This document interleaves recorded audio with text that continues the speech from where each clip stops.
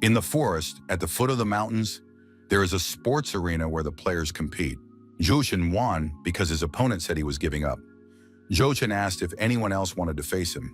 The other participants were scared because this guy was already at level 200. His gear was so cool, better than those leaders. But why had no one heard of him before? The young man at the computer smirked. If only they knew how much he had paid to dominate the entire server. He'd spent a full 5 years in this game just to see their jaws drop today. The player told everyone to remember his name, but he didn't get to finish. The next moment, the image on the monitor screen began to distort and break up. The young man was frightened and upset. This couldn't be happening. Why was the image glitching at such a crucial moment? The system reported that the user's account contained invalid data, so the account had been blocked. The use of unauthorized software is prohibited to ensure fair play. The user got angry. Had he really wasted 5 years? He was already on level 200, and now they were telling him he had lost. He smashed the monitor screen with his fist. The moment the monitor was damaged, the young man received an electric shock and passed out, losing consciousness. The young man found himself in a sports arena. Various weapons lay scattered around him. He opened his eyes, was surprised, and coughed. One of those present was surprised. Could this nobody really be the leader's son? Another player said he was a lucky man. He could be reborn. The player told the guy to get up. There was no point in lying there. The player repeated his words. Could this guy be deaf and not hear that he should get up? The young man raised his head and looked surprised. Could this really not be a dream? The boy stood up and gripped the hilt of his sword. What's going on here? The player said that even if he was the son, he was still unworthy of honor. The captain had already lowered his hand. Would this nobody be able to withstand it a second time? The young man said that he would deal with these people even in his sleep without breaking the law. The player asked, has this guy really decided to act like a man? A guy approached the young man and told the master to stop. They had to go home. The guy grabbed the bewildered hero by the collar and started dragging him toward the exit. The young men found themselves by the door. The guy flung it open. The bewildered young man found himself outside. He realized that this really wasn't a dream. There were ruined buildings all around. The young man thought he had ended up in another world. He had just received all the residual memories of this body and already understood everything. This place was very similar to the world in which he had lived before. Several decades ago, a massive space storm had struck. That space storm changed all life on the planet. Most people turned into bloodthirsty and violent zombies. Zombies spread everywhere. Thanks to this catastrophe, an extraordinary ability known as star power was awakened in many people. A person with star power possesses explosive strength 100 times greater than that of an ordinary person. The armed man said that everyone must be informed. They must gather and return to the city. The young man's father in this world is a 5th level master of star power. He is also the mayor of the city where they currently reside. The young man thought that was a good start since his father was the city's leader. But why was he personally considered trash here, incapable of improving himself? His father entered the room and told his son that he had finally returned. The young man thought, could this really be his father? Could this man really be a master? In his memories, he was just an ordinary person. His father said he had heard everything. There was no need to blame his uncle since he was upset too. The young man thought that if it weren't for his uncle, how would he have ended up in this world? His father suggested they try again, but this time together. Perhaps this time the star power would awaken within his son. His father placed his hands on his son's back and told him to follow the breathing exercises he had been taught to channel the star power. The young man thought that even if he couldn't manage to train, his father was still helping him a lot, and that was very touching. However, just because the former Jochin couldn't handle it didn't mean the current one couldn't. 2 hours passed. The young man still couldn't feel the star power. Jochin apologized to his father. He hadn't attained the star power, which meant he was a failure. His father told him not to be discouraged. He shouldn't put himself down like that.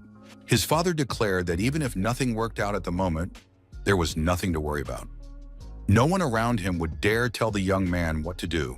The boy said goodbye to his father. The system reported that activation had occurred. Does the user wish to enter the game? Jochin couldn't believe it. Could he really be that very same level 200 thief from the game? The reflection in the mirror suggested exactly that. Jochin pondered what to do. He hoped he would make the right choice. The protagonist decided to bring up the skill tree. However, the system only displayed data for a level 1 thief and his skills. Joshin thought again that he was a nobody. After all, this wasn't a game. How could he level up? A woman's voice came from behind the door. The girl told the young man that dinner was ready. The young man replied that he wasn't in the mood and wouldn't be eating. The girl entered the room and said that wouldn't do. After all, Jo Chen knew that many people outside didn't even have the means to feed themselves. The young man repeated that he didn't want to eat, looked up and saw who he was talking to. Su Junwen was standing in the doorway. The young man stopped mid-sentence. He no longer felt like arguing with this girl. He was surprised. Could such a beauty really be living in his house? Jogan stood up and reached out, trying to touch the girl. Su Junwen jumped back in fright. "What are you doing, sir?" The young man replied that he just wanted to check if they were real. The girl got angry and said it was none of his business. Joshin replied that he had been misunderstood since he was talking about the stats. Joshin had seen his father's stats. Their level was too high and he couldn't recognize them. Joshin thought that if that was indeed the case, then there were definitely monsters outside the city. However, his own stats were only slightly higher than those of an ordinary person. Jogan thought that if he wanted to level up, he needed to find something that could protect him. Lanchi reminded him that the master had ordered him not to participate in the training. Why had Jo Chen come here? Jo Chen asked Lan Shi if there were any weapons here. The young men arrived at the shooting range. This was the very place where the weapons were kept. Two people approached the shooting range. One of them said he saw a rare guest here. Could it be that young Master Zhou had some free time? It was Yan Baishun. The young man was surprised. Could it be that Jo Chen was refusing to be a warrior in order to train and shoot? Jo Chen said that the guy was right. He really had come here to shoot some targets. The young man asked Yan Baishun what this kid was doing here. Yan replied that if he wanted to have some fun, he should go ahead and do it. No matter how good a gun is, it can't compare to the perfection of a warrior. Jo Chen said he really enjoyed shooting, so he would take the gun with him and play around a little more. The young man told Captain Yan that this Jo Chen had taken not only the gun, but also a lot of ammunition. Baishun remarked that this boy was a mere nobody and could only have fun for a few days. Lan Shi told the master that the exit from the city was ahead. Jo Chen remarked that he knew that. Lan Shi added that leaving the city with just one gun was too dangerous. Jo Chen said there was no need to worry. He just wanted to practice on the zombies to see if he could level up. Lan Shi pointed out that this wall protected them from various predatory beasts and zombies. On the other side lay a veritable hell. An armed man jumped down from the top of the wall toward the young people. It was Shu Li. He asked who had allowed the young people to come here. It wasn't safe here. Chu Chen told Uncle Shu that they had come to help him deal with the zombies. Shu Li told them not to make him laugh. It would be better if they left peacefully and quietly. A signal came from the observation post that the zombies had broken through the defenses. Jo Chen told Uncle not to send him home. The young man added that everyone here despised him, but he wanted to show off his marksmanship at least once. Shu Li said he didn't mind and led the young men to the front lines. Jo Chen looked through the scope of the sniper rifle and saw the approaching zombies. He also saw the health bar and level, but would he be able to earn experience points by killing the zombies? A shot rang out and the bullet hit the zombie in the shoulder. The health bar decreased. Julie said he believed in this young man. The protagonist thought that a shot to the shoulder dealt little damage. Jo Chen activated the vulnerability scan mode and looked through the scope again. The wounded zombie's health bar had decreased significantly. It was practically at zero. 100 experience points were gained. Jo Chen realized he hadn't been mistaken. He really could gain experience. The shooting continued, and his experience points gradually increased. The system announced that the player's level had been raised. Jo Chen no longer thought so poorly of himself. The protagonist now understood what it meant to level up. The young man decided that this was way cooler than going to a spa. Uncle Shu Li said he saw potential in this young man, though he still needed a lot of practice. The young man thanked him for the compliment. After leveling up, Jo Chen noticed that he seemed to be glowing with a blue flame. Other people probably couldn't see it. Jo Chen looked at his status window and noted that his stats had also improved. He could also allocate points to agility and strength. One of the soldiers reported to the captain that a star crystal had been found here. Jo Chen asked if it was possible to extract this crystal from the poisoned body of a zombie. Shu Li replied that not every monster contained a star crystal. The young man had simply gotten lucky. Star crystals are divided into white, blue, green, purple, orange, and red. There are crystals of the lowest, middle, and highest grades. Crystals are the currency among warriors. This currency is much more valuable than ordinary money. A single low-grade white crystal is enough to feed an ordinary person for a whole week. This does not include alcoholic beverages. Joken asked Uncle Shuli to exchange this crystal for a few packs of cigarettes. He'll take them to his friends. Joshin told his companion that he had decided to put off his shooting practice for a while. The young man told Captain Yan that this good-for-nothing master, Jochin, turned out to be a pretty decent person after all. Bai Shun replied that appearances can be deceiving. 2 weeks passed. The young man had reached the 4th level, improving his stats. Now they were above average. Shuli thought that the young man had already spent 2 weeks here. Had he really decided to give up on improving himself? Zhou Chen replied that no matter how high his combat skills were, he was still afraid of bullets. His uncle said there was nothing to be afraid of. They were merely low-level warriors. They say that 6th-level warriors aren't even afraid of bullets. Jogen said that he now had a reason to think things over. Shuli told the young man not to take it to heart. An SUV was speeding toward the fortress wall. The players in the back were shooting at the zombies trying to jump into the vehicle. Jogen asked Uncle Shu if his father had left on patrol. The sentry reported to the captain that it was the chief's patrol car. Zombies were chasing after them. Zhou Qin grabbed his rifle, took aim, and said he would handle these zombies himself. A shot rang out. The zombie fell to the ground. The mayor turned and looked at the shooter. Who could shoot so accurately? The car safely entered the city limits. Now they could catch their breath and calm down a bit. The man told his son that he had made some progress with his shooting. The mayor said they were facing some minor problems. Lately, the zombies outside had become a bit more active. Therefore, security needed to be stepped up. Jochin thought that wasn't true. His father was definitely hiding something.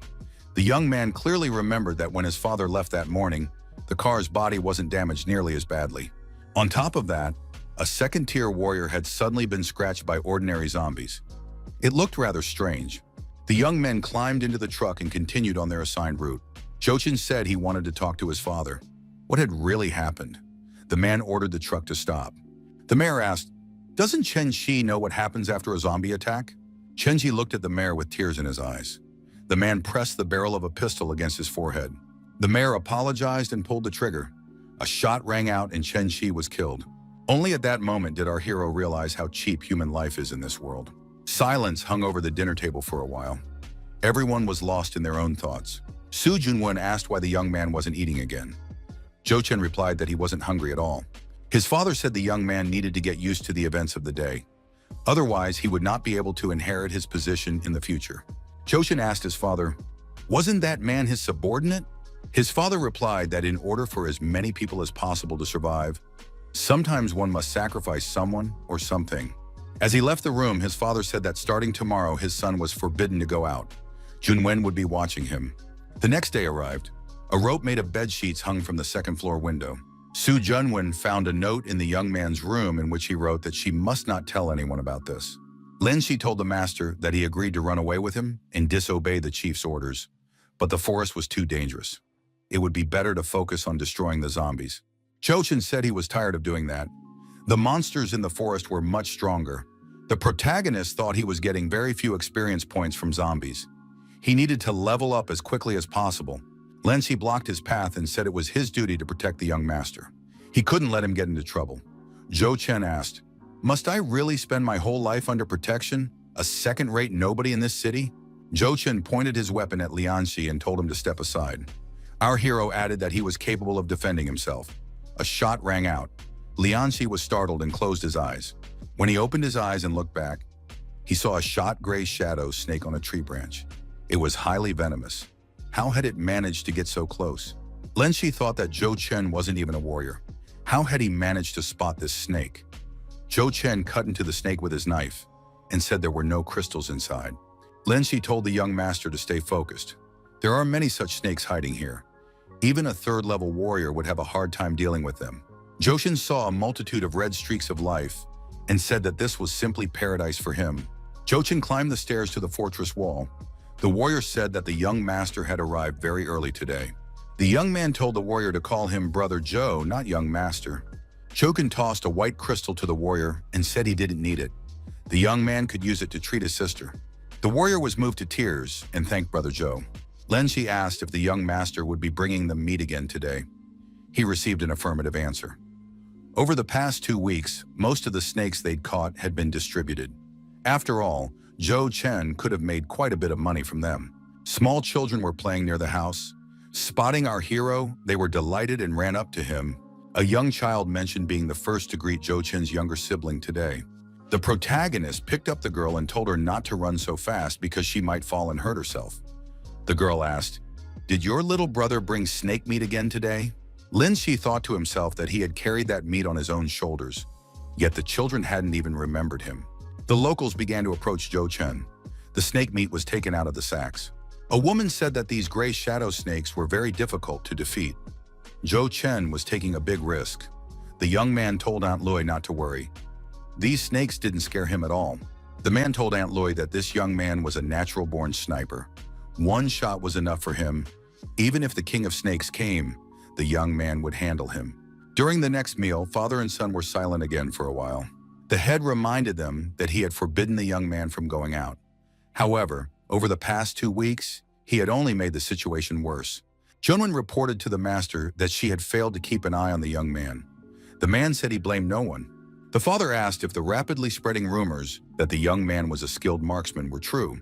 Jochen replied, "When one door closes, another opens." He does indeed have some success with shooting. The father reminded him that he shouldn't get too close to the lower classes. Zhou Chen asked why. His father replied, "Because one day they might become a burden to you." Young people on the street were debating who was a better shot, Mr. Zhou Chen or Captain Yan. Many chose Mr. Zhou Chen since he never misses. But Shun was outraged. How could they compare him to some kid? He had to show who the real sniper was here. Yan Baishun told his companion that if he mentioned that boy's name one more time, he'd be left with nothing but a wet spot. Just then, Zhou Chen was walking toward them. He waved and greeted Commander Yan. Yan returned the greeting and said he was just about to go see Mr. Zhou Chen. Zhou Chen said that today was perfect weather for hunting and walked past. Yan Baishun was indignant since he was talking to this young man. Zhou Chen stopped and said he was just lost in thought. Yan Baishun noted that, according to the latest rumors, the young man had become an excellent marksman. Zhou Chen replied that there was no need to exaggerate. They were just rumors. Yan Baishun asked if he could compete with the young man in marksmanship. He wanted to show this guy who the best marksman in the world was. Zhou Chen replied that he didn't have time for that. Baishun suggested betting a piece of green crystal. Surely the chief's son wouldn't refuse this challenge. Zhou Chen asked what the contest would entail. Yan suggested shooting at a moving target. Zhou Chen said that was too boring. Yan was surprised. What then would the young master suggest? Zhou Chen suggested going hunting outside the city. Whoever brought back the most valuable game in a day would win. Yan Baishun agreed and said they would start exactly 1 week later, and wished Master Zhou Chen good luck in preparing. Lanxi said that Baishun was a two-faced and very cunning man, and that his appearance was extremely deceptive. Zhou Chen declared that he had seen many such people. This guy was a completely lousy actor. Lanxi was surprised. Why then had the gentleman agreed? After all, one could expect anything from this man. Zhou Chen said that people need to realize just how unpredictable this world is. Zhou Chen drew his blade and rushed after the enormous insect. The insect was wounded in the head and its flying ability deteriorated sharply. Zhou Chen finished off the insect and said he was already getting used to close combat. Zhou Chen reported to his father that he and Yan Baishun had decided to have a hunting competition. The young man's father said there was no need to worry about it. He added that, on the other hand, they still needed to prepare for it in advance. The old man said that beautiful landscape stretched out before him, which had become a rarity in these times. The zombies were approaching the city. The old man remarked that the fun was about to begin. On the morning of the appointed day, Zhou Chen walked through the city, greeting the locals. The townspeople wished the young man luck and believed in his victory. Lan Shi said that over the past few months, the young man had managed to change people's opinion of him. Now he had become truly popular. The assistant told the city leader that the competition could be canceled if there were any concerns. The father replied that it wasn't worth doing so. The young man knows what he needs. Zhou Chen approached the shop and said that this was exactly where he would find what he needed. The shopkeeper asked what Mr. Zhou Chen needed. The young man replied that he was interested in a very powerful bow. The man said he did indeed have such a bow. However, this bow cannot be drawn without a strength of 300 jin. The seller added that few people use such weapons these days. If the young man liked the bow, he would give it to him as a gift. Lan Shi asked if, since the gentleman wanted a weapon with a bowstring, wouldn't it be better to get a crossbow? Joshin said that in his opinion, a bow looked more beautiful. The young man prepared to draw the bowstring. The protagonist added that there was nothing better than a bow for training hand strength and accuracy. Lan Shi was surprised since the young master wasn't even a warrior. Would he be able to pull the string? Jochin drew the bow and fired an arrow. The boy told his grandmother that some kind of thing had appeared above her head. Jochin said that was pretty good. That was exactly what he had in mind. Lan Shi suggested that the young master train outside the city after all. Jochin apologized for scaring the old woman. The old woman replied that she hadn't even had time to be scared. The boy was delighted and shouted that arrows were growing out of the old woman's head. The shopkeeper told the child not to run around with that dangerous thing in his hands. Joshin began training outside the city, displaying extraordinary agility and demonstrating accurate shooting. Jochin thought he had finally reached level 15. These skills were very useful in the game, but it was unclear how effective they would be now. Jochin asked Lan Shi where he could find monsters scarier than the flies he'd been shooting in this forest. Jochin spotted a bamboo forest on the outskirts and remarked that it was very beautiful. Lan Shi informed his master that even 5th-rank warriors wouldn't dare to mess with the local 2nd-level sword-wielding boars. Jochin spotted a boar charging straight at him with a furious look in its eyes. Lan Shi feared for his master and blocked the boar's path. Jochin pushed his assistant aside and told him not to stand in his way. A double attack was activated, dealing significant damage. Shortly thereafter, the boar was destroyed. The young men leisurely approached their prey. Jochin said that these two skills had come in handy here as well. Lan Shi was surprised. Was the young master really not a warrior? Jochin added that the assistant would drag the boar's carcass. For dinner, they prepared the boar with a crispy crust. The father said that first there were gray shadow snakes, and now a sword-wielding boar. He didn't even know whether to praise his son or punish him. Jochin told his father that he would like to borrow some star crystals or gold from him. The young man reminded him that he had a competition tomorrow. After all, couldn't he just bet on himself? The man said that Captain Yan was training like a madman. He was taking it too seriously, but it was just a bet after all. Yan Baishun really was training every day. He believed he would win, and not just the bet. Everyone would see that this scum, Jochin, was no genius. The day of the competition arrived. The young men, weapons in hand, were ready to compete. Jochin greeted the fans. Yan Baishun remarked that Mr. Jochin had quite a following. Jochin asked the boy if he had placed a bet on his brother. The child replied that he had no money. The protagonist gave the boy a white crystal and told him to bet on his victory. Yan Baishun was outraged. How could Jochin force a child to get involved in something like this? Jochin said there was no need to worry. The child would simply place a bet. How could that possibly drag him into anything? Yan Baishun replied that his opponent was too self-assured. Jochin wished Commander Yan good luck. Baishun replied that his opponent would need it more. The opponents got into their SUVs and prepared to start. The competition host announced that both sides had agreed. The level of weapons used didn't matter. The winner would be determined solely by the value of the loot. If no one had any objections, let the hunt begin. The SUVs sped off in different directions. Yan Baishun believed his opponent's end was near. The competition host thought that a rookie against a 3rd-rank fighter would be a valuable lesson for the young man if he managed to return alive. The assistant asked the city leader if he could send someone to protect the young master. The leader replied that there was no need. He could handle it himself. In the future, he must rely only on himself. The old man was contacted via radio and given an assignment: to eliminate target number 2. The reward would be a green crystal. The old man looked at target number 2's file and said that everything would depend on the level of the green crystal. The old man was Tan Lai, a 5th-rank warrior. He said that to start with, he needed to stretch his muscles a bit. The girl knocked on the door and told the host that it had already begun. The man at the table said that 1 crystal for this nobody wasn't a very good deal. This was the last time he'd agree to something like this. Once the plan was carried out, he would, of course, receive many times more. The SUV was moving along the forest road in the specified direction. The young man thought that the map the Su family had given him was indeed very detailed. He got out of the car and decided to start by catching the shadow wolf. At that moment, the shadow wolf was butchering its prey, a wild boar. Jochin pinpointed the beast's location and immediately appeared before it. Before long, the shadow wolves were eliminated. The young man said that 5 for today was his limit. The protagonist had reached level 16. He said his abilities should be slightly below those of a third-rank warrior. His wounded shoulder was aching. He needed to treat himself. The young man decided to use the medicine he had obtained. In the flask was a small healing potion that restored health over 6 seconds. Chokin looked at the liquid, which resembled a disinfectant. The young man poured some of the liquid onto the wound, but it didn't help. The protagonist thought, did he really have to drink it? After the young man drank the liquid, the wounds began to heal and gradually scab over. The old scars faded away. Chochin was surprised. Did it really work that fast? This healing liquid turned out to have a truly incredible effect. At the edge of the forest, the hunters rested and discussed the current situation. Yang Yu, a second-rank warrior, asked his colleague if he had bet on anyone. Zhou Lanbao replied that he hadn't bet on anyone. He had worked hard to earn the money and wasn't going to just squander it. Gu Yo said that someone was coming and they needed to keep quiet. That same old mercenary was walking through the woods. He saw the people and was surprised. Guyak told the man to stop and not to go any further. The old man replied that there was no need to worry. He had simply gotten lost. The old man showed a photo of Zhou Chen and asked if the young people had seen this man. The hunter recognized the man and said he had seen him that morning.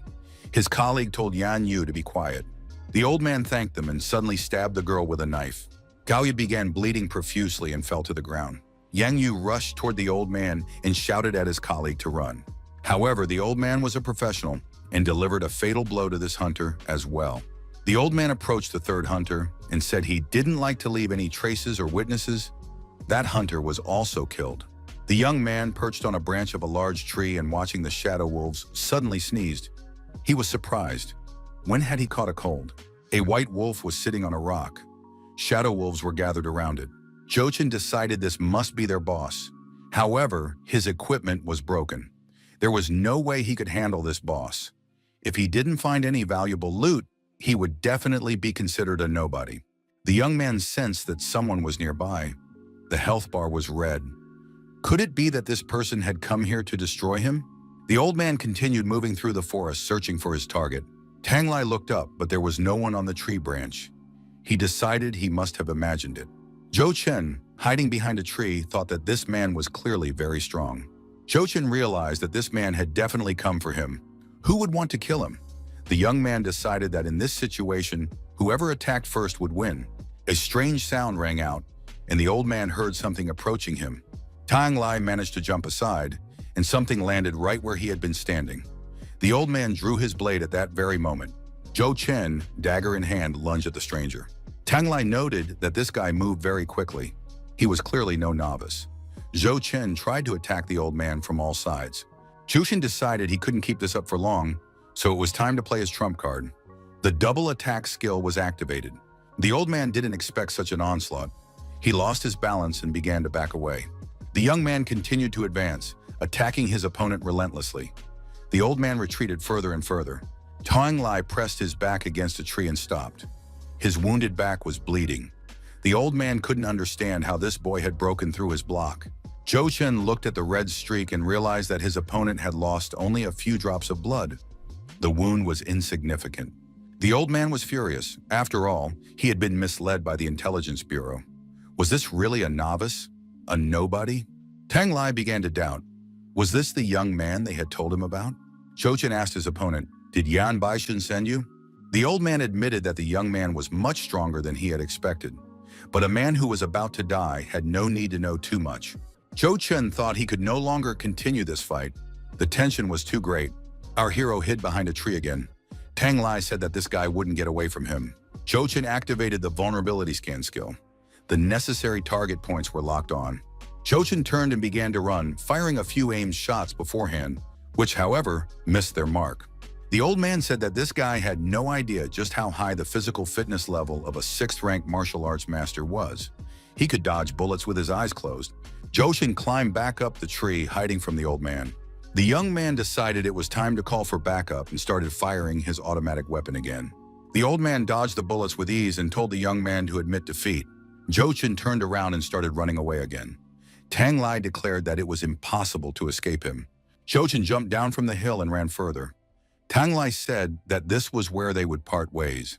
Tang Lai leaped high into the air and swung his blade. Zhou Chen found himself surrounded by shadow wolves. The young man activated the double attack skill and attacked one of the wolves.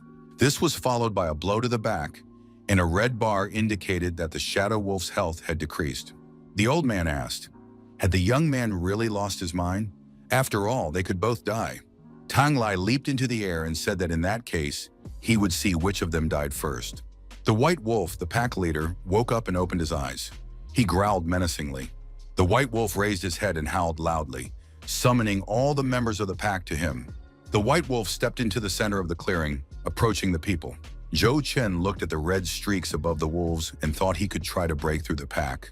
The old man said that the young man had cut off his own retreat. They were both trapped. The young man pulled out his hand grenades and said he was about to make things difficult for his opponent. Explosions rang out, followed by intense flames and a column of smoke. The old man realized the young man had something up his sleeve. He definitely had a plan. When the smoke cleared, the young man was no longer nearby. The white wolf was closing in on the old man. Zhou Chen found himself back in the tree, watching the events unfold from above. The white wolf and the old man were face to face. The young man used the healing liquid to heal his wounds and said that the old man could now do as he pleased. Tang Lai swung his blade, but the wolves closed in on him, tightening the circle. Zhou Chen said that silence had finally fallen. The wolves had surely finished off that man. Two figures lay on the chests of the slain wolves. The old man, who had plunged his blade into a wolf, and the wolf which was clamping its teeth onto the old man's shoulder. The car stopped. A hunter got out of the SUV and looked at the wolf clamping its teeth on the old man's shoulder. The hunter was surprised. How could one man have taken out the entire pack? Were these really the skills of a fifth-rank warrior? The hunter approached the old man and said he wasn't someone to mess with. The old man showed no signs of life. The young man took the bag containing the crystals from the old man. Besides the crystals, there was some strange device inside. The young man didn't understand what it was. Zhou Chen determined that the wolf was still alive. He could feel its breath. The young man drew his blade and said he would put an end to the white wolf's suffering. The people felt a slight sense of unease. Why weren't the hunters returning? Some of those present had placed bets, and now they were curious to see who would win. One of the young men told Mr. Yan that his son's chances of winning were nearly 90%. He could accept congratulations in advance. Su Jiwen asked Lan Shi, "What if something went wrong?" The young man replied that there was no need to worry. The young master would definitely succeed. Finally, Captain Yan Baishun's car pulled up. The young man got out and greeted the fans. Everyone noted that Commander Yan had returned. Mr. Yan asked his son if he was injured. Baishun replied that the most important thing was to defeat that nobody. The rest wasn't that important. Mr. Yan told them to see his son off. The young man needed to rest. Yan told the mayor that the results would be announced when Zhou Chen returned. Finally, the crowd shouted that Zhou Chen was returning. Another car pulled up. Yan Baishun said that Zhou Chen had returned rather quickly. He hadn't even had a chance to rest. The protagonist replied that his opponent would still have plenty of time to rest. Yan Baishun told those present that he had a suggestion. Instead of tallying both participants' spoils at once, it would be better to do so one at a time. The city chief thought this guy wanted to embarrass his son. Zhou Chen said he didn't care. He was willing to do as Yan Baishun wished. The captain said that in that case, they should count his game first, and then Mr. Zhou Chen's. The host said that now they would assess the value of Captain Yan's game. Baishun pulled the tarp off the car and asked, "What do you think, Mr. Zhou Chen, who will win this competition?" The body of a huge wild boar lay in the back of the truck. The audience was surprised. Could Commander Yan have caught this himself? The host said that a second-level sword-bearing boar was worth an incredible amount of money. Yan Baishun said he wanted to check if there were any star crystals inside it, and only then could they calculate the final value.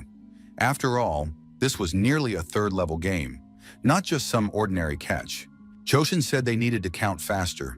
He still had to go home and take a bath. The staff members extracted a medium white crystal. The spectators cheered that Commander Yan was the best. With this crystal, the value of the sword-bearing boar was comparable to that of a top-grade white star crystal. Zhou Chen said that wasn't bad. Luck was definitely on Yan Baishun's side. His opponent declared that only weaklings believed in luck. Yan added that he could win even without luck. Maybe he should share half the value of the crystal with his opponent? Zhou Chen thanked him for the offer. Baishun thought he was dealing with a pathetic nobody. Yan Baishun told those present that the sword-wielding boar was merely an appetizer. They hadn't even gotten to the main course yet. At the bottom of the truck lay a third-level forest spider. Old Man Yan said that even fourth-rank warriors didn't dare approach a forest spider. The assistant added that Bai Shun took after his father. The host said that a third-level forest spider was worth 3 top-grade white crystals. The audience began cheering for Captain Yan Bai Shun. He was a true champion. Yan told his opponent that there was a huge gap between them. A reject couldn't handle a genius. Chojin was surprised. Does Bai Shun really consider himself a reject? Jogan added that all trash can do is talk nonsense. The protagonist said that now they would see who the winner was and pulled the cover off his SUV. Everyone present was extremely surprised. The young man said that there wasn't much time, so he hadn't caught anything more valuable. In the back of the truck lay the body of a white wolf.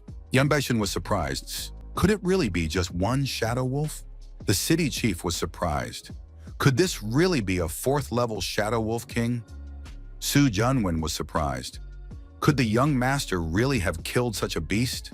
The host said that this was a 4th-level shadow wolf king worth a single low-grade blue crystal. The audience wondered how many high-grade white crystals could be exchanged for such a blue crystal. The answer came that it was equal to 100 top-grade white crystals. The audience began cheering for Jochen's victory. They shouted that his opponent had suffered a crushing defeat. Baishan said that couldn't be true. Jochen had definitely cheated. Even 5th-rank warriors didn't dare challenge the king of the Shadow Wolves. How could he have defeated him? Jochen said that Bai Shun should be thanked for this.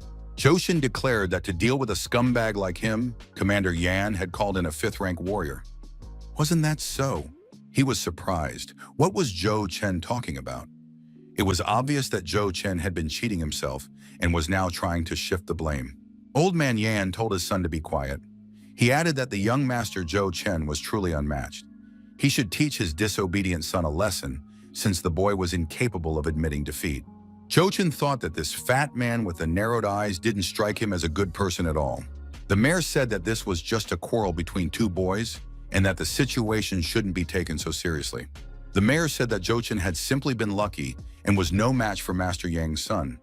The fat man replied that luck also played an important role in this matter. Mr. Yan entered the office and asked the girl why Zhou Chen was still alive and what had happened to the king of the Shadow Wolves. Mr. Yan said that these hitmen were nothing but a bunch of scum. He had no intention of waiting any longer and would resort to the second option. Zhou Chen celebrated the victory with his family. They drank beer and ate chicken. Zhou Chen said he didn't like alcohol, so he would just eat the chicken. Zhou Chen thought that no matter what world he was in, alcohol wasn't a drink he enjoyed. His father said he congratulated Zhou Chen on his well-deserved victory. His son had definitely grown up. Zhou Chen thought that he still didn't know who was behind that old man. Therefore, any rash remark could cause a lot of trouble. It was better to keep quiet for now. His father told his son not to take his rival's accusations of cheating to heart. The guy had talent, but also a nasty temper. Zhou Chen decided he would handle this himself. He looked again at the strange device with the red light. Could this thing really be a bomb? The young man threw the device on the floor and hid behind the sofa. Nothing happened. Zhou Chen guessed that it might be some kind of super advanced communication device. The door opened and Su Junwen walked into the room. She was carrying a heavy bag. The girl said that crystals had been sent to the young man for his bet in the competition. She said she wanted to help the young man and asked where to put the bag. Shoshin told her not to lift such a heavy load and to put the bag down on the floor as soon as possible. The young man said he would carry the bag himself and thanked the girl. The young man stated that Junwen wasn't a housekeeper to him, but just an ordinary girl. She shouldn't limit herself because of her position as a housekeeper. His father appeared and asked if Zhou Chen was busy at the moment. The housekeeper blushed with embarrassment and ran away. The young man replied to his father that he was free right now. His father said that his son had won the competition today, and many people had stopped doubting him. Therefore, it was time to learn how to manage the city's administrative affairs. Zhou Chen said he didn't want to become the head, but he had a request for his father. Could his father help improve his equipment using the crystals in this bag? Yan Baishun asked if his rival had really been cheating. His companion replied that judging by the wounds on the Shadow Wolf King, someone else had destroyed him. Baishun asked his father if he had heard about it, since there had been an element of deception involved. His father replied that he was aware of it. However, his son must forget everything that had happened. Baishun said that his reputation was suffering. His father told him to forget about it and leave the study immediately. That ended the conversation. The young man left his father's office, cursing. Bashun said that just because this scoundrel's father was the boss, didn't mean he could do whatever he wanted. This wasn't the end of it. A level 20 zombie, wandering through an industrial zone in an abandoned district, was shot in the eye with an arrow. Zhou Chen, bow in hand, said he had finally reached level 20. Zhou Chen added that he had excellent gear and that his upgrade speed was truly impressive. Suddenly, a huge zombie emerged from a ruined house. It was screaming loudly. Zhou Chen assessed the zombie's size and said he'd never encountered such a hulking creature before. What on earth had it been feeding on? Zhou Chen said he was in for quite a challenge. On the roof of another building, a soldier stood with equipment nearby. Electromagnetic waves were being detected. Zombies with glowing eyes were moving toward the base of that building. The hulking figure was heading in the same direction. The officer said that the final stage of the mission, regeneration, was approaching. The zombie was moving in the designated direction, right next to the protagonist. The young man prepared to shoot. Zhou Chen drew the bowstring and activated the vulnerability scan skill. The arrow flew out and pierced the zombie's head. It screamed even louder. The monster pulled the arrow out of its head and snapped it in half. Zhou Chen realized that he was indeed facing an elite creature, since even a shot to the head hadn't been enough to destroy it. The enormous monster spotted our hero and roared again. Zhou Chen realized that he was the very reason this brute had gone berserk.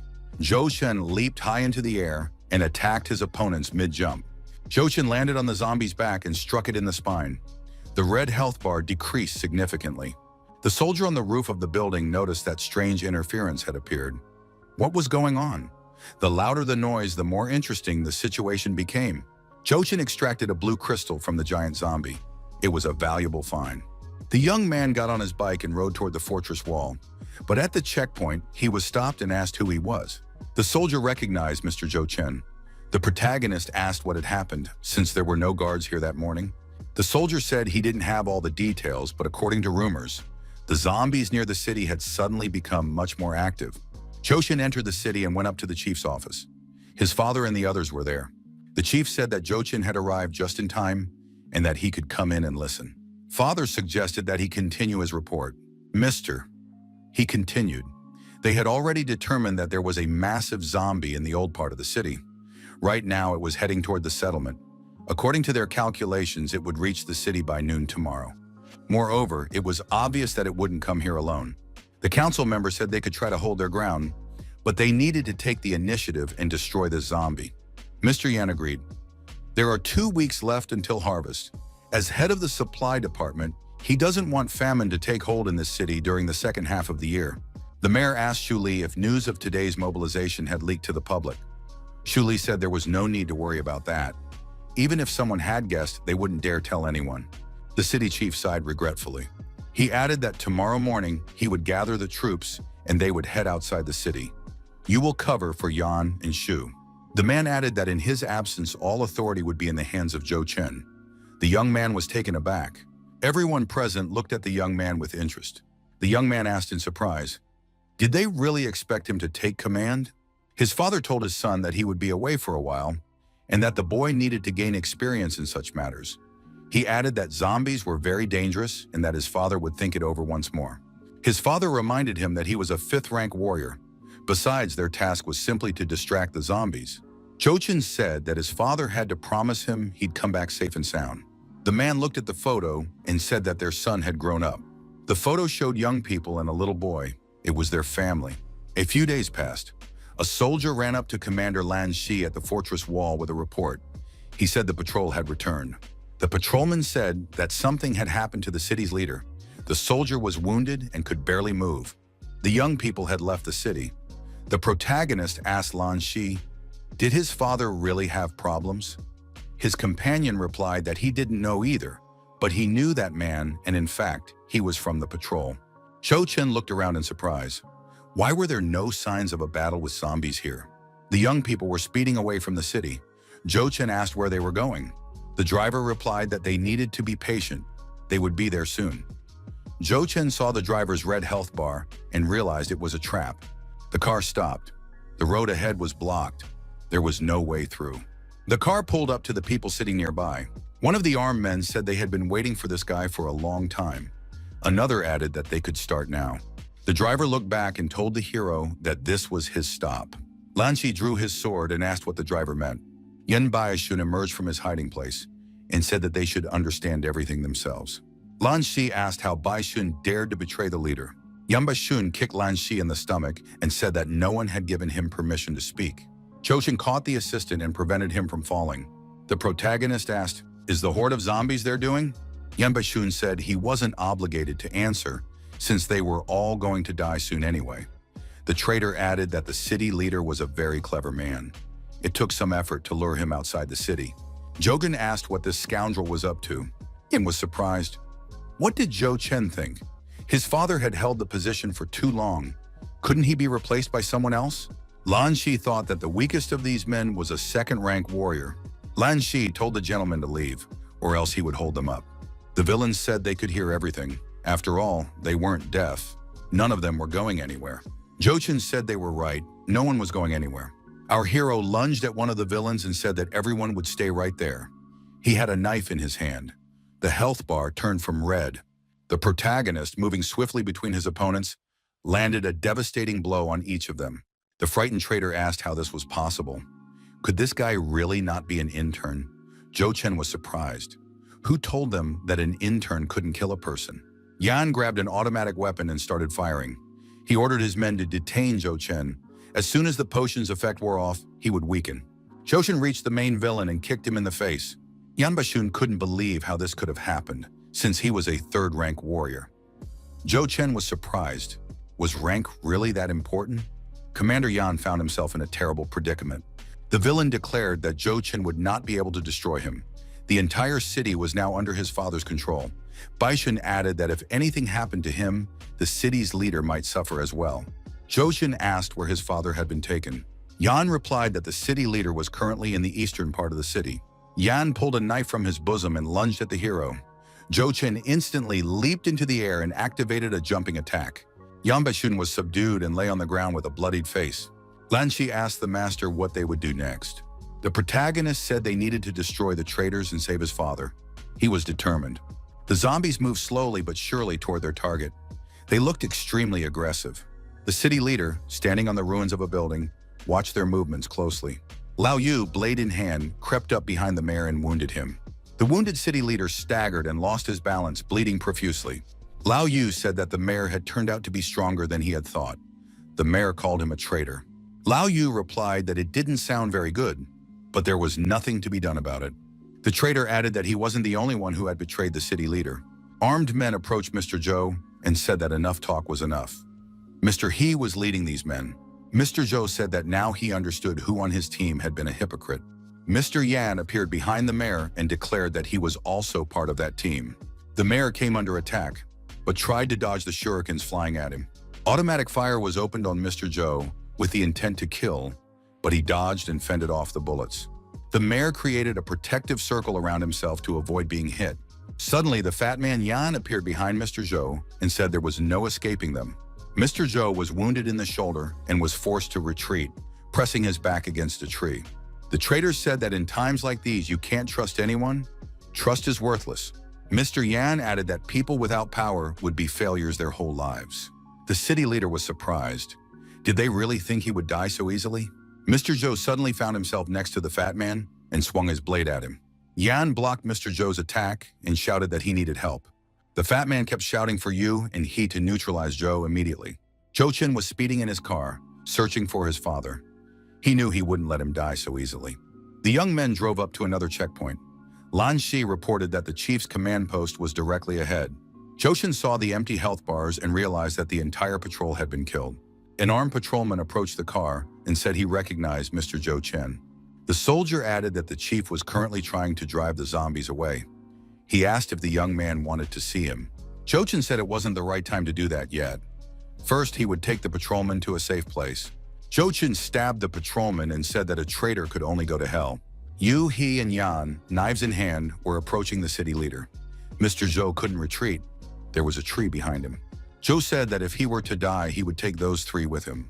He stated that the city chief was practically out of breath, but was still putting up a fight. The wounded Yan said that further discussion was pointless and there was no need to listen to him. The fat man added that it was time to end this and threw shurikens at the mayor again. Zhou tried to defend himself, parrying the shurikens with his sword. However, he couldn't avoid being wounded, and the mayor's hand was injured. The sword fell to the ground. Yu and Yan decided this was their chance, one they had to seize. The fat man Yan leaped toward the leader and stabbed him in the chest with a knife. However, Mr. Zhou drew a hidden blade and pointed it at the fat man. The fat man screamed in fear and jumped back. He had been standing to the side the whole time. Zhou struck and Yu was sent flying far backward. Yan turned to Yu Yanjue and said he knew what he was thinking. However, if he died, all the granaries in the city would be burned and he would get nothing. Yu looked at the fat man and told him to try to survive in this situation. The traitor Yu swung his blade and declared that Zhou's time was up. Suddenly, an arrow struck the traitor's blade, and the attack was thwarted. The conspirators looked around in fear. Who had fired the arrow? On the roof of the neighboring building stood the protagonist, a bow in his hand. He asked whose time was up. Yusha was surprised. How could this weakling have parried his sword? The city leader laughed loudly. Yu glared at him angrily. Mr. Zhou said that his son was no weakling. The weaklings were the traitors who had betrayed him. The city chief told his son to help him capture Yan Chuan. He would deal with those two scum and support his son. Zhou Chen said his father needn't worry. He would take care of everything. The young man tossed a healing potion into his father's hands and told him to drink it. Then our hero turned to the fat man. He had just toyed with his son, and now it was the fat man's turn. Yan Yaowen was terrified. What had this scoundrel done to Baishun? Zhou Chen was surprised. Did this fat man really have the nerve to ask questions? Yan Chuan threw shurikens at the young man and said he was about to be destroyed. Zhou Chen parried the attack and said that the fat man was striking from a distance. What a weakling he was. Zhou Chen activated a double attack and landed a devastating blow on the fat man. His red health bar had significantly decreased. The fat man stepped back and shouted for He Yanking to help him quickly. He rushed at the hero, thrusting his blade forward. Zhou Chen dodged it skillfully. The protagonist quickly spun around and counterattacked the attacker. He Yanjing's red health bar immediately halved. He lost sight of his opponent and spun in place, swinging his blade. Our hero leaped high into the air and launched an overhead attack. Zhou Chen landed a blow and said that this traitor could be bid farewell. The old man asked the soldier what had happened outside the city and why everyone was being forced inside. The soldier replied that a huge wave of zombies was approaching. It would be safer if people stayed in the city for a few days. It was safe there, and everything would be fine. Shuli told everyone to gather. While the city leader was sacrificing his own life outside, they had to protect their homeland. Shuli looked into the distance and expressed hope that Old Man Zhou would be all right. Su Junwen, holding back tears, looked out the window. She hoped that everyone would return alive. The girl held a key with a helicopter keychain in her hand. Chief Zhou told the girl that she had looked after his son for many years, as if he were her own younger brother. He himself had long considered her his own daughter. The man said that if the city didn't hold out this time, he was leaving his son in her care. But the girl shouldn't worry. This wasn't his final wish. Zhou shouted that he wasn't ready to die yet. The traitor Yu tried to stand up to the city leader. However, Mr. Zhou was serious and attacked the traitor. Zhou swung his sword and delivered a devastating blow to the traitor's chest. Yu lost his balance and was sent flying far backward. Zhou said that if the traitor wanted revenge, he would have to go to hell and wait for him there. Yu was defeated and fell onto his back. There was one less traitor. The same fate awaited Mr. He. Zhou Chen said that the appetizers were over. It was time to move on to the main course. Fat Yan said they wouldn't be able to destroy him. If he died, all the residents of the besieged city would be buried with him. The leader said he'd heard rumors about Yu Jianzhu's betrayal, but he hadn't thought Yan Chuan was involved too. Could it be that he was now calmly deciding the fates of people in the besieged city? The fat man said that there was no point in talking now. He hadn't done anything special for the city, but he had worked hard. Why should he let that fool Zhou Chen walk all over him? Yan Chuan took a device out of his pocket and said that as soon as he pressed the button, all the city's grain silos would be reduced to dust. Zhou Chen must immediately reveal where his son was. Zhou Chen replied that Yan Baishun was currently in the safest place possible. But if the fat man pressed the button, he would make them both beg for mercy. Suddenly, a voice said that such indecision was uncharacteristic of official Yan. The soldier sitting on a tree branch added that he would give the fat man a gift and share some interesting news. The officer reported that Yan Baishun had already been eliminated. The fat man screamed, but he didn't have time to do anything. An arrow from a bow struck his hand, and the device with the button fell to the ground. In the next instant, the protagonist appeared before the fat man and said that he would now go to his son.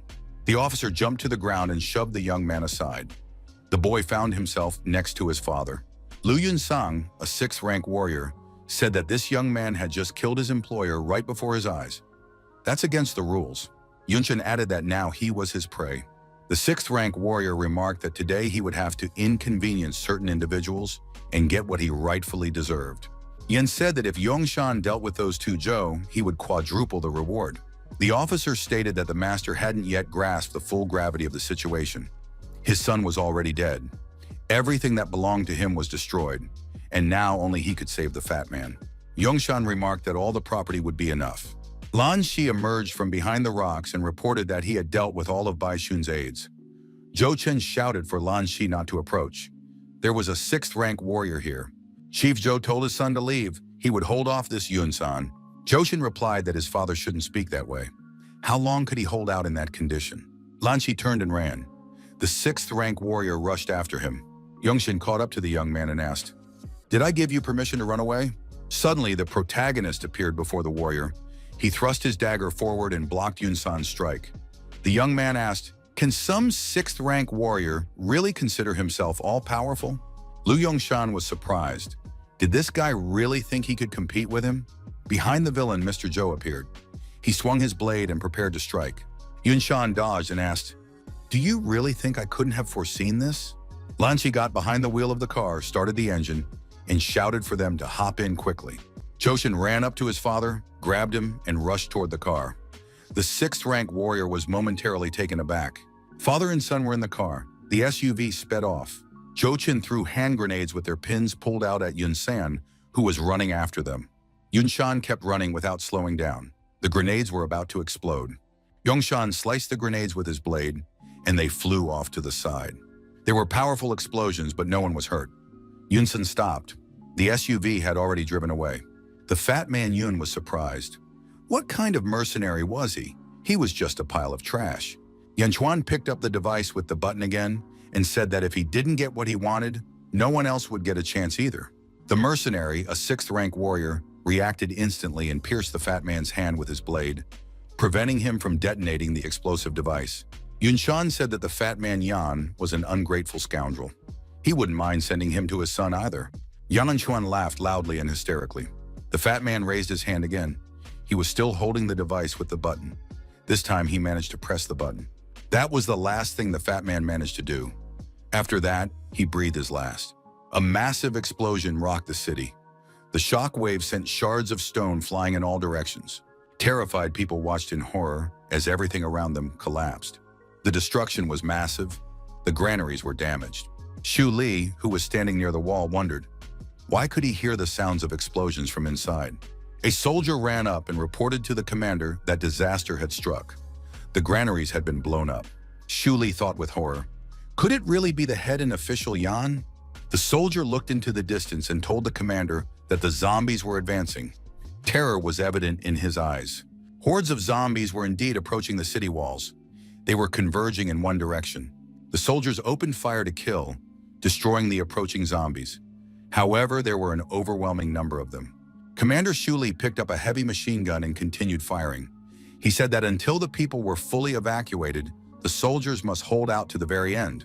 When the ammunition ran out, Xu Li drew his blade and began defending himself against the advancing zombies with a melee weapon. Zombies were everywhere and the commander kept swinging his blade. One of the monsters got extremely close. He dodged and the zombie couldn't bite him. There was no time to delay. They had to relocate. An SUV stopped near the fortress wall. The mayor and his son were in the back. Commander Xu Li's spirits soared, and he shouted that the mayor was alive. The mayor had returned. A soldier reported to the commander that all the residents had already entered the city. Xu Li shouted to keep up the defense. The city was now being sealed off. Standing on the fortress wall and assessing the scale of the disaster, the mayor said he couldn't even imagine that Yan Xuan had orchestrated all of this. Xu Li reported that the granaries had been blown up and the casualties among the soldiers were too severe.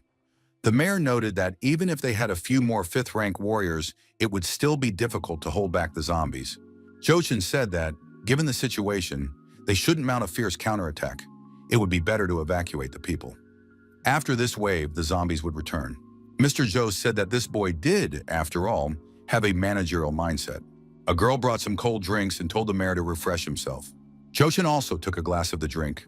The father said the young man was speaking the right words. Joshin told his father that in that case, he would go and help with the evacuation. Joshin felt dizzy and weak all over.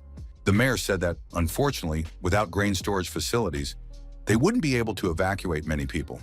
They couldn't feed everyone. Soo Jinyan approached the young man and asked how he was feeling. The mayor said that this was probably his first and last whim as mayor. The young man woke up and realized he was now in a helicopter. What had happened? The protagonist asked Lan Shi why he was there. Lan Shi replied that the mayor had insisted he stay there. Joshin stood up, walked to the edge, and opened the helicopter door. Mr. Zhu told Shu Li to try to survive. Shu replied that this wasn't funny. Shu Li declared that from the moment he became garrison commander, his life no longer belonged to him. Shu Li gave the order. Soldiers who wish to leave must protect non-combatants during the evacuation. Those who wish to stay here with him must restore order to this purgatory. The people on the fortress wall began dousing the monsters with flames from flamethrowers. The city leader thought that even when everyone else had doubts, he had always believed in his son. He believes that one day, in this apocalypse, the young man will become the brightest star. Swinging his sword, Mr. Zhou leaped from the city wall straight into the hordes of zombies. Lan Shi told the young master that he understood his feelings, but his father had acted to protect his son. Jushin told his assistant that they looked like deserters. The young man thought that his father and those people shouldn't have suffered. None of this was supposed to end this way for them. The boy thought that if he had known about Yan Chuan's intentions earlier, none of this would have happened. Lan Shi reminded him that the master had once said, "In these turbulent times, every day lived is a gift. No one can predict their fate. The young master bears no blame for what happened. A life lived happily is the greatest consolation for the dead." Lan Shi said that Su Junwen was right. They must go on living. Suddenly, the helicopter shook. A screech was heard from above, and the fuselage was torn apart. Through the gaping hole in the hull, the claws of a huge winged monster appeared. The helicopter was under attack by enormous flying monsters. Lan Shi said that the aircraft had been damaged, and the monsters were attacking from all sides. Lan Shi walked to the edge of the helicopter and said he would drive those monsters away. Chochin stopped his assistant and said he would stay here to protect Su Junwen. The assistant wanted to object. Jogan said that was his order and jumped off the helicopter, directing his trajectory straight at the monsters, like a dive-bombing bomber. The young man activated his leaping attack skill. He was rapidly closing in on the monsters. Swinging his sword, our hero landed the first blow right on the back of a huge monster that looked surprisingly like a large bird of prey. The other monsters turned around and decided to attack the young man, thus coming to their comrade's aid. The monsters collided with each other in midair, while Zhou Chen managed to jump aside. The birds turned and flew off in pursuit of the young man. The boy said that they really were very stubborn. Chuchen heard a strange sound and wondered, what could it be? A huge flying super mega monster with glowing eyes appeared in the helicopter's path. The monster shouted something loudly, turned around, and flew off in the opposite direction. Zhou Chen climbed back into the helicopter and breathed a sigh of relief. He said that the monster didn't care about them. Lan Shi admitted that it was the first time she'd seen such a huge monster. Zhou praised the girl. He never thought Su Junwen could fly a helicopter so well. The girl replied that the young gentleman was overpraising her. Lan Shi shouted for the young master to look ahead. Could that really be a city? Lan Shi took out an aeronautical map he had bought several years ago from a wandering warrior. The young man added that if the map was accurate, the city they had just seen was marked right here. Joshin realized they were talking about the city of Titan. The name sounded truly majestic. Pilot Su said that during the battle they had damaged the helicopter's tail section, so they needed to land immediately. Joshin agreed. Besides, flying in a helicopter felt too posh for our hero. The young man told Su Junwen to look for a suitable landing spot. The young people landed and determined that it was about a 20-kilometer walk to the city of Titan. They expected to reach it by evening. The young people packed their backpacks with essentials and set off toward the city along a forest path. Jochin was walking in front and was the first to get scared when he saw some kind of beast leap out of the bushes. The young man immediately drew his dagger and swung it. However, it turned out to be just an ordinary hamster, only larger than usual. A green life bar hovered above the hamster's head. Jochin calmed down and told Su Junwen not to worry either. This little creature wouldn't attack a human. It was the first time Zhou Chen had seen the girl so panicked. Had she really never left the city before? The girl agreed that she shouldn't have been so scared.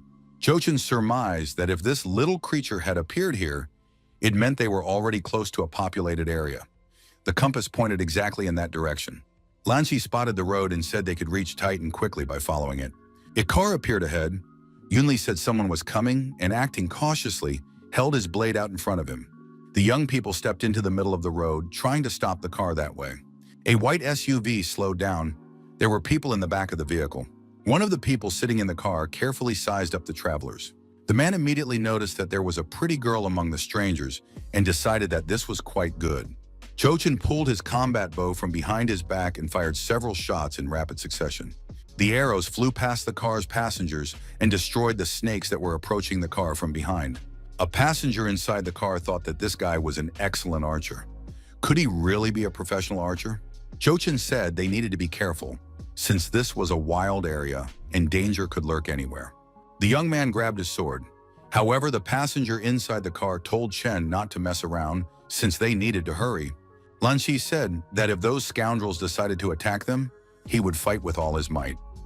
Su Junwen apologized and said it was her fault again. Zhou Chen replied that the girl shouldn't blame herself, since it wasn't her fault that she'd grown up to be such a beauty. The car drove away.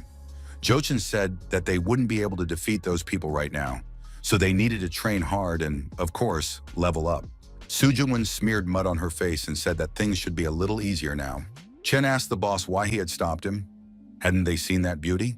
The boss replied that it was best not to mess with that young man with the bow. There were more important matters at hand. It wasn't worth wasting time. They would have another chance to meet them while they were in Titan.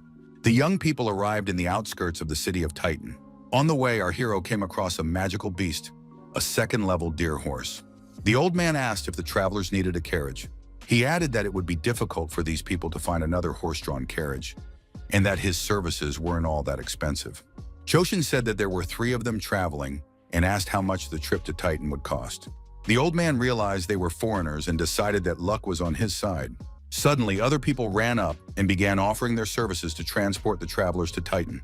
The old man thought he'd completely forgotten about the competition, and now it seemed like nothing would work out for him.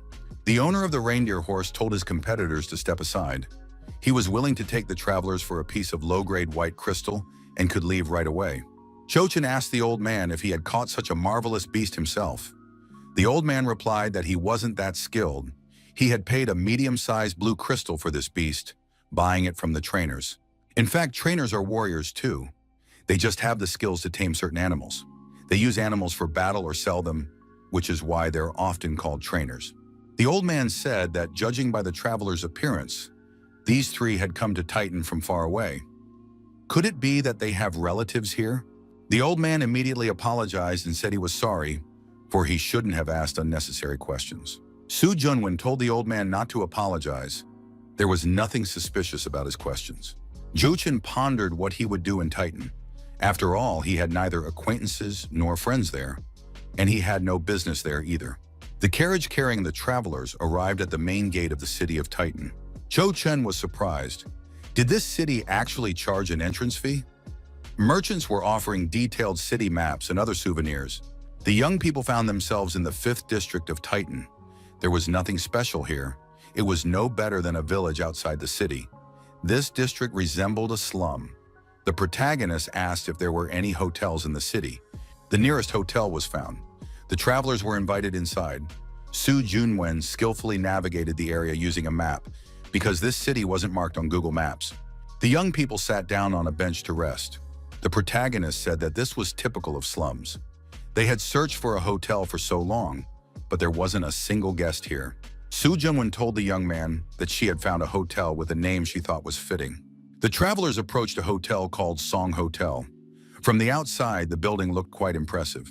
The receptionist came out of the hotel and invited the young people inside if they decided to stay there. Zhou Chen told the receptionist that they had only come to the hotel to use the restroom. The girl replied that the young man had a good sense of humor and offered to check them in. The receptionist said that a standard room at this hotel cost 2 low-grade crystals. Lan Shi was indignant. Why was it so expensive?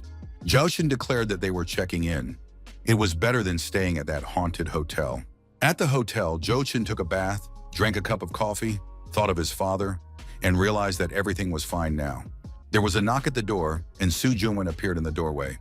The young man opened the door and asked what she wanted. Soo said she wanted to tell him something. Junwon sat down and hesitated for a moment before starting to speak. The young man told her to speak plainly, without holding anything back. Soo Junwon gathered her courage and said that she had done some calculations and realized their money would only last for 1 week's stay at this hotel. The next day, the protagonist and his assistant found themselves on the outskirts of Titan City. Lan Shi told the gentleman that the local warriors held fairly high ranks. The young man replied that in such a large city, rank corresponded to the level of authority. Lan Shi noted that someone with a rank like his had no chance of becoming even a soldier, no matter how much he wanted to. Jochin told his assistant not to be discouraged, since rank could be elevated. Competition here was fierce, but resources were plentiful. Lan Shi declared that he would try his very best. Jochin thought that even though Soo had said they were almost out of money, he actually had over 1,500 white crystals and a few blue ones in his backpack. However, if he wanted to stay here, he should still save money. A stranger approached the young people and said that they seemed lost. She was willing to answer their questions for a small fee. Jochin said that warriors don't buy information. The girl was surprised. Did warriors in Titan really have no money?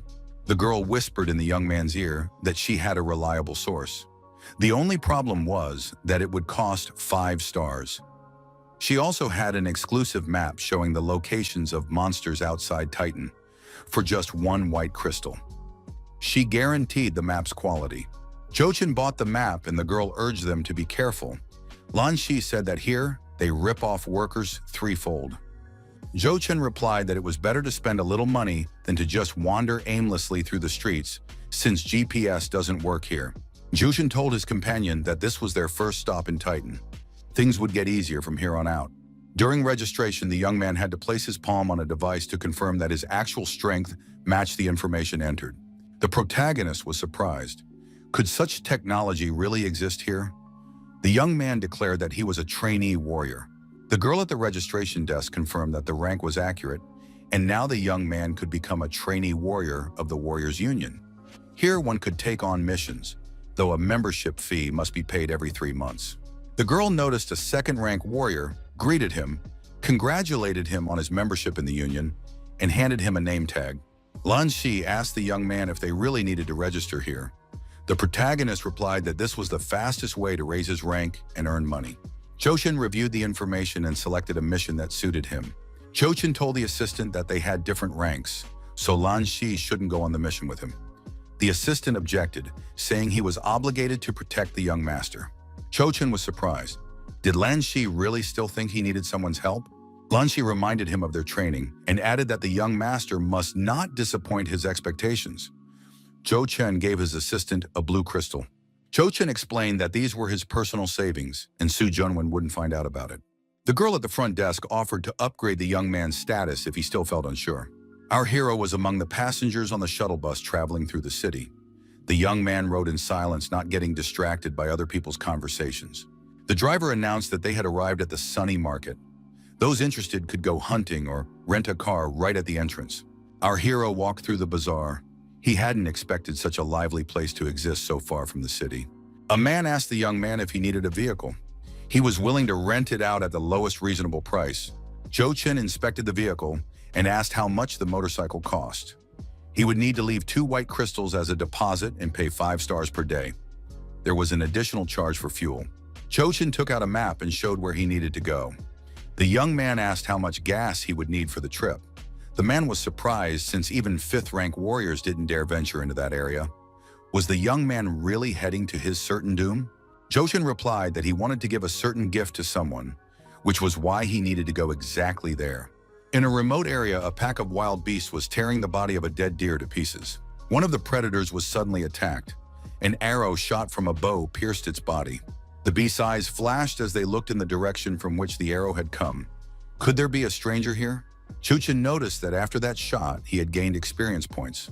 Quite a few, in fact. And this pleased him. The young man said that this place would become his training ground for a while. Jochin activated the vulnerability detection mode and began shooting at the monsters. continuing to gain experience points. At some point, the young man saw that his arrows were worn out, but he hadn't bought any new ones.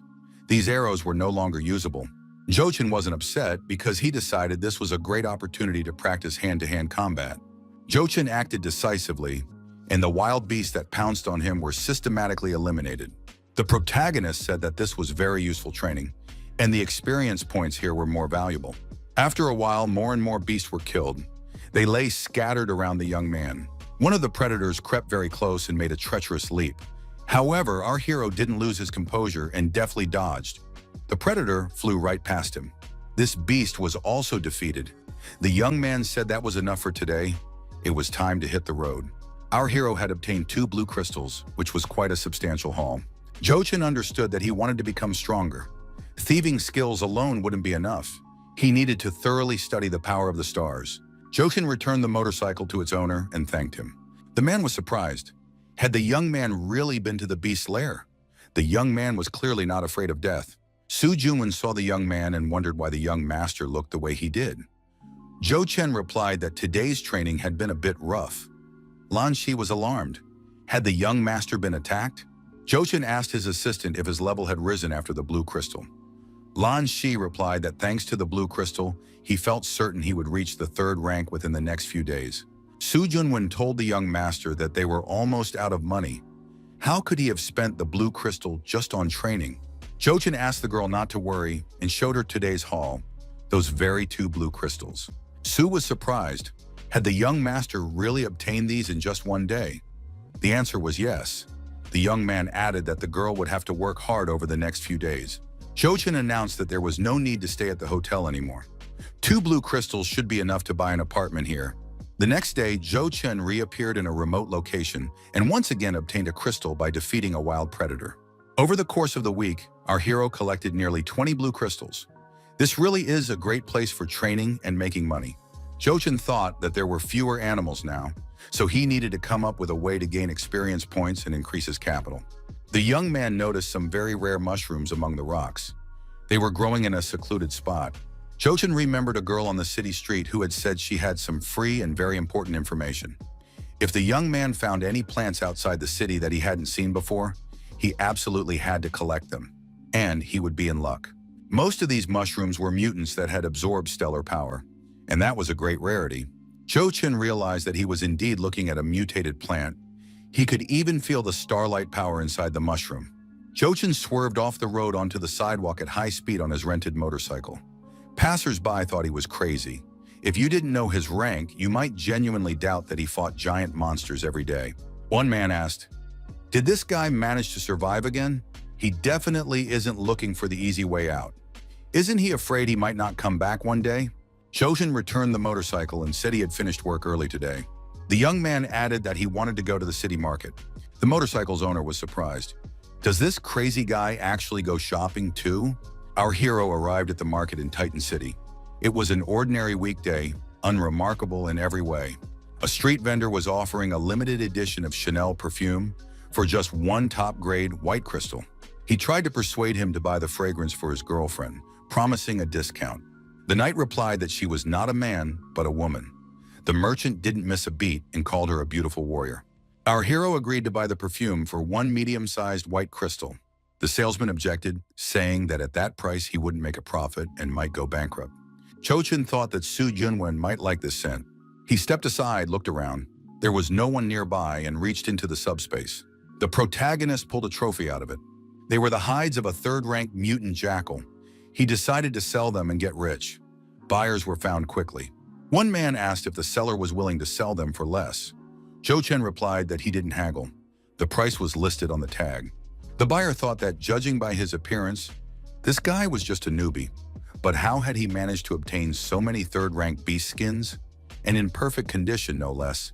It looked suspicious. The buyer said he was ready to buy everything and offered to be friends. He introduced himself, Chang Zhan, a 6th-rank warrior.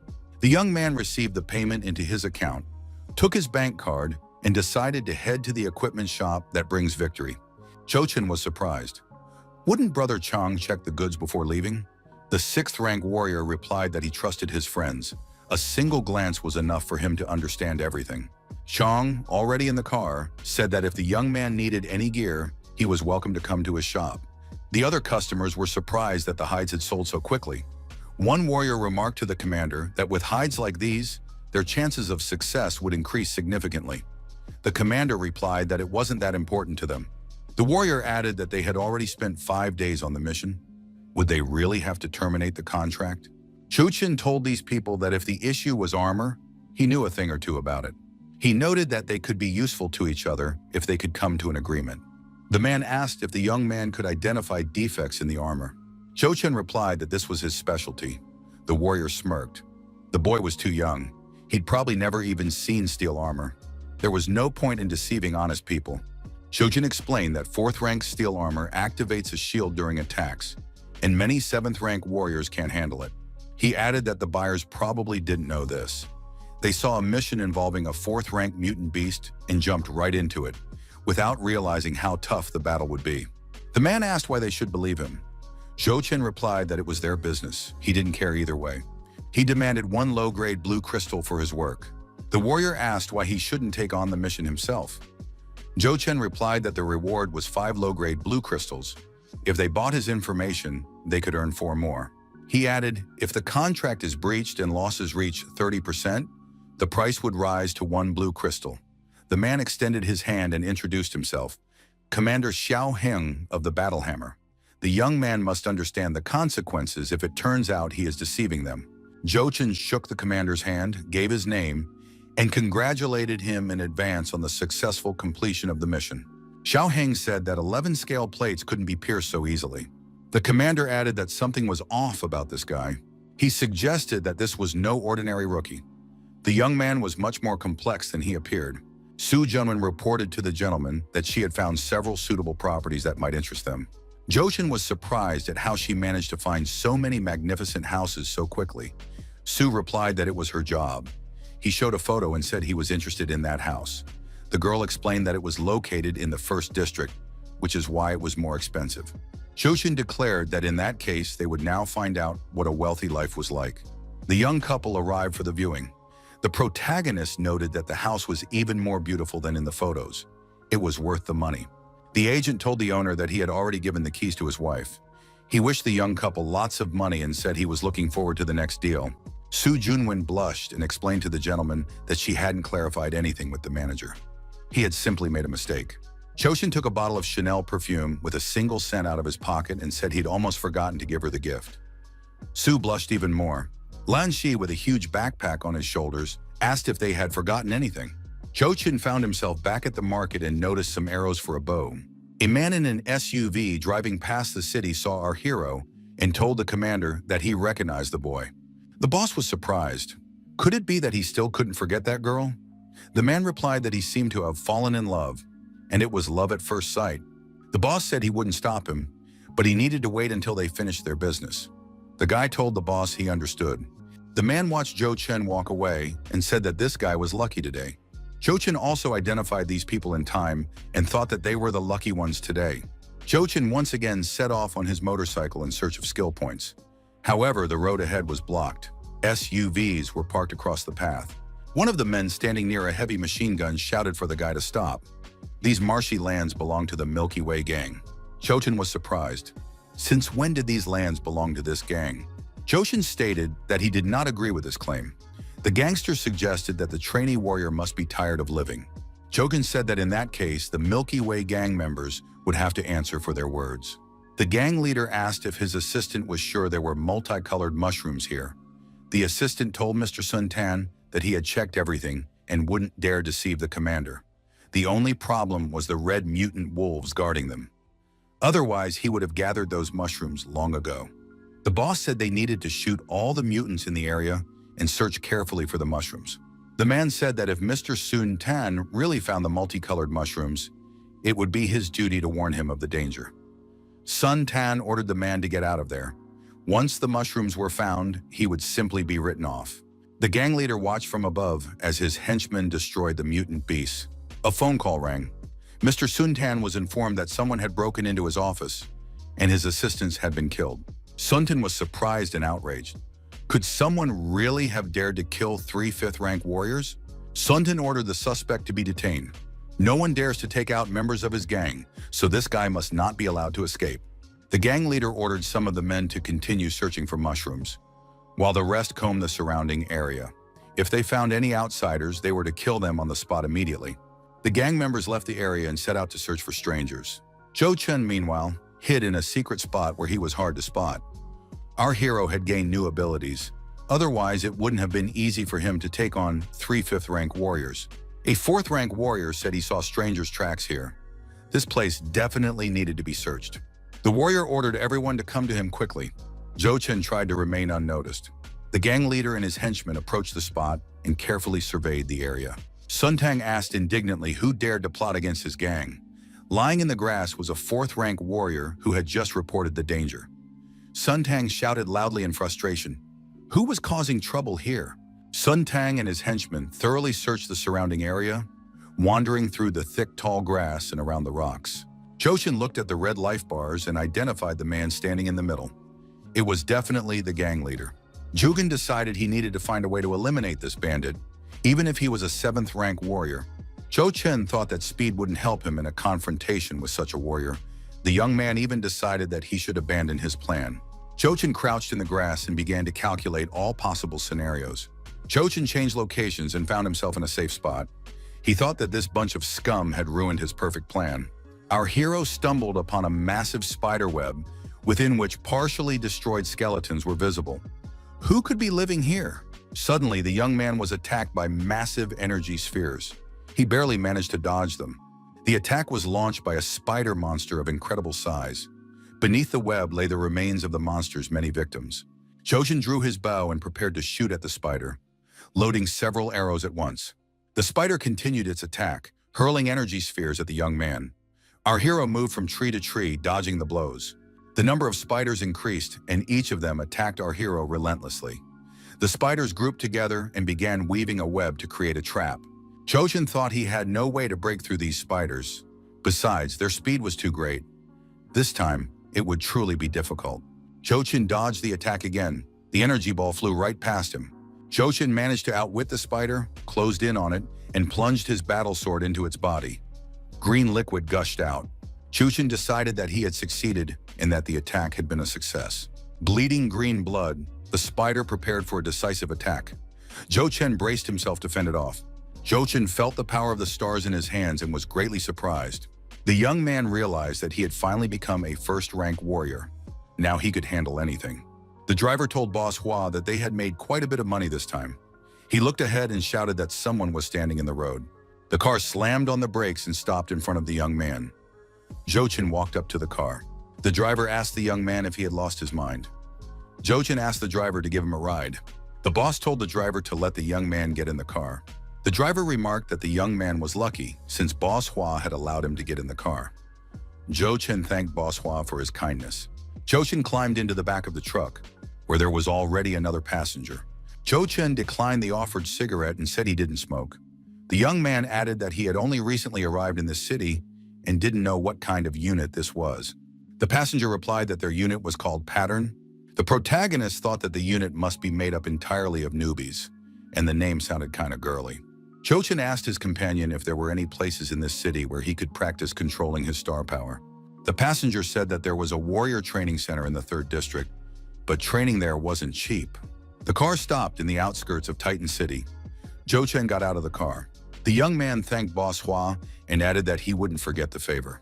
Zhou Chen thought that, having become a 1st-rank warrior, he should start thinking about leveling up. Lan Shi saw the gentleman and was very happy. Lan Shi rushed over to the master and said he had already reached the 3rd rank, all thanks to the blue crystals he had received from Zhou Chen. Zhou Chen replied that he had achieved something himself. Lan Shi was surprised. Could it be that the master was now a 1st-rank warrior? Su Yunwen said that the master had finally received what he deserved. Zhou Chen reminded them that he had promised to improve Lan and Su's lives and added that things would soon get even better.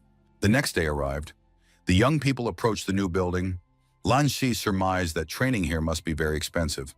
Zhou Chen said that the main thing for them was to raise their levels, and the price didn't matter. Lan Shi looked around and noticed that everyone here had very high ranks. Zhou Chen agreed with his assistant. Fortunately, the web of the spider he had destroyed while hunting had been sold at auction for an exorbitant price. Otherwise, he definitely wouldn't have been able to pay for the training. The female manager said that if these two needed training, they could proceed. She asked what level of training they needed and suggested starting with the third-level hall. The manager stated that opening a third-level hall required payment of 1 blue crystal. She had the access token for the hall. A contract must be signed before entering. Lan Shi told the gentleman that he wouldn't let him down. Zhou Chen replied that emotions were unnecessary here, and they needed to act faster. Zhou Chen asked the girl to help him open the 5th-level hall. The manager was surprised and asked if the young man had made a mistake. Did he really mean the 5th-level training hall? Zhou Chen asked her to do it quickly. The manager said she had to warn the young man. This wasn't a virtual training hall. Here they fought real monsters. Zhou Chen replied that he knew and pointed to the 5th-ranked mutant gorilla. The girl stated that this mutant gorilla was roughly 6th level. She was surprised. Did this guy really decide to end his life? The manager led our hero to his training room. To enter, you had to insert a token. Zhou Chen thought that even through the door, he could sense the mutant gorilla's dangerous aura. Another group appeared nearby. One of the men looked at our hero and said it was the first time he'd seen such a method of suicide. The opponent added that if he were in these young men's shoes, he'd rather slit his own throat. Zhou Chen replied that it was none of their business, so they should mind their own affairs. The warrior demanded that this boy immediately apologize to his master. Zhou Chen activated the door-opening mechanism and asked if they wanted to try it with him. The 3 strangers were taken aback and didn't say a word. Zhou Chen remarked that they lacked courage. Our hero added that in that case, they could go back the way they came. The young man opened the door and entered the room. His rivals were surprised. Had he really decided to challenge this creature? After all, this boy was merely a 1st-rank warrior. The warrior told Lord Luo not to be angry. This guy was simply tired of living. Luo agreed that the young man had apparently grown tired of living.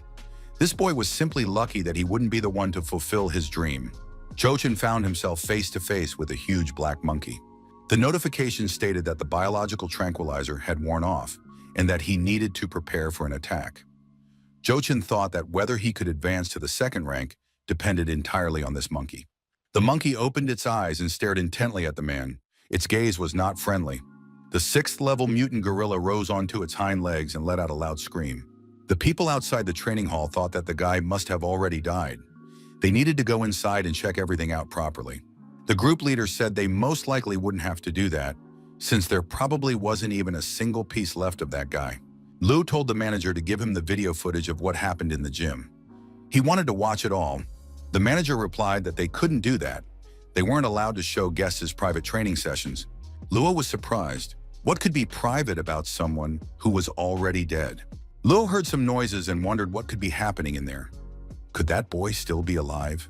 Half an hour later, everyone present was stunned. Could this really not be a dream? The sounds from the room continued to echo. Luo punched his companion and said it hurt, which meant it wasn't a dream after all. Luo was amazed. Could a 1st-rank warrior really have defeated a 5th-rank mutant gorilla? Or at least held out for half an hour? Zhou Chen felt exhausted. The young man clutched his daggers and dropped to one knee. The enormous ape was also exhausted, yet it continued to dominate. The ape swung and struck where the man had been standing just a moment ago. Zhou Chen managed to dodge and leap aside, counter-attacking the ape at the same time. Zhou Chen closed in on the beast and struck the monkey's body several times with his daggers. The young man decided he had succeeded. He felt the energy of the stars and realized he had become a 2nd-rank warrior. The monkey continued to scream loudly, trying to catch its opponent. Zhou Chen continued to effectively dodge its attacks. Zhou Chen activated a double attack and struck the monkey from behind, inflicting severe wounds on the back of its neck. The monkey began to bleed out. The opponents outside tried to eavesdrop on what was happening inside. The warrior told Mr. Luo that it seemed nothing was happening anymore. This guy was definitely dead now. The door swung open and Zhou Chen appeared in the doorway. Luo was surprised. Was he seeing a ghost? Zhou Chen told the manager that someone needed to restore order in this hall. Luo was stunned. After all, this guy had entered with 1st-rank status, was training for the first time, and had already raised his level to 2nd rank. Who was he? Those around him recognized the young man and said he was the very one who had defeated the 6th-level monster. Zhou Chen asked the manager to open another 6th-level training hall. The girl was flustered. In the next room was a 6th-level mutant viper. Was the young man really ready to fight it? This young man must be crazy, so young and already determined to die. Zhang Cheng, a 7th level warrior, studied the materials presented to him and said they were quite interesting. Zhang Cheng asked his assistant if Zhou Chen was indeed a 2nd rank warrior. The assistant replied that he was certain of it. Moreover, before the battle with the mutant gorilla, he had been a 1st rank warrior. Zhang Cheng ordered the camera in the hall to be turned on and for a live broadcast of this guy's training to be streamed so the footage would appear on the screens in the main hall. The assistant said that in this case, permission from the other party was required. Zhang Cheng replied that he would handle the negotiations himself, so the order was to be carried out. The old man figured it didn't really matter whether this guy won. They'd make money off this broadcast anyway. The players were saying that the day had finally come. Someone was going to be shown live. They said a 2nd rank warrior had challenged a 6th level mutant viper. A green poisonous mist appeared on the screens. What's happening with the broadcast? Could this warrior already be dead? Zhou Chen, taking advantage of the fog, activated his subspace. The young man decided that the antidote from the game could be used here as well. Zhou Chen drank the antidote and said he was now ready to test just how strong this snake was. The fog began to gradually dissipate, and all the observers saw the silhouette of a huge snake. The onlookers said that there were image issues again. But how was this young man able to last so long in the poisonous fog? Why was he moving so fast? Are humans even capable of moving that quickly? Zhou Chen was extremely exhausted. He thought that the 6th level was much more difficult than he had previously anticipated. The protagonist had leveled up again. He was now a 3rd rank player, and he couldn't help but feel pleased. The young man noticed the camera rolling and decided he needed to speak with someone about the broadcast. The manager's assistant said that Mr. Zhang Cheng wanted to see the young man and asked him to follow him. Zhou Chen replied that he also wished to meet with the manager. When he met with the manager, Zhou Chen stated that he was waiting for an explanation. Zhang Cheng asked the young man to calm down. Zhang Cheng waved his hand, and an assistant brought him a tray. The manager pointed out that there were crystals on the tray. He said that, as an apology, they were prepared to reimburse the young man for all of his expenses today. Of course, that wasn't enough, so they had prepared a plastic card. With it, he would receive a 20% discount on all services. Zhou Chen told the manager that it would be best not to disclose anything about him. The manager promised to keep everything confidential. Zhang Chen said he had a personal question for the young man. How did the young man manage to kill a 6th level viper? After all, that's practically impossible. Zhou Chen asked, does the manager really like to pry into other people's secrets? Zhang Chen was taken aback and said he had misspoken. The old man asked if the young man would like to join the King of Beasts Union. With their resources and the young man's talent, he would surely become a 6th rank warrior within a year. The answer was no. Everyone present wanted to know who this person was. There were no such talented people in all of Titan. If someone had told such a story, it would have been hard to believe. Lo said that the young man was merely a 3rd rank warrior and that the administrator had been too generous in his praise. Zhang Cheng replied that potential could not be measured by rank. The manager decided he shouldn't have gone live.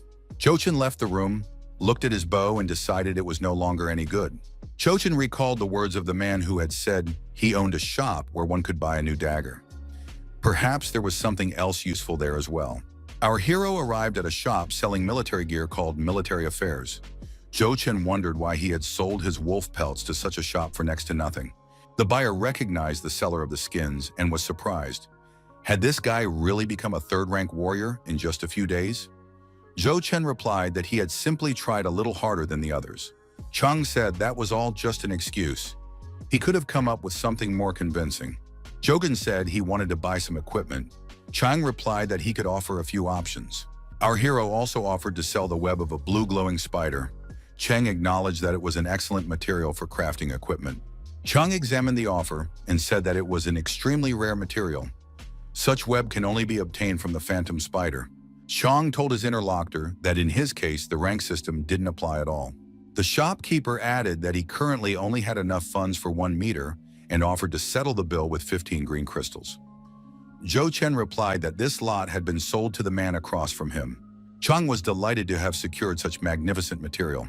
In that case, he would head straight to the workshop and craft a free weapon for the young man.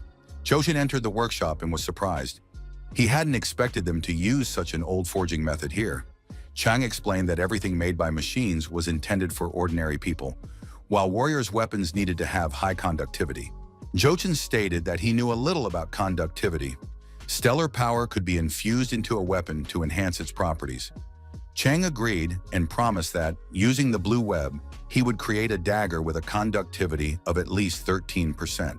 Chang added that with this web, he would be able to debunk the myth of Mr. Knee's weapon having 15% conductivity. After a while, the dagger was ready.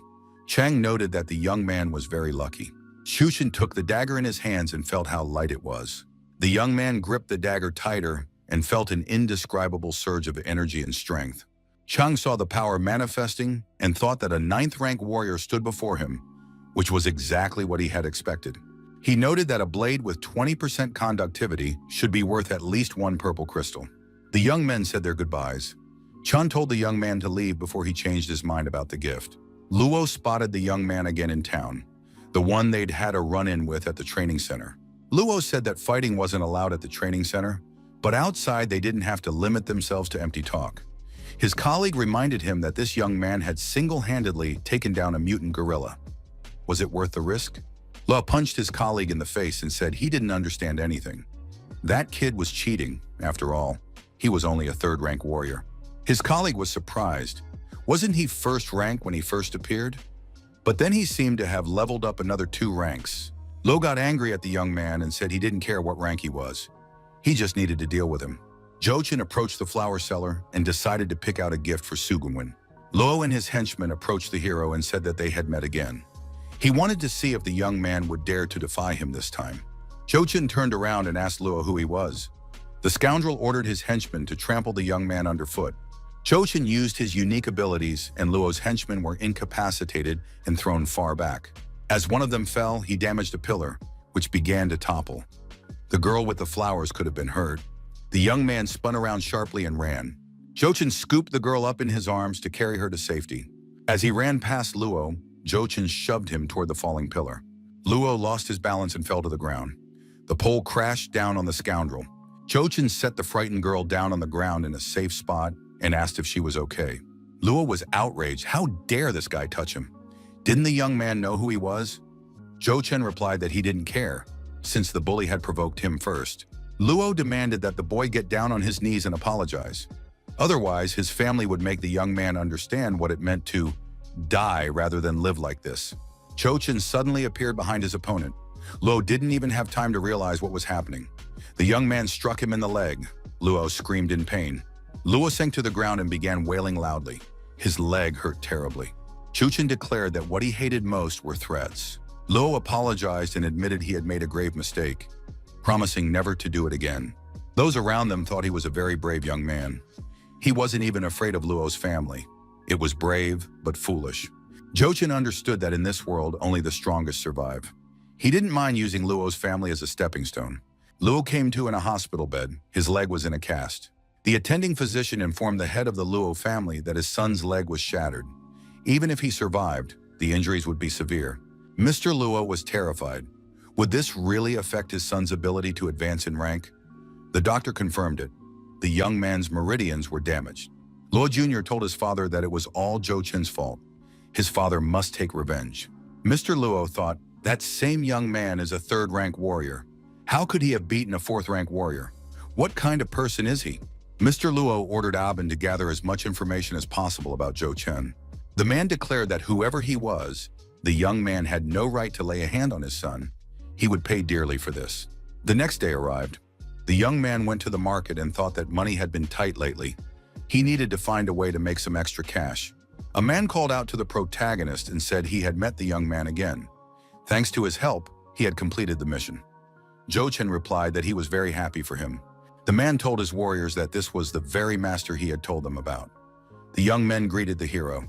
The man noted that the young man was too modest, but in just a few days he had risen from a novice to a 3rd-rank warrior, a true master. He said his team was planning to head to Waikan County. The young man was welcome to join them. Jochin replied that if the team had the funds, he would go. A recruitment drive was taking place in Central Square. A man announced that their unit was recruiting strong warriors, preferably of the 5th rank. Jochin looked at the people around him and thought that everything here was almost exactly like in the game. The man said the destination was Waikan County, and the reward was 1 medium-sized blue crystal. Jiang Shun, a 6th-rank warrior, approached the man and asked if they needed people. Those present were surprised. Why would a 6th-rank warrior be looking for work? The commander confirmed that they needed people. Zhang Xun stated that he could temporarily join the team, but the reward had to be more than 1 blue crystal. The commander said they could distribute rewards as the mission progressed. Would that work for Zhang Xun? He replied in the negative. Choshin decided that since no one was around, he would retrieve his weapon so that no one would later find out he had a game bag. Choshin recalled that Brother Zhang had said, using the web, he had increased the bow's conductivity to 11%. It was just unclear whether that was a good thing. Zhang Xun, a 6th-rank warrior, also climbed into the back of the car. He asked, does our hero, the young man, also hunt with a bow? But you can only shoot a wild hare with that bow. Zhang Xun showed off his bow and said it was a product of the 100 Knives Company. Plus, it had a conductivity of 5%. That's what a real bow is. The warrior told the master that the wind was too strong outside. It would be better if he got into the cabin. Zhou Chen replied that he would stay here. Zhang Xun was surprised. Is this young man really called a master? In that case, he's a super master. The Seoul Nekni market is located outside the city of Titan. The car stopped. The squad leader got out and said they would do some light shopping here. He has a merchant he knows who gives good discounts. The locals saw our hero, greeted him, and asked, why doesn't this crazy guy ever stop by to see us? One of the locals offered the crazy guy some medicinal herbs. These were their family treasure, gathered a few days earlier. Zhang Xun couldn't stop wondering, can't these people see anything? Why do they treat a 3rd-rank warrior this way? The 6th-rank warrior drew his weapon from behind his back and thought that now he would show these villagers who the real master was. The locals said their goodbyes and wished the madman a safe journey, as long as he didn't get hurt. Zhou Chen thought the medicine smelled pleasant. Its effect wasn't comparable to a health potion, but since potions were scarce, this would have to do. He decided to save the medicine for a critical moment. Zhang Xun advised his companion to switch to a rifle in the future. Zhou Chen replied that he was already used to the bow. After a while, the squad arrived at the outskirts of Huaiqin County. There were ruins and rubble everywhere. Other off-road vehicles were constantly arriving at this spot. Many different detachments had gathered here. The soldiers looked at the destroyed buildings and said that a rabid bear was on the loose here. They needed to be careful. The squad leader resolutely moved forward, eliminating the zombies that crossed his path along the way. The next zombie was killed by an arrow. The arrow pierced right through its head. The arrow was fired by Zhang Xun, a 6th-rank warrior. The protagonist noted that it was an excellent shot. The commander said they had 5 minutes to break through the shopping street, or else the number of zombies would increase significantly. Chochin told his companion that he had gotten 2 blue crystals.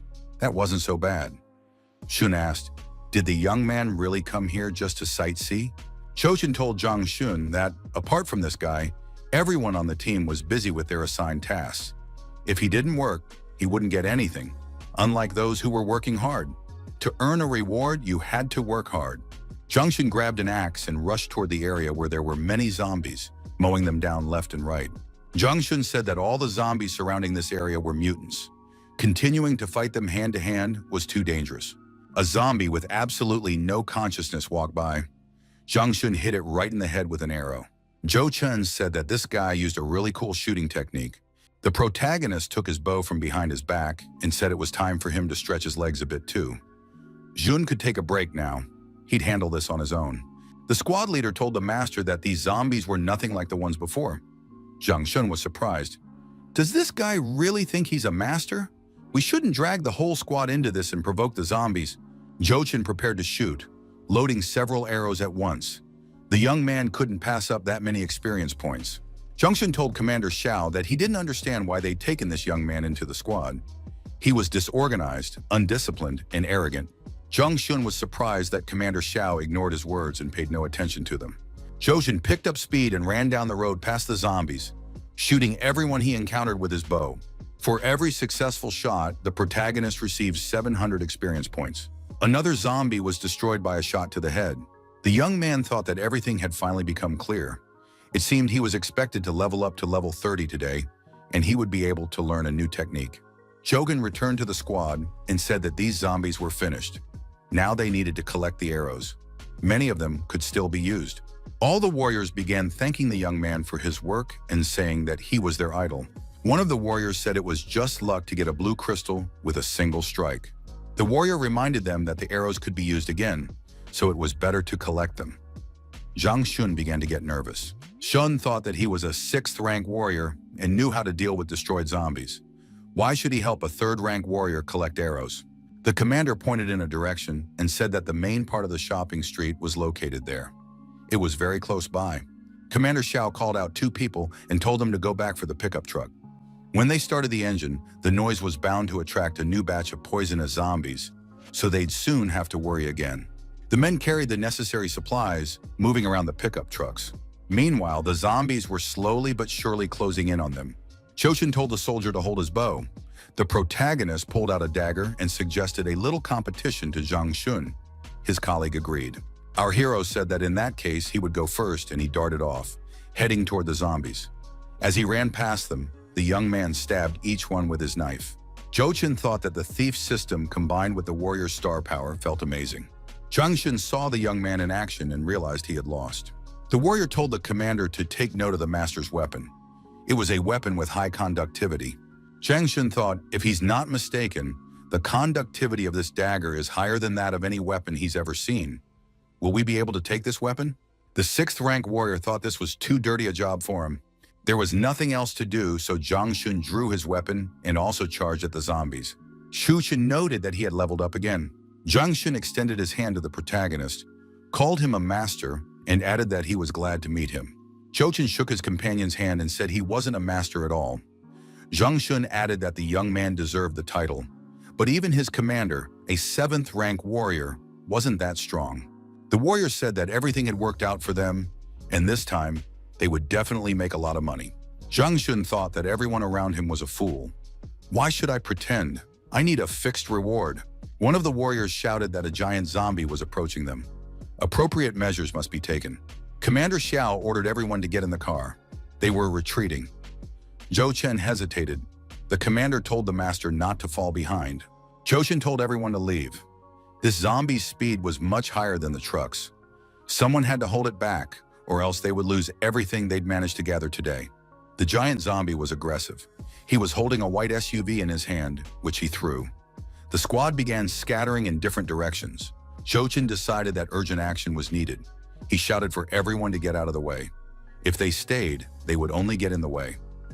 Daggers appeared in the young man's hands. Zhang Xun looked at the young man and realized he had underestimated this archer after all.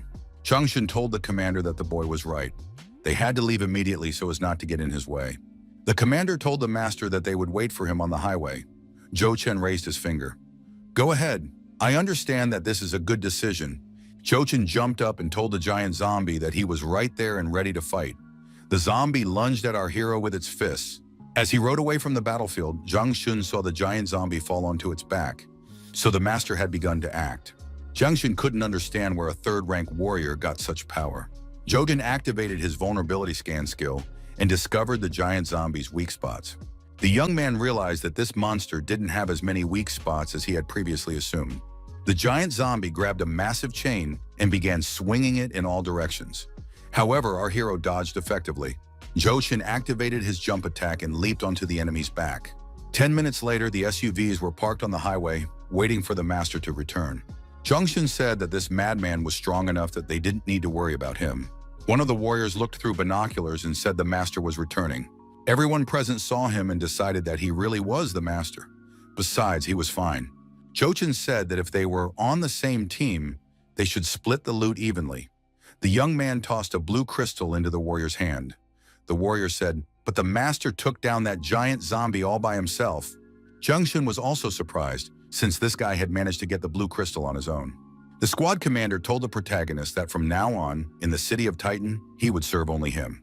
Zhang Xun extended his hand to the hero and said that he was very strong, so he had no choice but to surrender. 2 SUVs suddenly pulled up alongside the pickup trucks. They screeched to a halt, blocking the road. An armed man said it was a decent haul. The squad leader replied that the haul was a little better than what the cowards who fled had managed to get. The armed man got angry and cocked the bolt of his assault rifle. Zhou Chen sighed heavily and thought that they wouldn't give him a moment's peace. Zhang Xun was indignant and asked, "Are these people looking for a fight?" The assistant told the boss that the commander of the squad had indeed hired a 6th-rank warrior. The bandit turned around and said that in that case, they were leaving. He had no further questions. Zhang said they were a bunch of scum, capable only of threatening the weak. Jochin thought that a high rank meant a lot in this world, so he needed to hurry up. 3 days passed. The protagonist reached level 30, having previously destroyed the wild monsters. Jochin didn't rest on his laurels and believed he needed to try harder, since Uranus was about to level up soon. Passenger cars pulled up to a private house located in the forest. The assistant reported to the master that the young man lived right here. Luo, with his leg bandaged, sat in a wheelchair. He said he would make this boy learn what it feels like to want to die quickly. Juchin dealt with yet another mutant and raised his rank. The young man sensed green stellar power. Could this really be a 7th-rank warrior? The archer thought that this warrior must be quite famous in Titan. The warrior looked back and saw a man with a bow in his hands behind him. How did he get there? Zhang Xiaoqi ran up to our hero and said he needed help. This could be beneficial for both of them. It was a 7th-rank warrior. However, the red bar of his health had grown a little shorter. Juchin took aim and fired 3 arrows at once. Jochin assigned roles and told Zhang Xiaoqi to take on the remaining 2 monsters. After the battle ended, Zhang Xiaoqi asked how a 3rd-rank warrior had so easily destroyed 2 huge monkeys. Juchin reminded her that Xiaoqi had just mentioned some kind of benefit. The 7th-rank warrior was outraged.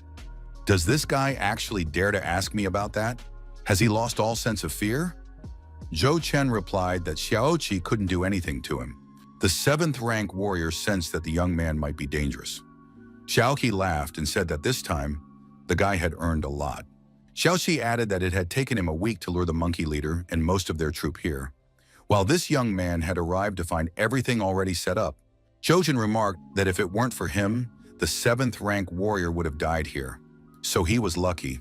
Zhang Xiaoqi noted that this young man was one of the few who could look him straight in the eye. Joshin realized this was a decent catch. Maybe he should consider buying a shop for Su Junwen so she wouldn't get bored at home every day. Luo and his henchmen burst into our hero's house. Su Junwen ran out onto the porch and asked what they were doing there. Luo ordered them to grab the girl and interrogate her thoroughly. Su screamed for them to let her go immediately. Who the hell are they anyway? Lan Shi ran out of the house and told them to release the girl immediately and stop causing trouble here. Luo said, "Here comes Zhou Chen's assistant. Just what we need." Zhou Chen returned home a short while later and saw a crowd of people. The people were alarmed and were discussing some kind of emergency. Zhou Chen entered the courtyard and saw Lan Shi lying on the ground. The assistant apologized and told his master that he had been unable to protect Su Junwen. Lan Shi began coughing up blood. Zhou Chen immediately took his assistant to the hospital, where he was rushed into surgery. After the operation was over, the doctor came out and reported that the young man's life had been saved, but his limbs had been damaged. Zhou Chen went into his friend's hospital room. Lan Shi was wearing an oxygen mask. Recalling the conversations he'd overheard near his home, Zhou Chen realized that Luo Tianyu's family was involved. Zhou Chen prepared to make his move and wondered if Luo was ready to face his wrath. At his home, Luo had chained the girl to a cross and was admiring her. Su Junwen was unconscious. The assistant asked Mr. Luo if it was time to begin the interrogation. Luo yelled at the assistant to get out immediately. "I'll deal with this girl myself." Luo said that Zhou Chen would regret this for the rest of his life. The villain splashed water on the girl and she woke up. Su didn't understand where she was. Luo said that such a beauty was a rarity in Titan. He suggested that his master probably liked the girl very much too. Luo declared that simply hurting her wouldn't be enough, and that he would disfigure her beautiful face. A knife appeared in the villain's hands. Since the young man's leg was injured, he couldn't stand up and shouted indignantly, "Who tied her up so high?" They moved the girl to a chair and tied her to it. Luo stepped closer and grabbed Su by the face. Su Junwen wasn't intimidated. She spat at the scoundrel, hitting him squarely in the forehead. Luo was outraged. "Does she really want to die?" As he spoke, he swung his dagger. Our hero suddenly appeared behind the scoundrel, also with a dagger in his hand. He said, "Luo, you're almost right. Only this time, it would be the scoundrel who would meet his end." Su Junwen burst into tears. She couldn't believe the danger was already behind her. The gentleman had come to save her. Joshin apologized and told the girl that he was a little late. The young man untied Su, and she threw herself into his arms. The protagonist hoisted Junwen onto his shoulders, and they left the area, moving from roof to roof. Jochin sat the girl on a branch of a huge tree and told her to wait for him there, making sure to stay quiet. Junwon asked the young man not to go back there. The young man said he had to deal with those scoundrels, and there was no changing that. Jochin added that the girl should wait for him and jumped straight down from the tree. Mr. Luo asked Abin if his son had gone looking for Jochin today. Abin replied that he had gone, but hadn't found him and had brought some girl back with him. The old man got angry because his son thinks only about girls all day long. Amin asked if they should bring the young master here. The old man said not yet. There was a knock at the door. Mr. Luo asked who was there. Amin drew his weapon and said that this guy was good at hiding, but his rank was too low. Jochin stepped out of the shadows and gave his name. Before coming here, the hero had done a little research on everything. Now he knew his opponent's tactics and technical capabilities. Luo said that was excellent and ordered Amin to deal with the young man. Amin and Jochin prepared for the confrontation, swords against daggers. Jochin dodged his opponent's attack and stabbed him in the back with his dagger. Mr. Luo thought the young man was quite fast, but his attacks were still insignificant to Abin. Amin looked back and realized that his armor was damaged on his back, and he had been wounded. Jochin thought his opponent's combat skills were too strong, but even for a thick-skinned scoundrel like this guy, resistance was futile. Amin swung again and said that now he would definitely destroy the young man. However, the protagonist dodged again and counterattacked his opponent. Amin dropped to his knees and began to lose strength. Jochin approached Old Man Lo and said that now it was his turn. Lo noted that this young man definitely possessed some extraordinary talent, but he was getting too cocky. The guards outside heard the commotion inside and realized it was coming from the boss's office. A full combat alert was declared among the guards. Jowin watched the scene from a tree branch and thought that things were looking bad for her master. The wounded Amin said there were at least 30 fourth-rank warriors here. The young man wouldn't be able to escape. Zhou Chen said he had no intention of running away. The standoff continued. Guards burst into the office and shouted that something was wrong. The old man grew anxious and asked what had happened to his son, Tianyu. Zhou Chen said that he had eliminated Tianyu first so he could have some fun with the old man afterward. Mr. Luo shouted that this couldn't be true. A guard said it was true. The young man noticed that Luo was distracted, and this was a perfect opportunity. Luo shouted that he was going to tear the scoundrel to pieces right then and there. The old man let his guard down, and the young man plunged a dagger into his stomach. However, the blow missed its mark. Zhou Chen was surprised. Is an 8th-rank warrior really that strong? Lu counterattacked, and the protagonist was forced to jump aside. Zhou Chen activated his instant attack and struck his opponent again. The old man laughed and said that these blows didn't faze him in the least. The opponents collided with each other and flew off in different directions. Zhou Chen asked in surprise, "Did Luo really think he couldn't dodge his knife?" Zhou Chen recalled his father's words. "A person who can be harsh on themselves is a true winner." Zhou Chen took out a vial of liquid and said that his opponent had lost the moment he took the first blow. Mr. Luo realized that the young man's dagger was poison. The poison of a 6th-level ghost spider would easily kill even an 8th-rank warrior. Luo, dagger in hand, dropped to one knee and felt his strength drain away. Su Junwen prayed to the Almighty to protect her master. After a while, our hero appeared on a tree branch and told the girl that they were returning home. Jokin realized that unfortunately he was wounded, and the health potions weren't enough to fully restore him. Joan felt her master losing his strength and falling to the ground. The girl leaned over Zhou Chen and realized he had lost consciousness. Joan turned around and heard the voices of their pursuers. They had decided to search the surrounding area, since the young men couldn't have run far. Joan gathered her willpower, tightened her belt, hoisted her master onto her back, and vowed to herself that he would survive no matter what. The girl said that this time she would protect Zhou Chen. They just had to get to a safe place. Secret Service agents were trying to determine what poison had been used to poison the 8th-rank warrior. One of the agents suggested that a very special person had appeared in Titan. Junwen laid the young man down on the rocks in a safe spot and told him he needed to hang on a little longer. The girl said they needed to find some herbs to stop the bleeding. Choshin woke up and said there was medicine and a bandage in his bag. They could use those. Joan removed the young man's outer clothing and treated his wounds with a liquid from a vial. The protagonist thought the wound was too deep and that the health potion wouldn't help. However, after applying the medicine, the bleeding slowed significantly. Junwen asked how the gentleman was feeling now. Zhu Chen decided that this time he really needed to sleep. Exhausted, the young people fell asleep immediately. In the morning, when the young man woke up, he noticed that the wound had healed and even the scar had scabbed over. Junwen happily said that it was all thanks to the medicine. The young man said it was because the girl had been by his side. Jochin suggested they go into town and have a good meal. The young people found themselves at the market in the city of Titan early that morning. Rumors were circulating that Luo Gohai and his son had been found dead. It was unclear, however, who could have been so ruthless as to kill two 8th-rank warriors. This incident greatly alarmed all of Titan's guards. Nothing this serious had happened in the city for many years. Jochin was surprised. Why were Titan's guards watching the developments so closely? The secret agent was carefully studying the file on a young man named Zhou Chen. The door swung open, and an assistant appeared in the doorway. He reported to the commander that he had thoroughly interrogated all the witnesses. Now, it could be stated with certainty that the case was definitely connected to this guy. The assistant was holding a photograph of the protagonist. The chief read the man's name and was surprised. How was this possible? At the hospital, Su Juwen burst into tears again and said it was all her fault. If it weren't for her, Lan Shi wouldn't have been hurt. The young man insisted that the girl had nothing to do with it.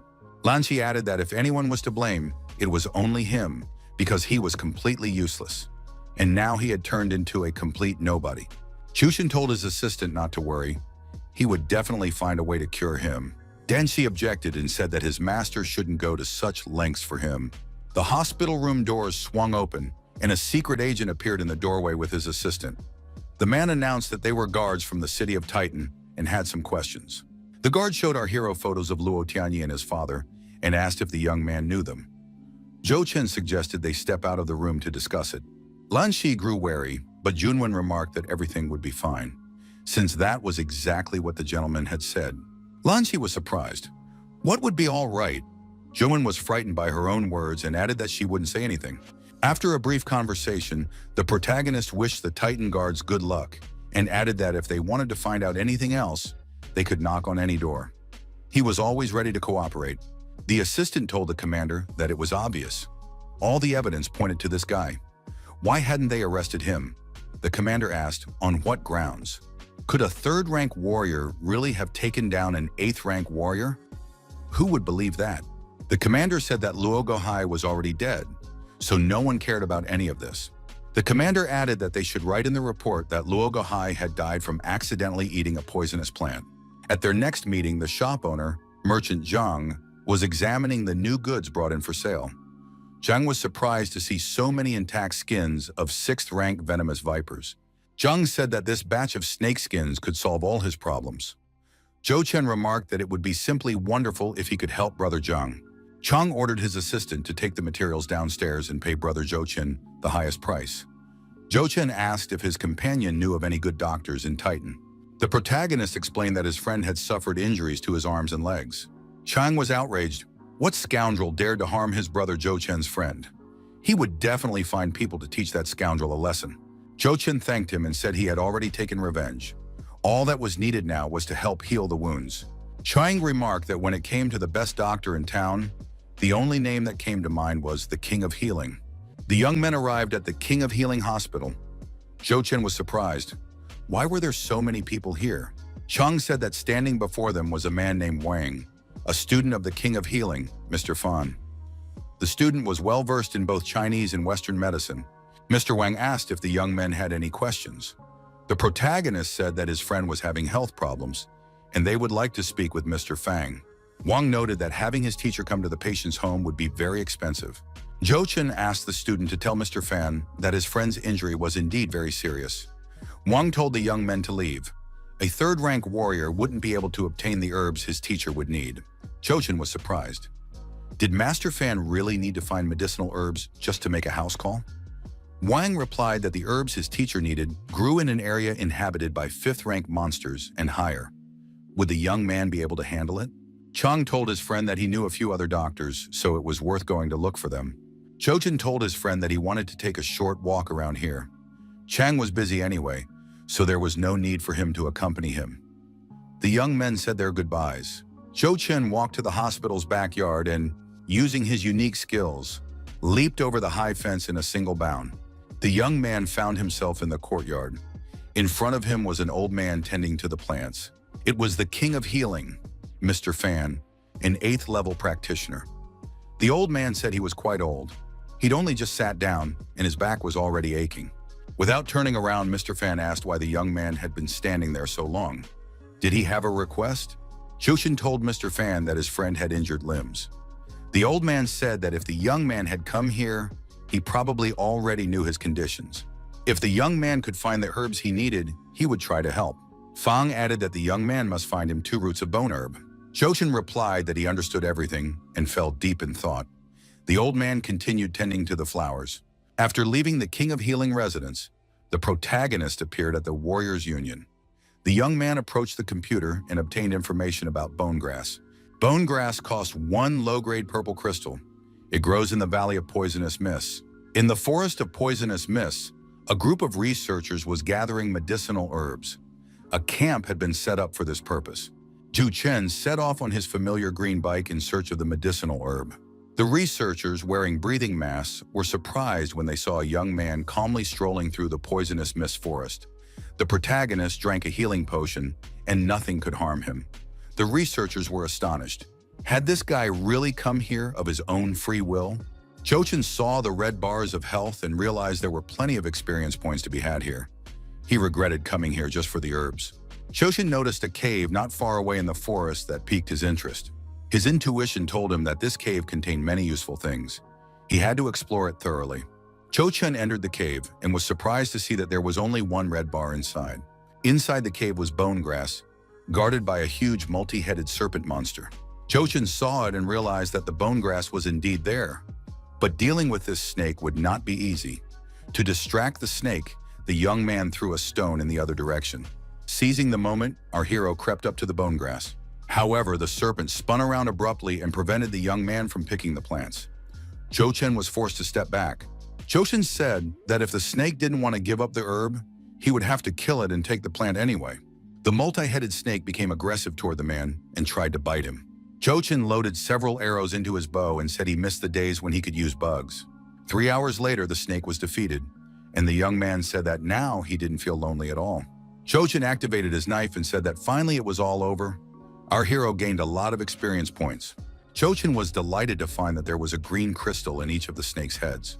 However, the young man remembered that what mattered most to him was the bone grass. The warriors fought the enormous snake. They just had to hold out a little longer, waiting for it to die. It was the queen of the mutant vipers, a 7th level creature. The warriors noticed with alarm that the snake had begun to evolve. They had to do something immediately. Cho-chen heard strange sounds and wondered, could there be other bosses in the forest as well? The commander of the hunters in oxygen masks told the warriors not to be afraid. They would definitely handle the snake. However, the enormous mutant viper behaved aggressively, and the warriors were forced to retreat, fleeing for their lives.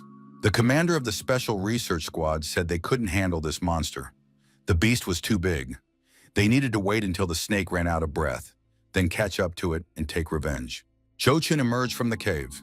He had dug up only 5 roots. 1 root of bone grass is equivalent to 1 purple crystal. A huge mutant viper appeared before the young man. Its red health bar was nearly depleted. The warrior attacked the snake and dealt a devastating blow to its vital organs. The warrior explorers were astonished. Who could have created such a thing? Jochin was returning from this area on his green motorcycle. The protagonist didn't know if Chang would be interested in this Queen of Snakes. Jochin appeared again at the King of Healing, entering the residence in the same manner. The old man asked the young man, doesn't he have a door through which to enter? Jochin handed the old man the bone grass and asked, is this what you need? The old man was delighted and said that it was indeed what he needed. The young man had managed to obtain this herb after all. Did he even realize how valuable it was? Jochin replied that he didn't know its true value, but Mr. Fan must keep his promise. The King of Healing arrived at the hospital, examined the patient, and said that the young man's opponent had been extremely brutal. His limbs were broken and shattered. The doctor said that fortunately he had bone healing herb. Otherwise, he wouldn't have been able to help the young man. Half an hour later, the King of Healing said that the young man was lucky to have such an amazing friend. In a week, they would witness a true miracle. Jochin thanked Old Man Fan for saving Lanshi. The doctor was surprised. Was the young man already calling him Old Man? Jochin said he had paid enough for the service. Did the doctor think they were even? Fan replied that the young man shouldn't come looking for him next time. Lanshi told the gentleman that this time he had indeed caused him a lot of trouble. Jochin asked, if someone had injured him, Wouldn't Lan Shi have found a way to save him too? Lan Shi replied that even if he had to die, he would still have saved the master. Zhou Qin remarked that it was absolutely natural for him to save Lan Shi as well. After all, he was a member of his family. Lan Shi declared that from now on he would train very diligently and never let something like this happen again. A device on the protagonist's belt began to vibrate. The young man said it was a communicator he'd been given when he registered with the Warriors Union. Could someone really have decided to call him? It was Zhang Xiaoqi on the line. Yishuqi asked if the young man would go with him on the mission he had mentioned earlier. It would be very dangerous. He needed to think it over carefully. Zhou Qin arrived again at Mr. Zhang's equipment shop. In the display case in front of the young man were shurikens. Chang said the shurikens cost 100 coins each. Zhou Qin said he would buy them all. He also needed a few ordinary daggers. At the Emperor's Star Inn, a meeting was taking place among warriors interested in the mission. Zhang Hu, an 8th-level warrior, heard that a 3rd-rank young man would be joining them. Wei Qianjun, also an 8th-level cultivator, said he would like to trust Commander Zhang Xiaoqi. His protege couldn't possibly be a nobody. Zhang Xiaoqi appeared at the door and apologized for being late. Lu Chuanchen, also an 8th-rank cultivator, remarked that Xiaoqi had finally reached the 8th rank. Zhang Hu noted that in that case, they had a good chance of success on this mission. Zhang Hu asked, "Is everything okay with the 3rd-rank warrior? It's been over 8 hours and he still hasn't arrived." Looking back, they saw a young man approaching. Zhang Hu remarked that they would soon find out if this young man was a good fit for them. Zhao Xi introduced the new team member to his colleagues. The protagonist greeted them and gave his name. Zhang Hu also introduced himself and remarked that Xiao Xi had been singing this guy's praises. Zhou Qin walked past without shaking Mr. Hu's hand. The young man said that from now on he asked everyone to be more careful. Zhang Hu was indignant. Did this young man really look down on him? Zhou Qin smiled and said he didn't despise him at all. It was just a misunderstanding. Xiao Xi said that since everyone was present, he suggested they go to the room upstairs to discuss a plan of action. Zhou Qin saw a sofa covered with a hide in the room and was very surprised. The 8th-level warrior said that this guy was a bit of a simpleton. Zhang Hu happily drained a bottle of soda. Mr. Hu smiled and said that was cool. Mr. Wei noted that this was simpleton number 2. Xiao Xi repeated once more. The reward for this mission is very large, but the risk is extremely high. However, it's too late to back out now. Xiao Xi added that each person would receive 10% of the reward. The remaining 40% would be distributed according to contribution. Zhang Hu said he thought this was unfair. Why does this kid get 10% too? Zhao Qi asked how Zhang Hu suggested dividing it in that case. The warrior replied that he hadn't thought about it yet. Wei suggested allocating 5% to each person. The remaining 70% would be distributed according to contribution.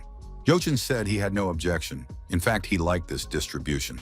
Zhang Hu was taken aback and said that in that case, he didn't mind either. Xiaoqi was surprised. Could the young man really agree to such a distribution? Did he really think he could earn more than 8th-rank warriors? Xiaoqi announced that if everyone was in agreement, he would offer a small bonus. Mission participants could pick out any gear from the warrior store that cost no more than a mid-tier green crystal. He would pay for it himself. We explained that the Warriors Shop was an online store created by the Union of Warriors and Titans Guards. However, only warriors of the 7th rank and above could use it. Zhou Qin was disappointed.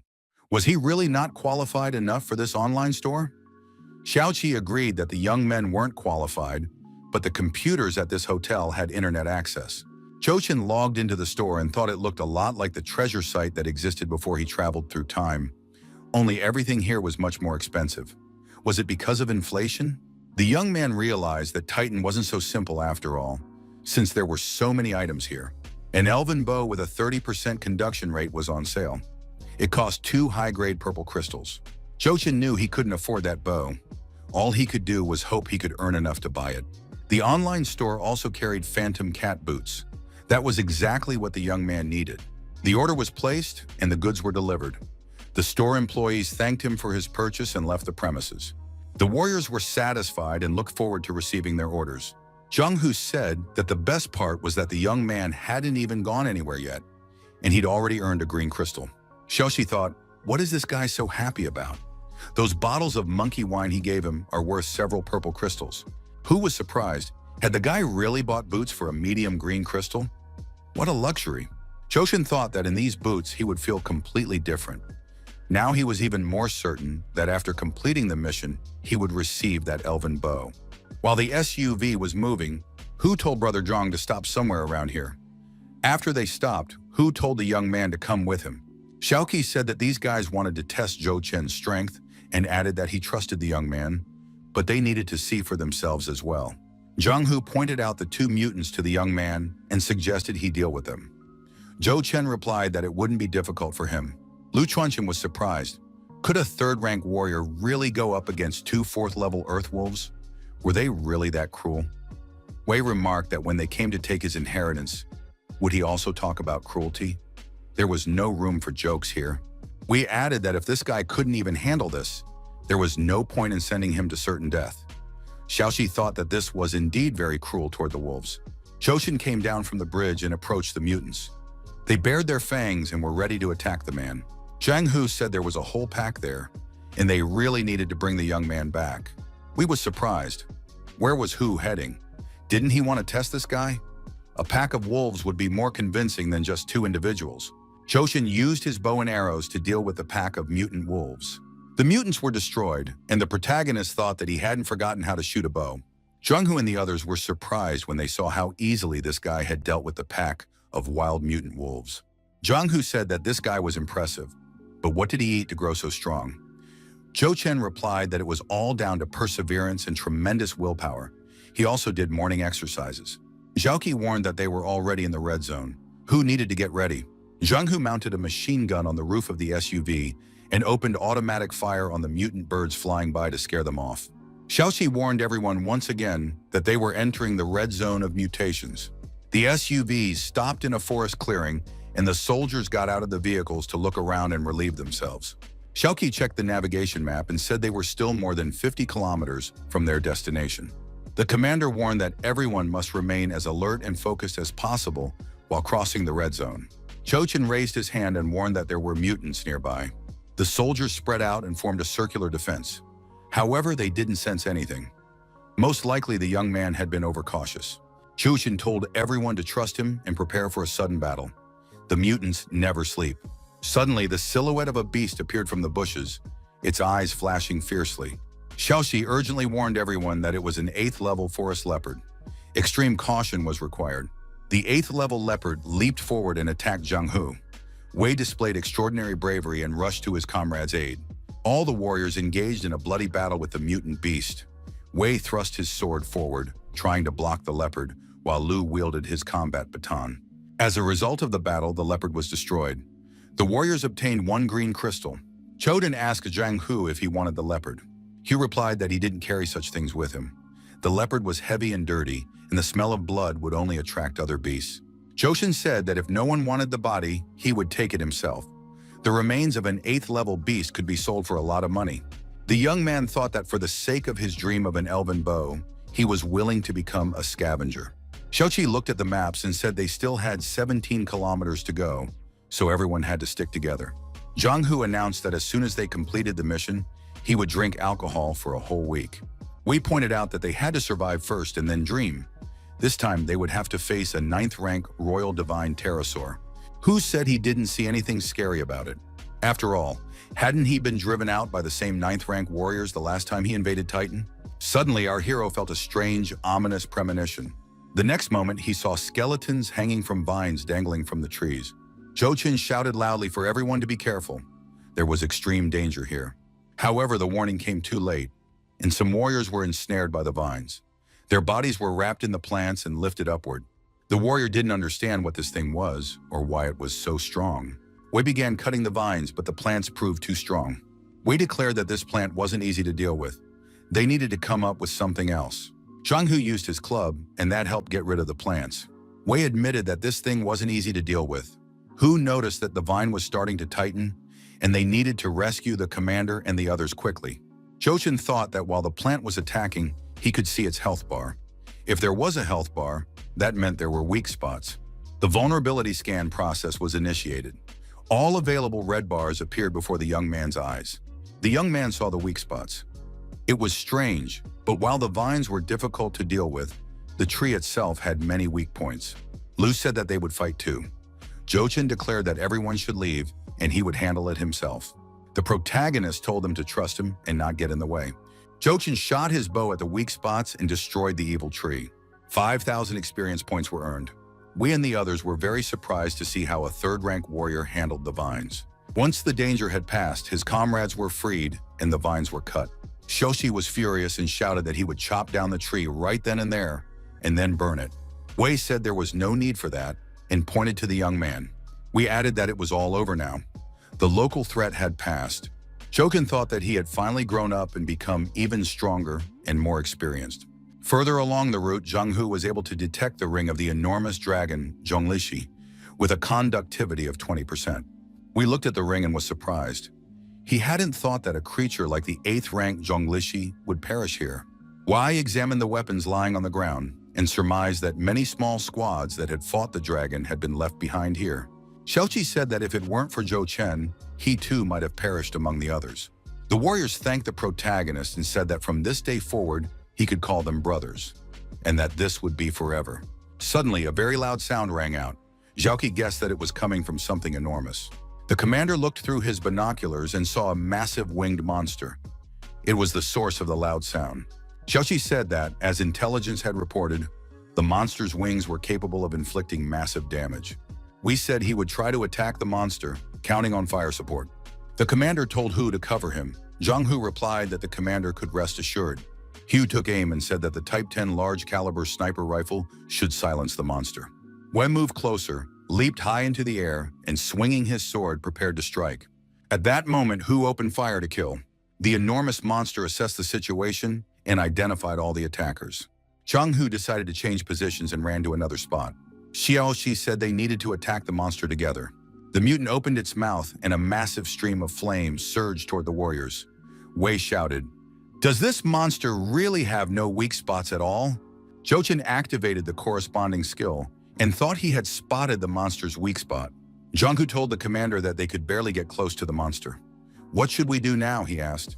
Xiaoqi was discouraged and thought, will they really have to give up and retreat? Our hero reasoned that, if he understood correctly, the fire breath was draining a significant amount of the monster's life force. Jochin scanned the mutant's body and identified its weak spot. Commander Xiaoqi said there was nothing they could do here.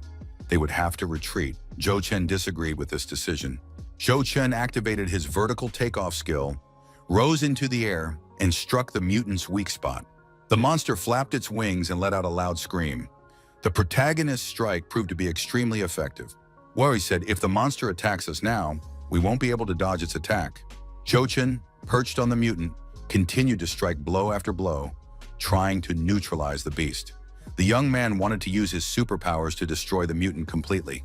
Zhou Chen jumped aside after the mutant collapsed to the ground.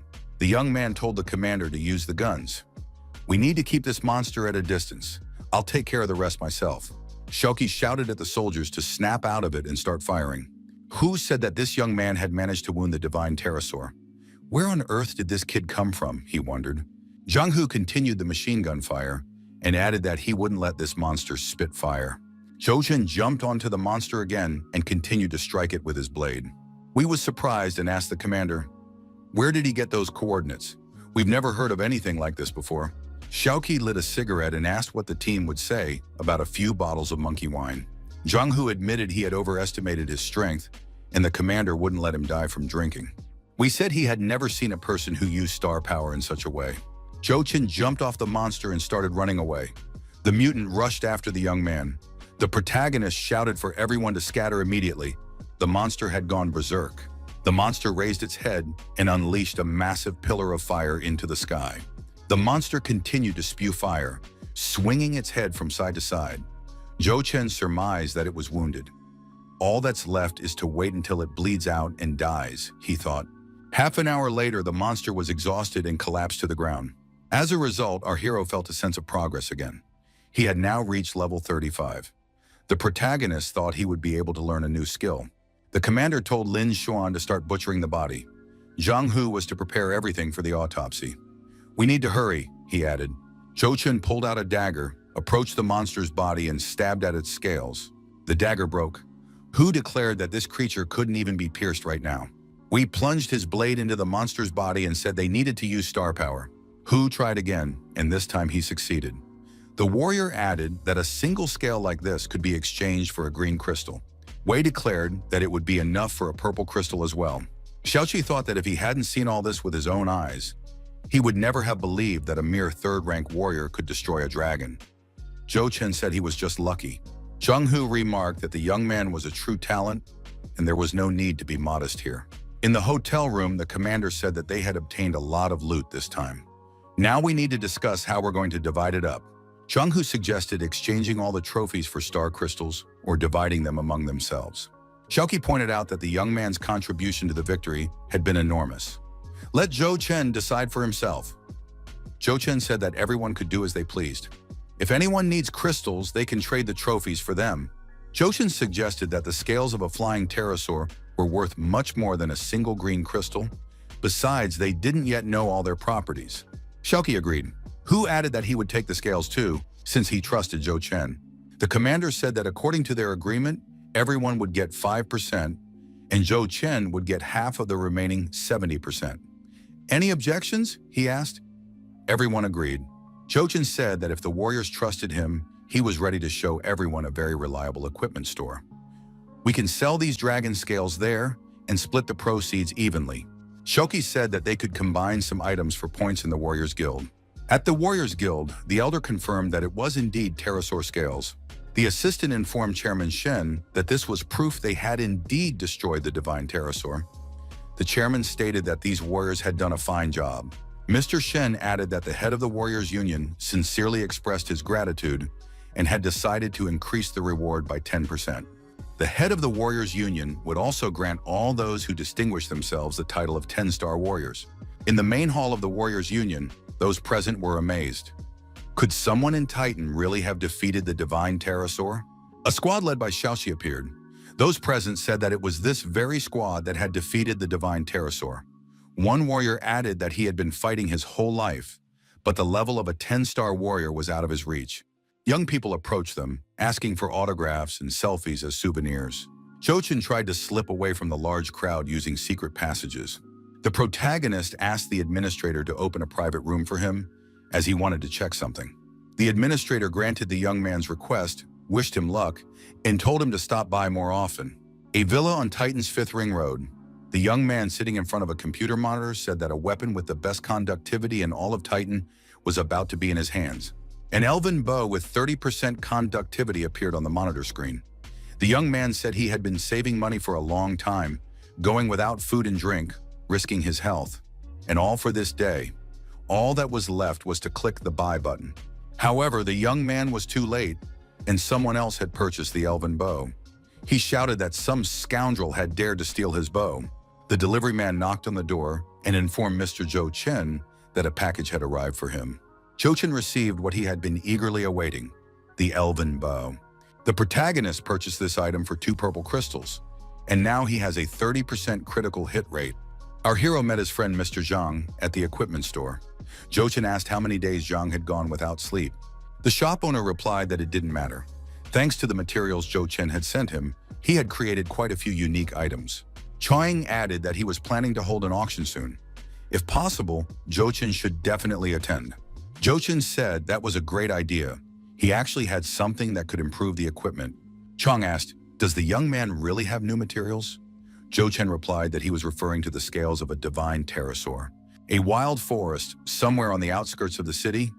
Warriors are arguing over who owns the wounded boar. The young man said that if it weren't for them, this boar would have destroyed his opponents long ago. An opponent retorted that he was dealing with ungrateful fools. Do they really want to take the boar from him that he himself killed? Zhou Chen approached the argument and asked, "What kind of manners are these? Why does this guy love hanging out with low-level teams and thinking he's God?" The guy replied that he didn't want to waste time. He'd just come out to clear his head.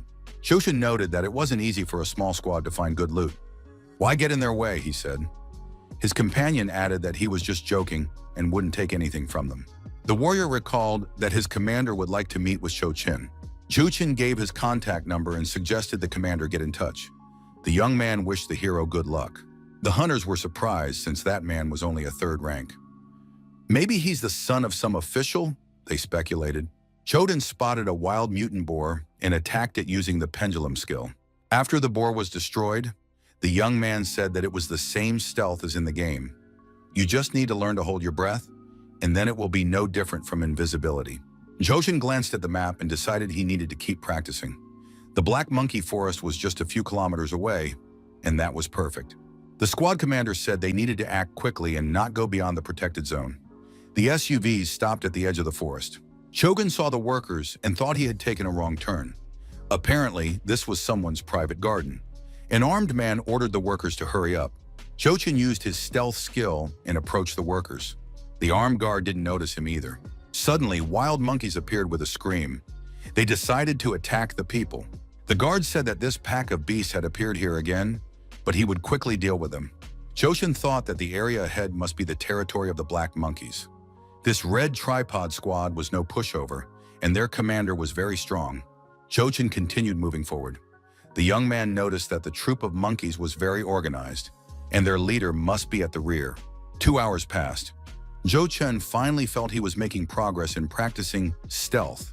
He thought he should try to reach the 4th rank today. Suddenly, a loud noise rang out. Jochin grew alert. What could that be? The leader of the monkey troop climbed down from the tree. From his hiding place, Jochin began to observe the leader's habits and actions. There were too many monkeys around, so dealing with the leader would be dangerous. Jochin realized why the monkeys were trying so hard to stop the humans. Near the leader grew strange plants bearing rare fruits. The monkey leader picked a fruit from the plant and began to eat it. Jochin, using his stealth skill, walked past the troop, truly remaining unnoticed. One of the monkeys snatched the fruit from another's paws and ran off. Jochin barely managed to jump out of the way. The pursuing monkey leaped high into the air to pounce on the monkey with the fruit. Jochin found himself between them. At the last moment, the young man managed to dodge again, and the monkey ran past him. Jochin decided it was time to fight and quietly moved to another location. Jochin used his unique abilities and climbed a tree. He counted 7 flowers growing on a tree branch. Jochin decided to find a way to lure the leader out of there. At that moment, the leader was resting peacefully and bothering no one. A large ripe fruit, a blue apple, appeared in our hero's hands. The monkeys continued to scream loudly, paying no attention to the fact that the leader was resting. The next moment, the leader woke up and screamed loudly in displeasure. Jochin didn't lose his cool and immediately headed for the flowers to seize the moment and steal them. The monkey leader noticed the theft and screamed loudly, warning the troop of the thief's presence. Jochin covered his ears from the loud scream and jumped down from the tree. He remained unnoticed while the monkeys tried to track down the thief. The leader of the troop continued to scream loudly from a branch, watching the events unfolding on the ground. Jochin kept maneuvering to avoid running into the monkeys. At the same time, he needed to leave this location as quickly as possible. However, the pack leader identified the intruder and, leaping down from the tree, stood face to face with him. The workers harvesting the crops screamed in fear, saying they could hear a terrible roar coming from the forest. "What is that sound?" they asked. An armed guard surmised that a huge monkey had clearly lost its balance. Something had definitely happened in the troop. The troop leader was beside himself with rage and ready to pay a visit to the people nearby. As the protagonist retreated, he left behind evidence of his crime. His footprints remained on the grass, and now it was clear to the monkeys that a human had been there. Jochin apologized and said he hadn't meant to set the troop leader on these people. The next moment, our hero felt that he had reached the 4th rank. An armed guard told the workers not to panic and to return to their cars in an orderly manner. They mustn't scatter the berries they gathered, since that was precisely why they'd come here. Jochin surmised that the giant monkey had been detained by high-ranking warriors after all. Jochin, behind the wheel of the SUV, waved his hand and told the other cars to drive ahead. He would ensure a safe passage. The protagonist was photographed, and his photo ended up on the desk of the person in charge. The assistant informed his boss that this was the very man who had stolen their Royal Red Viper. His car is exactly the same as the one that stopped near the convoy on the day he sold the Red Viper's skin. The assistant told Captain Zhao that he had carried out his assignment, but as a friend, he wanted to give him a heads up. At the moment, Zhou Chun is a 10-star member of the Warriors Union, and together with Zhang Xiaoqi, has completed the Pterosaur mission. It won't be easy for him to do anything now. Captain Zhao was furious. "Are his warriors just like that?" The assistant told the captain that he knew someone who could help. On the monitor screen was a flower called the Blood Orchid. It possessed a powerful restorative effect. Jochin thought that if this plant fell into the hands of someone knowledgeable about pharmaceuticals, it would be priceless. The young man surmised that Mr. Wang from the car rental company must know something about medicine. Who else but him? Zhou Chen thought. Wang asked, has the young man suddenly come into some money? He mysteriously invited him to dinner. What on earth happened? He wondered. Zhou Chen said he was embarrassed to admit it, but he still didn't know his companion's real name. Wang replied that the only thing he knew about the young man was that everyone called him crazy. The young men shook hands and formally introduced themselves. Our hero learned that the man before him was Wang Jiekun, but he could still be called simply Wang, just as before. Zhou Chen told Uncle Wang that he was actually looking for him because of a certain matter. Zhou Chen showed him the flower and asked if Mr. Wang knew what it was. His companion was surprised. Where did the young man get a blood orchid? Mr. Wang said that this was the first time in his life he had touched a real blood orchid. Wang added that Zhou Chen should hide it quickly. This flower would be worth about 1 purple crystal in the Warriors Union. If anyone saw it, there could be trouble. Wang remarked that if he were still the chairman of a pharmaceutical corporation, no matter the price, he would definitely buy such a rare item. Unfortunately, that's not possible now. Zhou Chen suggested that Mr. Wang work with him. Perhaps he would want to combine his pharmaceutical knowledge with this orchid. Wang said he agreed, but could they keep this a secret? The man added that the medicine would require a great deal of money. Zhou Chen said there was no need to worry about that. He would take care of the problem. At home, Zhou Chen announced that he wanted to open a store to sell medicine, equipment, and other supplies.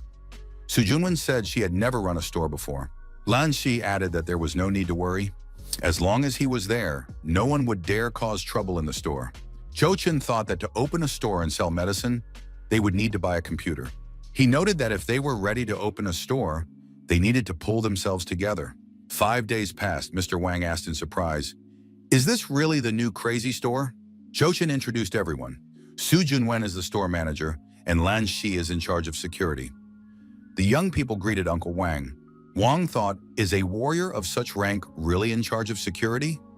Zhou Chen is still too young, and I should talk to him about this at the first opportunity. Some old acquaintances came to visit our hero. Xiaoqi asked if they were late. Zhou Chen replied that they were right on time. Wang looked at the guests and thought that these guys looked quite presentable, but that still wasn't enough to protect the blood orchid. The young men watching our hero from the sidelines were counting on getting money from him soon. They decided to engage in extortion. The older one said that once these guests left, they could take everything. Zhang Hu and the others appeared in front of the house. Wei asked if they were late. Mr. Wang was surprised since these were 8th rank warriors. Are they really that cheap to hire? Mainly to Meishinan, He wondered. No wonder Zhou Chen had the nerve to open his own shop. He really is crazy. Everyone present congratulated Mr. Zhou Chen on the opening of his new shop. The young man asked the mercenary Shang if he should pay attention to the 4th rank fighter. The mercenary noted that last time he had let the young man escape. Shang added that he would like to finish him off with his own hands. Xiaoxi asked our hero if they had enough strength to defeat the Monkey King. The squad of hunters in their SUVs set off on a new mission. Zhou Chen noted that the Monkey King had already been wounded. All they needed to do was stick together and work as a team. The SUVs stopped in the forest. The protagonist looked around and surmised that someone had already been there before them. The Monkey King was indeed defending himself against the hunters who had attacked him. The enormous monkey lunged at the attacking men, and they scattered in fear. The Monkey King terrified everyone present, causing them to tremble and scatter in all directions. One of the hunters showed courage and shouted that he was holding off the Monkey King. The others needed to find a way to stop him as quickly as possible and then return to help. Xiaoxi and Zhou Chen watched the scene unfold from the bushes. The squad leader said these were the military fox people. Zhou Chen noted that they had good teamwork. Zhou Chen realized he had been wrong to think he could steal the Monkey King from this team. The chances were extremely slim. The Monkey King was surrounded and exhausted. One of the hunters said he heard the sound of battle. "What's going on over there?" he asked. Other hunters emerged from the forest. Their leader said they had arrived just in time. The commander of the military fox unit said they were just about to take down the Monkey King. Once they're done, they might invite these guys to the victory celebration. The guest asked, "Does Captain Yang really think they came here for entertainment?" Yang replied that Yuan Jun must remain human, or else everything might change in the future. At that moment, a shuriken flew past his head. Yuan Jun said that wasn't necessary since the war fox had no future. Yuan Jun sprang into action and began giving orders to his squad to attack the war fox and the Monkey King. Xiaoqi, still sitting in the bushes, said he felt very sorry for these guys. Jushin decided to act. He thought that with things turning out this way, they had nothing to worry about. Zhou Chen attacked a member of Yuan Jun's team from behind.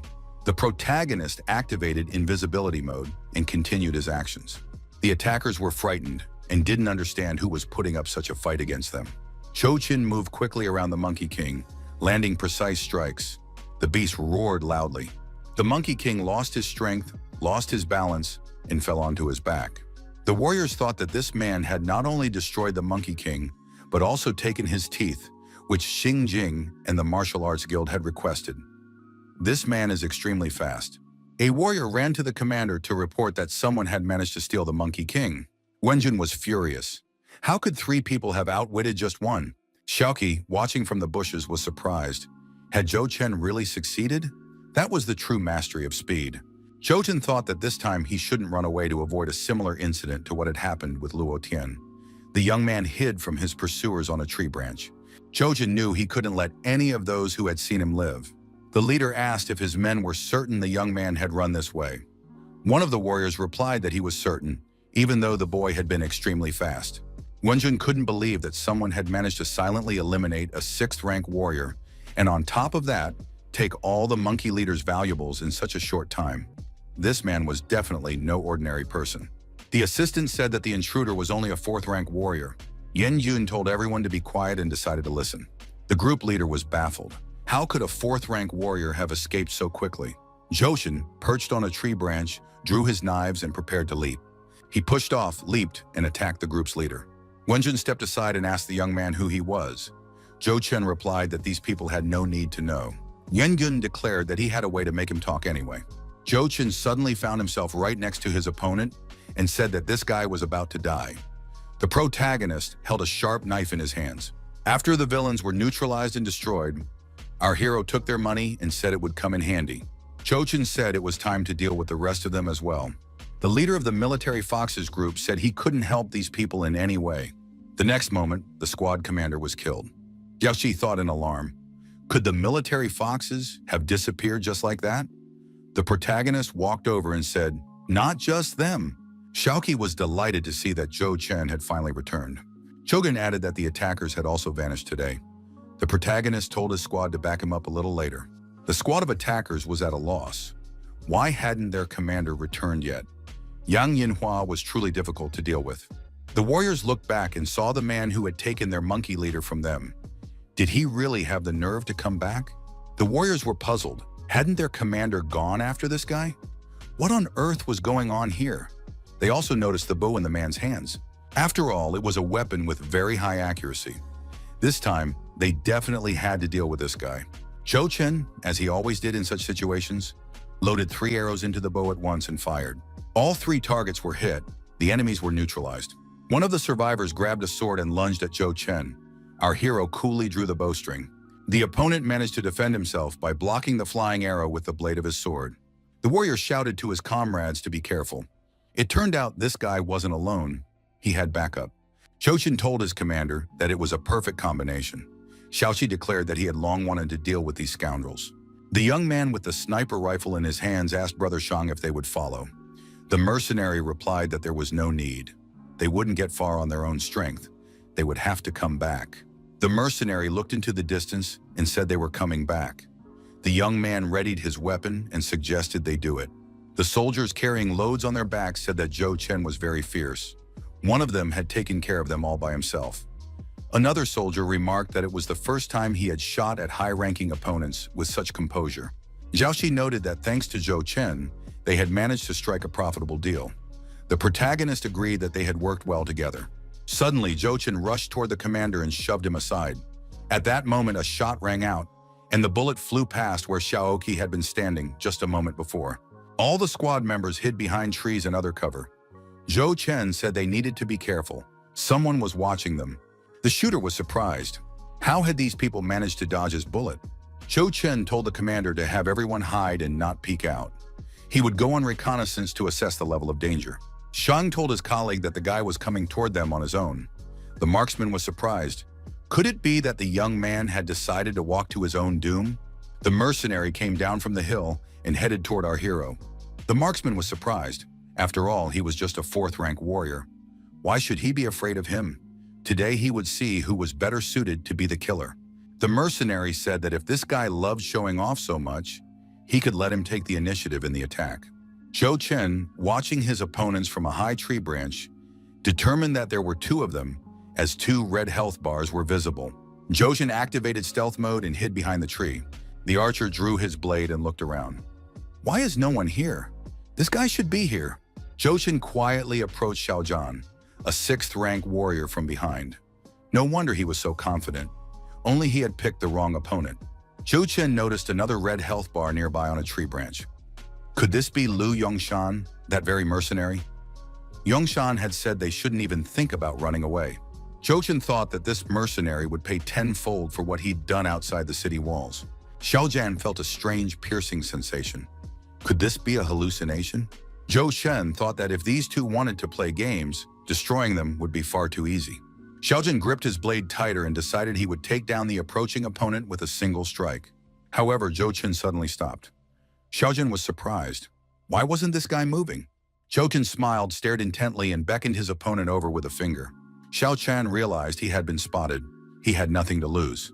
He shouted that he would destroy the young man just like that, and taking a swing, charged forward. Zhou Chen deftly dodged to the side and Xiao Zhan flew past him. Our hero found himself behind the attacker and prepared to strike. Zhou Chen didn't expect it, but the blow drained a lot of health from his opponent's health bar. Xiao Zhan dropped his sword, fell to the ground, and clutched his head. He began screaming for the young man not to kill him. Lu Gunsen was surprised. Could this guy really have taken down a sixth-rank warrior with a single blow? Zhou Chen approached Xiao Zhan, who was lying on the ground. The protagonist turned to Lu Yongshan and said that the world was a small place. Tens of thousands of people in the besieged city were waiting for the moment when they could bury him. The mercenary was surprised. Could this guy really have spotted him? After all, he had been hiding behind a tree. Zhou Chen told Lu Yongshan to stop hiding and come out for a fair fight. He reminded him that even when he was just a trainee, he had saved his father from the vile clutches of this mercenary. Now he was a fourth-rank warrior.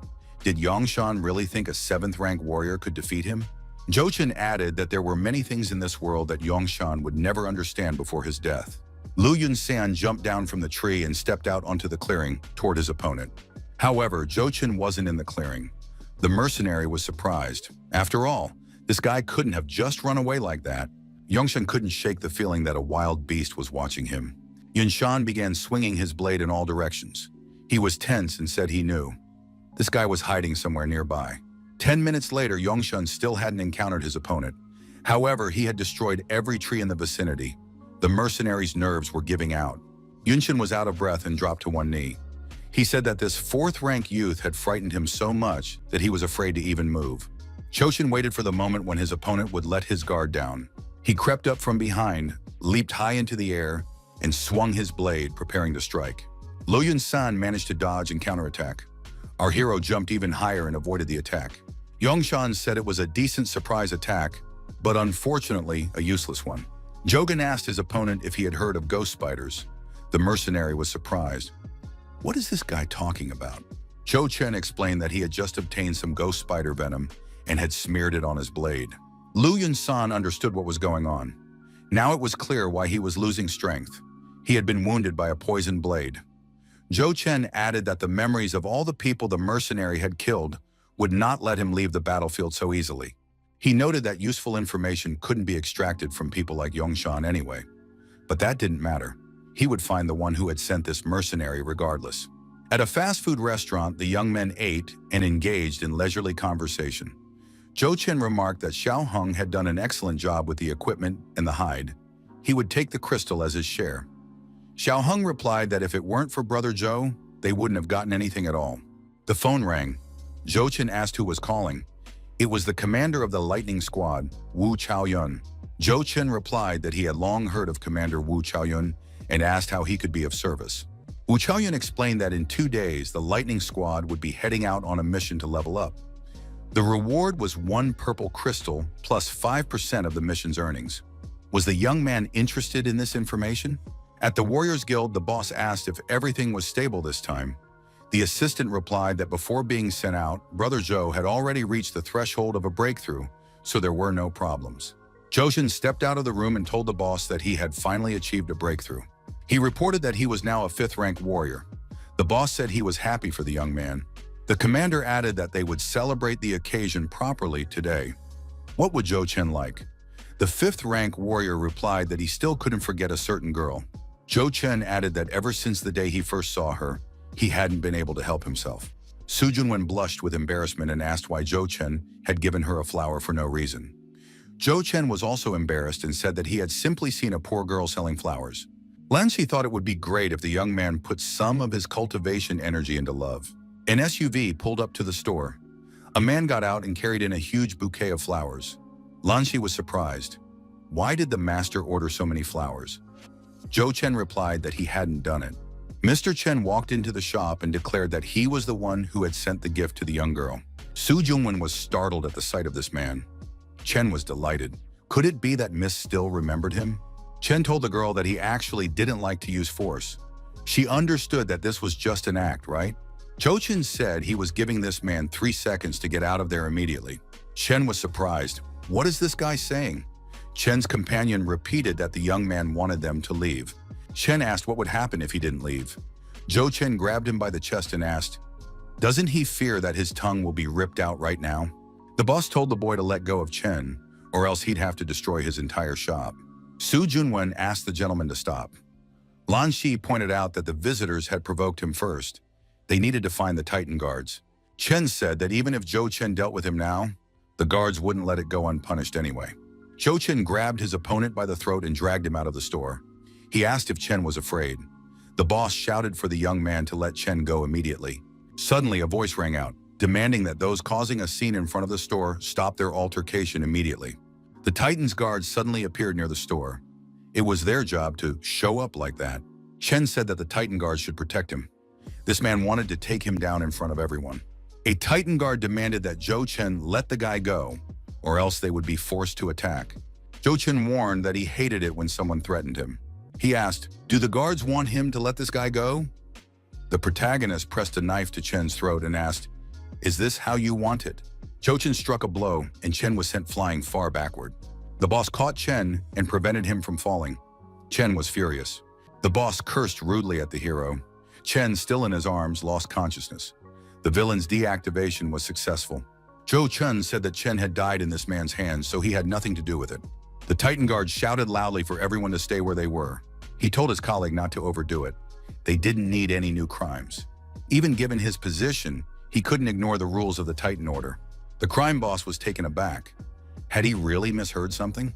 Jushin told Commander Shu that he wasn't a criminal. If these scoundrels stopped looking for trouble, he wouldn't lay a finger on anyone else. The Titan Guard asked the gangsters what they were waiting for. Did they really want to get their asses kicked? Jushin asked if Commander Shu would like to come into his shop for a cup of tea. The locals were surprised. They had never seen Titan Guards handle things this way. Could it be that the store was being guarded by the guards? That meant the merchandise in the store was of the highest quality. Customers quickly headed to the store to shop. A line even formed. Su Junwen told the gentleman not to crowd together. There was enough merchandise for everyone. Su Junwen hadn't expected the gentleman to become so famous. She'd worried for nothing. The guard asked Commander Shu when their squad of Titan Guards had turned into cowards. The commander asked his assistant to quote Article 16 of the Code of Laws. Commander Zhu noted that a 4th-rank warrior had already become a 10-star member of the Warriors Union. It was truly incredible. The guard thought, could a 10-star member really be above the law? The assistant asked the boss, are they really just going to let this slide? The boss laughed in response. The crime boss remarked that if this guy didn't decide to leave Titan for good, he'd be begging for death.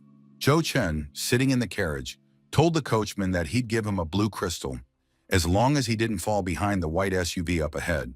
Armed warriors standing in a forest clearing surrounded a huge mutant beast trying to attack it. The beast was suddenly attacked from the other side. An arrow struck it in the head. A warrior asked the commander what had happened. The commander replied that he had no idea. The crime boss appeared nearby and asked, did these people really kill the boar I raised? How are they going to pay for this? The warrior was surprised. How could this man claim that the boar belonged to him? The squad commander told the warrior to be quiet. The commander apologized and explained that they hadn't known.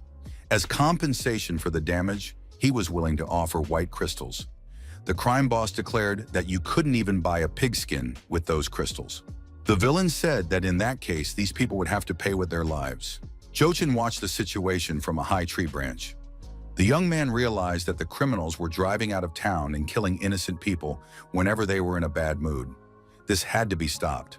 Suddenly, one of the SUVs exploded. The gangsters were startled. What was going on? The boss turned around and asked angrily, "Who started shooting?" There was no answer. The next moment, another explosion occurred and another SUV was damaged. The crime boss realized there was a sniper at work.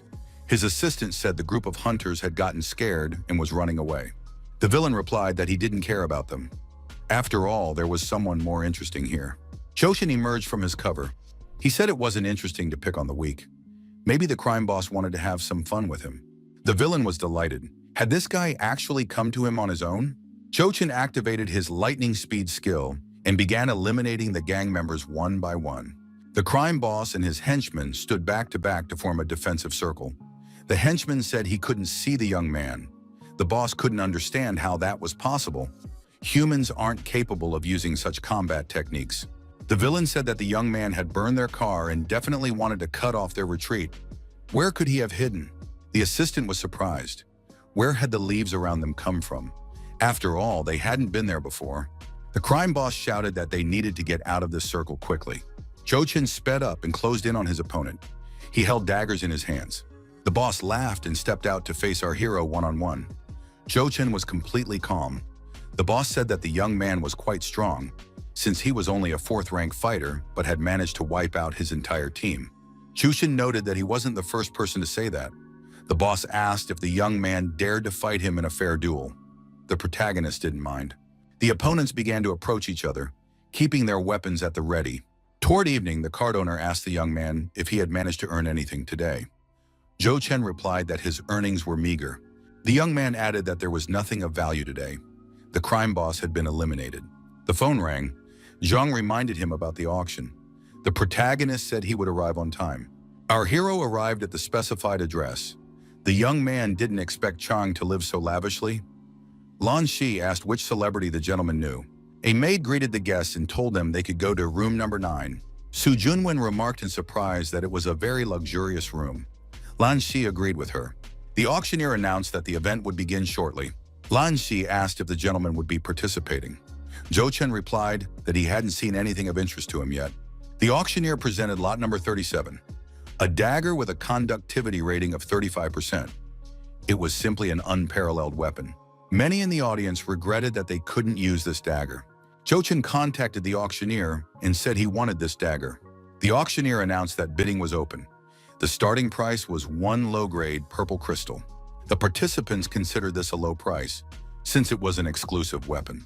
The bidding began, and the first bidder appeared, ready to offer 1 low-grade purple crystal. The participants raised the price and made their bids. The room was buzzing with excitement. Chang told his friend that the dagger had been put up for sale by the company Meteorite. It couldn't be sold without an auction. He added that he had a way to help the young man acquire the dagger. The auctioneer announced that the current bid was 1 top-grade purple crystal. If any of the distinguished guests were willing, they could raise the price. The price was raised. The participants remarked that this was truly the world of the wealthy. How could anyone spend so much on a simple dagger? 2 top-grade purple crystals were offered. Lan Shi was surprised. Did the gentleman really name that price? But the true value might be only 10% of the chaotic bidding. The auctioneer asked if anyone was willing to pay more. If there were no bidders, the lot would be considered sold. The auctioneer congratulated the distinguished guests from room 9. The incomparable dagger had been sold for 2 top-grade purple crystals. Jochin thanked Brother Chang for his help. Chang reminded him that a friend had sent him the hide of a divine pterosaur, which is why he was able to put the armor up as the final lot. Upon learning that the person who bought the dagger was the same one who had provided the pterosaur hide, the Meteorite company immediately agreed to grant a payment deferral. Jochin realized that he now had an excellent weapon in his hands, the best item for saving lives. He fought a 7th-level unicorn dog and noted that the dagger had an excellent penetration rate of 35%. Even a 7th-level beast could be easily destroyed. After the battle, the young man asked Commander Wu where his team was gathering.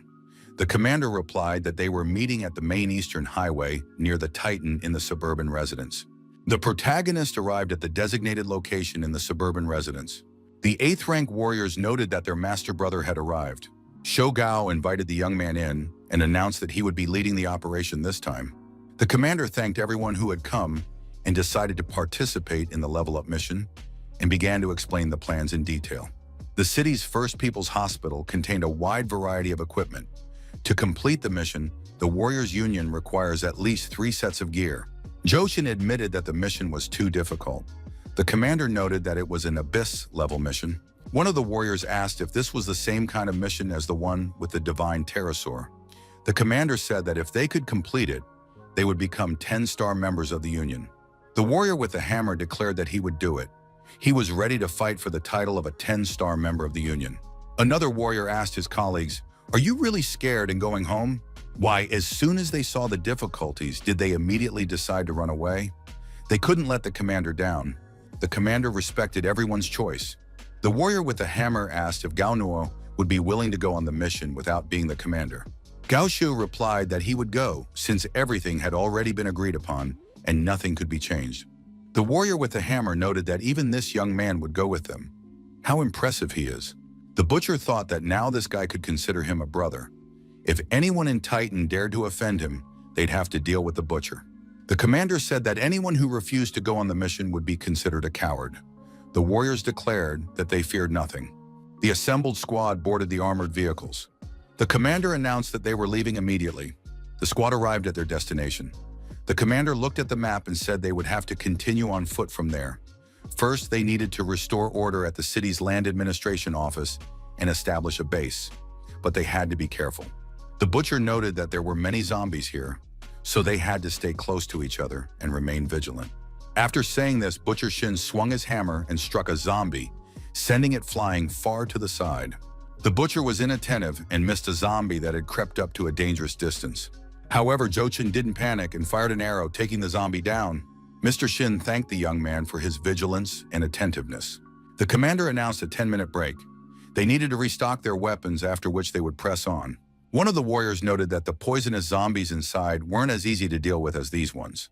Wasn't the commander planning to go in there? The commander shouldn't drag everyone into such dangerous places. No amount of money is worth it. The butcher declared that there's always a chance to earn more, and he wasn't going to back down. He wasn't a weakling. The young men nearly got into a fight. No one wanted to admit weakness or indecision. Choshin told them to stop arguing. There was no need to fight at such a critical moment. 10 minutes passed. The warriors continued moving in single file along the route. The butcher looked at the young man and thought that at this pace, he certainly wouldn't fall behind the team. If he didn't win, escaping wouldn't be difficult for him. The squad leader looked through his binoculars and reported that a high-level zombie had appeared ahead. The order was given for everyone to take cover immediately and not reveal their presence. The enormous monster circled over the city, approaching the building where the squad of warriors had taken cover. The monster dove sharply downward and grabbed the warrior with its clawed paws. Chen was surprised. What kind of monster was this? Pak said the creature was at least level 10. The commander reported that while the giant monster was distracting most of the zombies, they needed to hurry. The high-level zombie was moving in the direction the monster had flown off to. The other zombies followed it. The commander admitted that it would be difficult. They would have to deal with a blue-scaled zombie. Chen said that although the zombie was slow and clumsy, there was a high probability it contained a purple crystal. Defending against it wouldn't be easy. Jochin asked the commander if the blue-scaled zombie really was that slow. The commander replied that the scales were durable but limited its speed. Jochin declared that in that case, he was in favor of destroying the zombie and continuing the mission. The butcher was surprised. Did the young man have no brains? Zhou Chen replied that he had his own safety parameters. The protagonist understood that his abilities and skills were almost unreal, so the probability of victory was high. The butcher asked, "Is his plan really to send a few people to their certain death?" Wei asked if this young man knew how to do anything besides shoot a bow. Was he really going to pierce the armor using only arrows? Choshin replied that Wei Hung was right. A bow and arrows really wouldn't be able to pierce the scales of a zombie. The protagonist added, "That's why he has something else." Our hero drew a blade. The commander was surprised. Does Zhou Chen really have the unparalleled blade? It turned out that on that day, this young man had indeed taken the unparalleled blade. The butcher was stunned. Had Zhou Chen really been hiding this so carefully? Wei asked. But how can a 4th-rank warrior use a top-tier weapon against a 9th-rank royal zombie? Zhou Chen told them to trust him. He could handle this zombie, but he needed their help to clear out all the other zombies around them. All the warriors declared that they believed the young man and would provide him with all the support they could. Zhou Chen said it was time to have some fun and rushed into battle. The young man ran past the zombies, striking each one with his blade. The warriors watching our hero said that this guy was really cool. They had underestimated him. Zhou Chen approached the blue-scaled zombie. The monster also prepared for battle. There was a powerful explosion. The shockwave sent our hero and the others flying in different directions. Coming to his senses, the young man attacked the blue-scaled zombie, striking its arm with his blade. Zhou Chen realized that his opponent possessed powerful defense. No wonder. It was top-grade material, fired to the state of a blue crystal. However, the blue zombie's movements were very slow, and this gave him a chance to win. The butcher said that this guy moved around the zombie like a snake. The commander noted that the young man wouldn't be able to inflict serious damage anyway, and his agility wouldn't be of much use. The commander added that they needed to hold out and buy time and space for the young man to act. 2 hours had passed. The number of zombies showed no sign of decreasing. The warriors found themselves surrounded on all sides. The circle was closing in. We couldn't take it anymore and shouted that this kid just wanted to drag them down. Why did they run after him? That crazy kid. Besides jumping around like a monkey, he can't do anything. And the blue zombie hasn't been hurt yet. However, unexpectedly, the blue zombie dropped to one knee and vomited. The warriors were surprised. How could Zhou Chen have done that? It didn't look like he'd done the zombie any harm at all. The butcher said they should trust Zhou Chen. Success was already within reach. Zhou Chen and the blue zombie faced off one-on-one again. The young man was more than determined. Zhou Chen thought it had taken at least 2 hours to deal with even such a slow-moving zombie. The pressure on the brothers was immense. Our hero gathered speed and leaped onto the neighboring building. Zhou Chen, using his unique abilities, pushed off and leaped over the blue zombie, landing on the other side. The young man said he needed the butcher's help. "We need to smash this zombie's legs." Shin replied that he understood and sprang into action. The warrior swung his massive hammer and struck. The zombie raised its head and screamed loudly in pain. The monster was enraged and began hurling rocks in all directions. Zhou Chen jumped high into the air and declared that he was the target of this giant zombie. The zombie turned around and directed its aggression back at our hero. Zhou Chen told the butcher that he would distract the zombie and provoke it, while the butcher should continue to smash its legs. The 8th-rank warriors were amazed. Was that really possible? After half an hour, the red health bar above the zombie had significantly decreased. The butcher felt more confident. At one point, our hero pounced on the sluggish zombie and began stabbing him in the chest with his daggers. The red health bar disappeared completely. The warriors approached the exhausted Zhou Chen and sincerely thanked him. They said the young man was simply a hero. The commander said that, not counting the purple crystal, they would make a lot of money from the scales alone. If it weren't for Zhou Chen, they wouldn't have been able to handle today's problem. Zhou Chen told his colleagues that he had simply done his job. Xing remarked that the young man was being too modest and had actually deceived them. The commander said it was time to rest. He and Zhang Xiao would stay on guard. The campfire died down. All the warriors settled into their sleeping bags and fell asleep, trying to rest during the night. Under cover of night, one of the soldiers made his way toward the exit. A voice asked where he was going. The young man turned around and told the guard that he wanted to go to the bathroom. The guard told him to be careful and not to go far. We took out a suspicious device and said that no one could destroy it. But that doesn't mean he won't be able to do it. In the morning, the soldiers continued on their way. They reached their final destination and decided to carry all the medical equipment out, loading it onto trucks. Every step had been carefully planned and rehearsed. All the equipment was loaded safely and intact. The commander said they needed to hurry. If everything goes well, they'll be able to return by the afternoon. Chung said he heard a strange sound. "It sounds like a zombie." The machine gunner, weapon in hand, reported to the commander that danger was approaching. For some reason, all the poisonous zombies were heading straight for the hospital. They needed to hurry. The soldiers were forced to climb onto the roof of the building. The commander noticed that the zombies below were gathering very quickly. They no longer had time to leave the hospital. The commander said it was all his fault since his decision could have led to this disaster. Shin objected, saying the commander was wrong. Everyone had agreed to this mission, and they had to see it through to the end. We said, Do they really think this is the time for pretty words? We need to decide what to do. We added, do they really have to rely on that kid to save them again? Jochen said he had an idea. Butcher Xing shouted for the young man to speak up quickly. Jochen suggested that he could break out and retrieve the helicopter. The protagonist added that the soldiers would have to trust him again.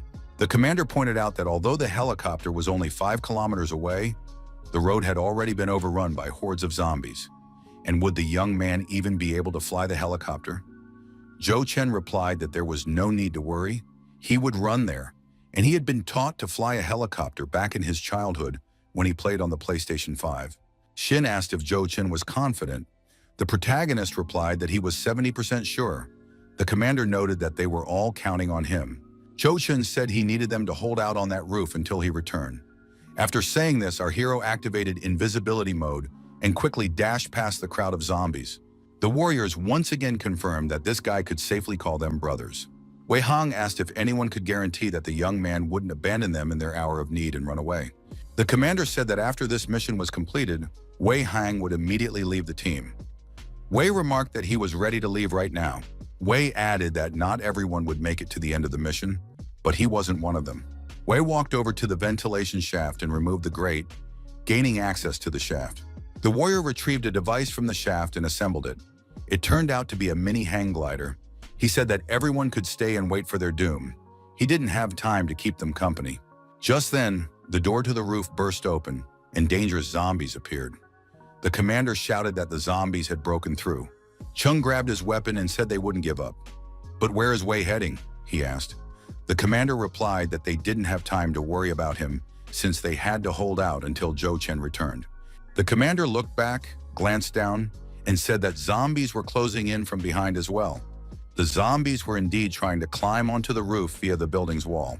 Meanwhile, Zhou Chen continued moving along the set route through the crowds of zombies, using invisibility mode. Chushin noticed that the number of zombies ahead was decreasing. That was a good sign. Zhou Chen looked up and spotted the helipad. That meant he had to head there. Suddenly, a zombie appeared in front of our hero, reacted strangely to the young man, and screamed loudly. Zhou Chen understood the reason for the scream. The zombie was frightened by a level 7 black rat nearby. Joken saw 2 zombies trying to destroy the rat and chasing after it. Our hero realized that these creatures were the zombies' true enemies. The rat pounced on the zombies and destroyed them. Zhou Chen decided it was best to hurry and not provoke them. However, the rats began to stir, gathering around the protagonist. The young man was surprised. How had they spotted him? After all, he was using the stealth skill.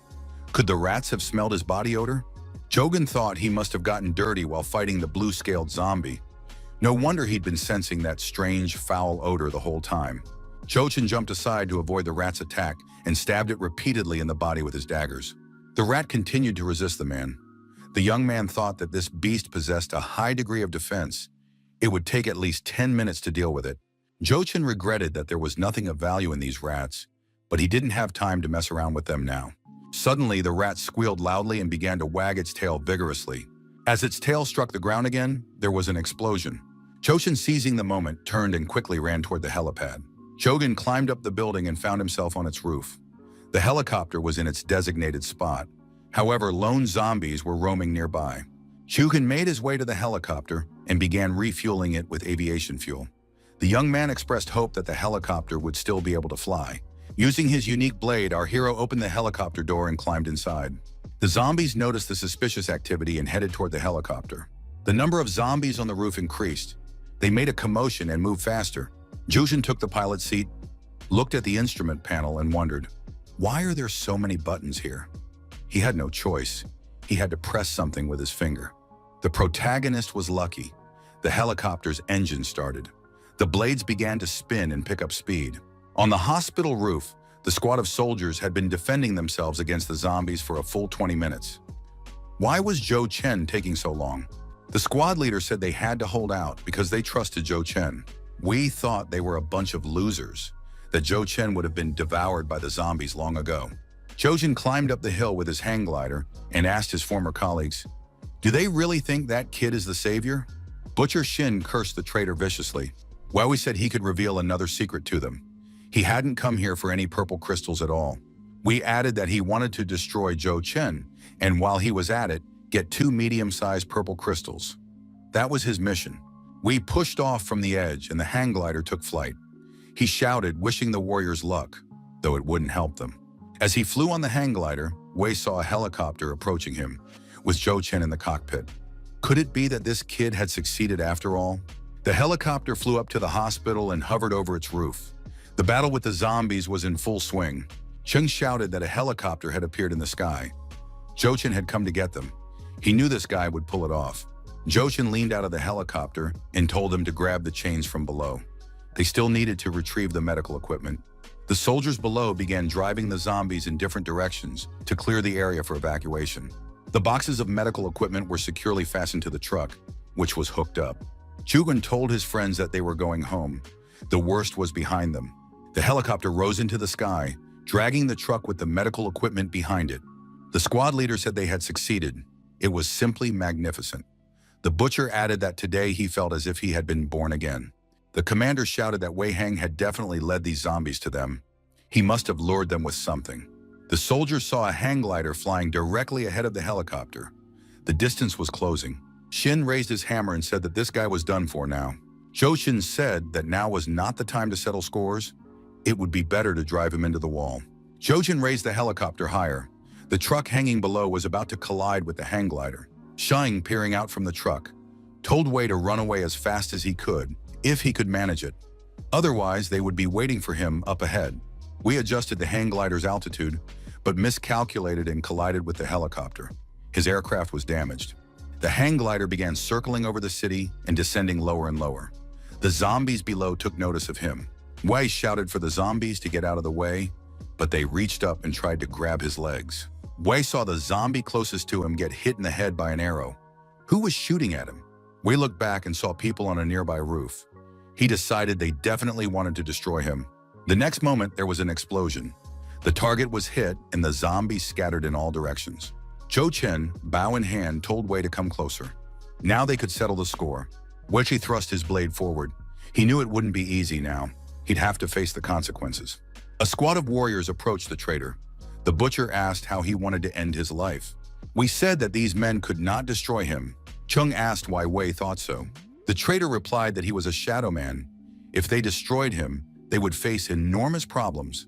The young man showed the emblem. The butcher said that in that case, he would take care of his shadow. The commander replied that the shadow was nonsense. The traitor said that in that case, he would take Zhou Chen with him. Wei gripped his sword tighter and lunged at our hero. Wei was surprised when he realized that Zhou Chen had dodged his full-force strike. Zhou Chen counterattacked his opponent and landed a devastating blow to the back of his head. Wei screamed and fell to the ground. The butcher swung his axe and declared that this traitor must be destroyed. The Warriors Union reception hall. The squad returning from their mission awaits an audience. Chung said he never in his life thought he could become a 10-star member of the Warriors Union. The commander added that Zhou Chen truly possessed star power. Zhou Chen said that he had a cup of falling star tea. There are only 3 days in the year when it can be harvested. Xing asked if the young man had ever drunk such tea before. The commander said it was time to officially introduce the masters. After all, everyone had already noticed Zhou Chen's level of ability. The commander added that there was another reason. This young man was one of the few 10-star Titan warriors. The butcher was surprised. Could this really be true? Why hadn't he mentioned this before? Zhou Chen replied that it was simply good luck. Deep within the Warriors Union, an elder asked the chairman what to do about Zhou Chen. The chairman said that if this guy had met the requirements for a rank promotion, according to the rules, they were obligated to grant him that promotion. The elder said that if he found out that the first 11-star warrior in Titan wasn't him, but some 4th-rank warrior, it was hard to even imagine how he would react. The chairman laughed and said that in that case, he wanted to see him. The chairman added that Zhou Chen should be marked as a red-rank warrior and closely monitored. They needed to see how talented he really was, and whether those 2 missions had simply been a lucky coincidence. Xin asked Director Shen what the price of their mission had been. The director told the young people to sit down and calm down. He would explain everything now. This is an Abyss-level mission. It is 80% complete. All participants can become 10-star members of the Warriors Union. Director Shen handed Mr. Zhou Chen a new membership card with his name engraved on it. In such a short period of time, the Warriors Union had granted many participants the rank of 10-star warriors. The director thought that Jo-chin appeared every time there was a promotion. That was rather strange. The young man with the 4th rank had become an 11-star warrior. The high-level Titan warriors would no longer be able to sit idly by. The next day arrived. As he moved through the forest, the young man said he needed another 95% of experience to reach the 40th level. After mastering the 40th level shooting skills, the efficiency of leveling up would improve even further. Jo-chin spotted a dismantled camp on the edge of the forest and realized that other teams had already been there before him. The flag of the King of Beasts Union flew above the camp. Our hero had heard of these tamers before, but this was his first time encountering them here. He found it intriguing. Jo-chin decided to leave this location so as not to provoke them. The protagonist heard loud noises, looked back, and saw motorcyclists riding away from the camp. A girl was leading the group. Her motorcycle had a sidecar, and a white dog was sitting in the sidecar. Jo-chin decided to go back and watch how they caught the animals. The motorcyclists, riding across the steppe, began to catch up with the animals and even overtake them. The girl on the motorcycle with the sidecar overtook the reindeer and sprayed pink powder into the air. The pink powder mixed with the air and entered the animal's lungs. The animal stopped, sank to the ground, and fell asleep. The girl stopped, let the dog out, and told the white dog not to scare the animals. The girl approached the animals and said she had no intention of harming them. The warrior saw the young man and asked who he was. The King of Beasts Union was hunting here now, and he must not interfere with them. Jo-chin replied that he had no ill intentions. He simply wanted to watch how this alliance hunted and learn from them. The protagonist explained that he was simply curious. The warriors replied that this guy was apparently asking for trouble. Jo-chin looked at the girl and was surprised. Could her rank really be higher than 8th? The girl told Wu-Di not to be so aggressive, since she had already warned him several times. The girl asked the young man what he wanted to learn from them. The guy replied that he loved animals very much, so he wanted to learn how to tame them. The girl said it was very simple. All he needed was this powder. Jo-chin asked if he could buy the powder. The girl replied that she was willing to give him a small amount of the powder in exchange for 1 blue crystal. Jo-chin agreed.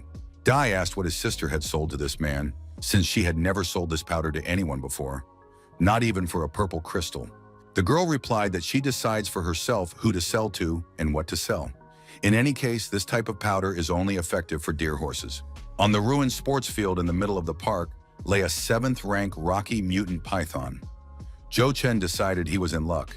He could test the powder right then and there. Jo-chin scattered the powder in front of the snake. The mutant took a deep breath and opened its eyes. The mutant python went berserk and began shaking its head. The young man was surprised. Why hadn't the powder worked? What was going on? Chogen began to flee from the python, which was crushing all the trees around it. The protagonist decided that the girl had deceived him. Jo-chin surmised that the powder had caused the mutant to harm itself, since the red life bar had become half as long. Jo-chin leaped high into the air, drew his knives, and told the python to stop self-destructing. Now it was his turn to act. The warriors watched their comrade as he dispatched the snake with powerful blows from his axe. The warrior said he could hear the sounds of battle ahead. In that case, he would go there and check it out. The commander told the warrior to hurry. The commander regretted that as soon as he got his hands on that girl, the old man had dealt with her. When he returned, he would definitely have to make up for it. The warrior saw the destroyed giant python and was surprised. Could a single person really have taken it down? If so, that person must be at least an 8th rank warrior. The commander asked, "Hasn't that guy finished the inspection yet? It stinks of blood in here. It's time to leave." The warrior told the master that their primary task was to ensure his safety. They could go to the end of the red zone. That area was just right for the master. Jo-chin thought that this rocky python had given him 20% experience. There must be quite a few beasts here with a level higher than 7. Jo-chin understood, where there is risk, there is wealth. Suddenly, a huge white monkey appeared in the protagonist's path. The young man attacked it and delivered a fatal blow with his dagger to its back. However, the monkey wasn't the only one. More of the same beasts began to appear all around. Jo-chin decided to use these monkeys to practice his dodge skill. Short-range evasion is one of the passive skills. With it, you can dodge all attacks. It is one of the most difficult passive skills in the celestial continent. Suddenly, our hero was struck in the chest and flew backward, crashing into a tree. Jo-chin laughed and said he still had enough medicine, so he could handle it all. The squad commander fought the wild wolf and emerged victorious. The warriors applauded and said that the master had shown himself to be awesome. The master's blade is simply incredible. The commander told them to shut their mouths immediately. He wanted to know when he would finally be able to return home. A warrior approached the commander and said he could return once he reached the 7th rank. That was the elder's wish. The commander asked why they were still standing around doing nothing. They needed to find some wounded beasts immediately so he could cut them down. Jochin was standing near a tree when, at that moment, a stone flew past him at tremendous speed and pierced a hole in the tree. The young man was practicing intermediate level evasion. He had finally managed to reach that level. Jochin decided it was time to raise his level. He took out his unique knives. The monkeys perched in the trees continued to throw stones at the young man, but he dodged them effectively. Jochin flew up to the giant monkey, a rock in his hands, climbed over it, and once behind it, landed a devastating blow. The monkeys were destroyed. The protagonist finally managed to reach level 40. Jochin thought that an attack targeting multiple targets plus 500 damage and bleeding would be enough to destroy a mutant beast below level 3. Suddenly, another pack of wild monkeys emerged from the forest. Jochin said that this was just in time. 9 days had passed. Our hero managed to extract a crystal from the mutant monkey's body. The young man noticed that with this skill, the efficiency of leveling up had indeed increased significantly. Suddenly, a loud roar rang out. Jochin was even forced to cover his ears. A huge monkey with glowing eyes emerged from the forest. Jochin said, "Finally, the boss has shown up. Now he'll have a real fight." The assistant informed his master that his level was about to rise. The commander said he wanted that too, because he couldn't stay here any longer. One of the warriors noticed that something was happening ahead and that they needed to be careful. The squad was surprised. Could a 5th rank warrior really have dared to come here to destroy the king of the mutant monkeys? This must be some kind of hallucination. The commander told Kong Sen to deal with this kid, since they needed the Monkey King. If they destroyed this mutant, they could level up right away. The commander sent 2 more men to deal with the young man. Everyone else was to help him with the Mutant King. Jochin thought that this small group of warriors had been wandering aimlessly through the forest for half the day, but now for some reason had decided to attack him. The warriors with crossbows took aim and began firing at Jochin. Our hero easily dodged their arrows. His opponents didn't expect Jochin to spin in midair and dive straight at them, gaining speed. The young man held daggers in his hands. The squad commander said that this guy just had a small broken dagger and wouldn't be able to do anything with it. However, that was a mistake. Our hero used those knives effectively. The attackers were wounded and their red health bars had significantly decreased. They found it hard to believe that this guy could defeat them. Jochin said that if these people had any further questions, they could stay there and see what would happen to them. The squad was ordered to exercise caution and continue attacking the giant ape. After all, their master had to destroy this ape in the end. The giant monkey was invincible. The squad couldn't defeat it. They realized it had armor made from a divine pterosaur. Could this guy have actually destroyed even a pterosaur? The warrior's master approached the monkey. He was furious. How could anyone dare to steal his monster? That meant he would make them pay tenfold for everything. This guy's life and the pterosaur armor would now belong to him. The Lord struck the Monkey King and felt a surge of energy. He laughed and said that he was now a 7th rank warrior. The squad commander and the other warriors congratulated the master on his promotion. Finally, he was a 7th rank warrior.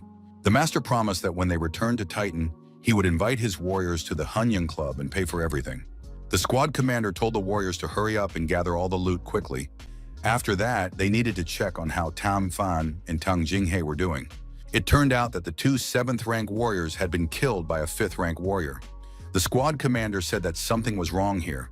They needed to increase their vigilance and protect the master, as well as evacuate the area immediately. The master was surprised. Could a 5th rank warrior really have frightened them so much? Perhaps those 2 had simply underestimated the enemy and were killed by some kind of beast? The master reminded him that their Tianhe squad feared no one, so Kong Sen needed to pull himself together and cheer up. Watching the people from the tree, Jochin thought that the Tianhe squad had done quite a few bad things. The master said that the squad leader's bravery was waning with every step. That boy had run away anyway. He would have to teach him a lesson. Kong Sen replied that the master had nothing to worry about. He would handle everything himself and deal with the boy. Kong Sen thought that he really was worrying too much and playing it safe. How could anyone be afraid of some kid? The protagonist, using his stealth skill, stood in the way of these men. At that moment, Kong Sen told his master, it would be better for the boy not to cross his path, or else he would deeply regret it. Jochin struck one of the warriors and incapacitated him. It came as a complete surprise to everyone. Kong Sen looked back and asked what had happened to that warrior. He grabbed the man standing next to him by the chest and asked who could have done such a thing. The frightened warrior said it was very strange because he hadn't seen anyone nearby. The squad commander ordered everyone to form a circle and protect the master. They had to leave immediately. The commander found this very strange. Someone had killed the warrior right before everyone's eyes and vanished without a trace. Jochin continued to hide until late at night. The young man saw a cave ahead and said that even if they hid, he would find them anyway. Our hero had his own system. Our hero saw red streaks of life on the trees. He said that if the bandits liked to steal other people's monsters, he would let them steal a few more. Jochin approached the wild beasts and said they'd have to work a little. Kong Sen and his squad settled down in the cave around the makeshift campfire. The master said it was simply a disgrace. How could anyone perish at the hands of a 5th-rank warrior? Suddenly, loud sounds rang out. Kong Sen was surprised. Where did those gunshots come from? Could someone be hunting? One of the warriors stepped out of the cave to investigate. It's usually impossible to hide in the forest at this time of day. How could anyone go hunting now? Jochin emerged from the forest and said he had a small gift for these people. Red glowing dots appeared behind the hero. They were the eyes of beasts. The wild beast pounced on the frightened warrior, and the man had to defend himself. Jochin watched the events unfold from a distance. He kept an eye on the changing length of the red life bars. 3 hours later, the beasts were destroyed. The 8th-rank warriors, as expected, managed to defeat the mutants. However, by this point, they were exhausted. The squad commander asked the protagonist who he was. Jochin replied that he was just an ordinary person whom they had robbed. Kong Sen was surprised. Who was this ordinary person who could do such a thing to them? Jochin reminded him that they were the ones who attacked him first. There was no need to hold a grudge now. The man said that things wouldn't end so simply for them. After all, he had gotten involved with the Tianhe gang. Jochin replied that he had initially planned to let this man live, but now he'd changed his mind. The boss was surprised. Did the stranger really want to make an enemy of a gang? Did he even have any idea what would happen next? Jochin said that if this gang is causing trouble for other people, he wouldn't mind ridding Titan of them. Kong Sen was outraged. Does this kid really think they're just an ordinary gang? They hold high positions in the Titan City administration. Does the guy really want to turn all of Titan against him? Kong Sen added that if he dared to attack them, he would be severely punished in the future, and all of Titan would hunt him down. Even his own family would cut ties with him. Jochin remarked that if he let them go now, they wouldn't leave him alone once he returned to Titan anyway. The gentleman told the boy to lower his weapon and leave. He must never show his face here again. He would ask his father not to touch the boy. Jochin laughed in response. Were these really the best terms for sparing his life? In that case, he could only blame himself for being chosen as the means to shut him up. The protagonist wiped out the entire squad. The assistant told the boss that he would call someone in to deal with that man. The boss replied that they needed to gather all the other hall masters first. Shutenhei, a 9th-rank warrior, added that he had a bad feeling about this. Could something have happened to that young man? Passers-by wondered what had happened. Why were the trade union and the Tianhe gang gathering so many people from the city? Someone had heard that an 11th-level royal lizard was lurking in the red zone of the winding forest. Its scales were worth a single green crystal, and that was very expensive. Jochin entered the Warriors Union mission reception room and inquired about what other missions could improve his standing in Titan. Jochin recalled the threats that had been hurled at him when he was hunting the great white ape. The protagonist thought that man had been right. Right now, he didn't have enough strength to protect himself. Jochin understood that he still had friends and family. Compared to raw military strength, power and influence were a much better defense. The protagonist received his next mission outside the winding forest. There was a mutant lizard there, possessing the 11th royal level. The warrior said he wanted to leave the lizard for Sun Yang. Would he have the courage? Sun Yang replied that he had come here specifically for that lizard. The girl watching the warriors from a large hillock said they were a bunch of fools. They had barged in here, but for them it was certain death. A young man appeared beside the girl and said that she seemed to know a lot about this. The girl admitted it. The girl looked at the young man and wondered, How did he get here? Jo Chen replied that he had simply come. The girl was surprised. How could she not have sensed the approach of a 5th-rank warrior? Jo Chen asked if she could tame the royal lizard if she gave it the pink powder. The girl said that this animal was of royal rank, so it couldn't be tamed that easily. Besides, last time she had warned him that the powder only worked on deer horses. Jo Chen said he had been deceived, so she had to return the blue crystal to him. The girl warned that sold goods were non-returnable and non-exchangeable. The warriors tried to tie up the lizard by wrapping vines around its legs and body, but they couldn't get it to work. The girl said they were fools. If the leader of her alliance hadn't gone to the graveyard, he would have definitely figured out how to tame this lizard. Jo Chen asked, "What is the graveyard?" The girl replied that it was a huge city in the north and that it was just as good as Titan. Jo Chen thought it was a very strange name. It didn't sound like the name of an ordinary city. The girl received a call informing her that someone had taken their hell-level mission.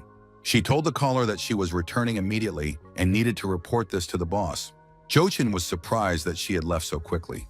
He wanted to ask her for details about the hell-level mission. The squad leader said they were leaving. Tomorrow they would gather even more people and try again to defeat the lizard. Jo Chen decided that in that case he would take care of the lizard himself. Night fell. The protagonist, armed with daggers, appeared before the lizard. Jo Chen leaped onto the lizard and began cutting through the vines that were holding it down. The next day, the soldiers who arrived were forced to admit that the lizard had vanished. Who dared to do this? Jo Chen was already at the ruins of the city. The young man held top-quality materials in his hands. There were plenty of other materials as well. No one could take them all at once, so he would have to sell them off gradually. Yesterday's haul allowed the young man to reach level 45 and learn another skill. Jo Chen decided to start by practicing on zombies and drew his unique dagger for the task. Jo Chen used the 3-second stun skill and considered it a brilliant addition. With this skill, it would be much easier to defend himself on hellish missions. The squad of warriors watching the hero from afar noted that this guy was incredibly cool. His speed was simply staggering, yet he was merely a 5th-rank warrior. The commander said it was a disgrace and that they needed to finish this quickly. Jo Chen continued to hone his skills and test new abilities. Moving from one zombie to another at incredible speed, the young man raised his rank by destroying these zombies. The marksman told the boss that the guy had apparently gone into hiding, just as the boss had said. The young man's movement technique is truly extraordinary, but even if he managed to hide, it won't do him any good. After a hit from a high-level zombie, he'll be badly maimed. He won't make it out of here alive. The warriors said that their boss is smarter than these fools, so they can't just do whatever they want. Another warrior said they needed to find a place where they could train properly. However, getting out of here won't be easy. Jo Chen tried to catch his breath and recover from his gunshot wound. The young man hid behind a concrete slab of a ruined building. Jo Chen noticed that his red health bar had shrunk significantly. Was he really going to die? Jo Chen pulled a vial of healing liquid from his pocket. There was no time to waste. The young man drank the health potion, but he knew that his recovery rate was still too slow. Someone had clearly just tried to kill him with a shot. However, Jo Chen knew that in this condition, he wouldn't be able to escape the zombies and the sniper. Jo Chen took out the nearest zombie and declared that he wasn't going to give up, no matter who was standing before him. The protagonist was surprised, but it was at that very moment that he advanced to the 6th rank. The star power strengthened his muscles and accelerated his recovery. However, it would still take time for his bones to heal. The young man decided to find some secluded spot. Jo Chen got to his feet to change his position. Meanwhile, the zombies were getting closer and closer. The protagonist thought that if he wanted his wounds to heal faster, he needed to absorb more star power. Although Jo Chen didn't want to, he drank the liquid anyway. The amount of star power in monkey wine was suitable for 7th-rank warriors, but there was no time for that now. The young man crouched down on the ground and leaned against the wall. He noted that the wine was delicious, but very strong. As he drifted off to sleep, Jo Chen thought, when he woke up, everyone who had attacked him would still be there. The warriors engaged the zombies in battle to clear a path for themselves. Suddenly, a shot rang out, and the bullet hit a zombie standing next to a warrior. The sniper told them to keep an eye on what was happening behind them. There was already too much pressure on him. He was worried that no zombie would get close to the boss. The boss, swinging his blade, swept the zombies left and right, remaining out of their reach. During a break, one of the warriors said that this place was simply a paradise for training.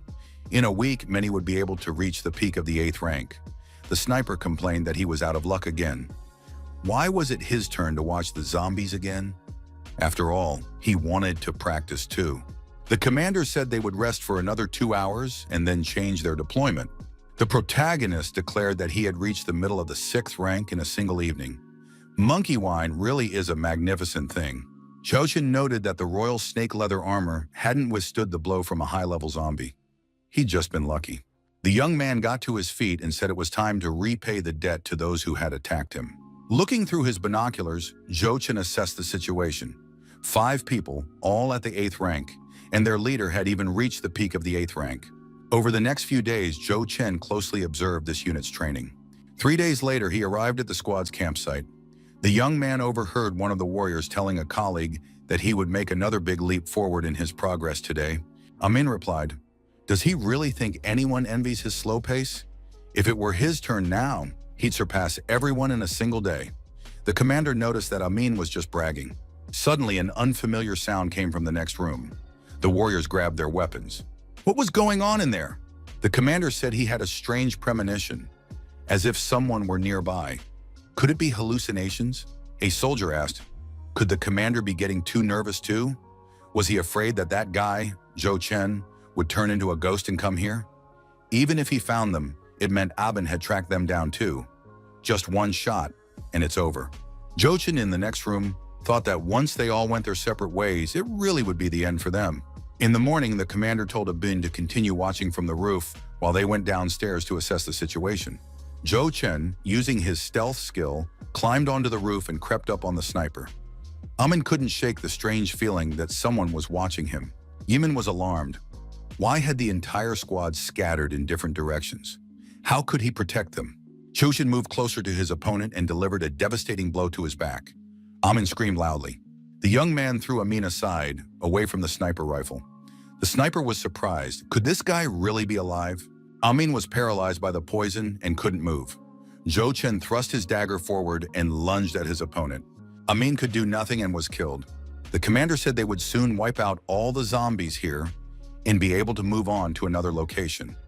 Lao Zhang needed to hurry. Zhou Chen, still invisible, followed the soldiers, intending to make things difficult for them. The young man climbed onto the roof of the building and prepared to take aim with his bow. The zombies spotted the archer and, turning toward him, began to act aggressively. Zhou Chen was pleased. The chosen zombies had arrived as well. The squad leader glanced to the side and said he could hear the sounds of the chosen zombies. Why had they appeared there? The soldiers tensed up when they saw 6 summoned zombies approaching them. Dealing with them wouldn't be easy.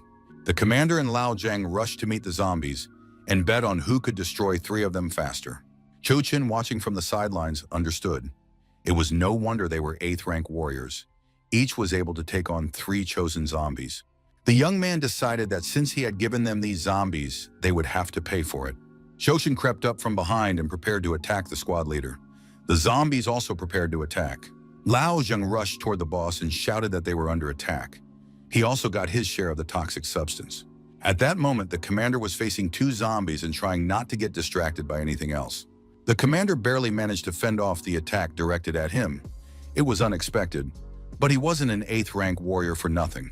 He was surprised. Why couldn't he move after this attack? Zhou Chen appeared behind him and said that this guy had to pay for trying to destroy him.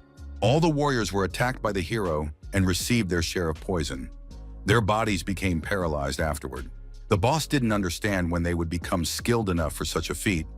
Even the best master in all of Titan, Chu He, couldn't do this.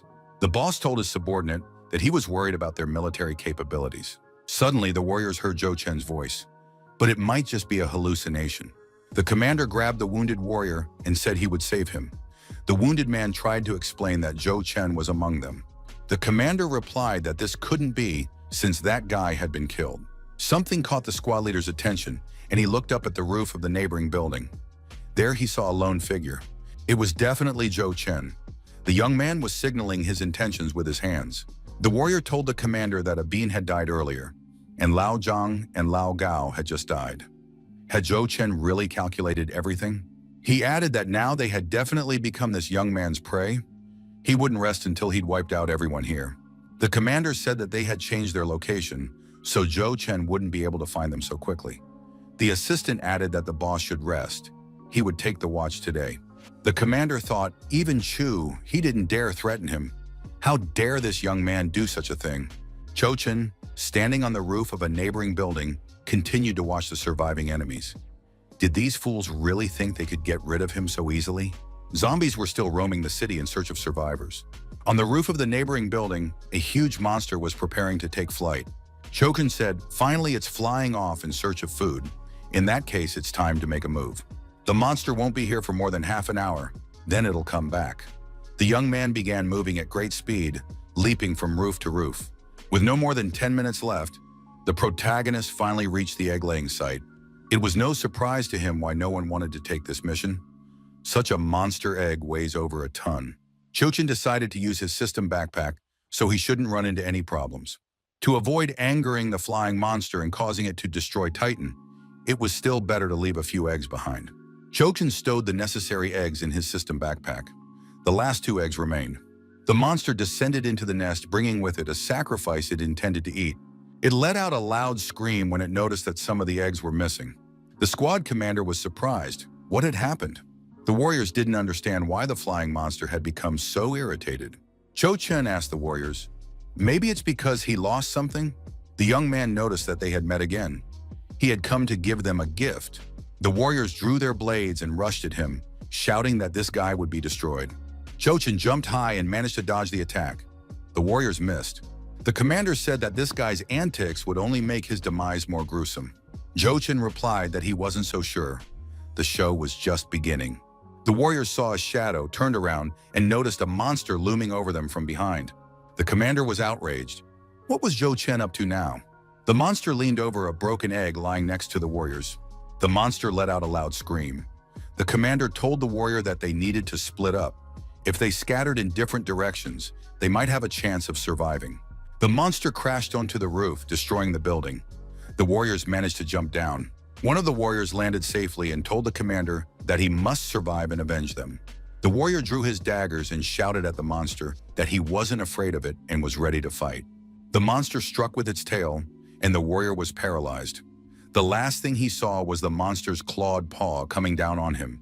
The enormous creature delivered a devastating blow, causing a shockwave that spread in all directions. The commander continued his retreat, convincing himself that he had to flee and survive. He ran to the water faucets and said that the water would wash away all the poisons. Zhou Chen watched what was happening and regretted that it had ended this way. The young man watched as the monster crushed everything around it, creating shockwaves. The squad commander was deactivated and couldn't believe that this was the end for him. The monster continued to fly over the city, searching for people to take revenge on for the destroyed eggs.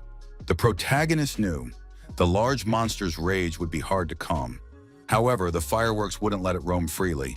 Now he would protect the remaining eggs. The hero lit the fireworks and put on a small display. It looked beautiful. Another group of warriors noticed the fireworks in surprise and wondered, who decided to set off a fireworks display in the middle of the night? Another warrior said it was probably the guy who had accepted the hellish mission from the King of Beasts Alliance. Shu Hai, a 9th-rank warrior, added that he had never seen anyone set off fireworks during a mission before. The next day arrived. Chu He and his comrades began inspecting the scene. Shu He noticed they weren't alone. Zhou Chen was also present. His comrades said that there was a warrior in Titan who wasn't afraid to face them. He was only a 6th-rank warrior, but he dared to come here. This man was very unusual. Shuha said that if the opportunity arose, he would like to meet this man in person. The squad received orders to return. Finally, this mission had come to an end. They placed the egg in the truck. It was too big. If they tried to stuff it into a backpack right away, it wouldn't close. They had to do something else, which is why the egg ended up here. Zhou Chen announced that he would go upstairs to the office to turn in the mission. On the way, another warrior told Zhou Chen to step aside, since they were going to turn in an Abyss-level mission. You can earn quite a few points for Abyss. Those present noted that this was a team with fighting spirit. They were all 8th-rank warriors. The squad commander said that by completing this mission, they would be able to become 10-star members of the Union. The administrator asked the warriors to wait a moment. The young man held out his card and asked the girl to accept this mission. The administrator replied that she would take care of it right away. The squad commander was outraged. How dare this guy come here with a fake card? He was in a good mood today, so the young man could just get out of his sight. The administrator said that there was only one hell-level mission on Mr. Zhou Chen's card. The girl asked if Zhou Chen wanted to present this mission. The warriors were speechless and continued to stare at the protagonist in silence. The director rushed into the chairman's office and said he wanted to share news about the mission. The chairman remarked that Director Sheng was behaving rudely. Sheng apologized for his lack of manners. The chairman said he was ready to hear what had happened. The director announced that Zhou Chen had actually managed to complete the Beast Alliance level mission. The chairman lost his composure and asked nervously, "Is that even possible?" At the King of Beasts Union office, the leader also couldn't believe what he'd heard. The squad informed the leader that Sheng Liwa, the chairman of the Warriors Union, had personally reported this over the phone and ordered them to come and take over the case. The leader said he would take over and meet the person who had completed this mission. A crowd of people in SUVs had gathered around the truck carrying the egg. It was the Sharp Sword Squad from the Warriors Union. But what were they doing here? The squad commander said that the Warriors Union had temporarily taken control of this area. No one was to come too close. A warrior reported to the commander that the target was under guard. Passers-by watched the members of the Warriors Union and tried to figure out what was going on. At a meeting with the young man, the director said that Zhou Chen was really cool. Zhou Chen thanked Director Sheng for recognizing his talent. The director asked if the young man had thought about his previous offer. If he had any questions, he was ready to discuss them. Zhou Chen thanked him and replied that he would think it over again. Our hero understood that joining the Warriors Union meant being under someone's control. He would only be able to protect the people around him if he reached the top himself. Zhou Chen thought that this mission was the cornerstone of his path to the top. The gathered crowd was surprised. Could the egg really be from that hell-level mission? Could it be that Han Zhengdong, the leader of the Beast Union, had come here in person? So it was all because of that mission. Zhengdong examined the egg and acknowledged that it belonged to some kind of giant beast. Now the funds could be transferred to the mission executor's account. The leader of the Beast Union expressed a desire to meet with his team in person. The employee reported that the mission was carried out by a single member of the Warriors Union. Mr. Zhou Chen did it all by himself. However, he has already left. Han Zhengdong said that the egg weighed at least a ton and had to be lowered from a building over 200 meters tall. How could one person have done that? The employees said they weren't interested in the process. Only the result mattered. Zhou Chen was upset because they had used his car for the job. Couldn't they have used their own? Zhou Chen returned home and announced to everyone that he was back. Su Junwen and Lan Shi were delighted when they saw him. Zhouwen rushed to hug him, while Lan Shi ran around the master. It had been more than 2 weeks since they'd parted ways. Lan Shi noted that the master was already at the 6th rank. Zhou Chen said they were moving soon. Lan Shi was surprised. Why on earth? Zhou Chen unfolded a map, pointed at it, and said that now they would live here, on the 3rd ring road in the city center. Only the rich and successful lived there. Zhou Chen took out a red crystal and said that now they were exactly that. Lan Shi asked permission to touch the crystal. He had never seen one up close before. Zhang said on the phone that Zhou Chen had secretly pulled off a major coup. Zhou Chen replied that he had just given it a try and hadn't thought he'd be able to complete the mission. Zhou Chen suggested that Su and Shi celebrate, even though the hotel last time wasn't bad either. Our hero's friends congratulated him and promised to come to the meeting. The hotel was bustling with festive activity, as important guests were due to arrive soon. Manager Zhao informed Mr. Pan that some very important guests were arriving at the hotel this time, so they had to change his room. Mr. Pan was surprised. Wasn't he important? Manager Zhao explained that this guest was someone who had just completed a hell-level mission. Mr. Pan shouldn't complain. He should come and see the man for himself, since such an opportunity might never come again. Pan was delighted. Why didn't the manager mention this right away? If the room is for Mr. Zhou Chen, he has no objections. The assistant informed the manager that Mr. Zhou Chen had already arrived. All the staff and managers warmly welcomed Master Zhou Chen. Our hero was surprised. Had he come to the right place? What on earth was going on here? The hotel manager said it was a great honor for them, since the master would be holding his banquet there. Zhou Chen remarked that Manager Zhao was flattering him. Cars carrying invited guests began pulling up to the hotel. Squad leader Xiaoqi said he hoped to eat and drink well today. Friends and loved ones congratulated our hero and wished him universal prosperity. Friends acknowledged that this young man resembled a lone warrior, yet he too needed friends. Like moonlight, he could illuminate any dark and cold night. The boss told his assistant that this was an interesting young man. The assistant replied that he understood and would take care of everything right away. Passers-by wondered, weren't those the mayor's special aircraft? Had something serious happened again? The next morning, the girl who stepped out of the helicopter greeted Mr. Zhou Chen and said that the mayor had invited him to breakfast. Zhou Chen was completely at a loss and didn't know how to respond. Zhou Chen flew to City Hall with his companion. An aide informed them that the mayor was already waiting for Mr. Zhou Chen. The assistant led the young man into the living room and invited him to sit down at the table. The mayor was already there. The mayor, whose name was Mo Wu, told the young man to take a seat. Mo Wu noted that he had originally wanted to invite Zhou Chen the night before, but the young man had been celebrating with his friends. Therefore, he didn't want to disturb him and was congratulating the young man now instead. Zhou Chen thanked him for recognizing his achievements. Mo Wu added that he enjoyed eating while admiring the scenery. The young man could relax and feel at ease. Half an hour later, the mayor noticed that all of the young man's plates were empty. Mo Wu assumed that Zhou Chen had already had his fill. The young man said that he was sitting across from the real mayor of the city, and even the breakfast was sumptuous. No one could refuse such a meal. Mo Wu asked if Zhou Chen was surprised that he had been invited to breakfast. First and foremost, he wanted to meet the hero and discuss the issue of money and titanium with him. The mayor added that, in a sense, the Warriors Union represented the class interests of all warriors. When Zhou Chen joined the Union with a 1-star purple rank, he was able to enjoy all the privileges of a Titan. Moreover, he now holds a 5-star purple rank. Mo Wu noted that at the moment, the young man is ranked 27th in the Titan rankings. He can share profits with higher-ranking warriors. However, there is another more interesting arrangement that Zhou Chen can choose. The mayor noted that Zhou Chen could receive 10% of the profits from the new city, as well as the right to manage the streets of the Titan, with a few exceptions. Zhou Chen asked which new city was being referred to. Mo Wu said that this city does not yet exist, but it will appear very soon. The mayor added that they plan to soon restore Yangyi County, located 150 kilometers from Titan, and establish a new, high-comfort base there. It will serve as a rest area for warriors heading out for training. The mayor noted that if everything was organized properly, taking control of Yanghe would be straightforward, and construction could begin in a few months. This place was bound to become a thriving transit hub, generating high revenue. Zhou Chen looked at the map and said that it really did sound tempting. Our hero understood that the mayor hadn't invited him to breakfast for no reason. This project would require a great deal of effort. Zhou Chen replied that he agreed to 10% of New City's profits and the rights to 6 Titan Street. After breakfast, the protagonist left the mayor's residence. The assistant asked if they hadn't offered the young man too much. The mayor replied that the young man's hidden abilities were worth the money.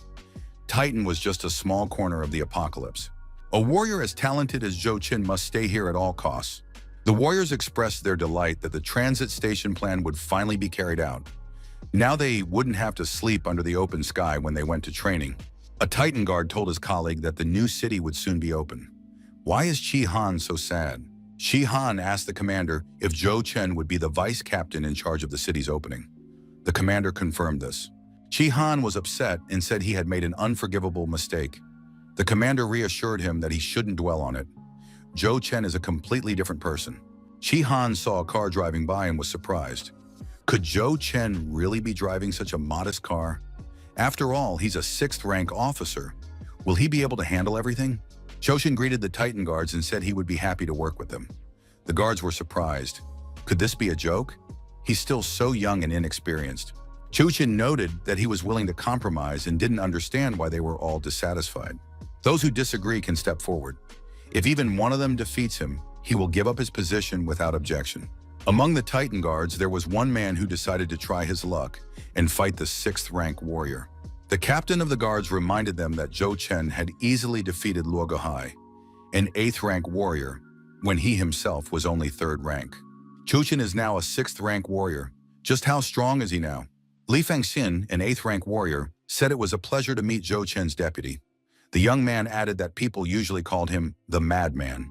Zhou Chen asked if anyone else disagreed. Li Fangxin said he should deal with him first, and only then call on others. Zhou Chen agreed, walked over to a tree and broke off a branch. He tossed the branch to his opponent and said that he could hardly demonstrate his true strength with his bare hands, so he would have to use this. Li Fangxin remarked that there would be no mercy. The spectators began to speculate.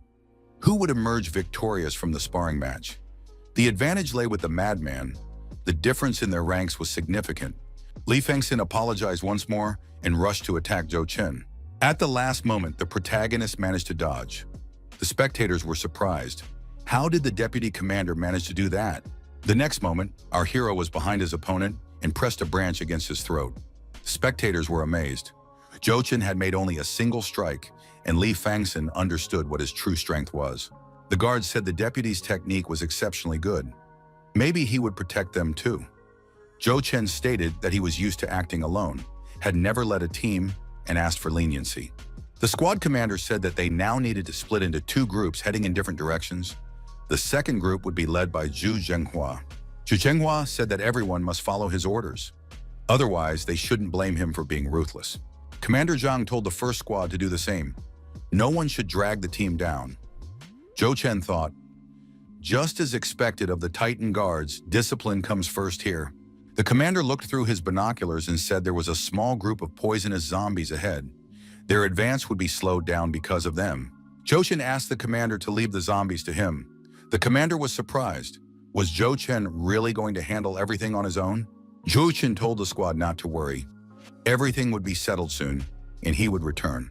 Our hero weaved his way through the crowd of zombies, shooting them with his bow. Every shot hit its mark. The commander was amazed. How was he doing this? The limit was being pushed further every time. The warrior shouted to his deputy that they needed to retreat. A single elite, top-tier zombie was heading straight for him. Zhou Chen stopped and prepared for battle. The massive zombie was closing in on the protagonist. The young man said that this was exactly the zombie he had come here for. He was counting on remote support and would handle this bruiser himself. Li Fengxin noticed that the young man's limit had been reset again. The commander reloaded his rifle and ordered everyone to support the deputy from a distance. The soldiers watching from the sidelines said that the first squad was in serious trouble, since they had run into an elite zombie. Zhu Xinghua was willing to bet that in a little while, the first squad would start begging him for help. The elite zombie was attacked and struck in the head. Our hero knocked it face down and plunged daggers into the back of its head. An observer from the second squad reported to the commander that the first squad had already dealt with the elite zombie. Zhu Zhenghua was surprised. Why so fast? After this battle, Zhou Chen reached level 48. That evening, during dinner by the fire lit indoors, the commander told his deputy that their first squad had cleared the city center. Where was the second squad now? Zhu Zhenghua replied over the phone that they had almost cleared the area. There were 7 elite zombies left. The commander noted that they needed to rest well today. Tomorrow the main forces would arrive and the mission would be completed. The commander said that today they had significantly outperformed the second squad, and it was all thanks to Deputy Zhou Chen. The young man remarked that it was all achieved through a joint effort. One of the guards said that when he met up with the second squad, he would be sure to ask how the stragglers were doing. The next day, our hero continued clearing the area of infected zombies. Zhou Chen thought that taking them out one by one was too slow. He needed to find a way to herd them together. He asked the commander where the grenades they had brought with them were. The commander pointed in the direction and said there was a box of grenades there. The second squad continued fighting the zombies. Commander Zhu Zhenghua wondered what the first squad was doing now. Zhou Chen herded all the zombies into a pile and started blowing them up with hand grenades. It was cheap and effective. Zhu Zhenghua was outraged. Had they really lost their minds? Did they actually want to draw all the zombies here? He'd heard that this guy was called crazy, but he hadn't thought it was actually true. SUVs and pickup trucks pulled up to the building, and a large number of armed men got out. A man standing on the roof of the building, sword in hand, announced that the hangar forces had already cleared the way. With loud shouts, the warriors rushed to carry out their mission of clearing the area of the undead. 3 days passed. Zhou Chen said he had finally secured that very spot. He informed his colleagues that he was returning to the city, but that they could contact him at any time. One of the Titan guards remarked that the deputy was returning home in such a hurry. Could he really miss his wife that much? The guards were surprised. Did the deputy really have time for that as well?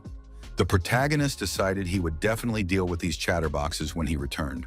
Zhou Chen spotted a transport unit vehicle ahead.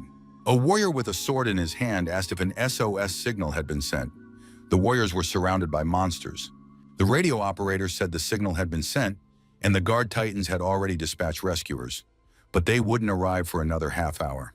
The squad commander said that was too long, At that rate, they might not survive. One of the warriors looked back and told the commander that the vehicle had already arrived. That meant the guards had managed to get there faster. Jochin peered out of the car and asked if the people needed his help. The warrior was surprised. Why was there only one person, and a 6th rank one at that? The commander asked why this kid had come here. He should leave immediately if he didn't want to die. Jochin got out of the car and said that these people really did need help. He fearlessly headed alone toward the raging and ferocious monsters. The warriors said they had never seen such a madman. The monsters bared their teeth, growled, and slowly approached the hero, wanting to devour him. Jochin energetically attacked the monsters, methodically destroying each one. The warriors were astonished. How was this possible? They were speechless, overcome by emotion. Could the 6th rank guards really be this strong? Jochin only calmed down after all the monsters had been destroyed.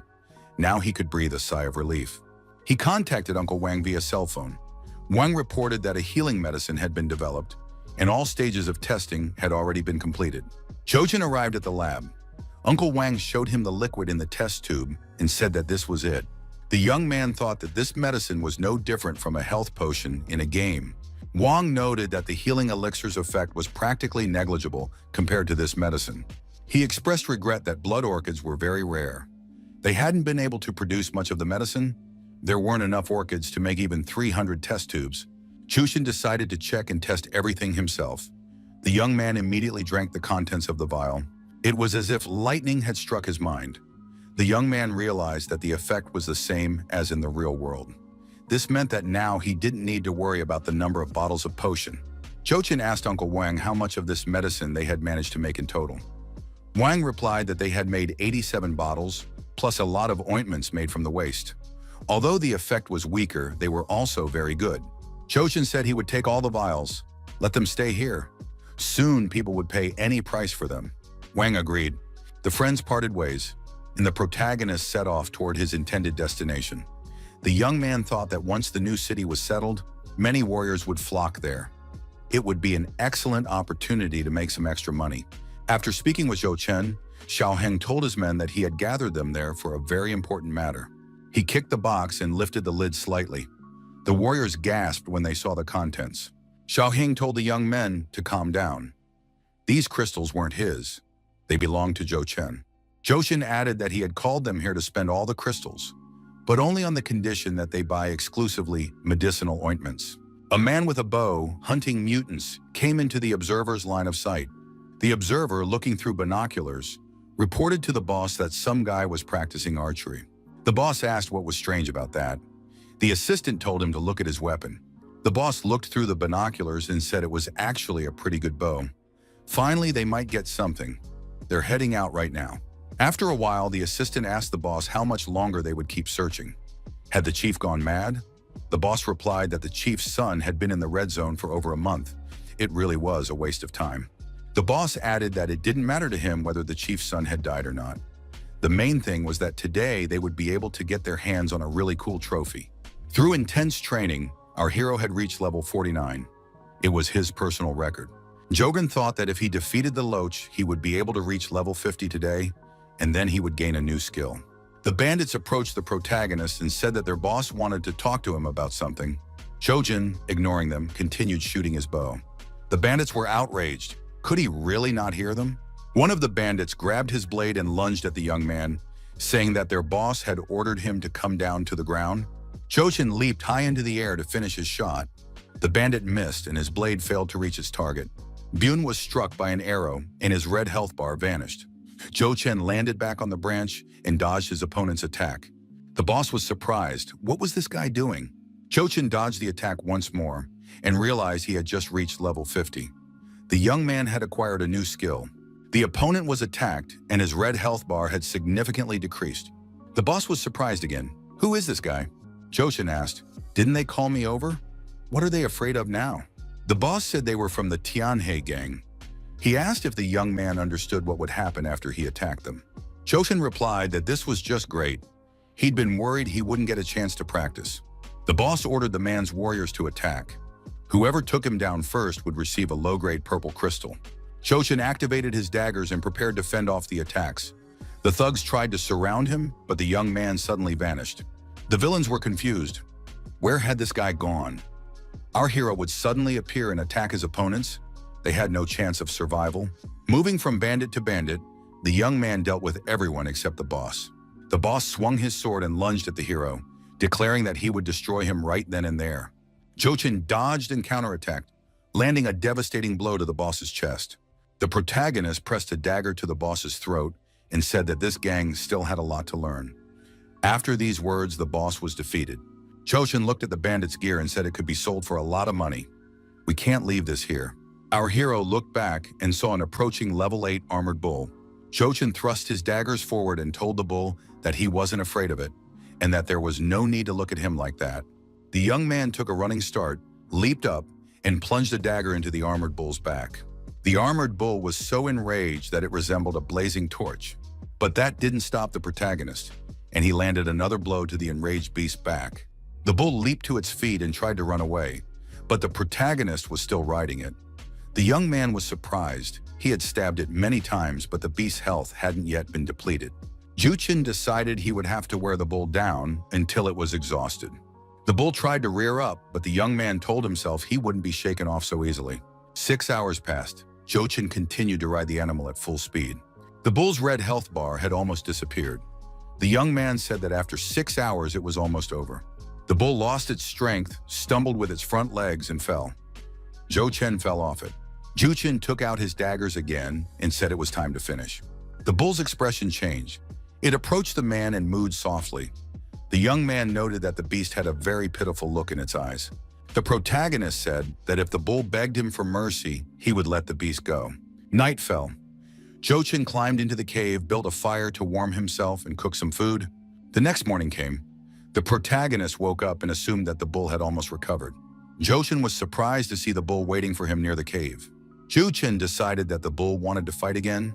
However, the beast approached the young man and licked him with its tongue. The warriors were traveling along the road in the backs of trucks. One of them noticed that someone riding a 7th level beast had galloped past them. However, the squad commander said that the Union's king of beasts had only a few such pets, and each one was worth more than a violet crystal.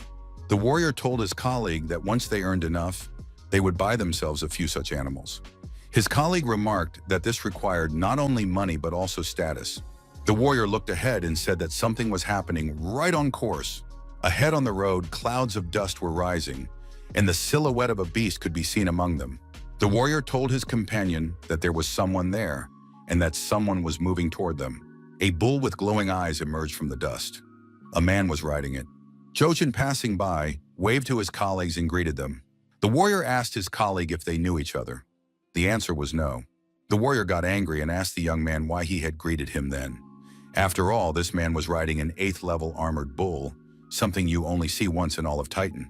Jochin rode into the city and began navigating the streets on the bull. After familiarizing himself with the traffic rules, the young man realized that bulls and other wild beasts were not allowed to enter the city. But if he left it outside the city, the other warriors would undoubtedly kill it. Jochin hoped that after reaching level 60, the pet system would unlock, making it much more convenient to keep them there. The protagonist remembered some old acquaintances and decided he needed to find them now. Jochin headed to the territory of the guild that specialized in hunting wild animals, specifically deer horses. The girl told Shahan that this place was truly very beautiful.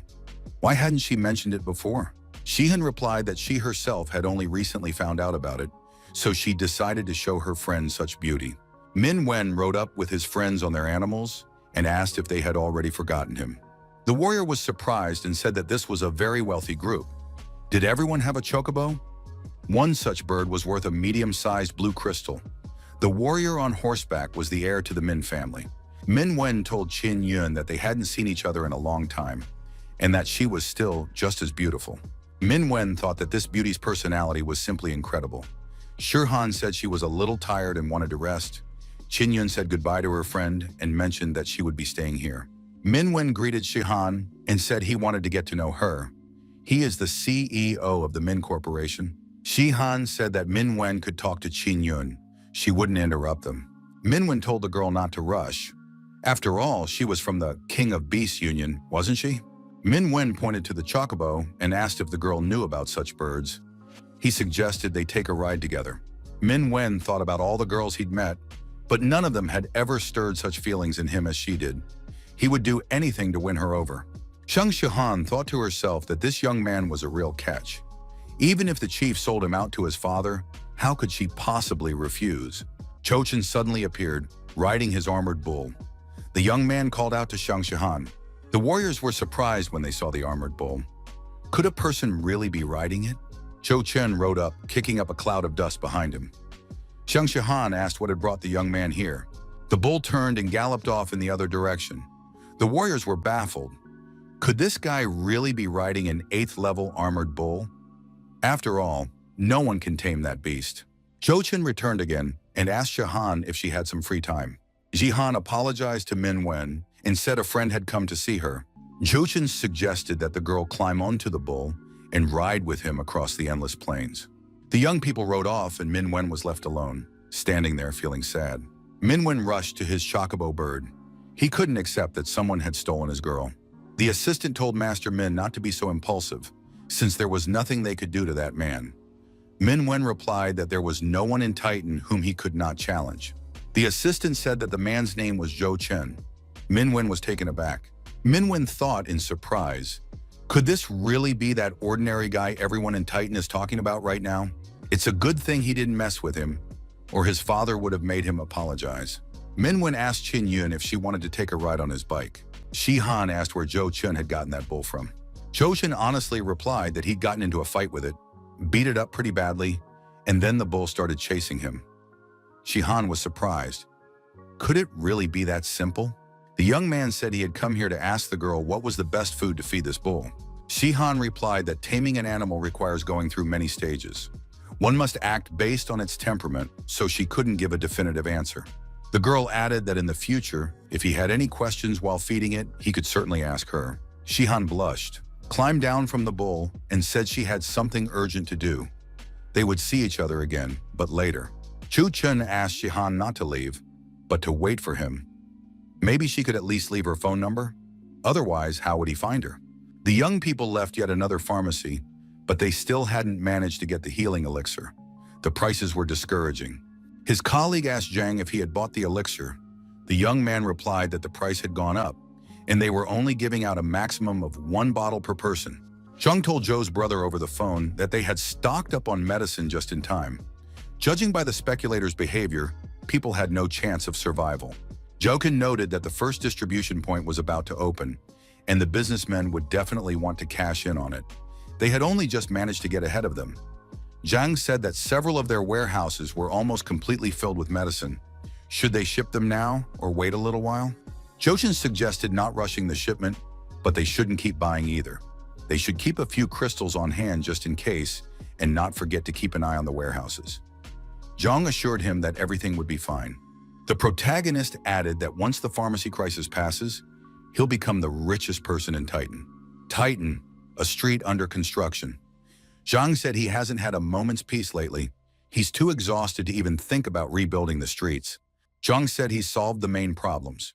He needs the best designer to plan the street. There should be a place here where people can eat, have fun, and enjoy themselves. The warrior added that the budget would be very high, since no one knows the prices of the materials yet. Once this street is finished, it should have the best view in all of Titan.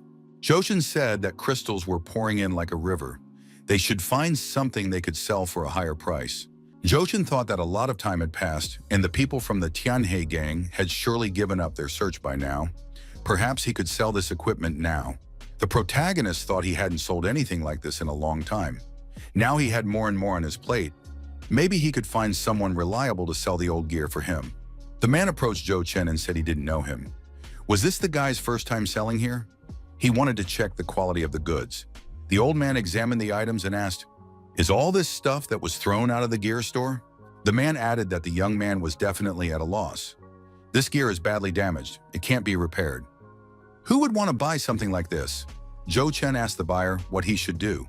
The man replied that he knew of a repair shop. Maybe they could help out somehow.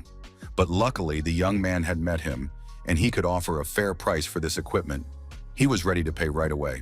Zhou Chen asked the buyer what a fair price for this item would be. The young man decided to keep up the act and see how long this charade would go on.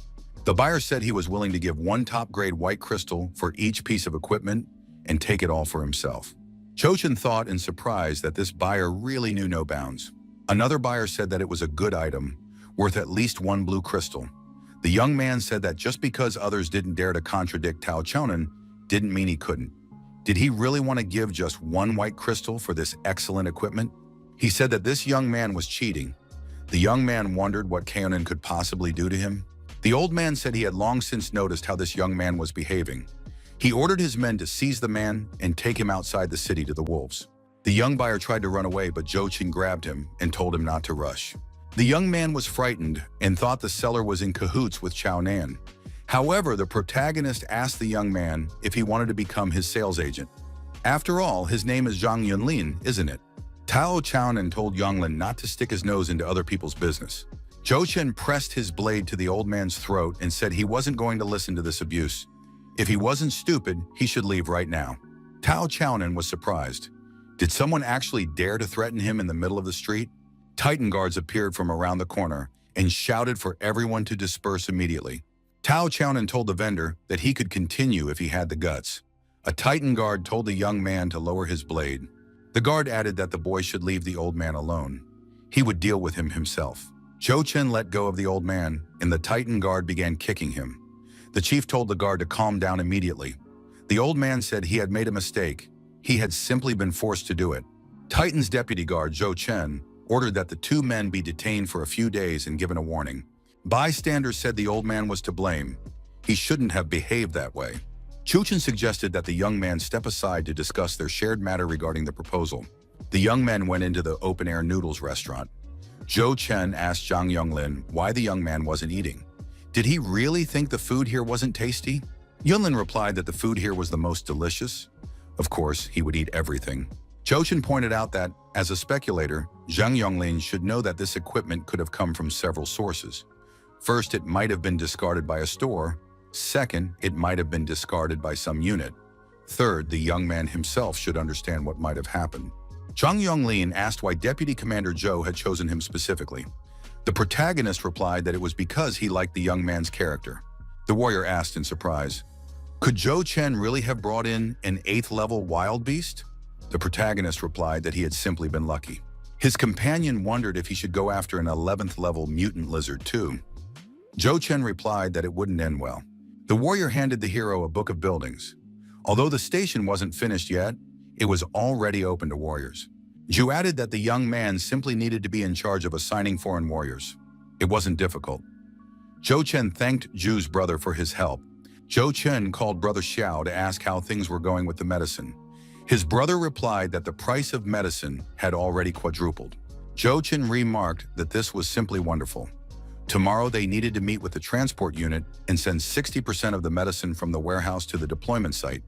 If anyone from the Warriors Union needed medicine, they could sell it for no less than 4 white crystals. Zhang Shochi said they wouldn't wait any longer. But what if the price suddenly rose to 5 white crystals? Zhou Chen pointed out that others might think the same way, and in that case, the price would definitely drop. Zhou Chen approached the man and asked how conductivity could be increased. Gu Zhenye, the inlay master, replied that the higher the grade of the crystal, the higher the conductivity could be raised. It all depended on what kind of crystal he received. Gu Zhenye also reminded him that the higher the percentage, the greater the risk. If something went wrong, the weapon would be ruined, and the crystal would be lost forever. The young man would have to pay him in any case. Choshin replied that he needed to think it over. Suddenly, a warrior approached and asked indignantly how the old swindler dared to deceive people. The warrior told the young man not to believe the old man. Yesterday, he had given him his saber with 20% conductivity to have it enhanced, and today the old man said the weapon was broken. The old man reminded him that this was no easy task. The warrior said angrily that if fighting weren't forbidden here, the old man would have been destroyed long ago.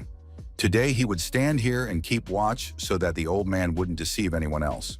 By evening, the warrior said that he would also come here the next day and keep an eye on the old man. Jogan caught up with the old man and said he just wanted to talk. The man was surprised. Did the young man really believe him? Jochen remarked that otherwise he wouldn't have come here. Jochen thought that the system couldn't be wrong. This man truly possessed the art of inlaying. The old man inspected the weapon and said it was good.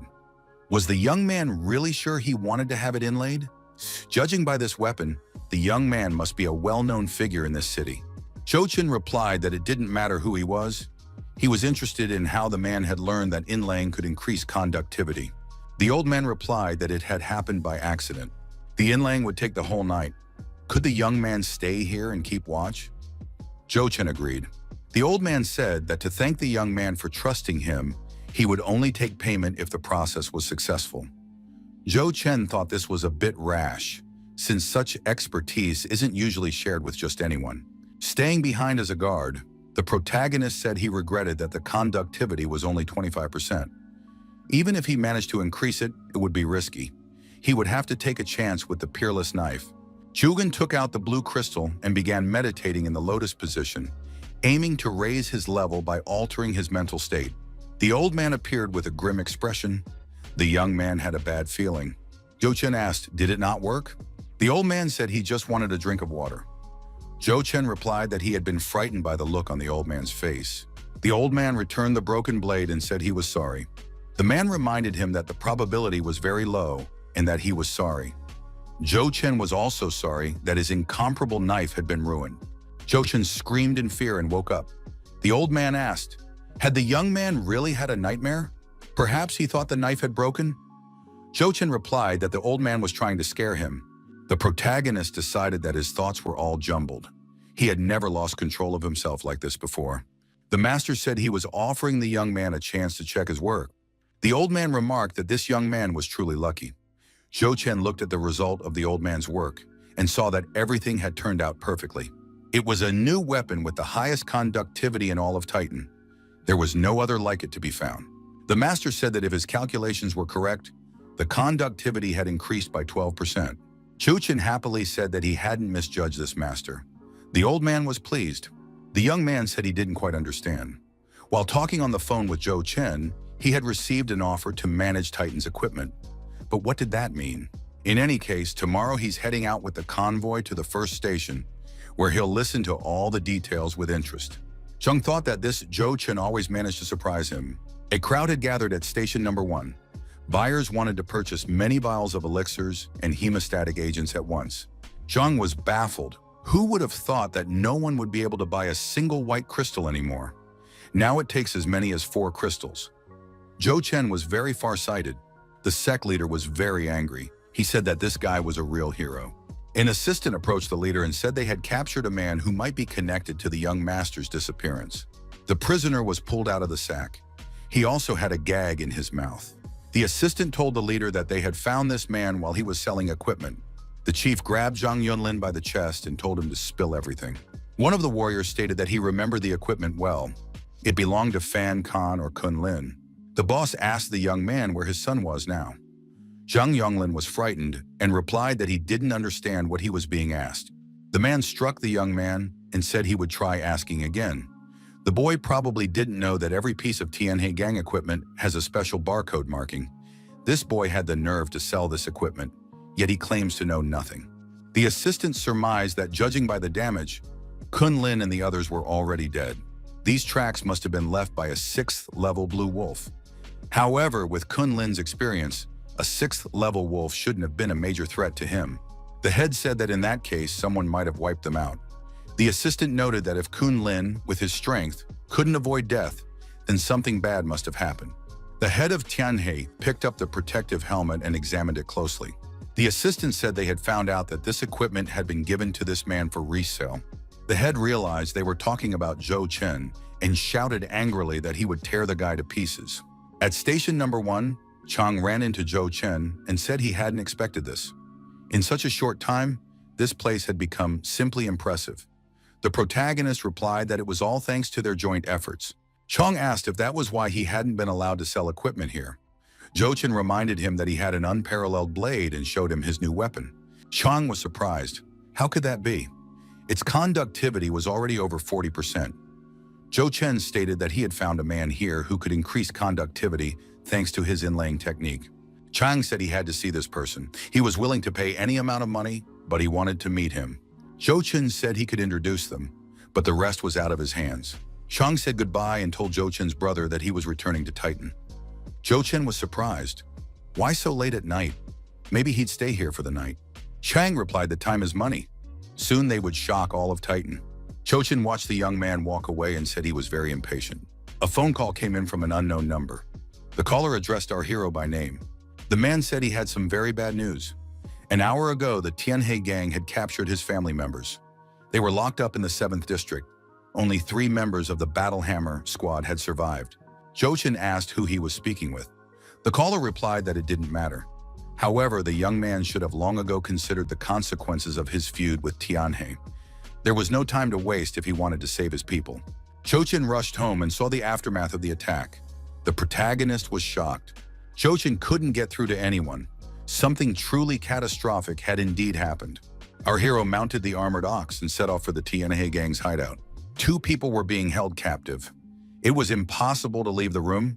The door opened and 2 more people were shoved into the cell, Su Junwen and Lan Shi. They were warned not to make a scene. The man was surprised and asked how Su and Shi had ended up there and how they were feeling. The warrior told the guards to keep a close eye on the cell. If anything happened, they were to report it immediately. Chochin crept up to the building, climbed onto a tree branch, surveyed the situation, and realized he was on target. He activated invisibility mode and slipped inside. The young man heard the guards report that the prisoners were locked up on the 11th floor. They'd run into the head of security himself, and all the guards were ranked 8th or higher. Chochin took the elevator up to the 11th floor. One of the guards told his colleague that he needed to use the restroom. Our hero easily neutralized the guard who was left alone. After searching the body, the young man realized that this guard didn't have the key to the cell. Chochin tried to open the cell with a knife, but without the key, he couldn't. The first guard returned from the restroom and was also subdued by our hero. Su Junwen and Lan Shi heard someone outside trying to open the door. Finally, the door opened and Chochin appeared in the doorway. All the prisoners in the cell were surprised and very happy. Chochin told them to keep quiet. First, they needed to get out. After leaving the building, the protagonist and the former prisoners fled. Chochin carried the girl in his arms. Su Junwen said she wasn't scared at all because she knew that he would save them. The head of security saw the deactivated guards and determined that their blood was still warm. That meant the fugitives hadn't gotten far. A pursuit must be organized. The guards on the city wall spotted people running. Leaving the city before dawn was forbidden. Chochin told the guards that he needed to leave urgently, so he demanded that the gates be opened immediately.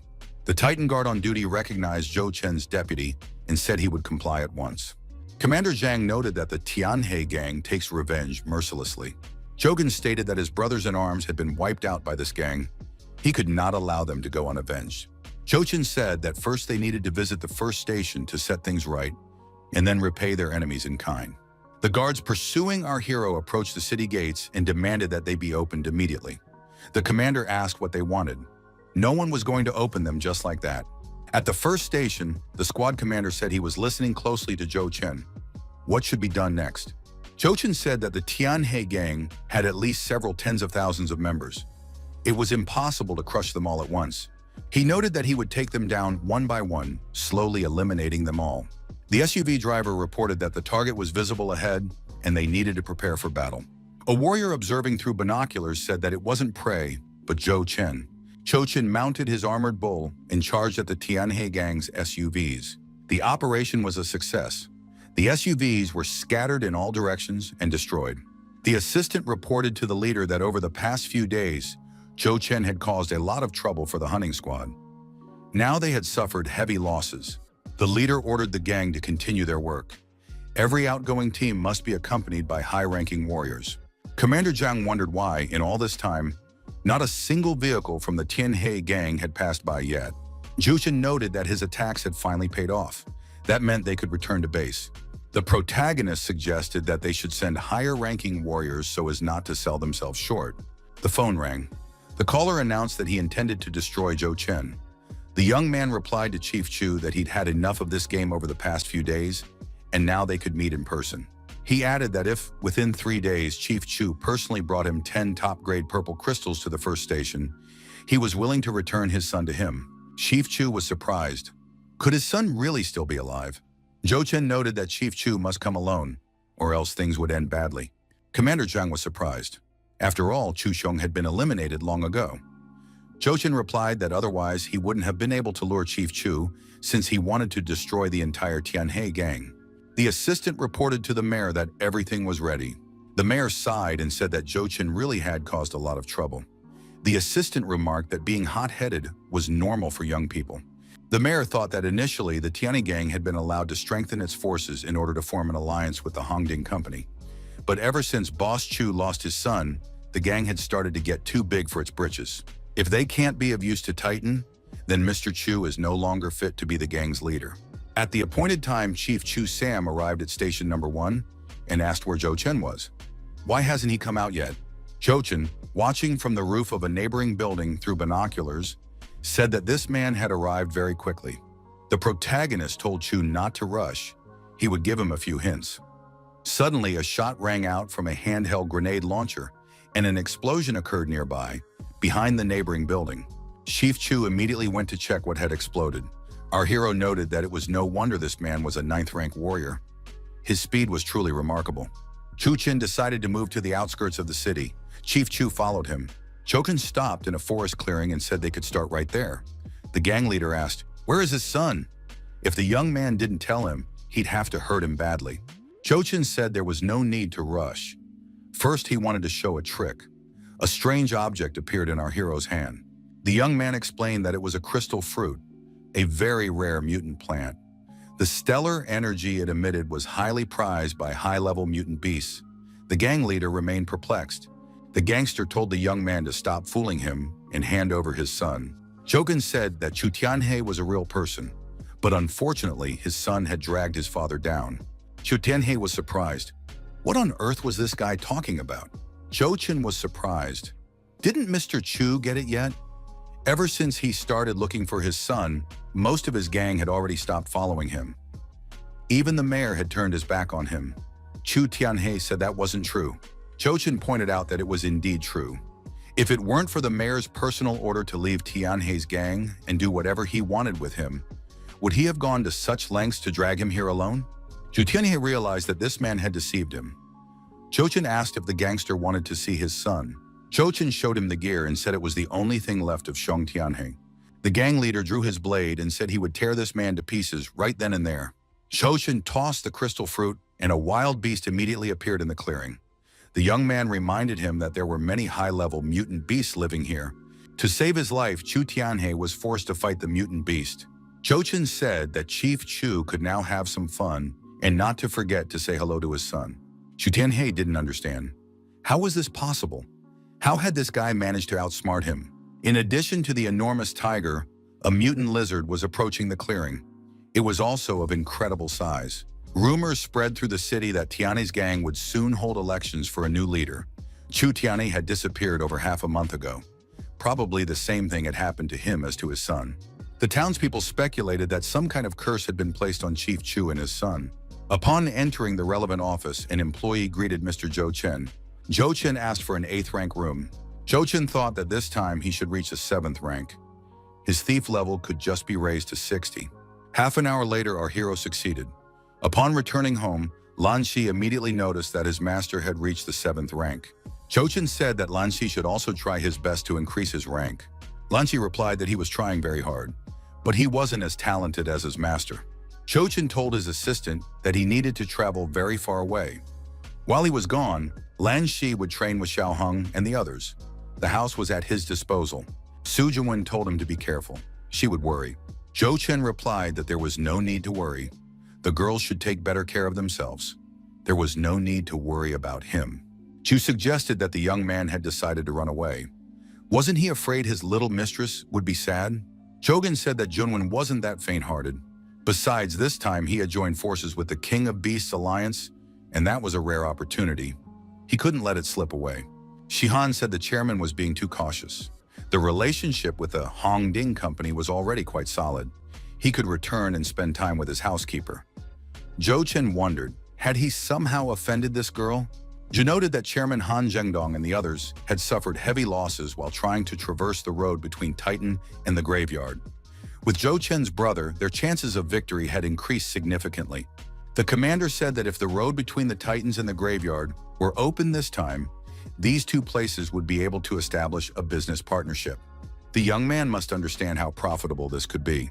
Zhou Chen asked, "Is the leader afraid that his King of Beasts alliance won't be able to secure such profits?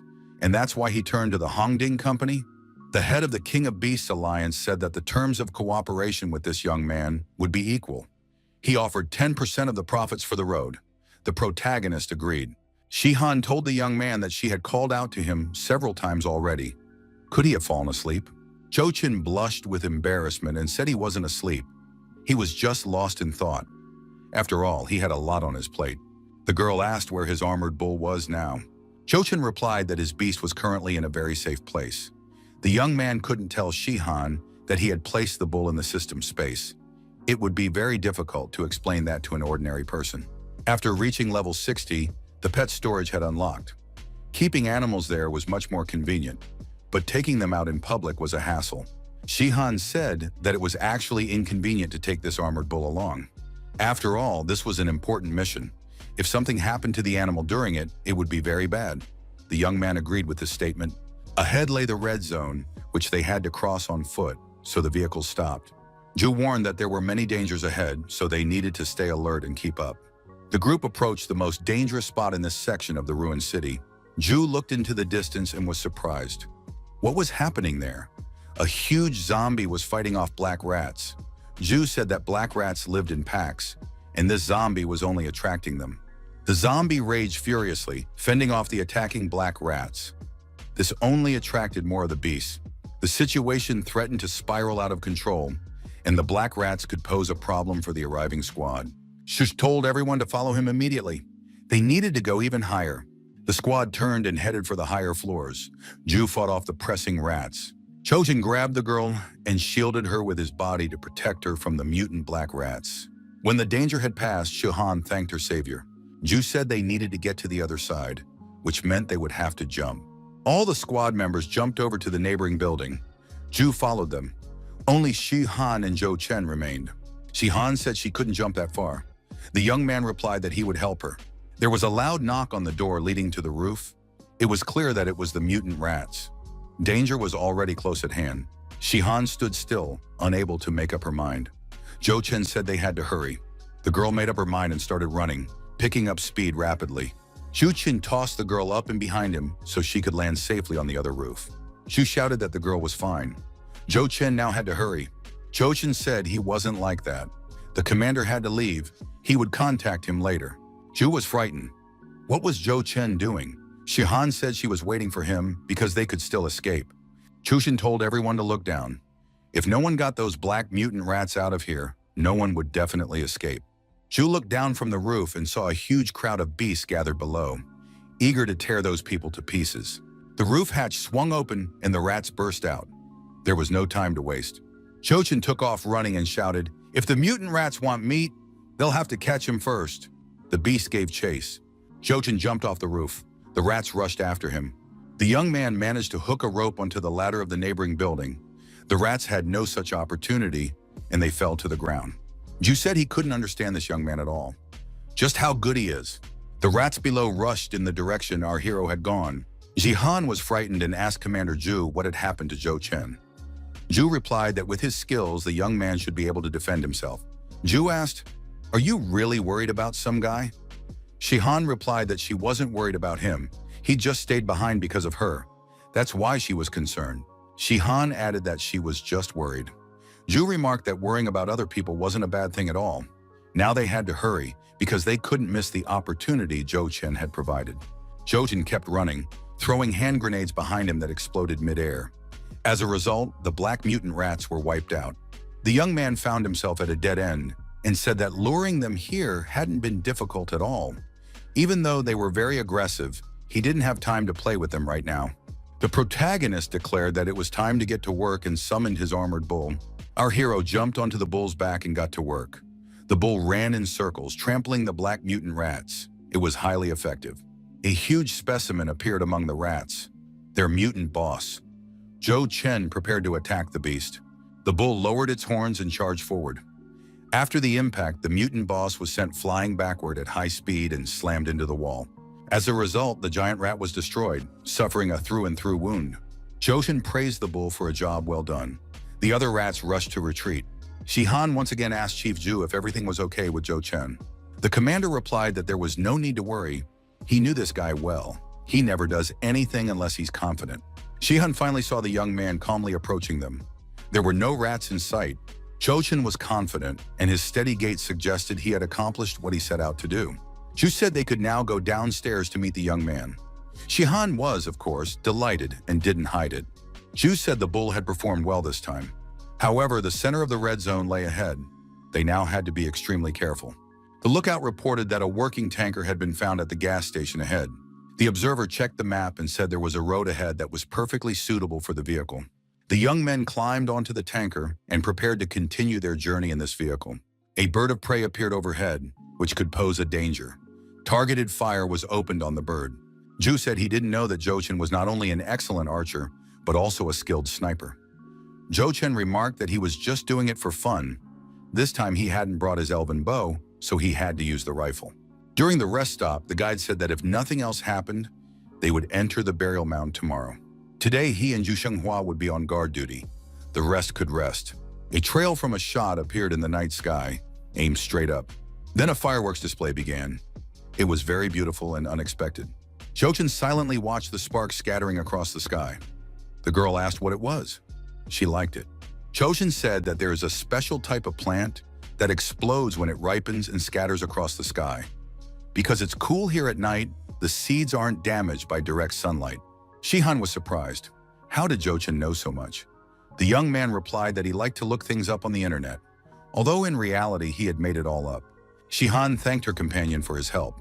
Jochin remarked that in a dangerous situation, she would help him too. He had no doubt of that. The squad commander called his subordinates a bunch of wimps. He ordered a search to see if anyone was still alive in the area. At that moment, a fuel truck drove by on the road, with young people on its roof. A soldier told the commander that they might have been seen from that truck. They needed to catch up. The commander ordered a message to be sent to the brothers in town, telling them to keep an eye on the tanker. The guide said that the southern settlement, one of the 4 stations of the graveyard, was already ahead. At that moment, Li Qin, a 6th rank warrior, was fighting a 7th level mutant wolf. Li Qin leaped high into the air and swung his blade. The mutant wolf prepared to pounce. As a result, the beast was destroyed and no longer posed a threat. Jochin, watching from the roof of the fuel truck, thought, how is this possible? Could a 6th rank warrior really have destroyed a 7th level mutant beast without even using star power? Jochin speculated that the warrior might not have been fighting at full strength at all. The protagonist thought that the city of Graveyard was indeed not so simple. And this is just the deployment site? In terms of scale, it's even bigger than Titan. Previously, the young man had thought this place was almost the same as Titan, but now he saw that he was wrong. Shihan asked if they would reach the graveyard itself today. The guide confirmed this. However, now they didn't need to rush. The guide added that he could show them something interesting. The young people approached a station near which were flying machines of incredible size. Zhang asked if they had ever flown in one of these before. None of them had ever even seen these airships before. After taking their seats, everyone fastened their seatbelts. Jochin told his brother Ju that such airships weren't only found in South Village. There were plenty of them at other stations as well. Ju replied that if there was only one station of such enormous size here, what on earth was the burial ground itself like? Shihan was delighted and said that since they were rising upward, that meant they were flying after all. The girl exclaimed with delight that they were flying through the air. Could Jochin feel it? Shihan suggested that everyone look out the porthole, since the view outside was very beautiful. Jochin thought that it was certainly beautiful, but what would happen if the airship collided with some kind of mutant? An alarm sounded, all the passengers flinched, and many were frightened. The pilot announced that a flock of mutants was flying nearby. It looked like 5th level flamingos. Jochin thought, is it really that bad? Could there be a collision? The hunters outside the airship opened targeted fire with their crossbows at the flock of mutants. However, the crossbows were not loaded with arrows, but with special capsules. The capsules opened in front of the birds, releasing nets. The flamingos got caught in these nets. The hunters reported to the airship crew that the danger had been eliminated. The captain thanked them for their excellent work. Jochin was surprised. Could everything really be resolved so easily? He recalled the warriors who had attacked the white mutant beast near the road and thought there might be some connection between them. Jochin looked at the hunters' crossbows and surmised that the secret lay in the metal. Jochin offered the hunter a cigarette and said they had worked hard. The hunter thanked the young man and took the cigarette. Jochin asked what kind of metal capsule the hunter had just used. The shooter guessed that this guy had arrived at the burial ground very recently. Zhou Chen confirmed that he had just arrived from Titan. The shooter said he hadn't heard of that name. Titan must be a very small town. Zhou Chen was surprised. Was Titan really a small town to the locals? The hunter explained that there was no secret to this bullet capsule. The young man added that it was a warhead made of composite metal. The young man added that a year had passed since they managed to crystallize the composite metal. Now it is divided into powerful and weak subtypes, but even the weakest of them is many times stronger than the metals of years past. The hunters said that they had classified this metal into subtypes according to a standard called armor penetration. That is, based on its ability to destroy an enemy's defenses. The higher the armor penetration, the greater the destructive effect. The young man added that the bullet he had just fired had an armor penetration rating of 8. Its cost was equal to the entire airship's revenue. The gunner told the young man not to be surprised. In fact, such a situation might happen once in every 10 flights. Therefore, the airline still doesn't incur any losses. Zhu suggested that they really did have a very narrow perspective. If they had obtained such metal, hunting would be easier and more enjoyable. Zhou Chen agreed with this. The young man thought that such a weapon required warriors capable of fully unleashing its power. For example, a first-rank warrior would be able to use armor-piercing weapons with a maximum rating of 2. Sihan asked the leader why this place was called the graveyard. Chief Zhang said they would have to wait a little while. They would arrive soon, and then everything would become clear. Half an hour later, the airship hovered over the graveyard. Jokin thought that this city had endured many attacks by beasts, which was why so many bones had accumulated here. The ship's commander announced to the passengers that they had arrived in the city of Graveyard. The young people arrived in the 11th district of Graveyard City. They were greeted at the entrance to the Triumph Hotel. He was satisfied. Jochin and Shihan were a little confused. Chief Zhang noted that all the rooms here were single rooms, so they could choose anyone they liked. Chuchin told his companions that he was tired and was going to get some rest. The girl standing at the hotel entrance offered the young man an excellent massage. The young man was even more flustered. The protagonist replied that he wasn't interested at all, so they shouldn't waste their time. Shihan was dissatisfied. Why did Director Zhang choose this hotel? Chochin, left alone in the room, thought that his horizons were still very limited.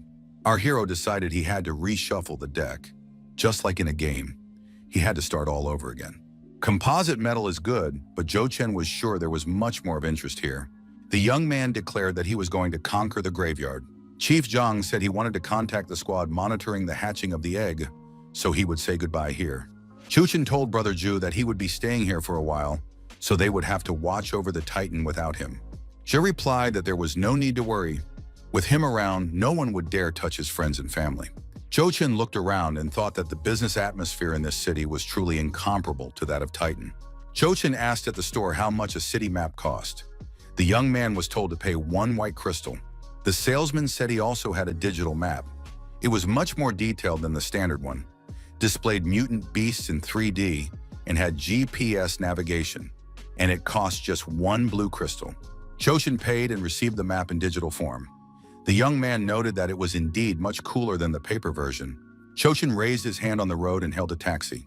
The driver pulled over and asked where the gentleman wanted to go. The protagonist replied that he needed to get to Equipment Street in the 9th district. Upon arriving at the designated location, our hero went inside and examined the exhibits. He asked what the armor-piercing capability of this knife was. A female employee took out the dagger and measured the required characteristic with the appropriate device. It turned out to be a dagger with armor penetration of 5, and it cost a full 1.5 purple crystals. Jochin thanked the employee and said he would look around elsewhere. The girl suggested he stop by more often. Maybe he'd find something he liked. 6 hours later, our hero still hadn't found anything. He realized that all armor-piercing weapons started at a purple crystal, and in Titan he was considered rich. In Mogilnik, however, he barely scraped by as an average Joe. Jochin ended up at an auction and took an interest in the items on display. The auctioneer announced that the final lot of the first show was about to be presented. The host announced that a mysterious person had provided a piece of composite metal. The attendees decided that they hadn't come here for nothing and asked about its armor-piercing capability. Surely no less than 5. The show host added that it was a piece of composite metal 10 centimeters in diameter and 2 centimeters thick. The audience asked why the piece was so small. They were used to using large knives, but you couldn't even make half a knife from this piece. Joshin thought that such a piece would still be enough to make a single dagger. The host said that its armor-piercing rating was 11, just 2 points lower than that of the highest-grade metal. The starting price was announced, 1 top-quality purple crystal. After the bidding began, the price kept rising, eventually reaching 6.5 purple crystals. Jochin raised his hand and increased the bid by 1/10 of a crystal. The girl said that the metal the young man had won was right in front of him. He could take it. A man in a hat sitting nearby said that he had been a blacksmith for many years, but had never seen metal with an armor penetration rating of 11. It was a pity that it was so small. Otherwise, the price would have been much higher. Jochin asked the man if this piece would be enough to make a single dagger.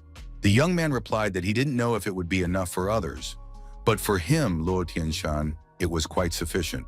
The young men came to an agreement, and later in the lab, Luo Tianshan told our hero that the creation was about to begin. Half an hour later, the craftsman wiped the sweat from his forehead and said everything was ready. He added that, based on his experience, the knife's conductivity would be at least 20%. Jochin took the knife and noted that it felt great in his hand. Now he had to test it in action.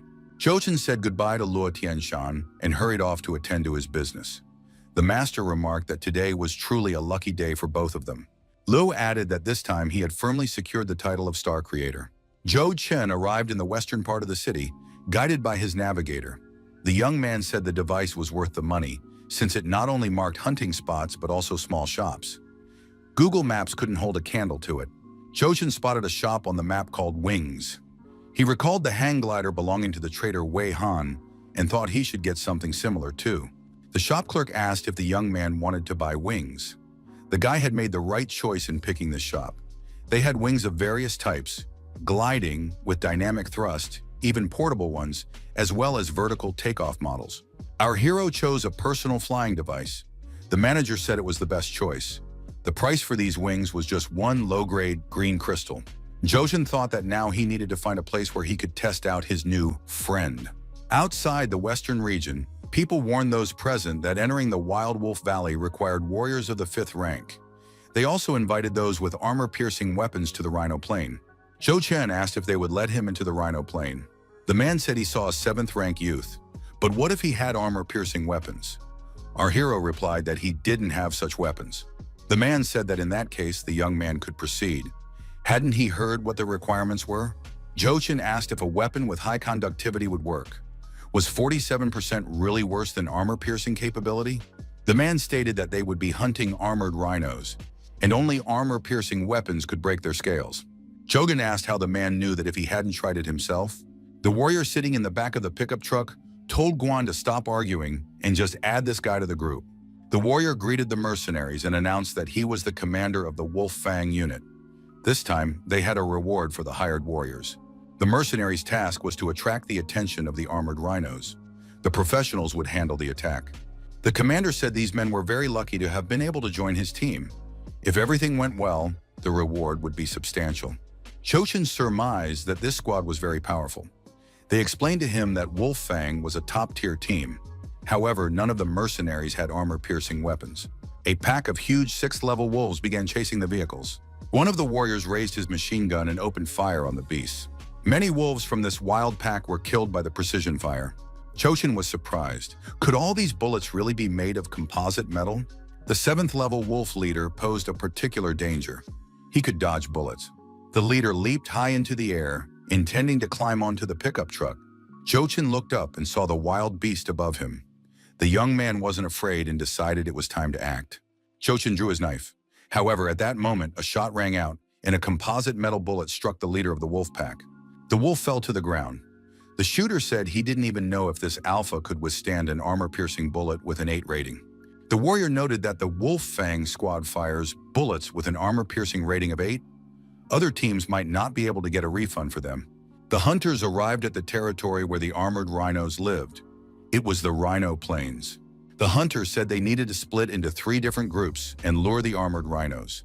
They must not attract more than 2 rhinos at a time. The mercenaries replied that they understood and would follow the instructions. Jochin was the first to rush off to carry out the task and lure the rhinos. A 9th-level armored rhinoceros was peacefully grazing. Several arrows pierced the beast's body, and it bellowed loudly. Joshin climbed onto a branch of a tall tree and set up a lookout over the wild animals. Jushin took out his new dagger and decided to test its strength. The rhinoceros charged at high speed into the tree where the young man was sitting. The boy managed to jump aside to avoid falling from the tree. Jogan began circling the rhinoceros, striking it with his new dagger. However, the beast continued to behave aggressively. This time, the young man's strikes were effective.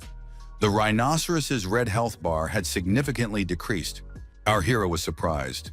He had sliced through the armored rhinoceros's hide as if it were tofu. The young man thought that testing the dagger was over. It was time to get down to business. Joshin ran in front of the rhinos, taunted them, and then ran away. He wanted them to chase after him. The squad commander was surprised. Could this guy really run that fast?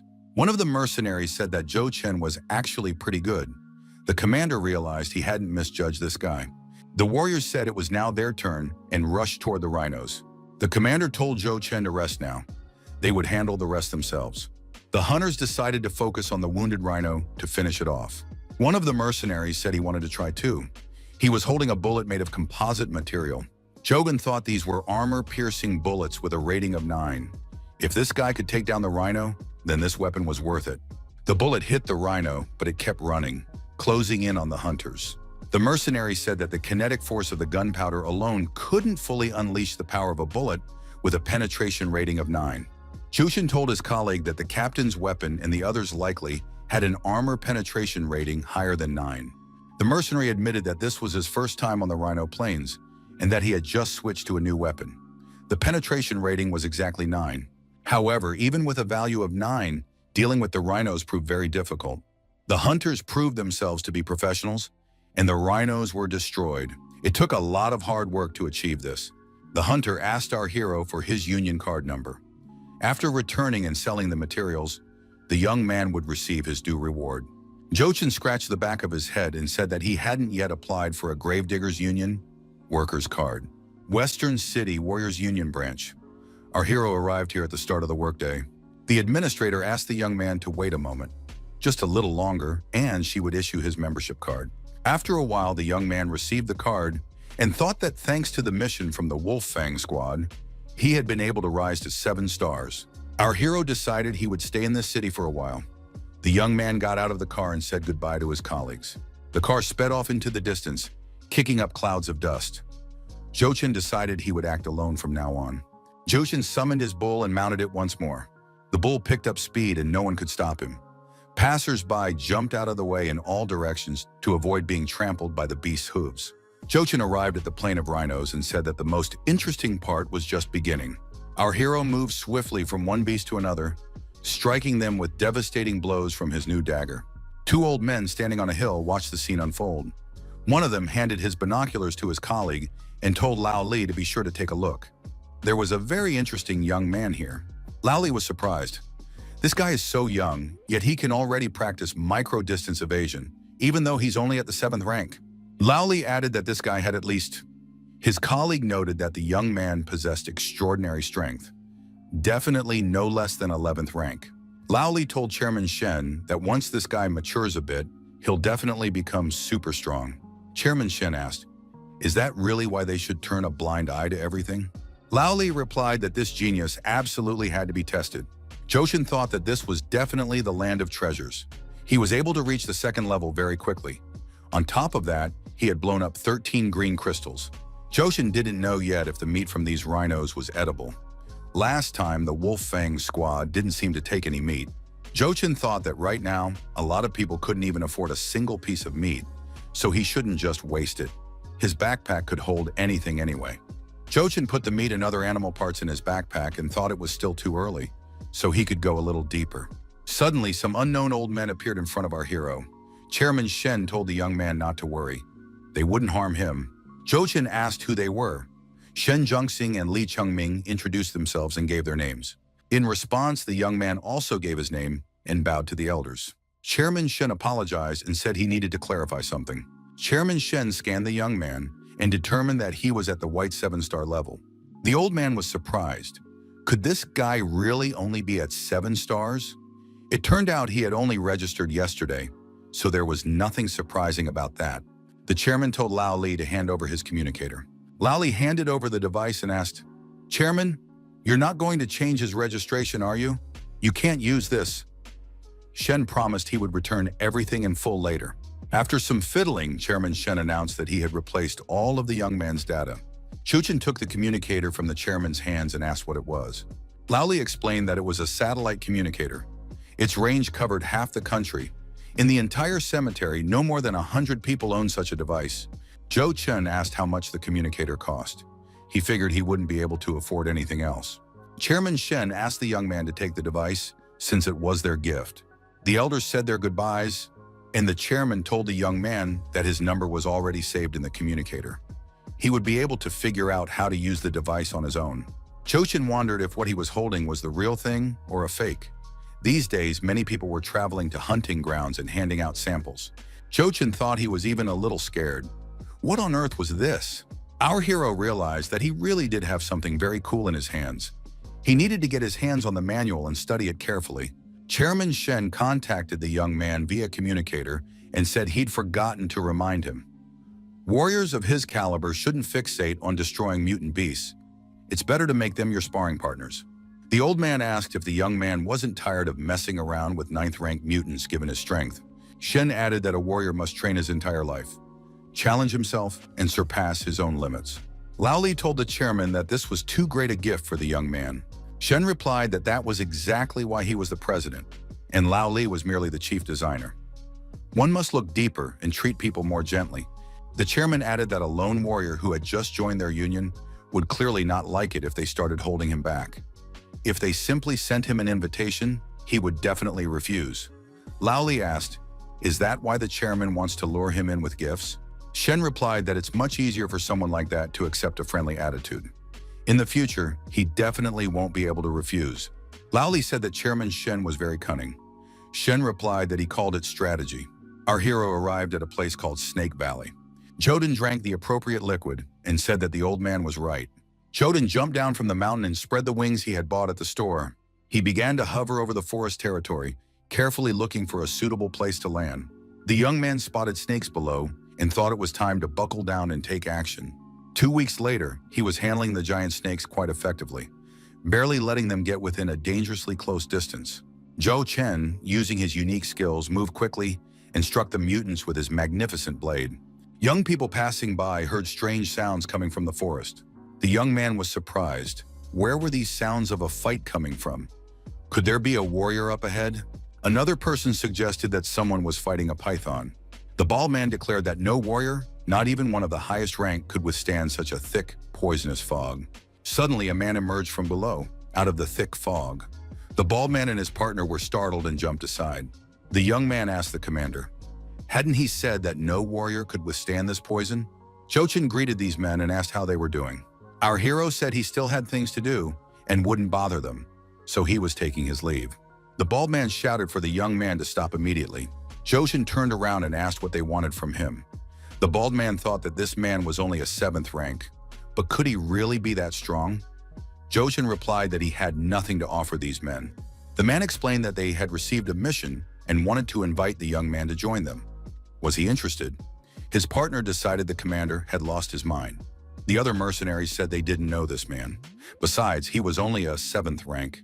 The commander needed to think this through carefully. The bald man declared that no one was to contradict him. He had made the decision himself. Chuchen told these people that he had his own opinion about joining other teams. Our hero added that sometimes it's okay to have some fun, so he's accepting the invitation. The squad commander told Zhou Chen to bring him his communicator. He would send him the mission. Zhou Chen took out the communicator the chairman had given him and told the commander to hold on to it. The young men were surprised. It was a satellite communicator. Where had the guy gotten such a thing? The squad leader realized he hadn't been mistaken. This young man was actually quite a character. The commander said that the target area was located on the border within the habitat of level 12 mutants. The reward for this mission was worth the risk. The bald man admitted he'd lost a bet, so the squad would be taking a risk because of him. The mission was indeed very dangerous. The mercenaries said it wasn't the commander's fault. After all, they were all set to make a decent profit. Chochin thought he liked this mission. Pioneers! Huge white beasts appeared on the squad's path. They were on the other side of the river. The assistant informed the commander that it was impossible to go around them. If they wanted to reach the target area, they would have to pass through the lair of these mutants. Jochen said there was no need to go around them. He would distract the white beasts and the squad would quickly pass by. The commander warned Zhou Chen not to take on more than he could handle. The young man replied that there was no need to worry about him. He wasn't going to walk into certain death. A mercenary asked the commander, "Is this guy really sane? After all, he's definitely just bragging." The commander reminded him of how they'd met. Could a person without abilities make it out of the Valley of Snakes alive and unharmed? Jochen activated invisibility mode and crept up on the wild mutant beast. The tigers roared loudly, showing their unease. However, the young man was not detected. The protagonist decided that the only way to lure these animals out was to put on a spectacular show. He ran past the beasts. The mercenary asked the commander, "Would Zhou Chen be all right?" The commander heard the beasts roar and surmised that they were clearly above level 12. He warned the mercenaries that they might not survive this mission. However, Zhou Chen appeared behind Baldy and said that he had finally returned. The entire mercenary squad stared at the newcomer in fear. How did he manage that? Zhou Chen was surprised. Were they really not happy to see him here? A mercenary said that this guy was an absolute master. The commander patted the young man on the shoulder and said that they had only made it this far thanks to Zhou Chen. His speed and agility were far superior to their own. The commander told Zhou Chen to take this detector. They needed to achieve a 60% detection rate, and the mission would be complete. 2 days later, the required percentage was reached, and our hero informed his colleagues that the mission was complete. The mercenaries rejoiced and said that now they were rich and could buy themselves excellent armor. After that, they could even get married. Upon their return, the squad commander asked the young man what his plans were for the future. The protagonist replied that he was very tired and wanted to rest. The commander said the young man could count on them. They were ready to come to his aid at any time. Working with this guy had been a pleasure. Zhou Chen also thanked them. The assistant asked why the commander hadn't invited the young man to join the team. The bald man replied that the squad was too weak for such a strong warrior. Instead of upsetting him, it was better to part on friendly terms. The old man said he hadn't expected this squad to make it back alive, let alone complete the mission. The bald one received an award, 3 medals. The squad commander reminded him that the agreement had been different, and he would demand that this man return everything to them. The old man told his assistant to find out who might have helped them. After a while, the old man was told that there had been one more person with them on the mission that day. The old man looked at Zhou Chen's photo and said that was just perfect. Joden, sitting in the car, was forced to admit that the only upside to the apocalypse was cheap transportation. Along our hero's route, a man with binoculars in his hands was perched on a high tree branch. The lookout reported that Zhou Chen had appeared at the eastern gate and was heading toward the graveyard. The young man with a blade in his hand said that Brother Hai was definitely underestimating Zhou Chen. A mere 7th-rank warrior? Anyone could handle this problem. SUVs armed with machine guns blocked the roadway. Orders had been given not to let this man escape. Jogan was approaching the ambush site at high speed. As he drove by, he noticed an armed man in the back of one of the vehicles. This was no coincidence.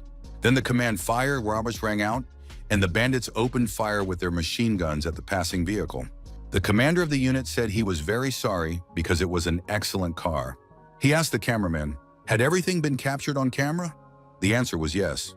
The gang leader called a general assembly, but immediately afterward a powerful explosion thundered, and the nearby structure was blown sky high. Rockets began falling on the gangsters from above. Another series of explosions followed. Joshin, perched on a branch of a nearby tree with a grenade launcher in his hands, said that if they wanted to play with him, he wasn't opposed to it. The bandits fled in fear from the raging flames, shouting, "We're going to burn! Who dared to attack us?" The shadow of a young man appeared, and he calmly asked, "Are you really surprised?" Joshin said he couldn't die without finding out who they were. The bandit squad leader declared he was ready to clarify everything personally. They represented the Haitian company. Zhou Chen had helped Lei Hu, and because of him, they had lost control of the Haiyan Tower, so he was sentenced to death. The villains ordered their men to eliminate Zhou Chen. The gangsters drew their weapons and pounced on him. However, this proved to be no easy task. Zhou Chen was elusive. Using micro-movements, he constantly evaded his opponent's attacks. The gang leader was stunned. Only a very powerful warrior could dodge at such close range. Joshin said he was sorry, but the bandit was indeed right. The gangster shouted that they needed to be careful. because their opponent was very strong. Jo Chen replied that the criminals had realized this too late, and now no one could save them. He moved quickly from one to another, delivering devastating blows with his dagger. The bandits were wiped out. Jo Chen said that the 9th rank was nothing special. The surviving bandit leader couldn't understand how this was possible or what was even going on here. Jo Chen asked his opponent, "Are you disappointed? They prepared so well, yet failed to complete the mission." The protagonist challenged his opponent to show his strength and fight like a true warrior. The villain grew angry, swung his sword, and declared that he would destroy Jo Chen. Jo Chen activated the Slaughter skill, a level 70 skill where 2 virtual daggers deal secondary damage.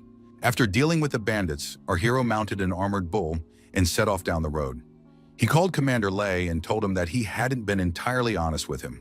The bald man was surprised by the call and asked what had happened to Jo Chen. Lei Hu asked if those scoundrels had found him. He was ready to send people to help. The protagonist replied that everything was fine and he could handle it himself. Lei Hu added that this was a gang of notorious scoundrels and that a man named Lin Haoshan was particularly dangerous. Jo Chen said he had already heard something about this man. Lei Hu told him that when he had time, Jo Chen could come to the Haiyang Tower. They could meet there. Jo Chen promised to do so. An assistant entered the room and asked the boss what had happened. It turned out that Lin Haoshan and the others had been wiped out, all at the same time. Jo Chen was surprised and said that Lin Haoshan was actually terrible and that he needed a friend like this guy. Jo Chen stopped on the lawn so his bull could graze. The young man, meanwhile, decided to bask in the sun. Our hero thought about Lan Shi, Su Junwen, and Qian Shihan. The protagonist wondered why he had thought of Qian Shihan, since there should only be friendly relations at work. He heard someone's voice, turned around, and saw Qian Shihan. The girl waved her hand and said she was there. Jo Chen was stunned. He had just been thinking about her. Jo Chen suggested that Qian Shihan climb onto the bull and ride with him. He asked how she had ended up here. Qian Shihan replied that she was doing an internship at the Union of Animal Tamer. The art of animal taming here is significantly stronger than in Titan. The man who had come with the girl asked the young man, "Who is that guy on the bull?" The young man told Leader Qin that he had information about this guy from the Warriors Union on his communicator. Leader Qin learned that this guy was a 7th rank warrior of the blue 8-star level. Qin was outraged. Could this nobody really be challenging him for the girl? The assistant said the leader was right. Kwoma declared that Jo Chen must know his place or he would be destroyed. Jo Chen asked Shihan, "Who is the man who appeared here with her?" The girl replied that he was the vice chairman of the Tamer Union and her current leader. He is very emotional. Xin called the girl over and said it was time for them to leave. Shihan climbed down from the bull and announced that she was going back. The young people exchanged communicator numbers and agreed to stay in touch. Jo Chen waved and wished Shihan good luck. The girl returned the gesture. Her friend remarked that this guy had an armored bull. Apparently, he was very wealthy. The young man asked Shihan, was this her boyfriend and were they close? Jo Chen drove up to the tower where Lei Hu was waiting for him with his assistant.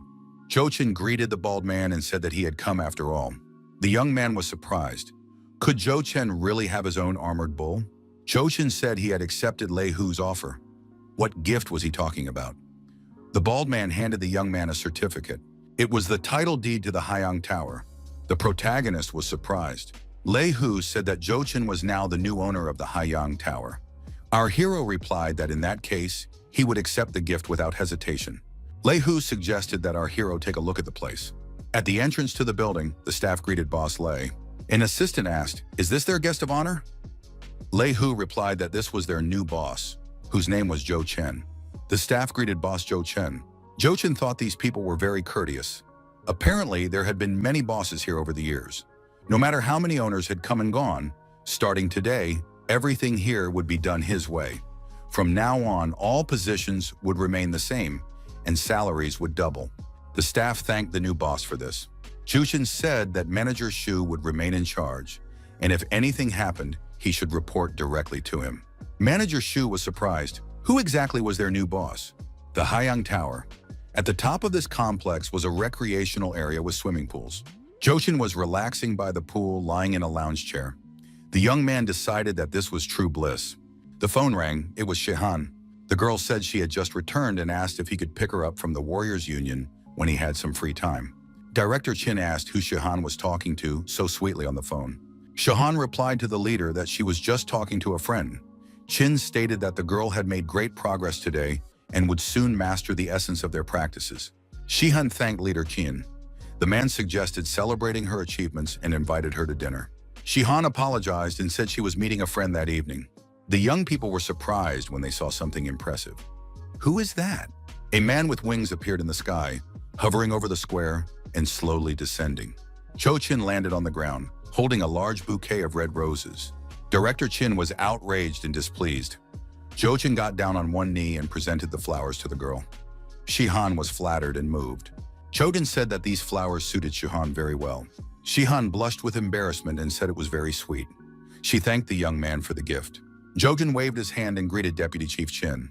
The men's eyes met, and it was as if a spark had flown between them. Shine said that if the young man didn't have enough money to pay the bill, he could ask Shihan to contact him. The girl asked the deputy commander, why was he causing trouble? After all, she hadn't done anything wrong. Jochin and his girlfriend entered the Haiyang Tower. The staff greeted their boss in unison. Welcome back. Shihan was thrilled and asked, did the young man really reserve a spot for them here? Zhou Chen replied that that wasn't quite right. He clarified that the entire Haiyang Tower now belonged to him. The young people had a wonderful time and drank alcoholic beverages. The young man said that there were surely many fine wines here, but unfortunately he didn't know much about them. Zhou Chen noticed that for some reason he was feeling nervous. Shihan smiled and said that she rarely drank alcohol either. The girl thought this guy was very cute. The young people decided that such a convenient opportunity rarely came along, and that this was a good reason to have a drink. Our hero's face turned red, and the young man decided that he seemed to have had one too many. Zhu Chen took the girl by the shoulders and called her by name. Shihan blushed even more from embarrassment. She was flustered. The young man said he needed Shihan, then lost his balance and fell to the floor. Zhou Chen, without opening his eyes, smiled and asked if the girl could stay and be the mistress of the house. Shihan, still blushing with embarrassment, smiled and said he was very sweet. If she didn't like him, would she have come here at night to drink wine with him? That morning, Shihan was in a good mood and greeted everyone with a smile. The girl felt that she was happy and that something good had happened in her life. Chochin woke up in his bed, clutched his head, and thought he'd had too much to drink the night before.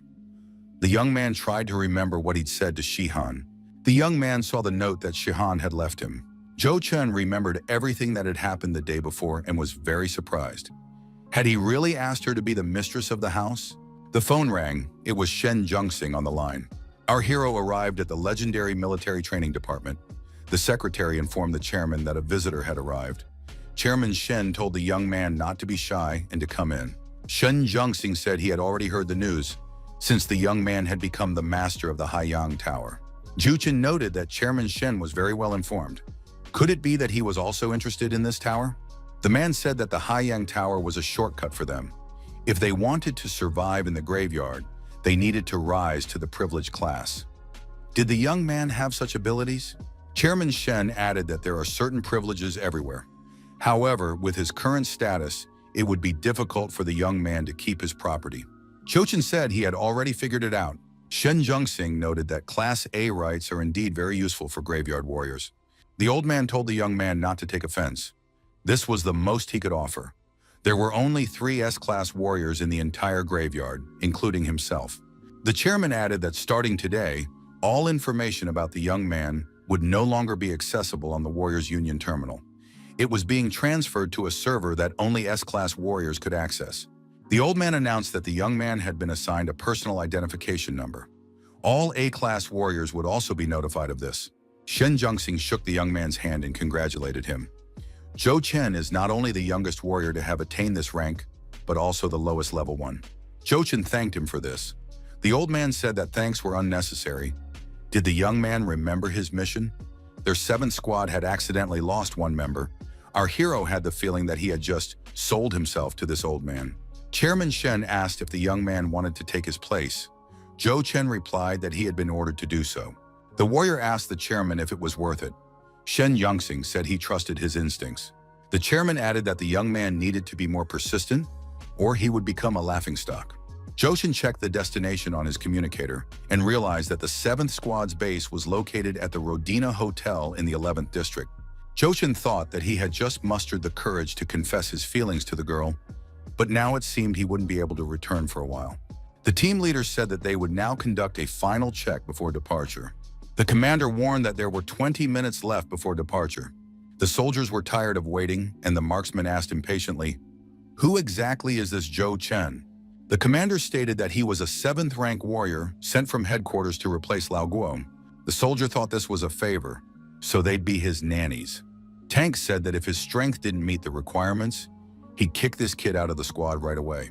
The commander noted that B-class warriors don't have access to his information. Maybe he really does have some connections.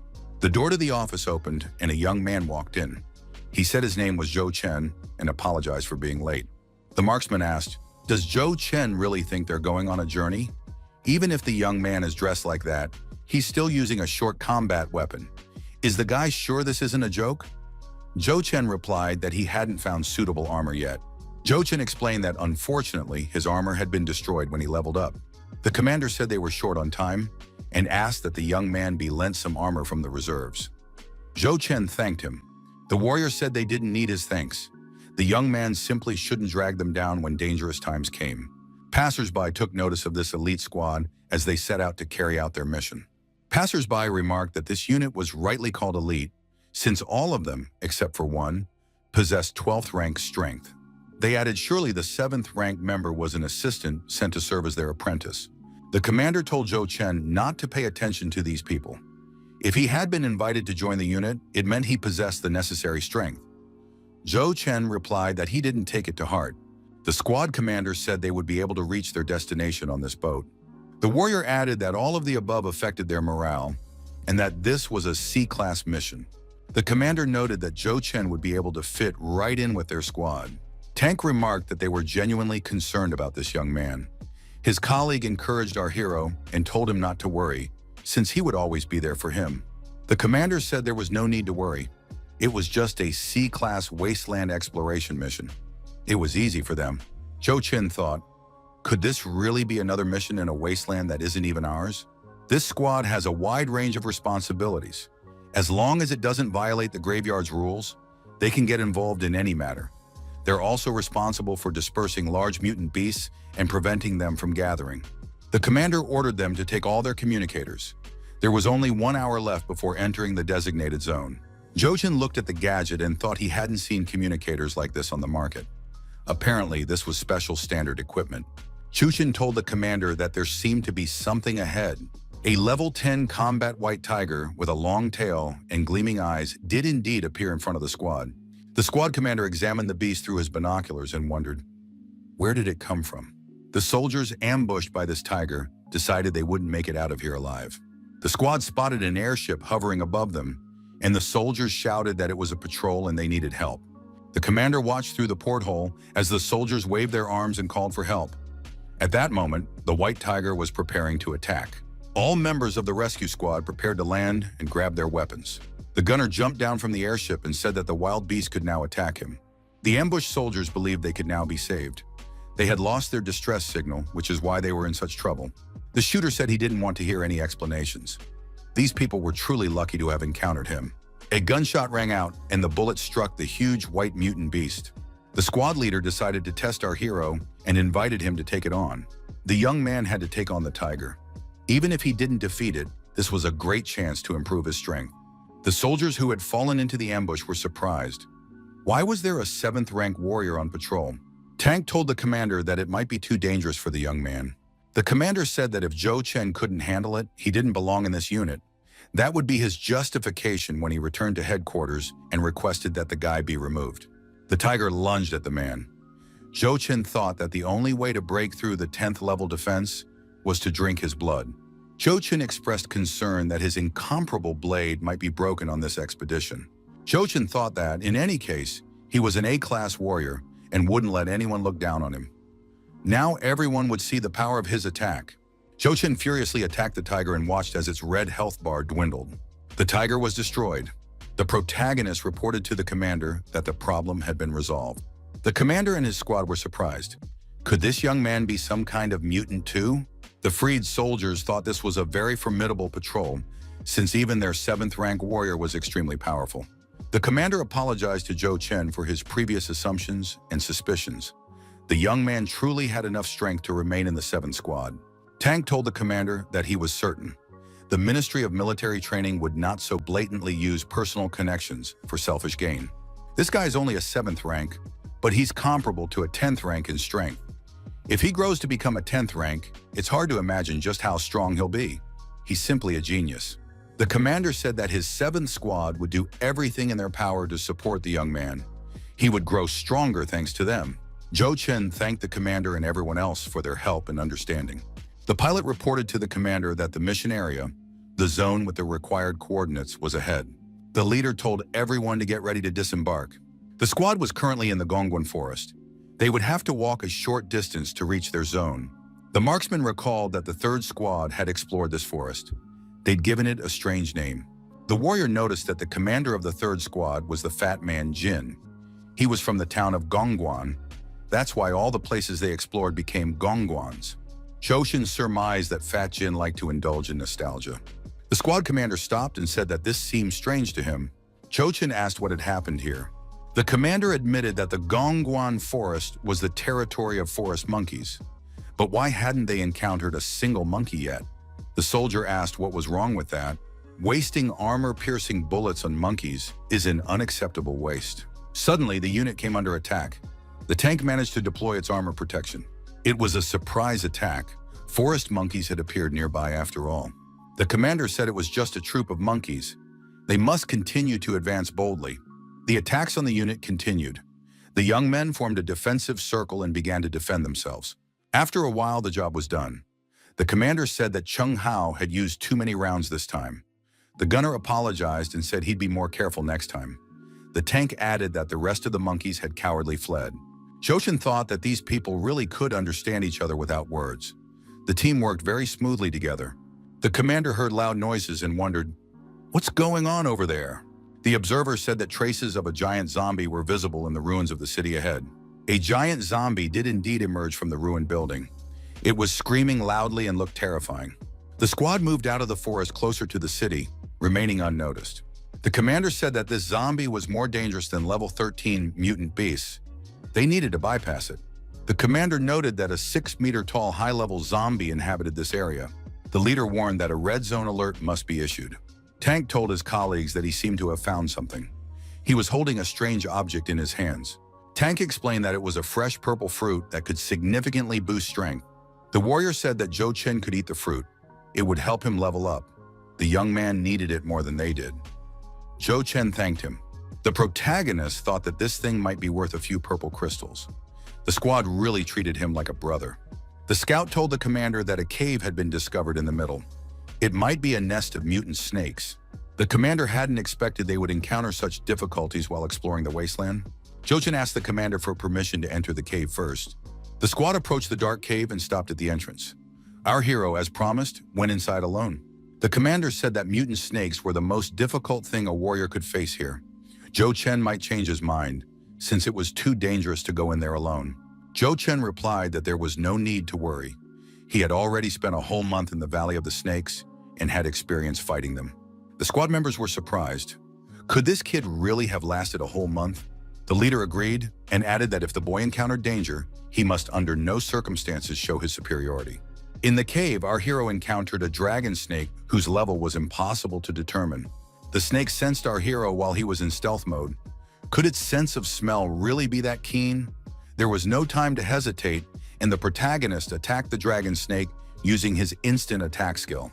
The squad leader said that this young man was truly impressive. After all, he had raised the detection level to 60% so quickly. Once he returned, they would be able to head back immediately. Suddenly, Zhou Chen emerged from the cave. He ran out at full speed, shouting for everyone to follow him. They needed to switch to emergency retreat mode. The squad joined the young man, and everyone began running energetically to escape the approaching danger. The commander thought that this guy had provoked the mutants. What was that loud noise behind them? Tank said that the young man's speed was simply too abnormal. How could they possibly keep up with him? After the squad found themselves back in the ruined city, Zhou Chen decided to stop and take a breather. The commander asked what kind of monster the young man had provoked. Our hero replied that it was a dragon snake of an unimaginable level. He had never encountered one like it before. The archer said that wasn't surprising. The Ministry of Military Training classifies the dragon snake as a level 15 beast. You could say they've just passed through the gates of hell. The tracker noted that, fortunately, nothing bad had happened. In any case, their mission was considered complete. Once the exploration of this area is complete, Zhou Chen will have the right to name it. What would he like to call this place? Zhou Chen suggested naming it the Cave of Dragon Snakes. This would serve as a warning to other warriors. A huge airship was parked on a tall tower in Magilnik. Warriors were moving cargo. The commander said they needed to hurry, as the cargo couldn't be delayed. A warrior told his conversation partner on the phone that takeoff was scheduled for the morning. This would be the 6th cargo airship. The caller wished him luck. The subscriber informed his contact that the 6th cargo airship would be in East Town this morning. These items must be returned to him no matter what. In the morning during takeoff, the airship commander reported that the weather was good today. The assistant agreed and added that they were sure to succeed today. The squad leader spotted the airship in the sky and said the target had appeared. He ordered Liu Jilong to take on the target. Jilong activated the jet wings on his back and said the target wouldn't get away from him. The airship captain invited everyone present to a dinner together after the mission was completed. The assistant remarked that the captain was, as always, generous. In that case, they'd have to work hard. The assistant told the captain that something was flying toward them right now. The object was approaching at high speed. Liu Jilong appeared near the airship's cockpit. Using jet propulsion and his wings, he caught up to the airship. The airship captain said that the assistant had scared him. After all, he thought some kind of monster was approaching them. The captain's assistant waved to Jilong and said the young man was brave. After all, he had dared to fly alone in the sky. Suddenly, the daredevil's wings began to shake, and the engines changed flight mode. The airship captain screamed in fear. An explosion occurred overboard. The airship was attacked and disappeared from the radar. Zhou Chen said that everything was fine now. The target had been destroyed. Our hero held his unique dagger in his hands. Zhou Chen, standing near the SUVs, approached the enormous mutant beast. It was a level 9 spiked armored lizard. It was destroyed with a single blow. A phone call rang. The commander answered and received the relevant information. The squad leader said that something had happened and the hunt needed to be stopped. The commander announced that the 6th airship carrying cargo had come under attack. They were the nearest patrol, so headquarters was sending them to help. The gunner was outraged. What are these escorts doing? They can't even stop mutant beasts. The commander said these weren't mutants. This was a human attack. Liu Jilong said he was handing the airship over to the commander and would go stop the 7th squad himself. Meanwhile, the burning airship was descending to the ground. The commander said they must be careful. The 7th squad has 12th rank warriors. Jilong replied that he knew what to do. Zhou Chen jumped on his motorcycle and headed to the scene of the emergency. Zhou Chen noticed that he was being pursued. A man with jet wings on his back was flying overhead. The pursuer tried to attack our hero. Zhou Chen jumped off the motorcycle while it was moving and shouted for everyone to be careful. The young man thought that at that speed and from that distance, it was impossible to dodge. The motorcycle collided with an SUV and there was an explosion. Zhou Chen thought that fortunately he could change his gear directly from his system backpack. The attacker had terrible penetrating power. The squad commander said they were unharmed. Those knives hadn't caused them any damage. Liu Jilong laughed and said it was a gift from him. The 7th squad should appreciate it. Zhou Chen watched the stranger with wings on his back fly away. The young man thought it was better for him not to know who that was. Otherwise, that guy would really regret it. The squadron commander said they were too late. The airship had been destroyed. It seemed the culprit had just been trying to delay them so his accomplices could wipe out the entire crew and take the cargo. The commander reported to headquarters that the 6th cargo airship had been robbed, presumably more than half an hour ago. Tank said that this wasn't unusual for the gravedigger. They couldn't solve every problem perfectly all the time either. There was no need to take it to heart. The commander noted that they had tried their best. They had fulfilled their mission. Now they could pack everything up and return. Upon returning to the High-End Tower, the young man decided to rest. He thought that after many instances where he had been on the brink of death, he had always gotten off lightly and emerged victorious. But he wouldn't risk betting on the fact that after dying, he could be resurrected, just like in a game. The next morning, our hero headed to the 9th district of the city. The young man decided that he really needed to acquire suitable armor. An employee informed him that the Gohai auction was about to begin. The final lot would be a product from the Meteorite Company. All interested parties were invited. Jushin surmised that something valuable might be sold at this auction. While attending the auction, Zhou Chen thought that for 9 top-grade purple crystals in titanium, he could secure all the spots. However, things turned out differently in the tomb. The participants were offered a mutant vine. Its purpose is currently unknown, but it was dug up from the lair of a level 12 fire cloud beast. The host announced that the more obscure the item, the greater the potential to drive up the price. The starting bid was 1 medium-grade purple crystal. The protagonist thought he had seen such a vine somewhere before. What could it possibly resemble? Joden recalled the giant egg and wondered, weren't these the vines that had wrapped around the dragon's egg when he stole it? The protagonist recalled that the King of Beasts Alliance had come here specifically for this very thing, to take the dragon eggs away.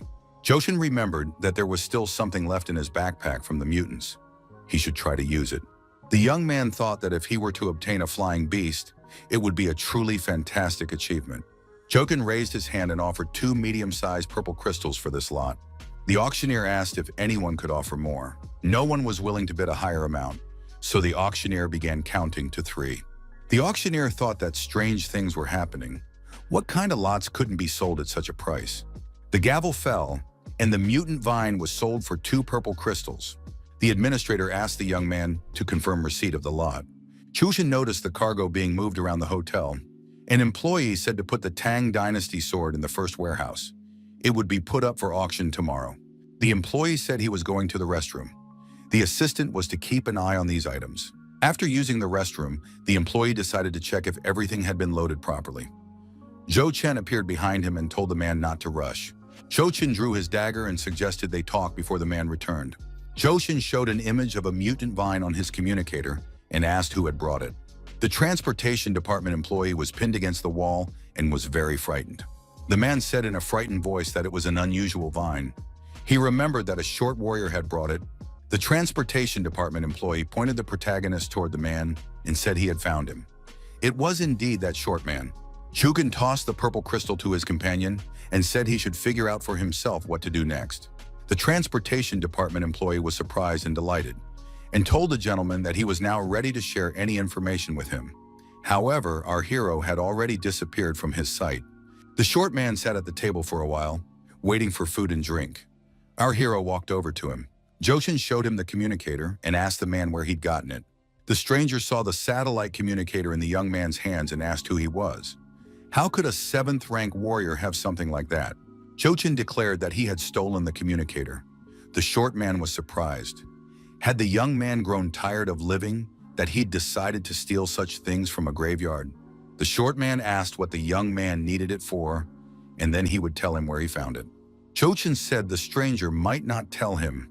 He already knew it came from the lair of the fire beast. In that case, he would find it himself. The short man asked if he told him everything, what would be in it for him? Zhou Chen replied that in that case, the warrior would gain a good friend like him. But if he didn't tell him, he would definitely gain an enemy. They paraded the elephant through the city as if to show it off. On the back of this enormous beast were Shirhan and 2 other warriors. After talking on the phone, the girl said that in that case, she would wait for his return. Deputy Commander Chin asked, "Is Shirhan really still going to show off in front of him? Maybe they're already going out to dinner together?" Shihan replied to her mentor Chin that she already had a boyfriend. Chin was indignant. Could it be that boy?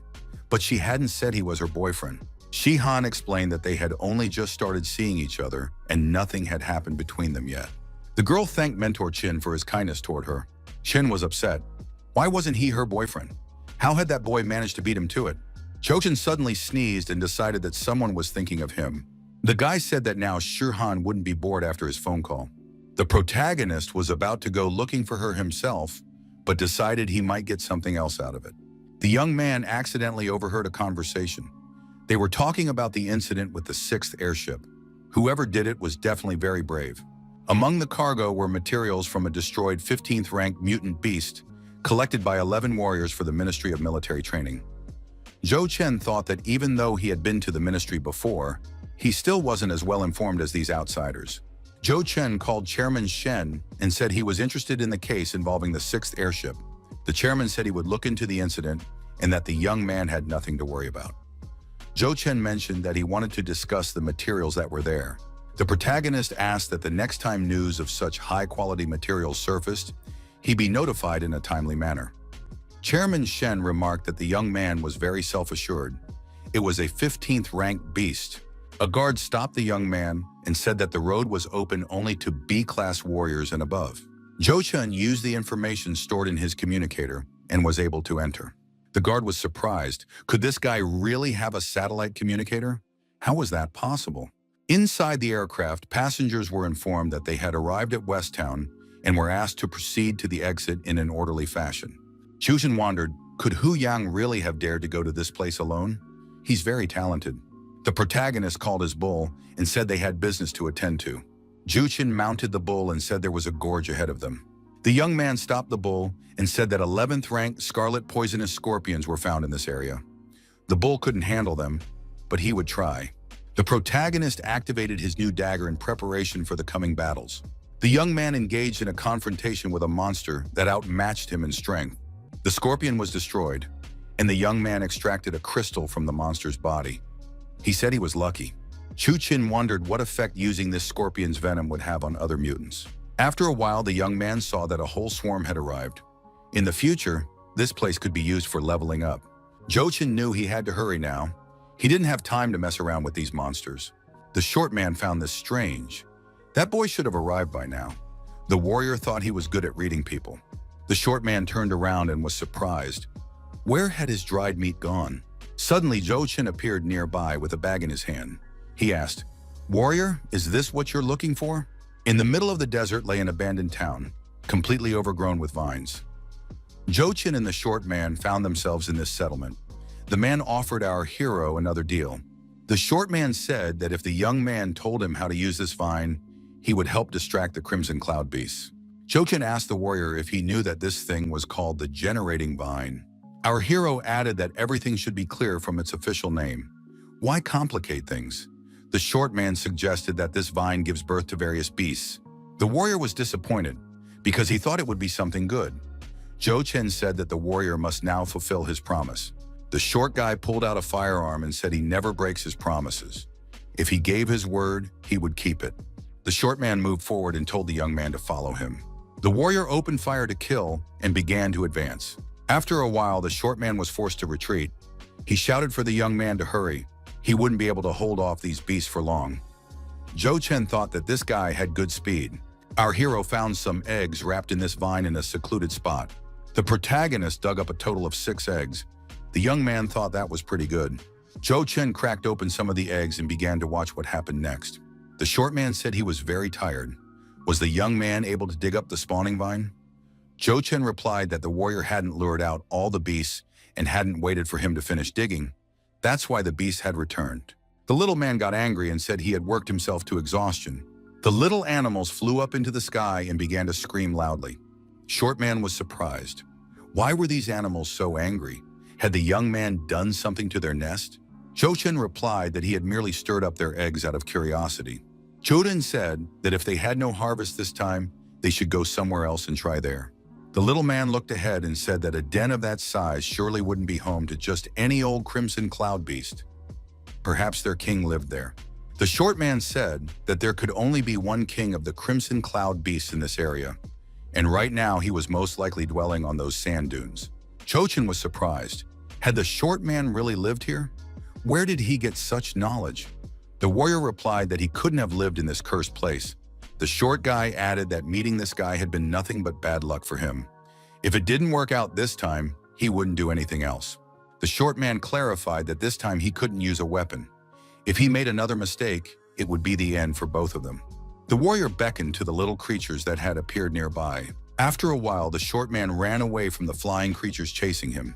He shouted that it was time to retreat. Jo-Chin watched from the sidelines again as the little guy ran away from those vile creatures. A short while later, a huge beast emerged from behind the wall. The warrior shouted that they had all gone mad. Was this happening again? Jo-Chin said that this time he had obtained the generative vine much more easily.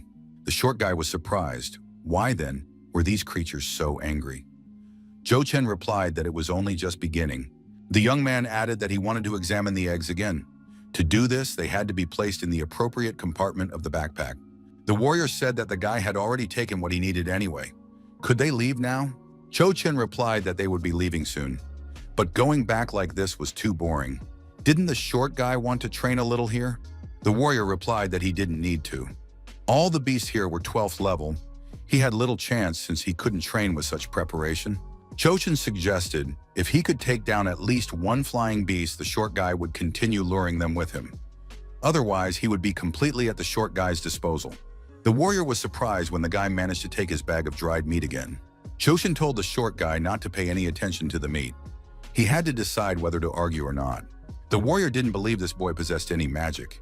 If he died, he would have only himself to blame.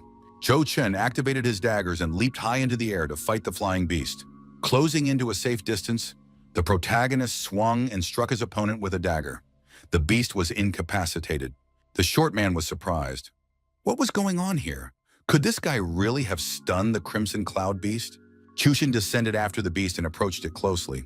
Cho Chen leaned down and poured the liquid from the vial into the motionless beast's mouth. The beast jumped to its feet and let out a loud scream. After a while, the beast fell face down to the ground again and showed no further signs of life. The protagonist thought he had never experienced anything like this before. Such a method of destroying enemies was not standard for the system. The short man said that next time they would bet again, and he would definitely win. The warrior asked the young man what he had given him to drink. The protagonist replied that it was the venom of a small scorpion. The warrior was surprised. How had he not thought of that himself? First you have to stun it, then poison it. The short man asked how the young man had stunned the little beast. Cho Chen replied that only he could perform such a trick. Now the short man had to do his job quickly, since he had lost. This time our hero once again gained access to the monster's eggs. The young man looked through his binoculars from a distance and reported to the commander that these two were playing dangerous games just to dig up the vine. The commander replied that in any case they would have to get past these people, so for now they should just watch. The young man looked at his communicator and saw several targets approaching him.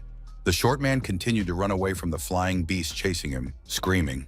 Cho Chen called his partner and told him to have the short man scare off the Crimson Cloud beasts in return. They had guests. Cho Chen was determined as he faced the uninvited guests.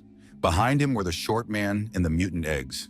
The assistant reported to the commander that these people were of the 12th and 7th ranks. The commander said that these two weren't so simple. Getting into a conflict with them would be highly disadvantageous. They needed to resort to diplomacy. The short man asked what they would do with these people. Cho Chen told the guy to calm down, since these people meant them no harm. The man greeted them and said his name was Ding Hong, and that he had come here with no ill intent. Cho Chen asked what business these people had there. Ding Hong wanted to ask if the young man might want to go with them to another area. The man added that 13th level black spiked ants lived there. Cho Chen and the short man were surprised to hear this. Cho Chen and his companion accepted the offer and found themselves in an area teeming with giant ants. Ding Hong said that level 13 black spiked ants had a high crystal drop rate. The two of them just needed to hold the ants back. He and his team would handle the rest. Cho Chen told the short man that he would have to work again after all. Ding Hong added that they should only bring in one ant at a time. They wouldn't be able to handle a large number. A short while later, Cho Chen and his partner were running frantically to escape the giant ant chasing them. Ding Hong said they were ready to take on this monster. The group leader gave the order, and the warriors rushed to attack the mutant. The giant ant was attacked from all sides. The monster behaved aggressively, and the attackers began to take damage. The forces were unequal. At that moment, the protagonist jumped onto the ant and began landing devastating blows on it. The stun skill was activated, and the ant's lifeless body collapsed to the ground. The short guy thought, did this guy really use his move again? Cho Chen told the short guy to stop standing there and run away immediately. Ding Hong shouted to his team to keep doing their work. In the evening, the warriors gathered around the campfire. The group commander said they'd done a good job today.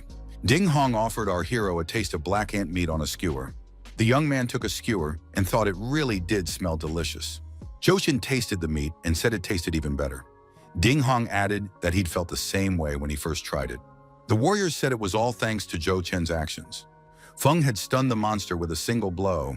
It was simply magnificent. If everyone used this guy's unique skill against higher-level mutant beasts, they'd be unbeatable too. But how did Cho Chen manage to do that? They hadn't seen anyone use a combat technique like that before. Ding Hong asked if the young man could use his technique against higher-ranked beasts. Zhou Chen replied that he hadn't tried it, but thought he'd have to pierce through the armor in that case. Ding Hong thought the young man was on the right track and decided to continue working with him. One of the warriors said that upon returning to the city, he would buy himself the latest gear from the Star Company. Today's haul was much larger than the day before. Without Zhou Chen, things wouldn't have gone so smoothly for them. Ding Hong took our hero aside and said he wanted to talk to him. The squad commander asked where the young man had come from to the burial ground. Zhou Chen replied that he had previously been in Titan. Ding Hong said he had heard of this city before. In fact, very soon, the tomb builder will open up routes to all major cities. This is an inevitable trend. Once the roads to major cities are opened, warriors from other continents will finally be able to meet. Ding Hong asked the young man if his stun skill was effective against warriors. Zhou Chen asked if the leader wanted to test it.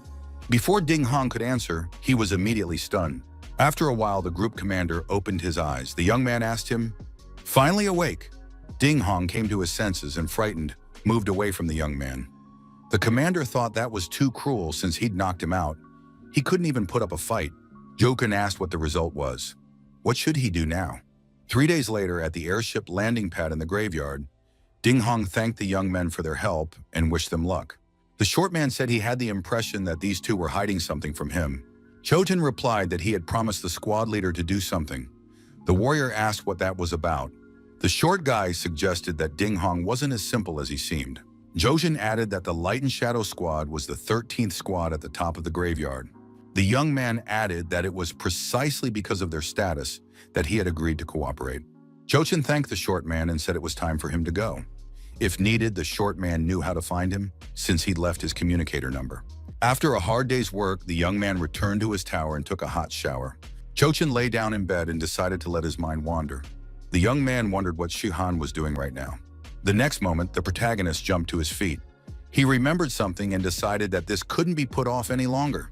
First, he had to take care of all his business. Zhou Chen arrived at the abandoned building, since no one ever goes to this warehouse in the Haiyang Tower. Zhou Chen found a secluded room and decided to leave the egg there to hatch. The young man figured there shouldn't be any problems in this spot. He figured it would be hard to spot the egg from above, especially since the roof was damaged. Zhou Chen placed his hand on the egg and said that the rest was up to it. The hatchling had to hatch as soon as possible. The protagonist thought that although his level had increased significantly, his warrior rank had long been stuck at 7th.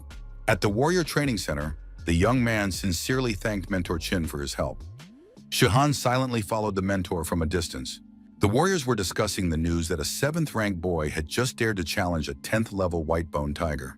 Master Qin told the young man that he could be confident in the quality of their beasts. The young man thanked him and wished him luck. Shine said that Shihan had rejected him many times. Maybe today she would give him a chance?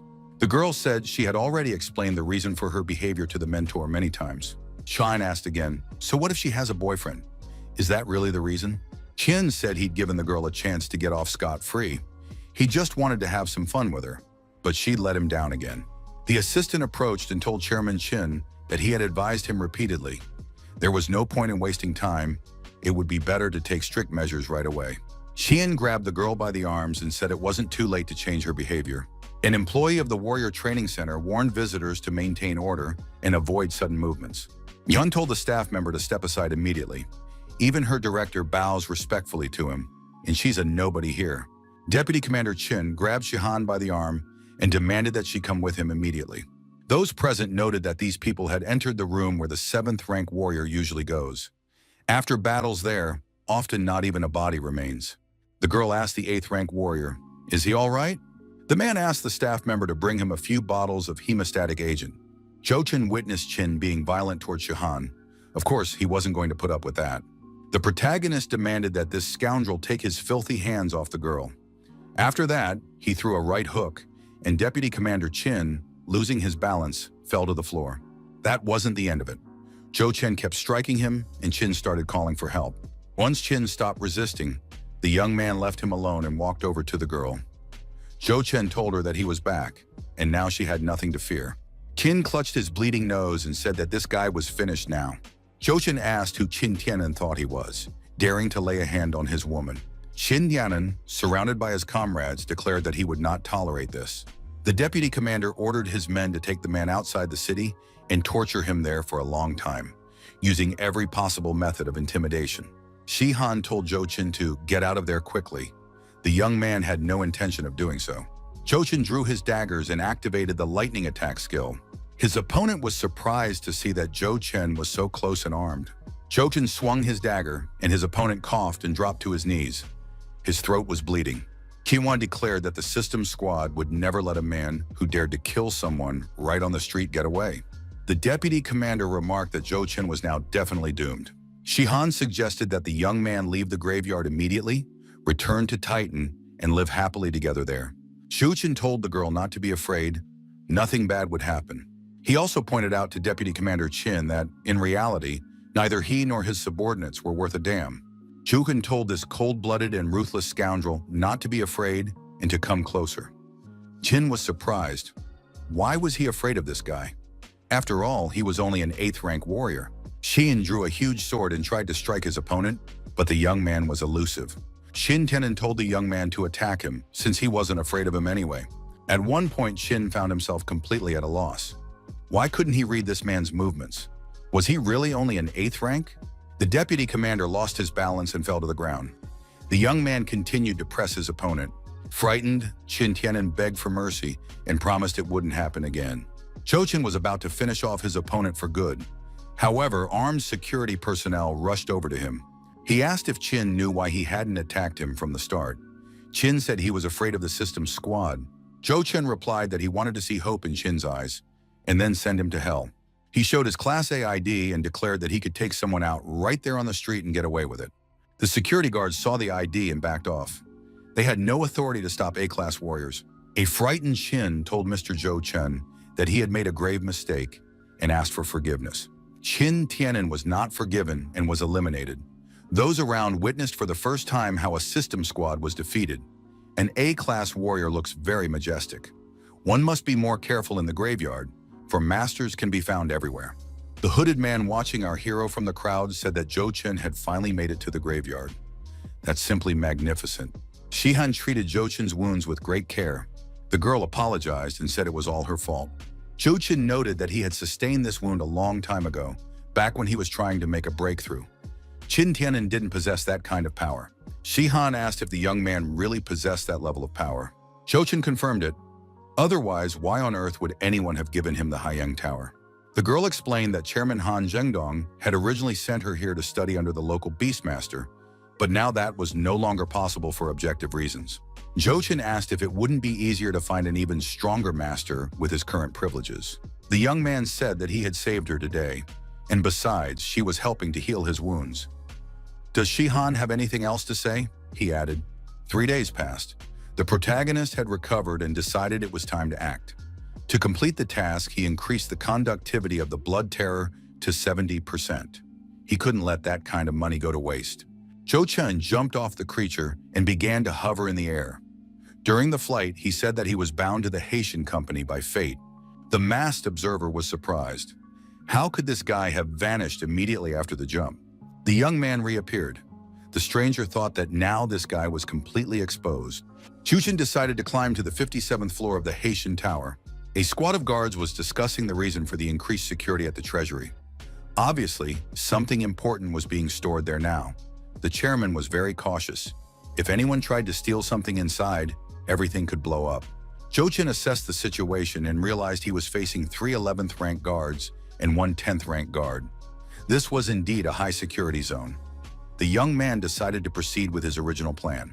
The commander of the guards ordered Lao Yang and Sanzi to immediately inspect the areas under their jurisdiction and report back on everything when they were done. The windows in the adjacent area were shattered and glass lay scattered on the floor. What had happened here? Lao Yang stepped closer and realized these were signs of deliberate destruction.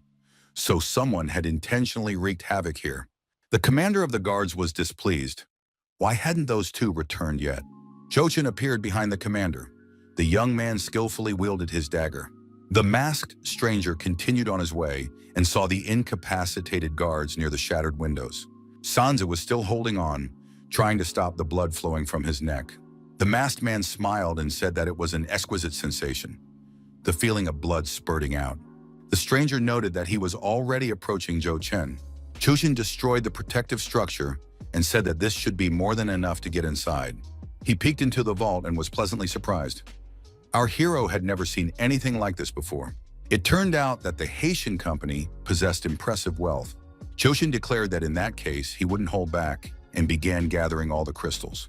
The masked stranger approached the vault door and said, "Zhou Chen is indeed here. We need to add some spark." Zhou Chen, having emptied all the shelves of crystals, headed for the exit. The protagonist heard strange noises and thought, could there be someone else here? The young man realized that these sounds would definitely attract the guard's attention, so he needed to leave the place as quickly as possible. Zhou Chen moved briskly in the opposite direction to get away from the crime scene. Suddenly, there was an explosion.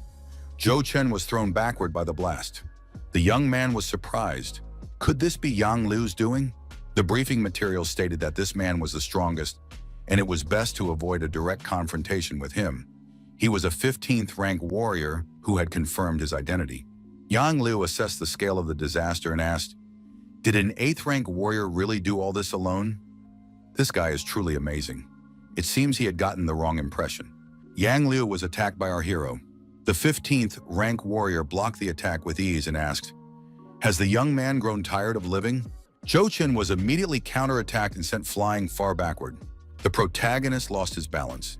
He had never faced an opponent like this in his life. Meanwhile, Yang Lu stood firmly on his feet after the counterattack. Yang Lu acknowledged that this guy was pretty fast, but one shouldn't underestimate a specialist of a much higher rank. Zhou Chen got up from the ground and began coughing loudly, breathing heavily. Yang Lu asked his opponent if he knew why the Haitian company had chosen this very place to store the crystals. Just because he was here. Yang Lu added that it didn't matter to him at all who was standing before him now, but this man would be destroyed. There was a bright flash, and he was transported through space. Yang Lu was surprised. How was that possible? How could he have escaped in the blink of an eye? Zhou Chen had ended up somewhere else and was safe for the moment. However, there was no time to waste. Yang Lu and the elders stood before the destroyed gates of the vault. The old man asked, "Does anyone really want to say that this guy just vanished into thin air?" Yang Lu was surprised. Does the elder not believe him? The man explained that Mr. Lu had misunderstood him. The elder clarified, "I mean, this is very strange. Who is capable of slipping right out of Mr. Lu's grasp?" Yang Lu said that even though he was only an 8th rank, he was definitely no ordinary person. The 15th rank warrior noted that he was certain he had met this guy somewhere before. Yang Liu remembered something and said, "That's unthinkable." Elder Haitian asked what was going on. Yang Lu stated that just last week, this young man was still at the 7th rank. The speed of his improvement is astonishing. The old man said that last time he hadn't been able to find this young man, but now he had shown up on his own. The assistants reported that they had found 2 more deactivated employees. Everything must be thoroughly checked from here on out. The protagonist felt that his condition was unstable. He couldn't delay any longer. Remaining invisible, our hero walked past the active security personnel. Zhou Chen looked ahead and thought that around the corner was the room from which he had entered here. He couldn't help himself and started coughing up blood. It was extremely awkward. The security guard stopped and listened. What was that sound? Yang Lu noticed strange stains on the floor. That wasn't there by accident either. The 15th rank warrior said that this man had driven himself into a corner, thereby making his job easier. Yang Liu and Haitian approached the ruined wall and saw a young man standing with his back to them. The old man shouted for Zhou Chen to immediately return what he had stolen, and then his life might be spared. Yang Liu drew his blade and approached the young man. He said that the young man had no way out. Zhou Chen turned around and asked, "Do these two really think they can catch me that easily?" Haitian said the young man could jump down if he was so brave. Zhou Chen turned his back to the edge and took a step back. There was no fear in his eyes. Yang Liu understood everything and rushed toward his opponent. Zhou Chen shifted his center of gravity and began to fall backward. Yang Liu walked to the edge and looked down. The old man said that if he crashed, his body must be brought to him. Yang Liu watched as Zhou Chen fell to the ground. However, jet-powered wings appeared behind the young man, and he immediately changed his flight path, beginning to gain altitude. The engine switched to boost mode, and the protagonist vanished from sight. No one saw him there again. The phone rang. The man looked at the number and thought it was the strongest one calling. The caller reported that he was having some problems. The man asked what had happened. After listening to the explanation, he was surprised. Where had this guy gotten such a device? Joshin, perched on a tree branch in the forest, told the commander that things weren't that simple. He was wounded and couldn't return. All explanations would come later. Zhou Chen asked the commander to send his men to stop Haitian. The commander replied that he understood. The young man should take care of himself, and he would handle the rest. Haitian was angry and said that these people wouldn't be able to stop him, so they should leave. However, the squad commander and his men had arrived here at Zhou Chen's request. The commander noted that the Ministry of Armed Forces had declared martial law in this area.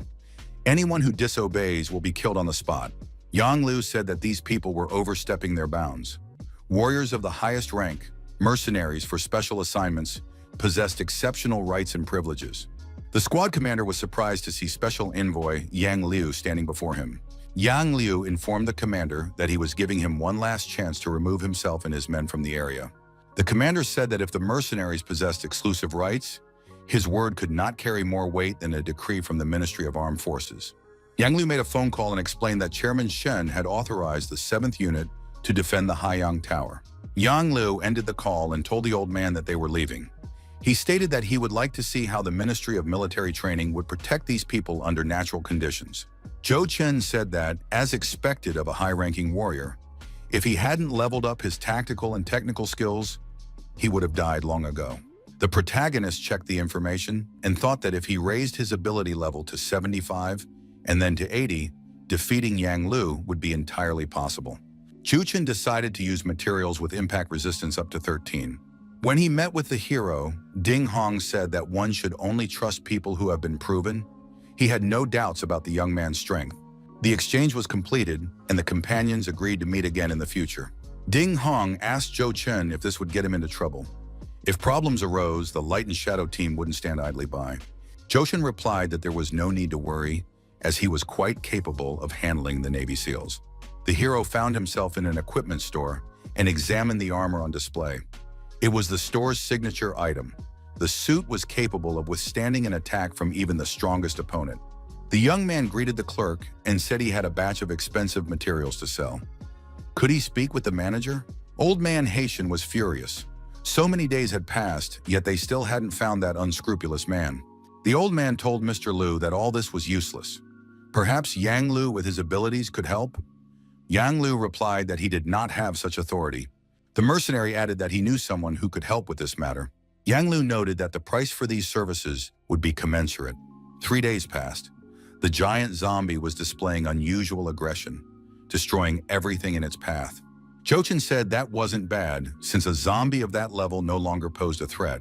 The protagonist finally reached level 75. The giant zombie behaved aggressively, destroying standard-sized zombies of its own kind. The young man was surprised. Why was he gaining experience for destroying these zombies? Zhou Chen wondered, could it be that the system viewed him as a controllable puppet? Zhou Chen said that if that was indeed the case, reaching level 80 in the shortest possible time would be no problem. 4 days later, the hero reached level 79. The young man called and apologized to Shihan for his long inactivity. He asked how she was doing. Shihan asked where Zhou Chen was. The young man replied that he was outside. He would be back in a few days. Shihan said there was no need to worry about her. She was doing fine. Zhou Chen's friends were protecting them in the Haiyang Tower. Zhou Chen said they were very reliable guys, and Shihan should listen to their advice.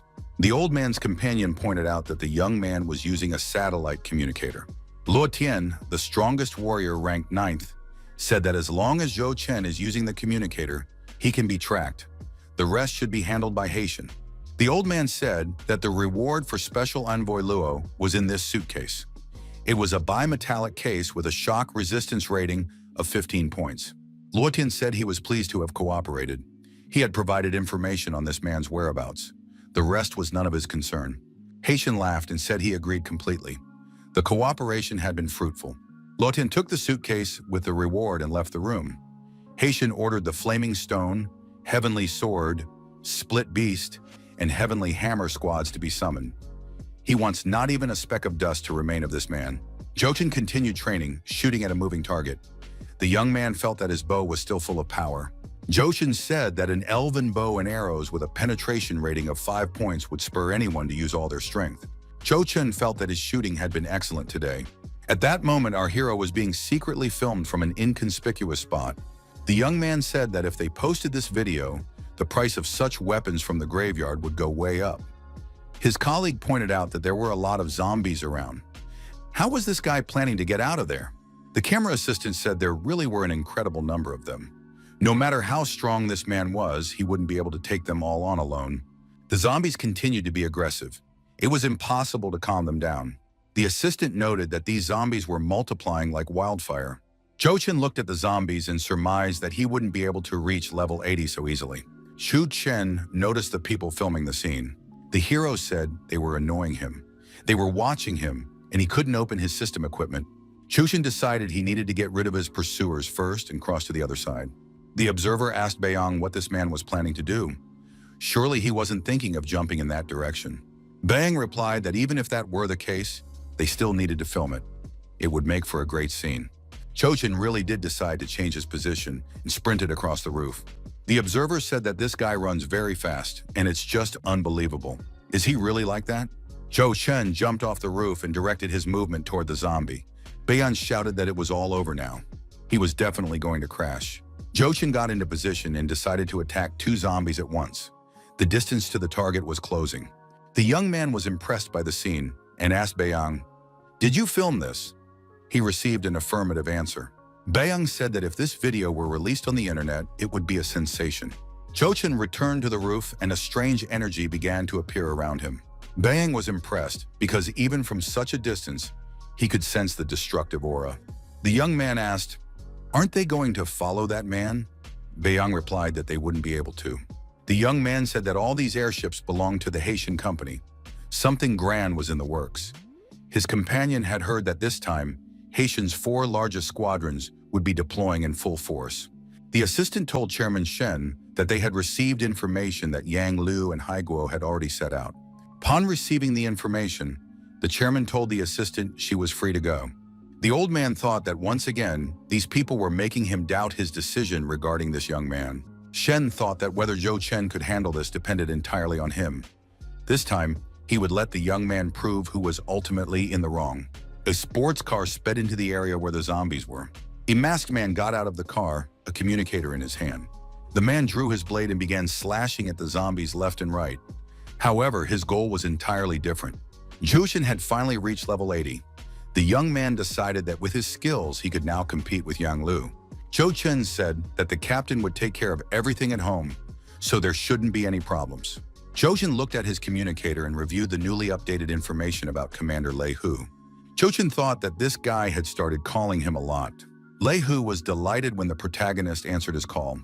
The young man asked what had happened. Lei Hu said that the Navy SEALs in Yang Liu knew where he was. They had gathered a team and were leaving the city. The 4 largest units of the Haitian had been mobilized. Jochin asked how they could have found out his location. Jochin looked up and saw one of the approaching airships. The young man decided there was no time now to look for a safe place. The observer from the airship reported that the target's location had been successfully pinpointed. Everything was ready for the capture. Haitian ordered the soldiers to descend and simultaneously activate all the video cameras. He wanted to watch everything personally. The old man wanted to witness the death of the man who dared to provoke him. At that moment, Zhou Chen was right beneath the airship. Hao Lei, commander of the Flaming Stone Squad, asked the old man Haitian to let his squad go first. Could an 8th rank warrior really survive a warhead with a 10-point armor-piercing rating? Hao Lei gave the order, and his warriors drew their warheads. The shells were fired directly at the target. Zhou Chen stood his ground and made no attempt to dodge. A powerful explosion occurred. All the shells detonated. Hai Tian smiled maliciously. Finally, this man was destroyed. However, when the smoke cleared, everyone saw that Zhou Chen was standing in the exact same spot. Haitian was surprised. Who would have thought this guy had such armor? Now he needed to make him move a little. From above, from the airship, they began dropping hand grenades on the young man. Explosions rang out, and the zombies suffered devastating damage. Jochin changed his position, moving at high speed so he wasn't hurt. Haitian shouted for the soldiers not to stop. The cameras must record everything that's happening. The old man said that the boy was scared, which was why he was running away. Haitian pulled out a powerful explosive device and said the boy wouldn't be able to dodge it. Another powerful explosion rang out, and a mushroom cloud rose into the sky. Jochin was unharmed once again. However, now he too had a super powerful firearm. Haitian was frightened and asked where this boy had gotten such a gun. The old man shouted that they had to take off immediately. or they wouldn't be able to fly anywhere at all. Zhou Chen fired his ammunition at the airship. The target was hit. The airship caught fire and began to descend to the ground. The zombies saw the burning object and began to gather near its presumed landing site. Haitian ordered the soldiers to prepare all their gear for battle. Zhou Chen also noticed the burning airship and estimated its approximate crash site. The young man said that the most interesting part was yet to come. Baiyang, holding his breath, also watched the burning, falling airship. Baiyang thought it was simply an incredible scene. The young man said that dusk would soon fall. It was time to make a decision, return to Beibu or stay here. Baiyang noted that it had been a long time since they'd managed to record anything so impressive. The young man announced that they would be staying here for the night. The assistant told the old man Haitian that they needed to leave. These sounds could attract even more zombies. After the airship crashed, Haitian and his henchmen decided to look for a place where they could hide from the zombies. The old man was furious. How could this have happened? Yang Lu was also baffled. The mercenary said they had underestimated the enemy. However, the more hype there is surrounding the situation, the more people it will attract. Zhou Chen activated his unique skill again, checked his watch, and prepared for the next move. Hai Tian couldn't figure out where this young man had gotten the rocket launcher. Could he have known they were coming and prepared in advance? The warriors were surprised. On his armor was the symbol of the Twilight Armor Equipment Shop. Now it was clear why no weapon could harm him. One of the warriors asked why it had suddenly gotten cold, especially around his neck. Zhou Chen, using his invisibility skill, whispered to this warrior that he was saying goodbye to them. A short while later, Yang Lu reported that 2 11th rank warriors had been eliminated completely silently. Haitian was surprised. Could this really be Zhou Chen's doing? Yang Lu said it had already grown dark outside. Even he wouldn't dare go out. The mercenary ordered the bodies to be removed and patrols to be assigned. One of the warriors wondered, could it be that their colleagues had been killed by a ghost? Another warrior said he had never heard of anything like this, that a ghost could do such a thing. A short time later, these warriors were killed, each of them stabbed by the blade of the man standing next to them. The warrior was surprised. Why couldn't he make a sound? And why wouldn't his body obey him? Zhou Chen thought that all these warriors looked rather miserable. The Chaos skill was available starting at level 80. The target loses control of their actions and remains in place for a certain amount of time. Hai Tian continued to fret and shout that they must catch that boy. The old man asked why Mr. Yang Liu didn't ask Special Envoy Luo to confirm his location. Yang Liu thought that this Zhou Chen was far more dangerous than anyone could have imagined. He could not be ignored. The protagonist saw Yang Liu contact Special Envoy Lu via communicator and request the necessary information. Zhou Chen thought that in that case it was no surprise. They had managed to track him down. It was all because of Special Envoy Luo. Zhou Chen was forced to change his location immediately since Luo Tian had revealed his whereabouts. Yang Liu gave chase and said that Zhou Chen wouldn't be able to escape him. During his retreat, our hero destroyed the zombies that crossed his path and hindered his movement. The masked man had initially believed that Yang Liu could be a worthy opponent, but now it was hard to say. Zhou Chen tried to hurry as the effect would soon wear off. There wasn't a single zombie left ahead on the route. The young man approached the building. However, he had a bad feeling about it. Our hero understood that in any case, he had no choice. His pursuers had also reached the building. By this point, our hero had already slipped inside. Yang Liu raised his hand and told everyone to stop. The mercenary noticed that something was off about the aura in this building. Once inside the building, Zhou Chen was overcome with a sense of dread. Our hero saw an egg inside which a monster was developing. The protagonist said that as soon as the development process was complete, a royal rank creature would be born. Half an hour later, Haitian and Yang Lu were still standing near the entrance to the building. The old man was puzzled. Why hadn't that scoundrel come out yet? Yang Lu asked Haitian who the old man had called a scoundrel. The old man replied that he hadn't been speaking to the mercenary. Should they send people to check on the situation? Yang Lu thought they had already been waiting quite a while and told everyone to be careful. The warriors entered the building and felt an unpleasant chill run down their spines. Zhou Chen was still using his invisibility skill. The warriors were alarmed but afraid to speak up. Suddenly, one of the warriors ran out of the building and shouted that there were ghosts inside. Yang Liu called the soldier over and told him to report everything calmly. The soldier declared that everyone was dead. He had merely blinked and everyone had already been destroyed, just as they had been the day before.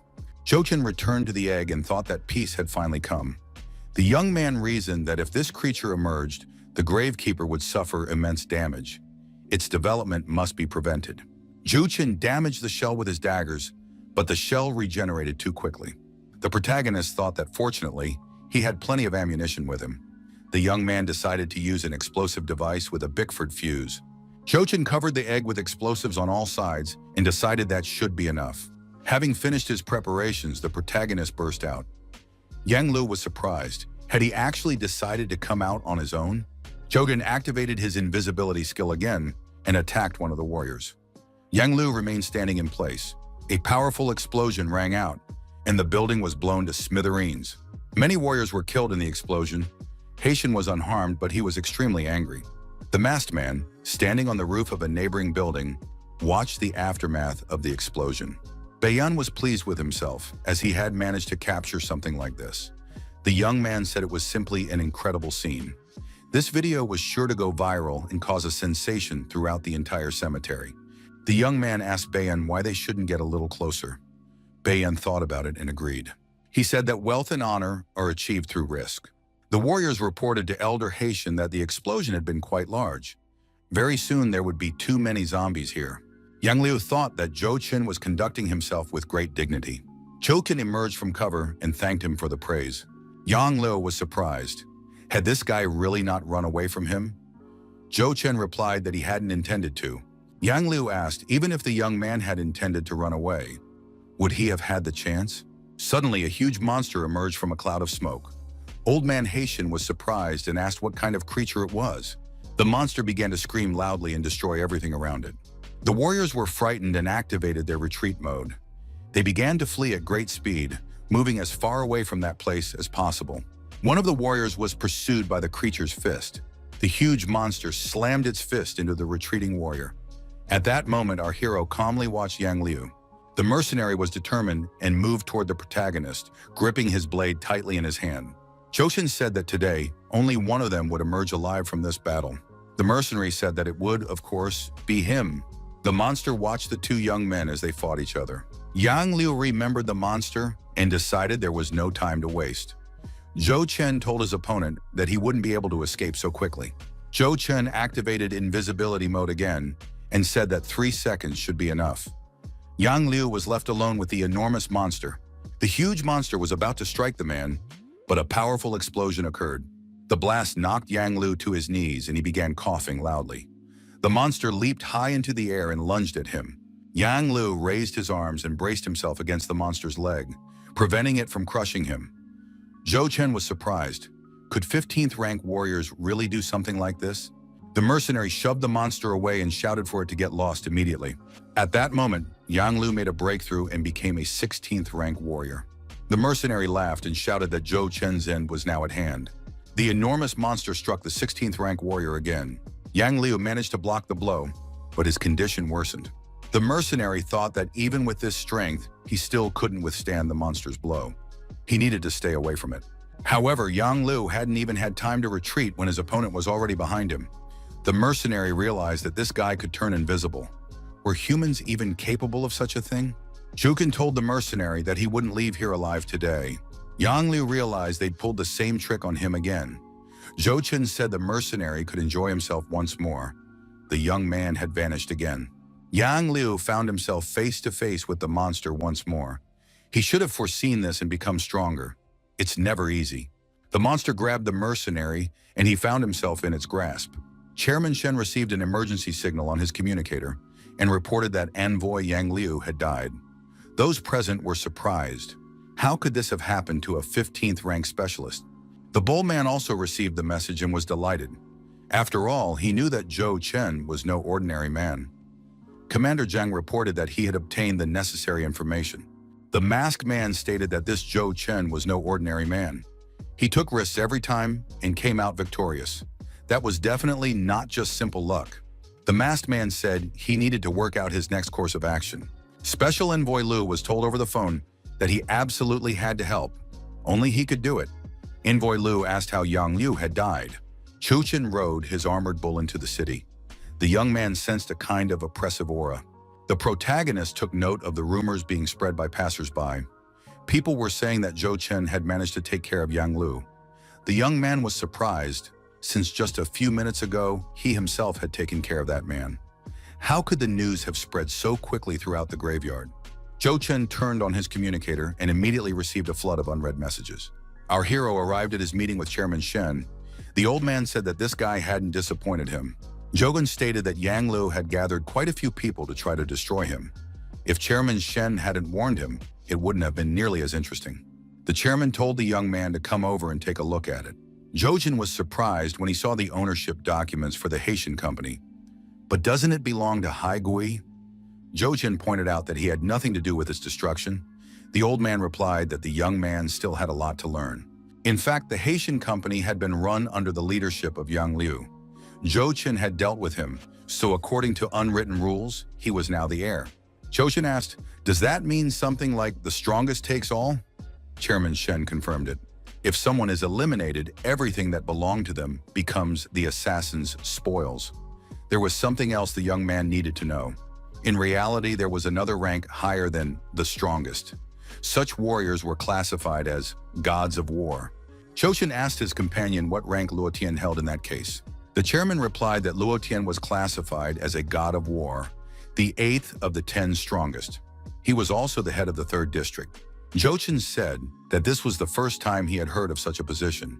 Shen remarked that this was exactly what he wanted to discuss with the young man. Zhou Chen unfolded the map and studied the detailed information. The graveyard is divided into 50 districts. Each district chief is allowed to take 50% of tax revenues for the benefit of the strongest. For certain reasons, District 47 currently has no leader. Chairman Shen suggested that the young man was already ready. The young people who had approached Special Envoy Zhou Chen said that now the Haiyang Tower would surely become one of the best hotels in the graveyard.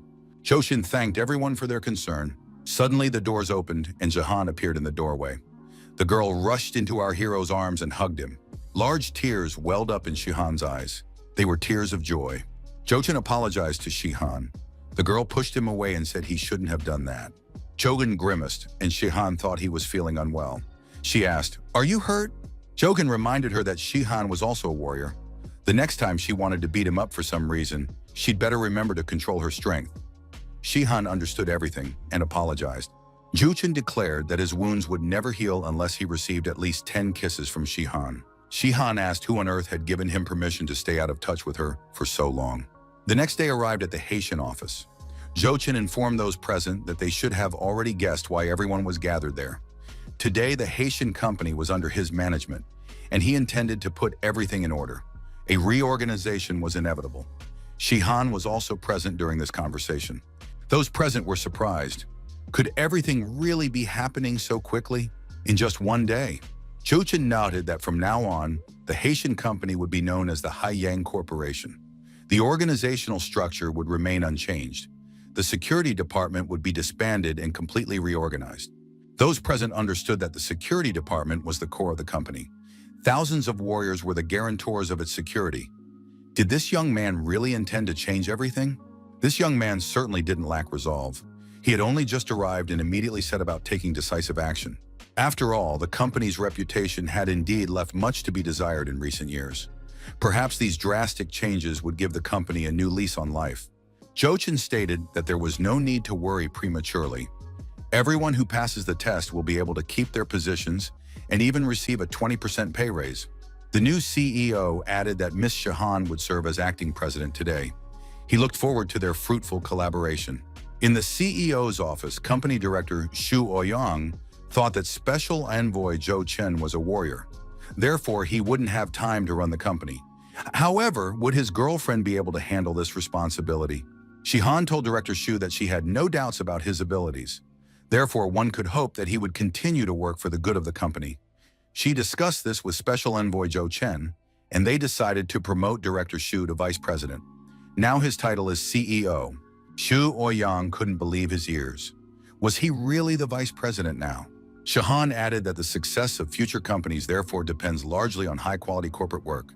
The young woman handed the CEO a new project and said that if there were any suggestions, she was ready to review and approve them. Xu Ouyang couldn't believe it. Was this really not a dream? However, this dream, created by Special Envoy Zhou Chen, was truly motivating. Once they were alone, Shihan said it was simply shameless. Zhou Chen had dumped such a responsibility on her shoulders and then run off himself. Zhou Chen arrived at the 47th district of the graveyard. He said that Chairman Shen definitely knew where to send him. Even though most of the residents work in agriculture, the conditions here are definitely not very good. The young man saw a child pointing at a store window and telling his mother that he wanted meat. The woman told her son that it was only for rich people. The boy was surprised. Why can only rich people eat meat? Could they also earn money and buy food for themselves? The woman hugged the child and apologized to him.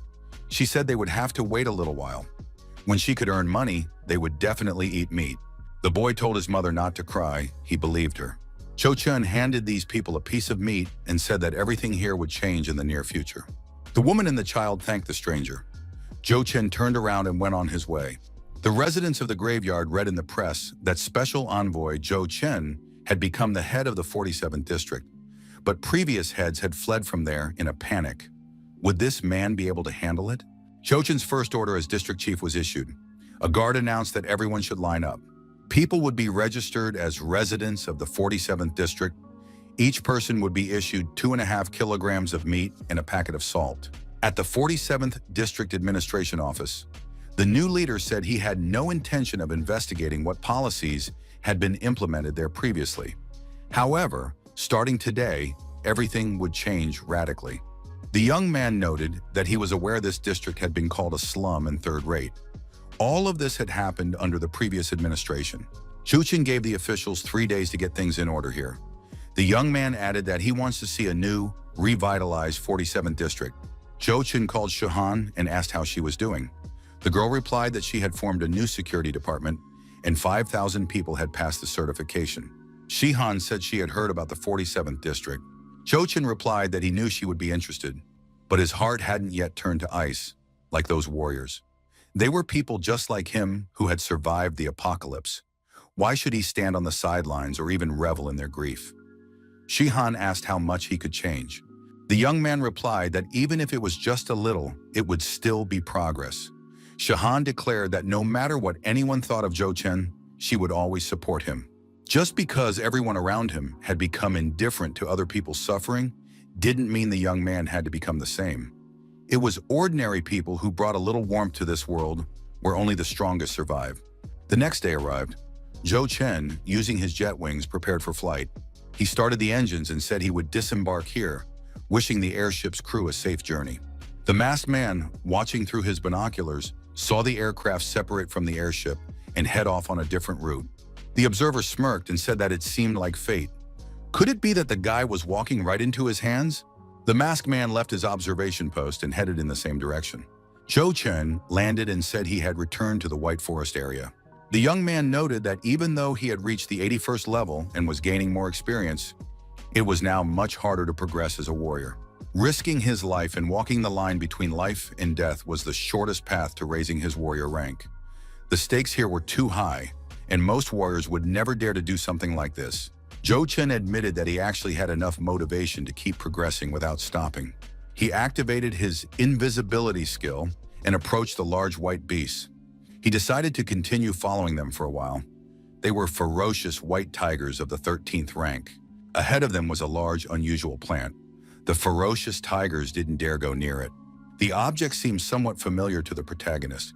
Jo Chen moved closer, and the tendrils of the vines began to reach out toward him. As always in such cases, our hero discovered the entrance to a cave. Jo Chen entered the cave and noticed that the tendrils couldn't reach him. The protagonist concluded that for some reason, these tendrils couldn't penetrate the cave. He took out his bow and declared that this time he had brought enough arrows with him. The young man began shooting his bow, aiming the arrows directly at the tentacles of the aggressive plant.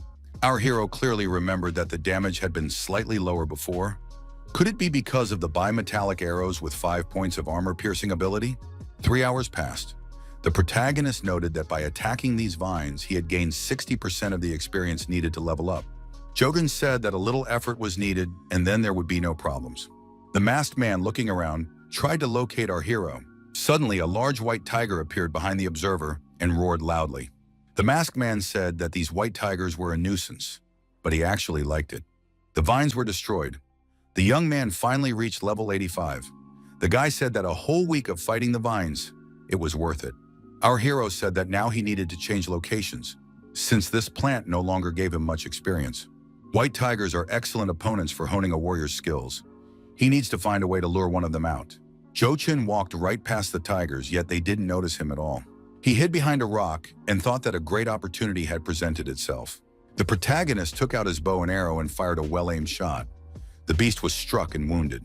The arrow pierced the tiger's powerful body. It roared loudly and charged after the man. Zhou Chen ran off to the side where it was relatively quiet. The young man looked back and said he was ready to begin training. The tiger responded with a loud growl. 3 hours later, the tiger's red health bar had barely decreased.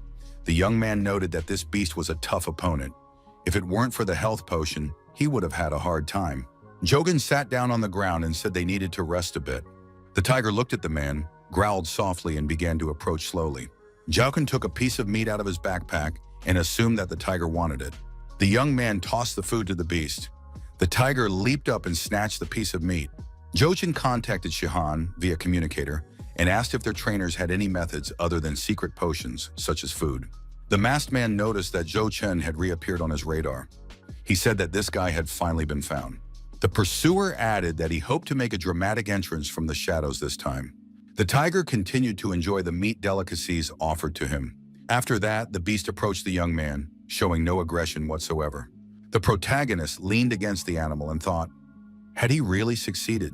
The white tiger looked good-natured. Zhou Chen stroked its head and the tiger purred like a house cat. The young man was pleased with the progress he had made and said it was simply amazing.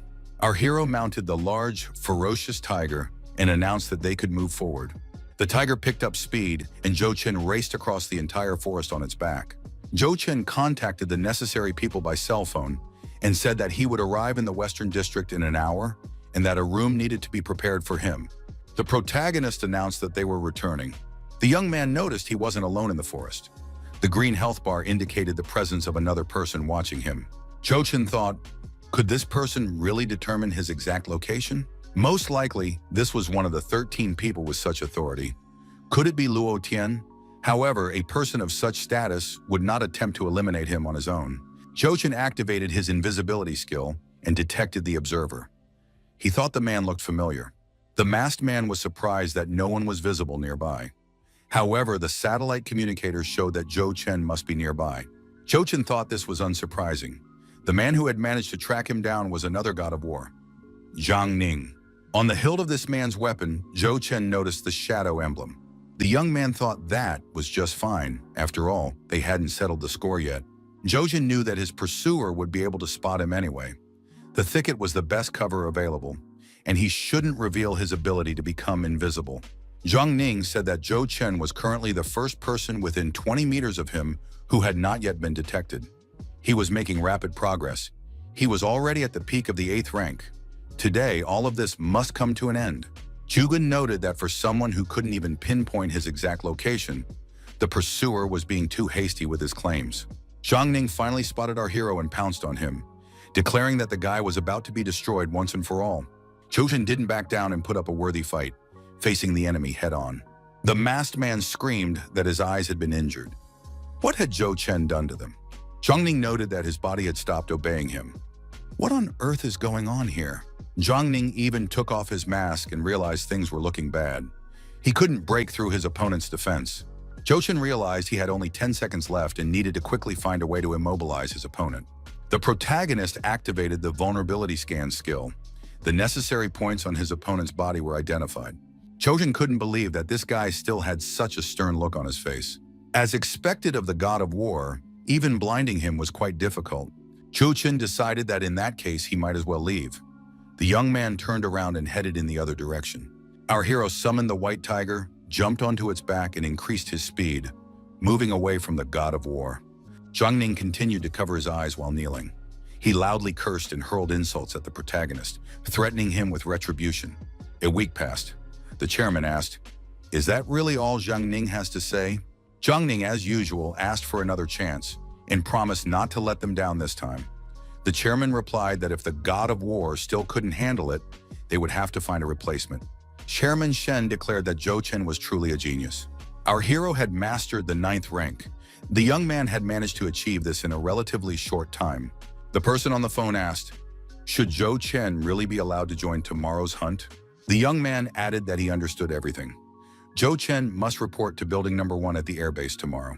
He reviewed the information on Zhou Chen and thought that the hunting squad had turned into a kindergarten. How could they take someone with such a rank? The commander noted that it would be incredibly difficult for this guy. Elder Shen told our hero that Xiao's squad had given their consent. Was that enough? Whether the young man could get along with them depended entirely on him. Jushin told Chairman Shen not to worry about him. He certainly wouldn't have to blush with shame. Jushin approached the egg once more and was surprised again. A lot of time had passed, yet nothing had changed. Could it be that he lacked star power? Our hero took out a crystal and held it up to the egg. Nothing changed. The protagonist thought he needed to use all the crystals he had. After a while, the egg was completely covered in crystals all over its surface. Passers-by noticed a wild beast moving through the city with a young man riding on its back. The passers-by recognized this man. It was Yun Dongwei from the Hunters Brigade. However, there were no more than 3 such animals in the entire graveyard. How did this guy manage to become the god of war at such a young age? He's truly talented. Jochin, while eating noodles at a fast food joint, also noticed the wild beast moving through the city.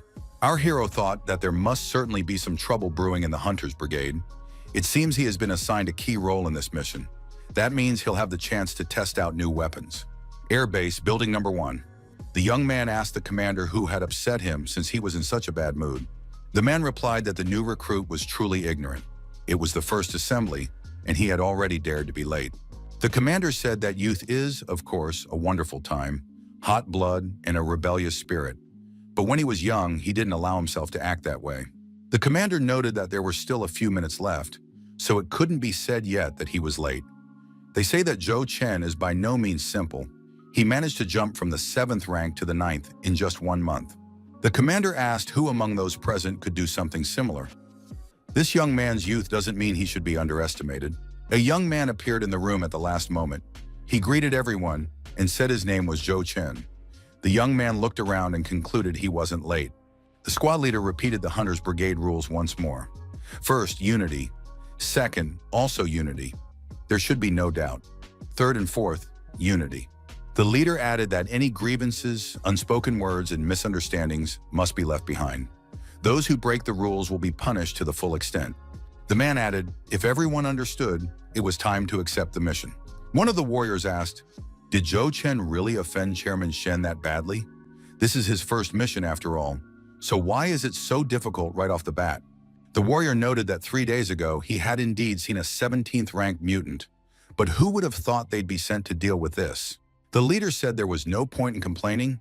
Everyone was perfectly happy to exercise their rights. However, when it came to duties, everyone had to fulfill them properly. The leader added that everything must be specified: ranks, armor levels, and weapon levels. He wants to know who excels at what. The leader asked what was wrong with Zhou Chen. His rank is too low, and he won't be much help on this mission. Just staying alive would be a decent achievement. Chochin thanked him for his concern. The squad stopped at the planned location, and it was decided to set up camp there.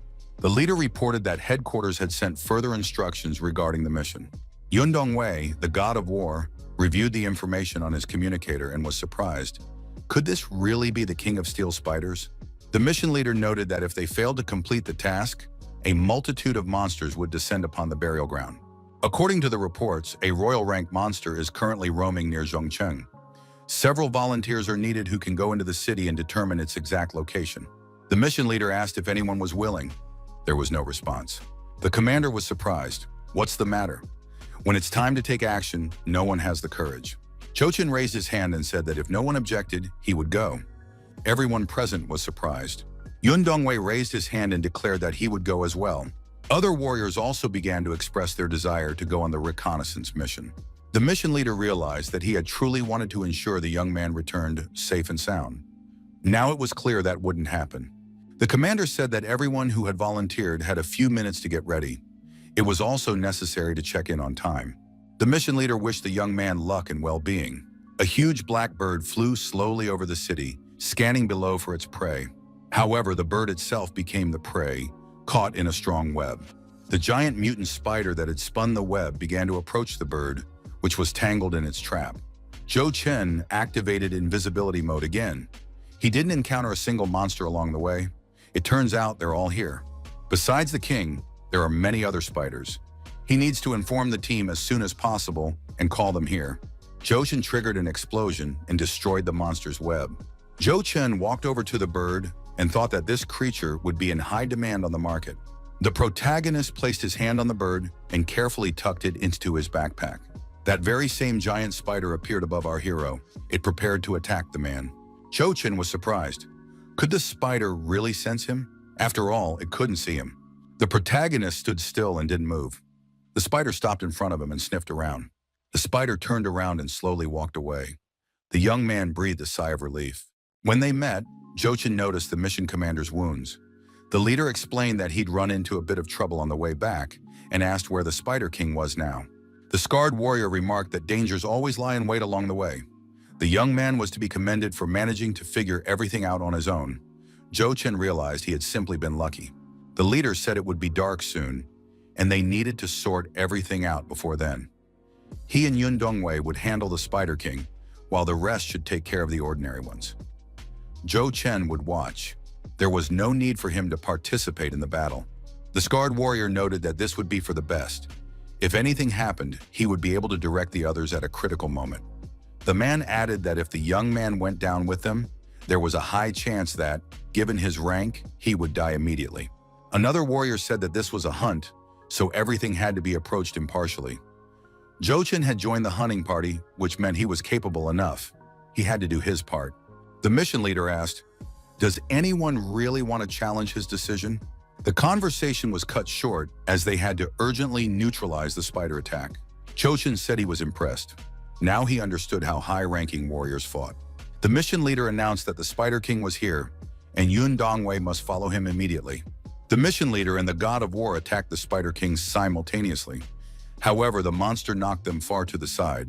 The commander got back on his feet, cursed at the monsters, and prepared to attack the Spider King again. The young man with a sword in his hand closed the distance, leaped, and attacked the monster. The spider got off with a slight scare, crawled back, and prepared to counterattack. It began using its web to block the attacker's weapons. Yun Dongwei also ran up to the spider, swung his blade, and declared that the Spider King would be destroyed. The mission leader told Yun Dongwei not to rush. They needed to attack the monster from different sides simultaneously. Jochen thought, is this really their team battle? After all, there's no coordination here. If this were an in-game scenario, they would have lost long ago. The warrior with the scar on his face fought the ordinary spiders, dealing them irreparable damage. However, the odds were stacked against him. The number of spiders kept growing. Heavy weaponry in the form of maces came into play. The warrior stumbled backward, losing his balance. He realized that things could end badly. On top of that, he had been wounded, and the steel spider's venom was spreading through his body. The warrior froze. His body stopped obeying him. The spider closed in to a dangerous distance. The warrior was thrown far backward and fell onto his back. The man with the scar opened his eyes and realized it was the end for him. The enormous spider crawled up to the warrior lying on the ground and raised its spines above him. Suddenly, Jochen appeared nearby. He grabbed the wounded warrior and safely carried him out of the danger zone. Our hero sat his colleague down in a safe spot, out of reach of the mutant swarms. Jochen took the necessary recovery potion out of his backpack to administer first aid to the injured man. The wounded warrior drank the potion and was surprised. Could the steel spider's venom really have been neutralized so quickly? It turned out that Jochen had saved him. The warrior noted that the antidote was amazing, and it even tasted like a piña colada. It instantly neutralized the poison's effects, and now his body had begun producing antibodies. The warrior returned to battle the mutants and said he would properly thank the young man later. The boy needed to stay in a safe place. Jochen decided that now was not the time to stay in hiding and do nothing. Every blade counted. Other warriors fighting fearlessly were also getting wounded and poisoned by the steel spider's venom. Jochen acted quickly and calmly. He carried the wounded out of the danger zone and healed them with a recovery potion. Our hero had to activate the acceleration skill, and he moved very quickly across the battlefield. In the end, the young man thought continuing in the same vein was a bad idea. The Spider King had taken almost no damage. Jochen decided he had to step up and take charge. It was the only way out. As always, the chairman admitted that he had underestimated the complexity of the mission. Shen contacted the Space Object Control Department and ordered them to activate the satellite communicators of every member of the Hunter Brigade and configure them to function as audio systems. Chairman Shen ordered Zhou Chen to be appointed commander of the brigade and granted him full authority. The mission leader, Captain Xiao, received the corresponding order. The other participants in the operation were also given the ability to listen to orders from headquarters. After that, Zhou Chen came on the line and announced that from that moment on, he would be in command of the battle. Zhou Chen said that all hunters must understand, if they continue in the same vein, they will all simply perish. The protagonist asked everyone to trust him and follow his instructions. Zhang Han, being the fastest, would be responsible for holding back the Spider King. Han noted that this was indeed a dangerous task. However, if the new commander has an antidote, then they can trust him this time. Zhou Chen said that Xiao Jiangling and Yun Dongwei should fall back and clear the path of ordinary spiders. With their strength, 5 minutes each would be enough to complete the task. The Scarred Hunter noted that all orders must be carried out flawlessly to successfully complete the mission. Zhou Chen added that Qin Han and Lao Li would take on the spiders in the center, while the rest would work in groups to eliminate the stragglers. Qin Han, swinging his club, stood up and began striking out, destroying the monsters and flinging them in all directions. The new strategy began to pay off, and the number of mutant spiders started to decrease. Yun Dongwei looked up at the roof of the building where the commander was stationed. From there, Zhou Chen was directing the entire operation. The God of War had to admit that after the young man took command, efficiency had increased significantly. Everyone began to work more cohesively. Zhou Chen declared that the majority of the spiders had been eliminated. Now everyone had to unite to exterminate the remaining ones. However, there were still many spiders. The protagonist thought it wouldn't be bad to gain a little experience. Our hero said that the company Julie had created the Crimson Moon using the latest inlay technology. It absolutely had to be tested. Zhou Chen pushed off and jumped straight down, toward where the largest number of mutant spiders were. Zhou Chen activated his new bow and began shooting at the moving targets. The damage dealt was minimal, but even so, the young man was gaining experience points. A massive Spider King quietly crept up on the squad leader and prepared to attack Zhou Chen. Qin Han shouted for the squad leader to be careful. Zhou Chen activated his unique daggers, leaped onto the spider, and struck its body, piercing through its protective armor. Qin Han was surprised and thought to himself that he had been worrying about this guy for nothing. He was strong and incredibly fast. Yun Dongwei thought if he were in Zhou Chen's place, would he also be able to evade the massive mutant? Zhou Chen, landing another blow through the Spider King's armor, said that from now on they needed to attack together as a group. When the number of ordinary spiders had significantly decreased, Zhou Chen said that now everyone could focus on destroying the leader. With his teammates providing cover, Zhou Chen thrust his blade forward and charged at the giant monster. The spider, trying to defend itself, shot sticky webs at the group. Shin got caught in the webs and found himself immobilized. The Spider King continued to shoot out webs, blocking the attackers. The commander said he expected nothing less from an 18th rank king. Simple attacks weren't enough. They needed to find a weak spot. Zhou Chen asked Xiao, if he could hold the Spider King back, would the captain be able to attack it? Xiao replied that if Zhou Chen could immobilize the monster, hitting its head wouldn't be a problem. The protagonist said that the spider's weak spot wasn't its head.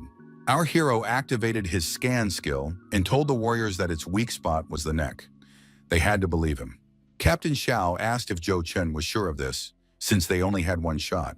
Zhou Chen solemnly declared that he was certain and promised to immobilize the spider for 15 seconds. That should be enough time if the team works in unison.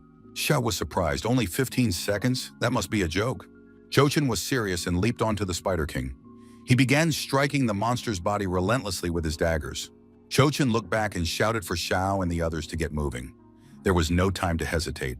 Blow followed blow. The Spider King couldn't spare a thought for the other hunters. The warriors approached and were amazed. How had Zhou Chen managed to do that? The Spider King was truly immobilized.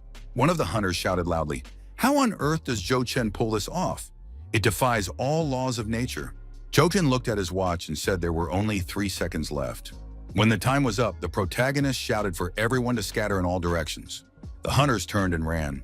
Zhou Chen remained standing on the spider. He made strange sounds, and in that very moment, he vanished. A strange symbol appeared above the spider. After it was all over, the hunters decided to take roll call. Captain Xiao was satisfied. All 19 men were alive. Xiao thought he had underestimated this guy. If it weren't for Zhou Chen, the mission would have failed, and most of the hunting team would have died. Zhou Chen thought it was almost over. He had few hit points left and the bleeding status was still active. At the expected time, the red health bar above the spider disappeared. Zhou Chen looked at the mutant monster. The mission could be considered complete. Zhou Chen experienced a new sensation and realized he had reached level 90. The warrior said the spider was dead, which meant they had succeeded. Zhou Chen thought that he had waited so long for this level, and now he could say with confidence that everything had truly worked out. As a reward, our hero received the Ring of Rebirth. Now, if the owner dies, there is a chance of being reborn in the same place with the same stats. Zhou Chen immediately equipped the ring, and it appeared on his finger. Shuming called out to the commander several times in a row. He asked if Zhou Chen was okay, since he'd been calling him several times already. Zhou Chen replied that he'd just been lost in thought. The scarred warrior suggested that the commander examine the loot they had obtained. Among the trophies were the Spider King's blade, the Spider King's armor, and venom glands. She showed the warriors that he had also managed to get his hands on some black quartz. Yun Dongwei said that this was the first time he had seen it with his own eyes. Captain Xiao noted that this time, Zhou Chen had made the greatest contribution, therefore he suggested giving him the opportunity to choose more trophies, if no one objected. No one objected. Lao Lu added that from the very beginning, Zhou Chen had pretended to be weak, even though he was actually capable of such a feat. Chogan said he didn't need any privileges, and that the spoils should be divided among everyone. Upon returning to the base, Zhou Chen noticed that Luo Tian was standing behind him. Where had he come from? Luo Tian said that upon arrival he would send Haigu to Haiyang to offer an apology. Zhou Chen replied that that would be simply wonderful. The hunting brigades returned to the burial ground turned into a celebration. The townspeople greeted them with flowers and honors. The airship's gangway lowered, and the people saw the entire squad in full force. Everyone had returned safely. Chairman Shen said that this young man had not disappointed him. His abilities were truly amazing. The director noted that the report stated more than half the team had been rescued. All of this was thanks to Zhou Chen. Now he had made some powerful friends. Newcomers are lucky. The director added that it didn't matter now whether it was luck or not. The guy was truly strong. He'd like to train side by side with him. The director suggested going downstairs to meet the squad and greet them with the words, "Welcome back." The old man noted that a massive influx of monsters was expected this time. If they eliminated the source, they could avoid a lot of trouble. Chairman Shen told the second brother to be careful. The welcoming crowd asked the hunters for autographs and selfies, and also wanted to follow their social media profiles. The elders on the hill addressed the graveyard warriors and welcomed them home. The townspeople noted that Chairman Shen and Director Yang had come to greet them. Director Yang assessed the young man. He is a 9th rank warrior. He is young but possesses incredible potential. At the leadership meeting after the discussion, the question was raised. Are there any objections to the above? A proposal was made to grant the warrior Zhou Chen the rank of God of War. One of those present stood up and said he was categorically opposed, since he was merely a 9th rank warrior. How could such a thing be proposed? Director Yang turned to Qi Jiang and said that according to this year's data, Zhou Chen had performed exceptionally well. There was no evidence of corruption, excessive drinking, debauchery, or mistreatment of others based on his God of War status. Xi Jiang wanted to object, but Director Yang announced that the vote was beginning. She said that compared to some who had lost all sense of decency, Zhou Chen was far more qualified and deserved this status. Xi Jun noted that not everyone thought so. Director Yang said he agreed. Besides, this man has the right of veto. Director Yang suggested that everything be fair. If Mr. Shi disagreed, he could be given a chance to compete against Zhou Chen to demonstrate his abilities. Xi Jiang agreed. The man decided to show the young man what true terror was. Passers-by were discussing that this time, they wanted to promote the 9th rank warrior to God of War. Could this really be Zhou Chen? Achieving such results at such a young age is unbelievable. Zhang Ning, the masked man, weighing the prospects, decided he was willing to die alongside this young man to achieve his goal. Zhou Chen, fighting the vine's tentacles, said that people fear fame. He needed to reach the 100th level as soon as possible to secure even greater protection for himself. 2 weeks passed, and the protagonist attained the 10th rank, reaching the 100th level. Along with the 100th level, the young man gained a new skill, creating highly toxic poisons. Poisons can vary depending on the resistance of materials. It is also possible to use a single weapon to attack with poison. Zhou Chen set to work and prepared the necessary materials. Our hero activated the new skill, and the poison creation process began. Now all that remained was to use it. The young man now held the Spider King's poisonous blade, which could be used 15 times. With the new blade, the young man fought the vine's tentacles. He noted that the effect was simply astonishing. Now that he had mastered the new skill, everything should work out. Chairman Shen, having gone outside the city, witnessed a large pack of wild mutants approaching. He said there were so many of them that stopping them would be extremely difficult. The chairman added that a fierce battle awaited them this time. Western District. Zhou Chen was spotted on the streets of this district. A girl approached the young man and introduced herself. Her name is Moha. She is a member of the Azure Moth's team. She wanted to acquire the venom of the Steel Spider King, which the young man had defeated during his mission. Jukin told the girl to explain why she needed the venom. Then he would be willing to consider her request. Mo said she was developing a potion. The venom was the only ingredient she was missing. The girl asked Zhou Chen to sell her the venom at a good price. Payment could be made via bank transfer or cryptocurrency. Zhou Chen immediately realized that he was dealing with an alchemist. The protagonist said that if Mohe was indeed making a potion, he could provide all the necessary materials absolutely free of charge. However, she would have to share the results of her work with him. The deal was sealed. The young man expressed hope that he could rely on this girl. The phone rang. It was Lei Hu. The young man was informed that the information on Qi Jian had been gathered and was ready to be sent. The protagonist thanked his interlocutor for a job well done. The hunters debated who would win, the god of war, Qi Jiyun, or special envoy Zhou Chen. The god of war was the favorite, since his opponent was only a 9th rank. Zhou Chen contacted Shihan via communicator and said he needed her help. Qi Jiyong told his assistant to bet on his victory in the upcoming battle. The god of war laughed. Could there really be those who hoped for Zhou Chen's victory? First, they needed to find someone who could test this boy's strength. Snake Valley. Zhou Chen said that after 2 weeks, he had finally managed to obtain a sufficient amount of venom. Zhu Chen noticed a masked stranger in the clearing ahead of him and sensed an aura of destruction. The stranger turned out to be Dou Lun, whose rank was impossible to determine. Dou Lun thought that, according to the information provided, he was facing a 9th rank warrior. But how had he managed to advance to the 10th rank in just 2 weeks? Zhou Chen asked his opponent if Qi Jiyun had sent him there. Dou Lun replied that he preferred to remain anonymous. Zhou Chen asked why Dou Lun had decided to take him on. His opponent was surprised. How did the young man know his name? Zhou Chen lunged forward, thrusting his blade. However, his opponent parried the attack. Dou Lun said it was a boring trick with a surprise attack. Even if he stood still, Zhou Chen wouldn't be able to hit him. Zhou Chen didn't react to these words at all. However, Dou Lun noticed that the young man's red health bar had significantly decreased. How did his opponent do that? Zhou Chen glanced at his watch and began the countdown. Dou Lun felt his body go numb and his mobility fade. Zhou Chen noted that dying from the poison of an 18th rank Steel Spider King was by no means a waste. The protagonist calculated that it would take 26 seconds for a God of War rank warrior to die from the poison. Our hero eventually found himself holding his opponent's bag. Zhou Chen decided to see what interesting items he had managed to obtain this time. Inside the bag was a strange cylindrical device with a red button on one end. The phone rang. Mohe told Zhou Chen to hurry over to her. She was all set. Upon arriving at the destination, Zhou Chen asked if this was the potion that Mohe had managed to make from the Spider King's venom. Mohe confirmed this and added that the potion was called the Potion of Rage. Potion of Rage triples existing stats for 15 minutes. The outskirts of the Western District. Zhou Chen arrived to test it and said that there was no one around, so the location was perfect. Mohe asked if Zhou Chen really dared to try it.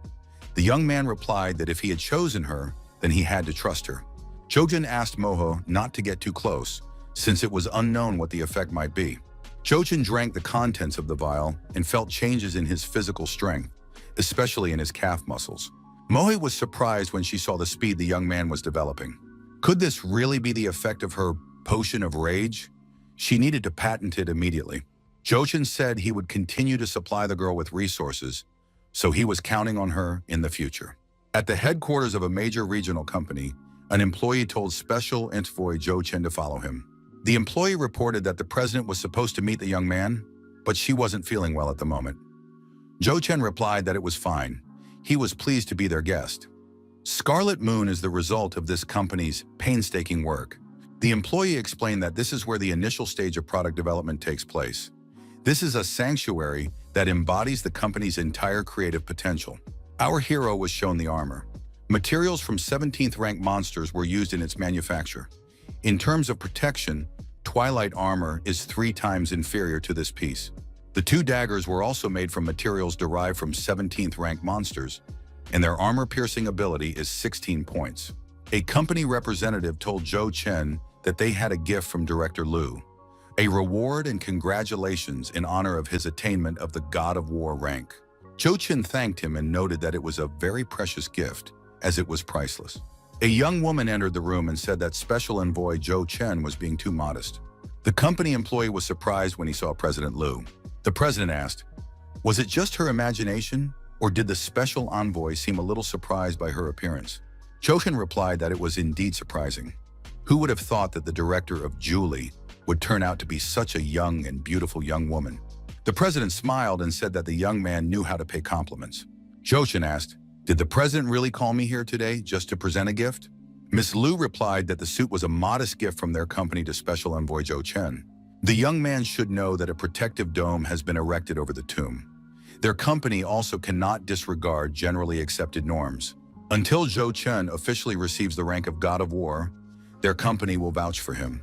Zhang Ning received the latest information and said that couldn't be true. How could Du Lun have lost? How could this guy be that good? 3 days later, bets on the winner continued to be placed. There were only 2 hours left until the start of the match. Zhou Chen asked Shihan how things were going with the bets. The girl replied that she was all set. Zhou Chen declared that in that case, it was time to go. Zhou Chen ruffled the girl's hair and told her to trust him. Dongmen Arena. Zhou Chen entered the hall and Qi Jiang addressed him. The God of War asked the young man if he was ready to die. Zhou Chen believed he was capable of dealing with a shadow assassin of palace rank. Chun thought that this guy didn't look like much, but the armor and weapons from the Julie company were definitely impressive. Qijun decided that something was off here. He couldn't afford to be careless. He had to act quickly and deal with his opponent as soon as possible. The command signaling the start of the duel was given. Qijun swung at his opponent with the intent to strike. In response, Zhou Chen didn't even flinch. Zhang Ning watched the match and saw that the young man was using his trick again. Zhou Chen raised his arm with little effort and blocked his opponent's strike. The spectators were surprised. Why had the God of War, Qi Jiang, suddenly stopped? How could his opponent stop him when Jiang moves with such incredible speed? Zhou Chen held his unique daggers in his hands. The protagonist thought his opponent had good armor. Even his daggers couldn't pierce it. Our hero decided that in that case, he had only one option left. The double attack skill was activated. This was followed by backstab and crushing attack. Zhou Chen understood that his attack would drain some of the blood circulating in his opponent's body. After using all these skills, Qi Jiang began to lose noticeably. The spectators shouted that Jiang was doing this on purpose. It was all rigged. Xun asked his opponent, was that really his trump card? But it wouldn't break through his defense. The God of War struck again and said that his opponent's end was now certain. Zhou Chen realized he couldn't break through his opponent's armor. It was also unclear whether the poison would work the same way it did in the game. He had to hit the target precisely to be completely sure. Zhou Chen concentrated and decided to try attacking the God of War once more. Their weapons clashed. There was a screech and sparks flew in all directions. Qi Jiun was surprised. Did the guy really want to try his luck in close combat? He had definitely decided to die very quickly. The spectators couldn't make out anything because of the cloud of dust that had risen. However, everyone knew that no one could dodge such a strike from the God of War. Qi Jiang also thought his opponent was finished. However, the young man was right above him, daggers at the ready. Zhou Chen quickly closed in and delivered a devastating blow to his opponent from behind. The spectators were surprised. Could 10th rank warriors really be that strong? It seemed unbelievable. However, Qi Jiang was not injured in the slightest by the blow. Zhou Chen realized that he wouldn't be able to poison his opponent until he broke through his armor. But the protagonist didn't give up and decided to try again. The God of War was surprised. Could this guy really teleport? The young man appeared right next to his opponent. Zhou Chen struck again, but Qi Jian managed to block the blow with his sword just in time. The God of War remarked that no matter how clearly the young man attacked, it was pointless. He wouldn't be able to break through the armor and was only wasting his time.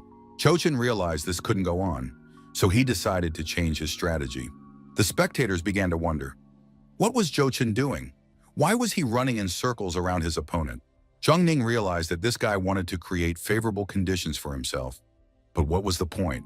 Qi Jun said that none of this was serious. It wouldn't change anything, and the young man wouldn't be able to hurt him. Zhou Chen knew that no one could see him right now. However, he had to hurry. He used the potion that Moa had given him. The god of war didn't have time to react, as his opponent changed his speed and appeared in front of him almost instantly. Xijiang said he couldn't be fooled and swung again to strike his opponent. This time, the protagonist blocked the blow and launched a counterattack. Zhou began to strike the god of war intensely on the torso. The man couldn't hold on and fell onto his back. Xijiang couldn't understand how this was possible. Where had the young man gotten strength greater than Xiao Jianling's? Could this really be the 10th rank? Jiun believed he couldn't lose. After all, nothing like this had ever happened before. Xijiang leapt to his feet, flung his sword aside, and lunged at the young man, grabbing him by the torso. The god of war ran so fast that he broke through the barrier and burst outside along with his opponent. The spectators decided that the god of war had gone mad, since this was against the rules. Chairman Shen urged everyone to be patient. The chairman announced whoever returns will be declared the winner. Chuchen decided that since they were far from everyone else, it was time to end this duel. The green health bar above our hero's head had shrunk slightly. Jiun said that the poison had already begun to take effect on the young man, and this was only the beginning. Jochen asked how the god of war dared to break the rules. Jiun declared that he had reached such a rank, and now no rules could restrict him. The god of war declared that it doesn't matter what methods he uses. No one will be able to figure out why his opponent died. Jochen said that in that case, he was ready to show what hopelessness really meant. A vial of red liquid appeared in our hero's hand. The young man drank it. Xijiang was surprised. Where did the guy get this liquid? But who is he trying to fool? A solution like this can't neutralize the poison in his body. Jochen said that now they would both find out who was trying to fool whom. The god of war saw that his opponent had vanished. A person can't just disappear like that. Zhou Chen reappeared right in front of his opponent and said that he wouldn't be the first to die because of his ignorance. The spectators couldn't see anything because of the dust. Who was returning? Judging by the silhouette, it became clear that it was Zhou Chen. So, this guy had won. But how did he do it? Chairman Shen thought once again that this young man truly hadn't disappointed him. Zhou Chen was declared the winner of the competition. President Liu said her investment had paid off. His colleagues lifted the young man up and began tossing him in the air. Zhou Chen said it was a bit childish and added that too many people were watching them. Zhang said they just shouldn't catch him, and then it would stop being child's play. After those words, the young man fell to the ground. In any case, our hero was happy because he had finally become the god of war.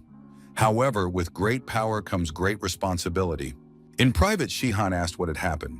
After Zhou Chen returned from battle, she felt that something was bothering him. Zhou Chen asked the girl if she missed home. The answer was yes. Jogen suggested that once he was done with everything, they should go to Titan and check on how things were going there. The answer was again yes. The egg hidden from prying eyes still hadn't hatched, so no one had emerged from it. Jochen was a little upset. Why wasn't anything changing? Jochen said that the egg had absorbed many of his crystals, but there was still no sign of progress. What was this called? Jushin took out the red crystals and decided they should work. He had to find a way to speed up this process. Jochen felt some movement inside the egg. Could the red crystals be more effective? Jochen said that if the embryo could hatch from this egg in the near future, he would be able to make up for lost time. Chairman Shen said he congratulated the young man on attaining the rank of God of War. However, there was no time for celebration. The chairman added that he suspected someone had interfered, thereby hastening the arrival of the monster tide. The tide could begin within the next few days. Farm workers toiled in the fields from morning till night. The old man said he didn't even know how long the surge would last this time. A colleague said there was no need to worry since quite a few warriors from the Eastern District had gathered. They would definitely be able to handle it. They just needed to finish harvesting the rice. The man expressed hope that there wouldn't be too many monsters this time. One of the young men shouted that he could see Molotov cocktails being used. Flashes from burning liquid appeared in some places. Flocks of black mutant wild animals emerged from behind the mountains. Military aircraft were scrambled on command. The pilots patrolled their assigned sectors. The squadron commander ordered them to target the front line and attack on his command. The attack was successful. However, flying monsters appeared in the sky. People said the situation was unfolding according to the worst-case scenario. This time, the flying monsters were spewing flames. Ning wondered if Jochin had seen this, since this commotion was definitely because of him. No matter how many people fell, it was all for the sake of dealing with this guy. Jochin also took part in destroying the mutant monsters. People thanked Jochin, the god of war. Without him, they definitely wouldn't have managed. Jochin replied that they couldn't let their guard down, since the first wave wasn't over yet. Suddenly, a loud roar echoed from the forest. The young people looked back. Huge zombies towering over the trees were moving toward the settlement. The warriors were surprised. Could so many high-level zombies really be approaching them? Even if it was a surge, it wasn't easy for zombies to leave their habitat, especially ones this large. Jochin looked at the zombies and thought, "Is this starting again?" Our hero told the warriors to retreat. He would take on the zombies himself and distract them. Jochin, using his speed skill, began to approach the high-level zombies, leaping over the trees. The young man found himself holding that very cylindrical device with the red button. Jochin pressed the button, and the zombies became even more aggressive. The young man realized that it was definitely them. Chairman Shen asked Jochin, did he really think that this surge had been provoked by the shadow? Jochin said that Zhang Ning, or that very god of war, was definitely involved. Chairman Shen told the young man that he would send people to him right away. If the shadows were indeed involved here, then the situation was much more serious. Zhang Ning happened to be nearby and grabbed the warrior by the throat. Jochin decided there was no longer any need to stay in the graveyard. The protagonist had dealt with these zombies, though he didn't know what the situation was with security in the Eastern District. The young man noticed a red health bar and thought, could a zombie have actually slipped through? However, a zombie couldn't possibly have such an aura of destruction.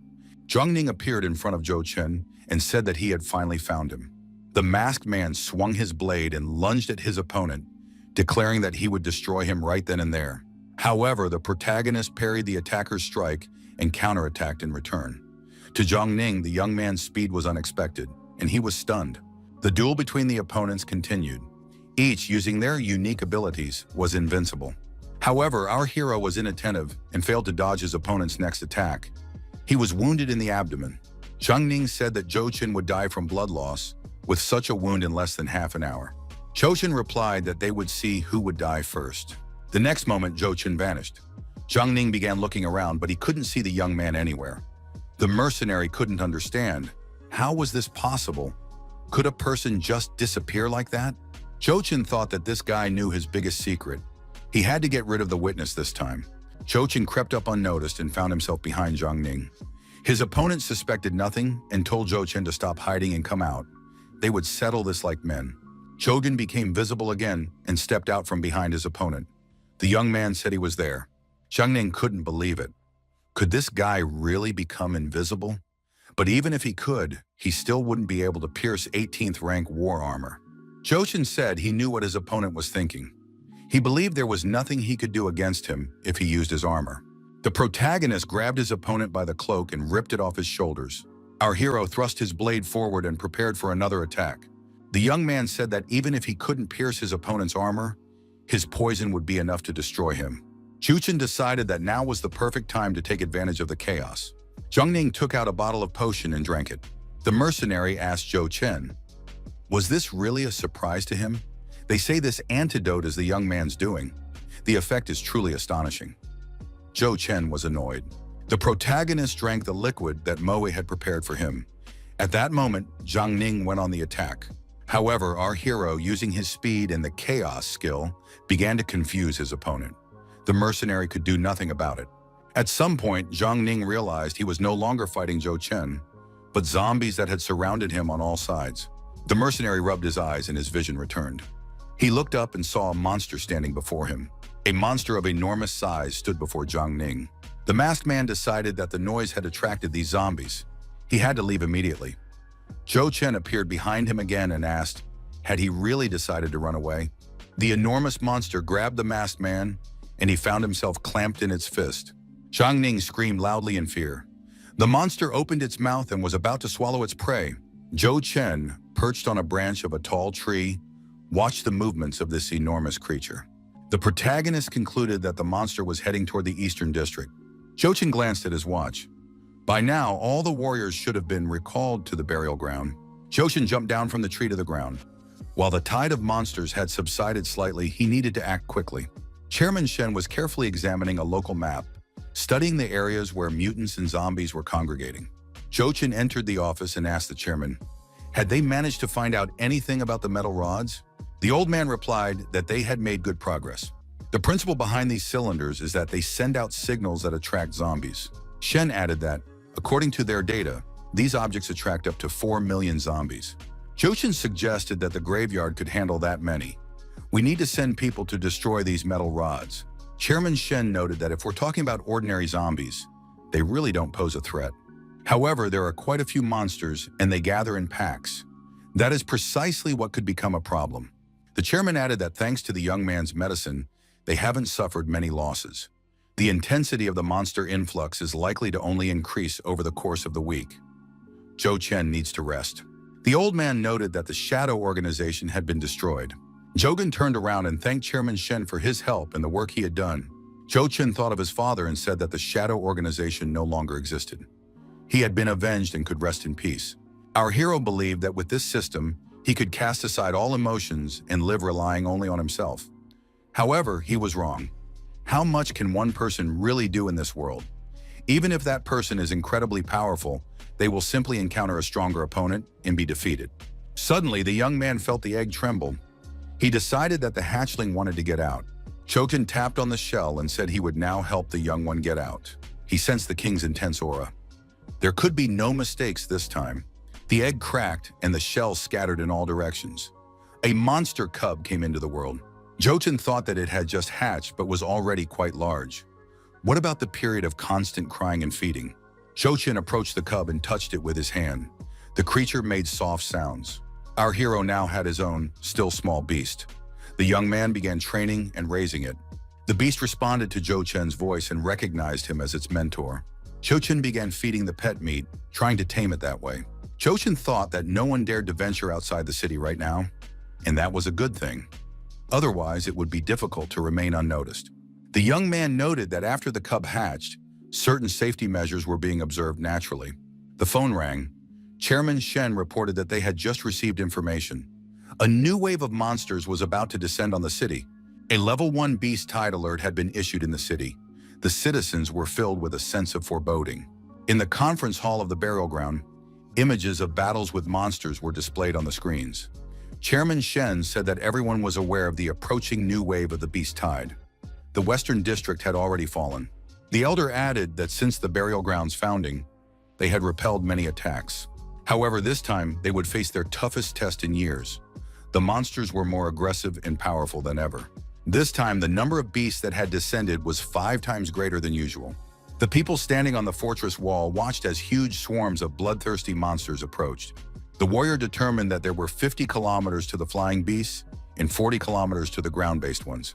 The aircraft took to the air. An order was given to destroy the approaching monsters. Firing began with the intent to kill. 3 days passed.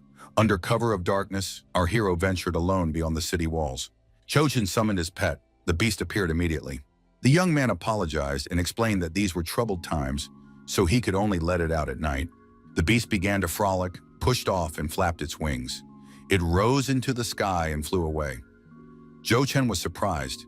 The cub had learned to fly quickly. Choshin said that the pet was doing well. It deserved a reward for that. The young man offered the beast a piece of meat, but it refused to take it. Choshin noted that this creature was quite picky and behaved just like a real child. When the young man took out a red crystal, the pet's eyes lit up with joy. The beast swallowed the crystal, and from the look in its eyes, Zhou Chen realized that wasn't enough. The young man asked, could it be that the cub isn't full? Zhou Chen took out some white crystals and said that was all he had at the moment. However, the beast refused to eat the low-grade crystals. The young man wondered, did the mutated plants he had collected earlier contain any stellar power? Zhou Chen discovered something in his backpack that he had borrowed from one of the beasts while leveling up. The young man still couldn't figure out what this item was used for, but it definitely possessed incredible power. The cub swallowed the item in one gulp. The beast began to act strangely.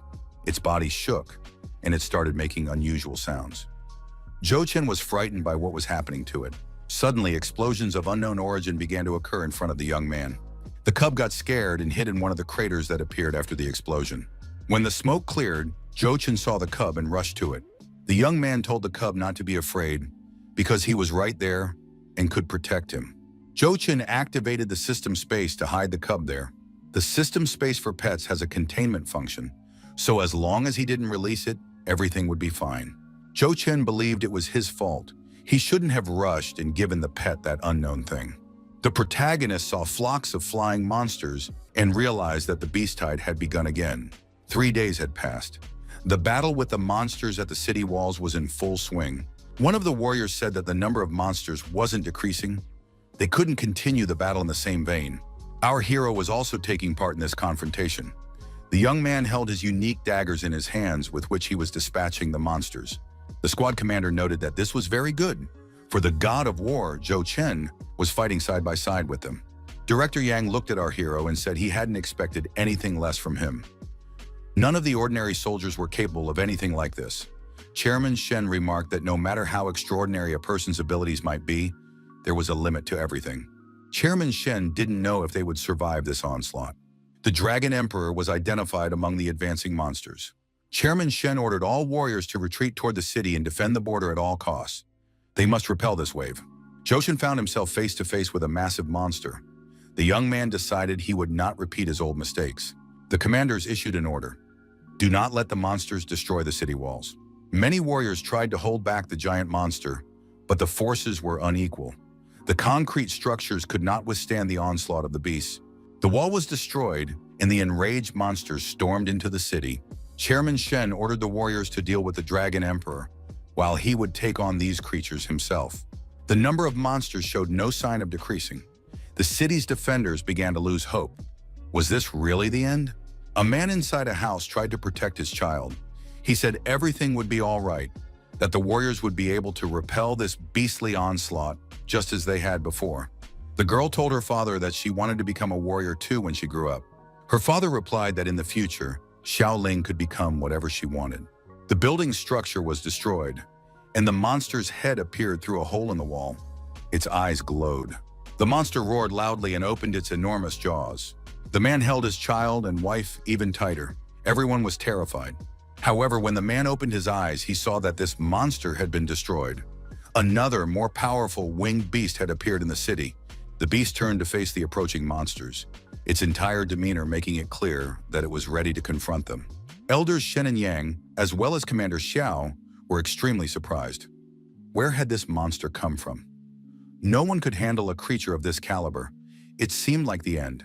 However, the townspeople saw that this monster was helping them, repelling the enemy onslaught. The enormous beast seized the attacking creatures and tore them to pieces. Something incredible was happening in the city. No one yet understood how this monster had appeared here or what its goals were. One thing was clear. It was on the side of the people. Chairman Shen asked a rhetorical question. What on earth was going on here? Captain Xiao noticed that there was a man on the monster's back. Chuchen told his pet that they must drive these mutants out of the graveyard. Jochin, riding on the back of his massive pet, directed it toward the Monster King, who had broken through the barricade and entered the city. The pet roared loudly as it approached the enemies. The powerful sound wave demoralized all the monsters nearby. The warriors were inspired. This monster was on their side. It seemed as though it had been sent to them by the heavens themselves. The frightened mutants turned and fled. Panic swept through their ranks. Jochen's enormous pet, spewing flames, began incinerating all the mutants within the blast radius. The mutant beasts were driven out of the city. It was a local victory for the humans. Chairman Shen joyfully declared that the monsters had retreated. The exhausted warriors declared it a victory. They had managed to pull it off after all.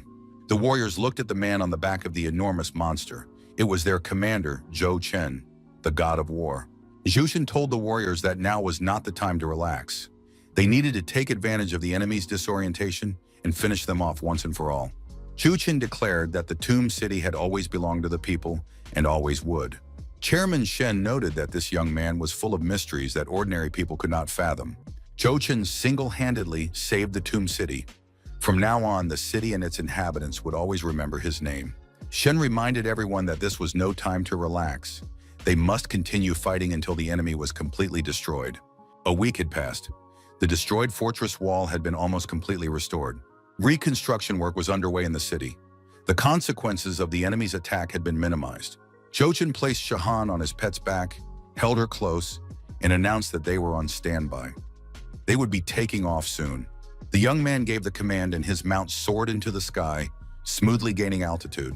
Zhou Chen announced that they were returning to Titan. The beast set off along the designated route. The girl was standing near the grocery store owned by Zhou Ji. She saw the young man, and tears welled up in her eyes. 10th rank warrior Lan Shi stepped out of the SUV and rushed toward her. A meeting of senior leadership was taking place in the conference room of the burial ground. Chairman Shen was speaking.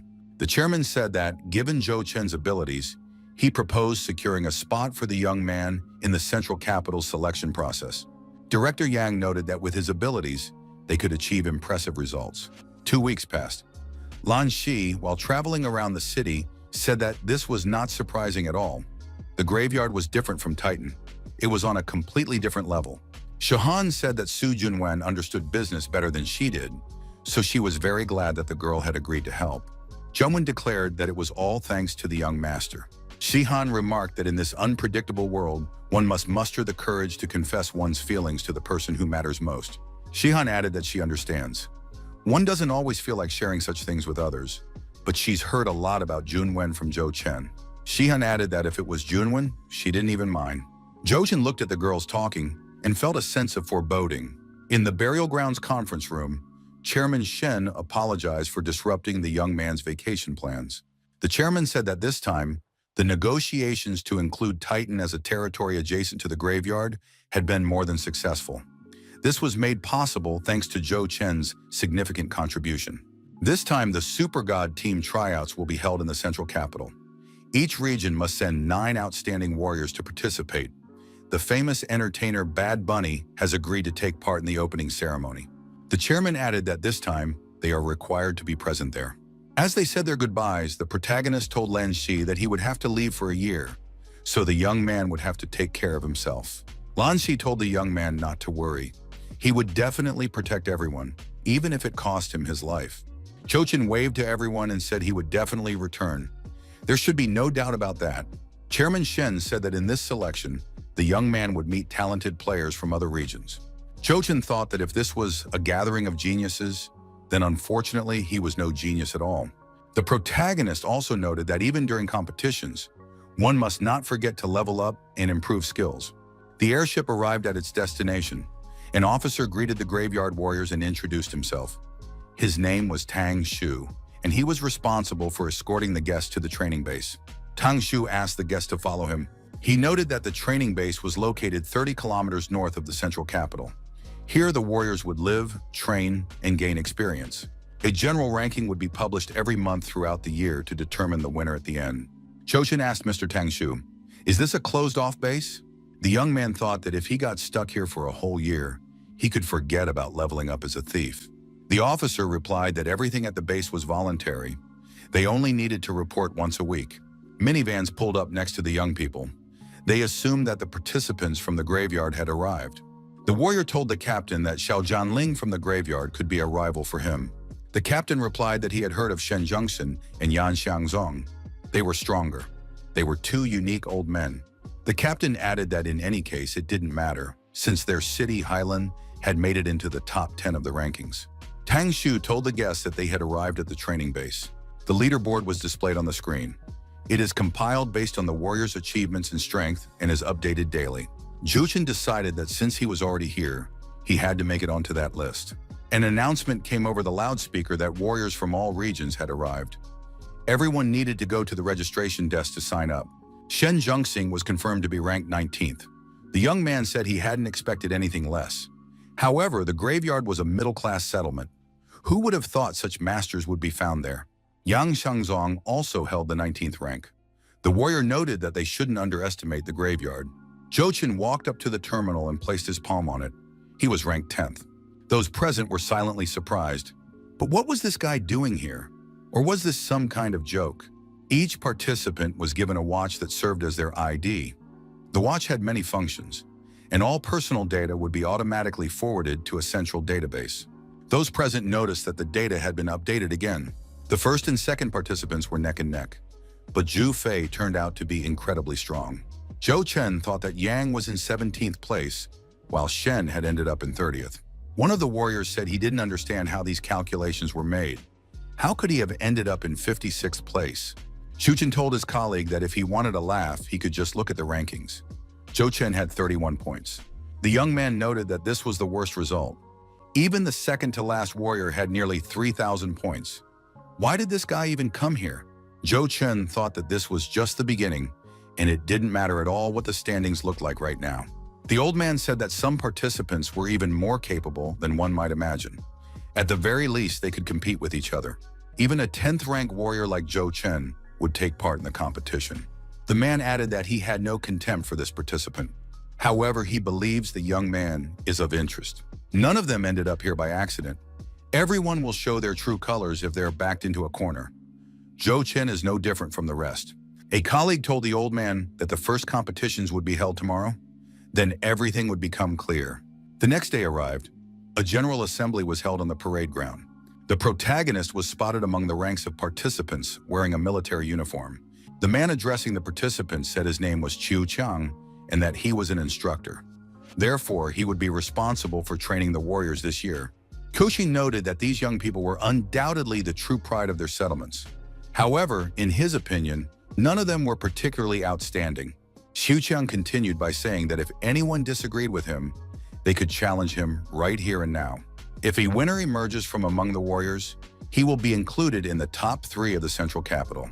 Kyushu remarked that he is among the top 3 strongest warriors in the capital and holds the 23rd rank.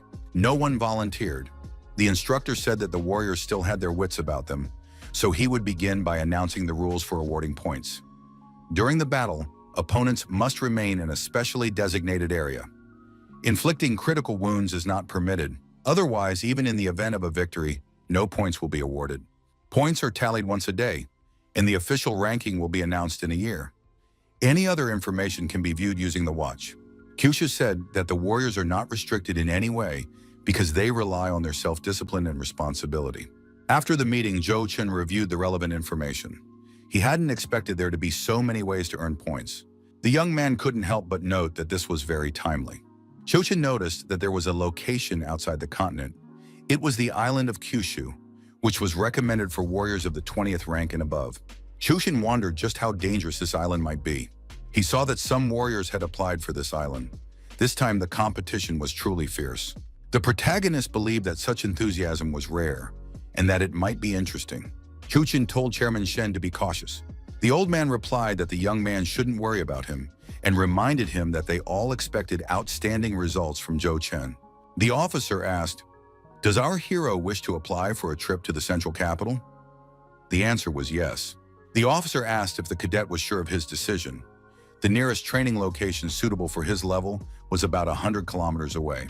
Zhou Chen replied that, from his point of view, the central capital was of much greater interest. The officer thought this guy would be better off just giving up right now. With a rank like that, it was simply a waste of time. Zhou Chen decided that, judging by the points he could earn from these monsters, it would be better to focus on leveling up. It was the safer option. Zhou Chen drove his SUV up to one of the offices. He went into the computer center. They had every possible material and potion here. You wouldn't expect anything less from the capital. Zhou Chen noticed that the Mohei Rage potion was available here as well. However, it was very expensive. 10 minutes later, the young man left the computer center and said that they could now begin preparations. The director of the training center received word that Zhou Chen had submitted a request for access to the Hegu Plains. The director was surprised since monsters of the 16th rank dwelled there. The director looked at the young man's photo and said that this Zhou Chen was no ordinary person. He always came up with something new. Zhou Chen continued his journey on his mount. This time, the dragon picked up considerable speed. He checked the navigation map and told the little one that it was time to descend. The dragon descended lower, and the young man jumped to the ground. Zhou Chen looked around. He was on the Hegu Plain. Wild beasts roamed all around. They were 16th-ranked neon wolves. Zhou Chen drank the liquid of rage developed by Mohei and charged at the mutants. The next day arrived. The officer showed the director the daily point distribution chart. The director was surprised. Had Zhu Fei really earned another 3,000 points? However, there was someone who had surpassed him in the rankings. It was Zhou Chen. The director recalled that the young man was heading toward the 16th rank Hegu Plain. A 10th rank warrior had set his sights on 16th rank monsters. 6 days later, Jochin continued to consume the liquid of rage.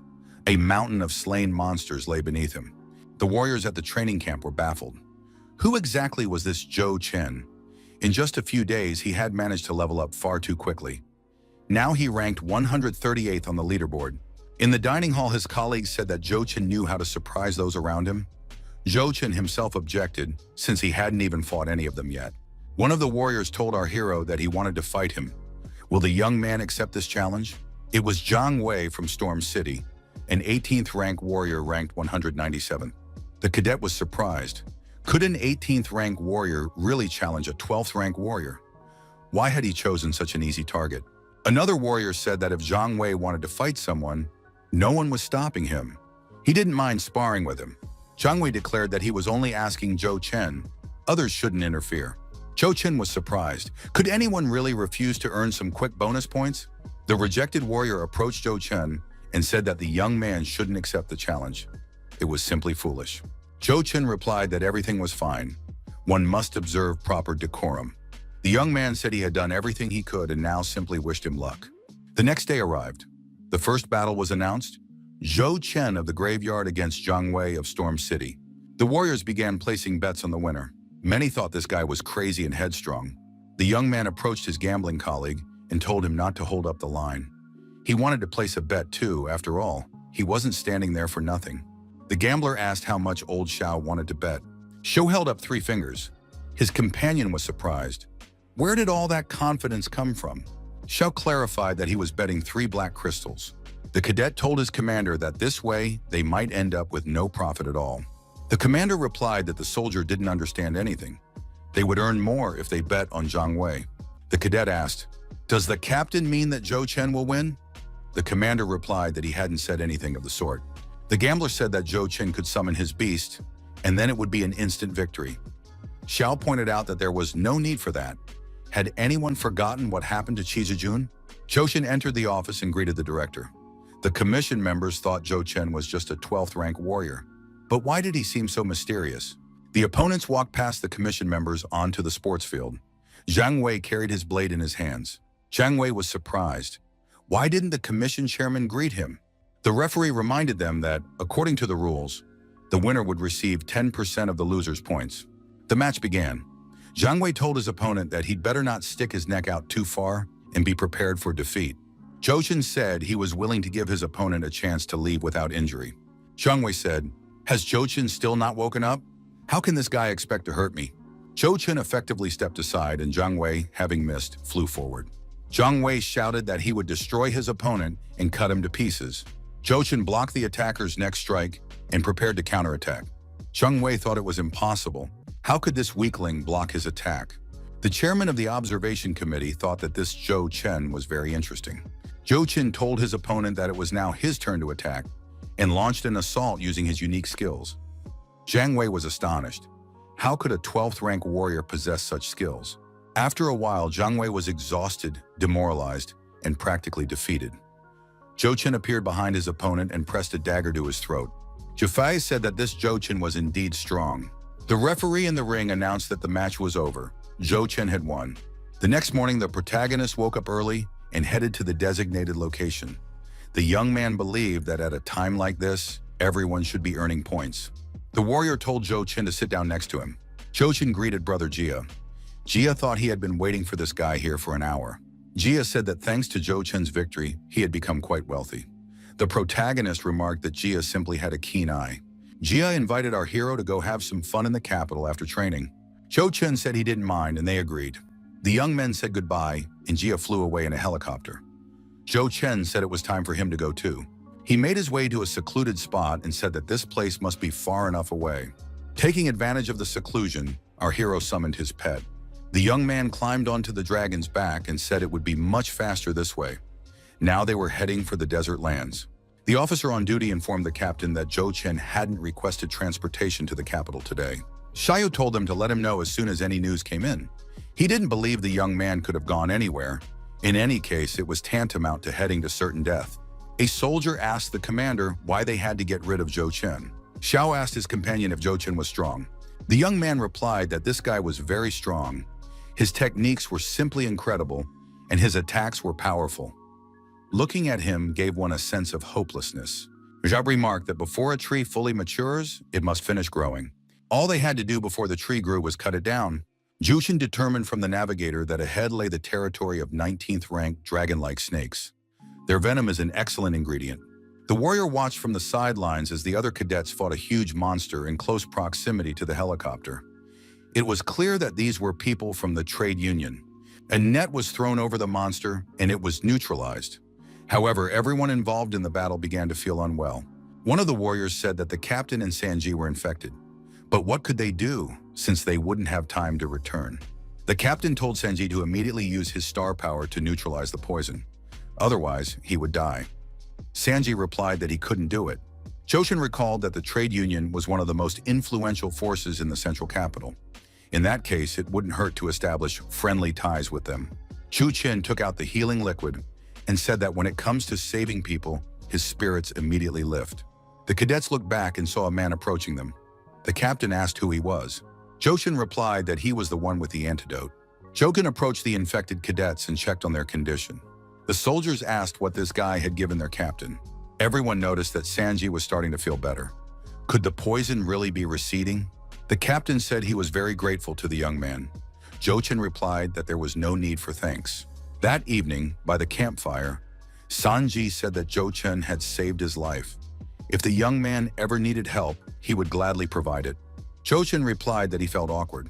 He had simply decided to go hunting nearby and had stumbled upon these people by pure chance. He saw them in trouble and couldn't stand by and do nothing. The commander noted that Zhou Chen's rank was far lower than that of the animals living here. Wasn't that a bit too risky? The soldiers were surprised. Had this guy really come to participate in the training camp?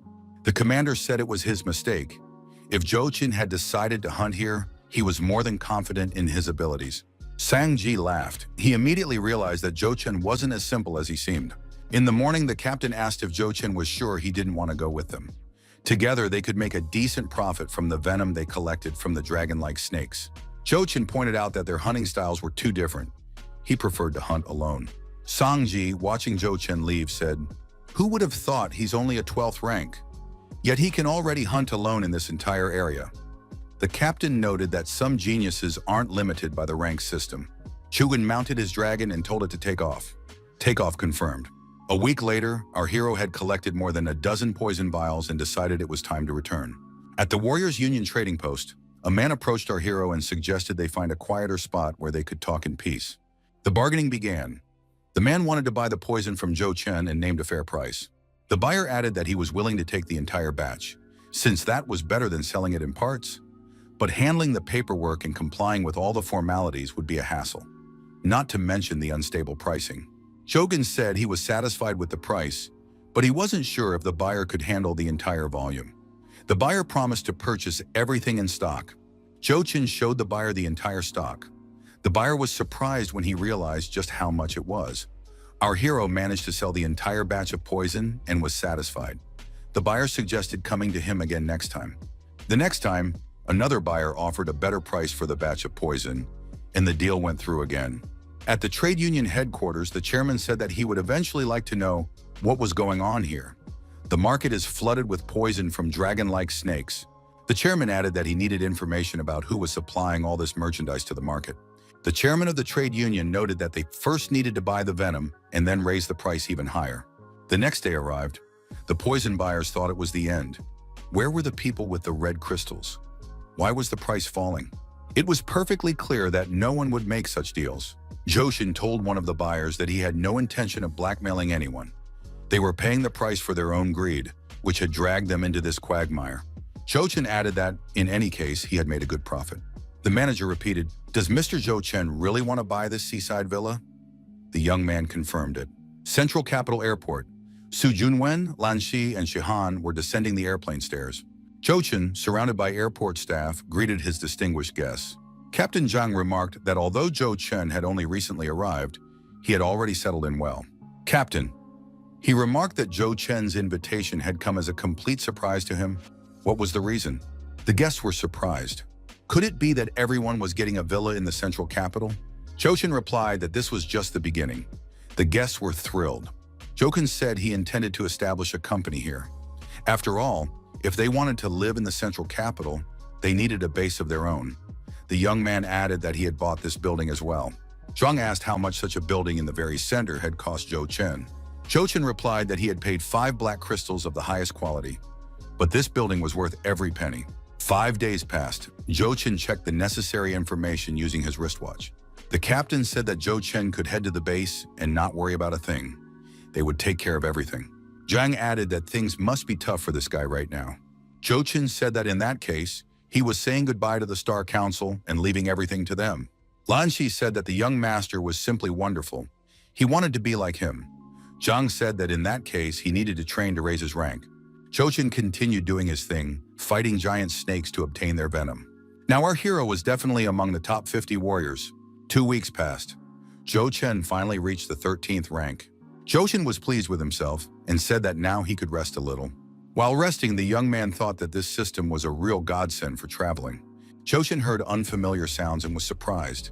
Could there really be people nearby? Several people were indeed setting up a tent in the neighboring clearing at that very moment. After a while, these people built a fire, prepared food, and struck up a leisurely conversation. The young people were surprised when they spotted a lone warrior resting nearby. The assistant asked the captain what they should do. How could this guy act so at ease in a place like this? The captain suggested they watch this individual for a while. Another assistant told the captain that there was only one person of the 13th rank nearby. The captain remarked that this was sheer audacity. Just a 13th rank soldier, yet he was acting like he was on vacation, eating from a mess tin and lounging on a deck chair. The captain added that they would now show this man what the law of the jungle was all about. Jochin continued to lie on the deck chair, lost in his thoughts. He saw 3 people emerge from the forest and approach him. The men were armed. Jochin asked what these people wanted here. One of the warriors drew his sword from its sheath and said that they wanted this guy to understand just how cruel the world is. All 3 rushed at our hero, swinging their blades. The chaise lounge was smashed by the attackers, but Jochin managed to vanish as if he'd evaporated. The next moment, he appeared behind one of the attackers. The protagonist said that, unfortunately, there were foolish people everywhere. He was already tired of it. After a while, several attackers were neutralized and lay on the grass. The survivors were surprised. How did that happen? The commander asked his subordinates, "Isn't this guy a 13th rank warrior? How could this have been allowed to happen?" Jochin was surprised and asked the commander of the attackers, "Are 13th rank warriors really incapable of defeating anyone? Do they really doubt that a 13th rank warrior came into this forest all by himself?" Our hero's pet appeared above the clearing. Flapping its wings, it slowly began to descend to the ground. Jochin was surprised. Didn't these people even think to consider the reasons behind such behavior? Yet they were bold enough to provoke him. This is incredible stupidity, especially coming from a high-ranking official. The pet landed and began patrolling the territory entrusted to him. The attackers were forced to retreat. Our hero said that at least he managed to earn a little extra. There were a few trophies to be had. Jochin reviewed the information and noted that other players were leveling up too quickly. We need to take a more responsible approach to this issue. Devil's Swamp. 3 young men continue to move through the forest. They believe that, thanks to their captain, even 20th rank horned boars were no match for them. The warriors heard voices nearby and thought there was another team in the area. The leader of the trio said they wouldn't know until they checked who was there. Everyone followed him. Not far behind the bushes, Jochin was fighting a huge wild mutant boar. The observer realized that it was Jochin himself fighting the boar. Our hero sensed that there were people nearby. The warrior drew his sword and said, "Who would have thought that after some time we'd meet him here?" The leader said there was no need to rush. They should stand aside and watch. Jochin, continuing to fight the boar, thought that these people apparently had no intention of approaching. He noted that he was fine with that, but first he had to get rid of this boar. The leader of the trio of warriors thought that this guy was dodging skillfully. But how had he managed to achieve such mastery? The warrior in the bushes realized that Jochin was definitely skilled, but with his rank, he shouldn't expect to defeat a 20th rank boar. However, our hero landed a devastating blow on the beast. The warrior was surprised. How did he manage to pierce the armor? After all, that's practically impossible. Jochin's potential is simply incredible. We need to deal with him before he turns into a real monster. This warrior decided that he absolutely had to deal with Jochin. Only then could he secure his place among the top 5. The warrior saw a red streak of life behind the bushes and realized things were taking a turn for the worse. He had to do something immediately. The man burst out of the bushes and lunged at our hero with his fists. He said that Jochin wouldn't be able to escape. Jochin thought his opponent was moving very fast. Would he have time to dodge? He remembered that he had another ability that could come in very handy right now. The opponent struck and said that Jochin would be destroyed right then and there. However, our hero blocked the blow, but was sent flying to the side by the force of the impact. The attacker was surprised. Could it be that there wasn't even a trace of blood left on Jochin? But surely that blow must have left him battered. Jochin said that his opponent wasn't as strong as he'd imagined. The level 125 damage transfer skill was activated. Jochin thanked his opponent for helping him move. The attacker was baffled. Jochin said goodbye and started running away. The opponent realized he'd been played. The attacker couldn't understand how it was even possible to move without leaving any traces, let alone so quickly. Jochin used the invisibility skill and watched his opponent. The attacker thought that this time he would let Jochin get away, but next time he would definitely be in for it. Jochin said that Zhang Ruxing had started it, so now he had only himself to blame. Our hero took out his phone and called the right person to discuss the next steps. Commander Zhang saw his wounded friend and rushed over to him. What happened to Lan Shi? The villain thrust his blade forward and told the guy not to move. He added that Lan Shi's rank wasn't high, but he had plenty of attitude. The villain said that they could always come to an agreement, as long as they had taken over this territory. The attacker asked Lan Shi if he had ever heard of the third largest company in the central capital, Shining Wing. If the guy had any sense, he should just hand over his armor and weapons, and then he would stay alive. Zhang pointed out that they were all adults here. These scoundrels needed to stop spouting such nonsense. Even if someone from Shining Wing was backing them, they'd still regret it. The villain said he had explained everything clearly. However, these guys decided to show some backbone. Suddenly, something crashed to the ground. A cloud of dust rose. When the dust settled, Zhang and Lan Shi saw the commander. Lan Shi said, "Finally, sir has arrived." The villain laughed. Is their commander really a 13th rank? Did he come to pay Dan? The villain added that he hated such arrogant types the most. He grabbed his blade and prepared to attack. Suddenly, he shouted that he had trouble seeing. Why couldn't he see anything? This scoundrel's henchmen pounced on Jochin with the intent to destroy him. Jochin said they were complete fools. The president of Shining Wing watched his men via surveillance cameras. A question arose in his mind. What was going on there? Chen Yunin was surprised by his soldiers' behavior. An assistant told the president that it was all Pan Shenghua's doing. It's unclear how it happened, but those people took them hostage and are demanding 47 black crystals as ransom. The elder was surprised. Could a group of just a few people really be worth all this fuss? Zhao Kongguang, the head of the Shining Wing Company, said his men would simply wipe out these insolent fools. The assistant reminded Director Zhao that Commander Pan was in their hands. They had promised to kill the hostages on the spot if any action was taken. Zhao Kongguang said these people were all talk. He wanted to see what they were really made of. Chen Yunin asked if they had found any information yet about who was behind all this. The assistant replied that they had sent people out and information would be available soon. The assistant answered a phone call and received the necessary information. The young man reported to the president that this time, things wouldn't be so simple. Zhang asked Jochin if the Shining Wings would agree to his terms. After all, they were the elite of the central capital. Could they really swallow their pride and blindly follow orders? Jochin replied that there was no need to worry. He thought they would agree. Even if they sent someone to investigate, he had no objection. Pan said that this young man wouldn't have long to enjoy himself. He'd asked for trouble himself. The warrior said there was nothing more to expect from this guy besides talk. Our hero was informed that Zhao Chongguang had gone to see him alone. The young man thanked Sangji for the useful information. Jochin told his comrades that upon completion of the training, all survivors would automatically be granted the status of Central Capital Parliamentarian. Shining Wing is a huge company, but they aren't qualified enough to stand up to parliamentarians. If they're smart, there shouldn't be any problems. A car pulled up and stopped. Chief Zhao got out of the car and was surprised to see Jochin. The young man greeted the chief. The protagonist said, "Who would have thought Chief Zhao would come to see them in person? Have they already brought him everything he needs? Otherwise, he won't let anyone leave." Chief Zhao said that this guy was incredibly brave. Zhao added that he alone was more than enough to deal with everyone present. Zhou said that Chief Zhao was mistaken. The man called the young man a true madman.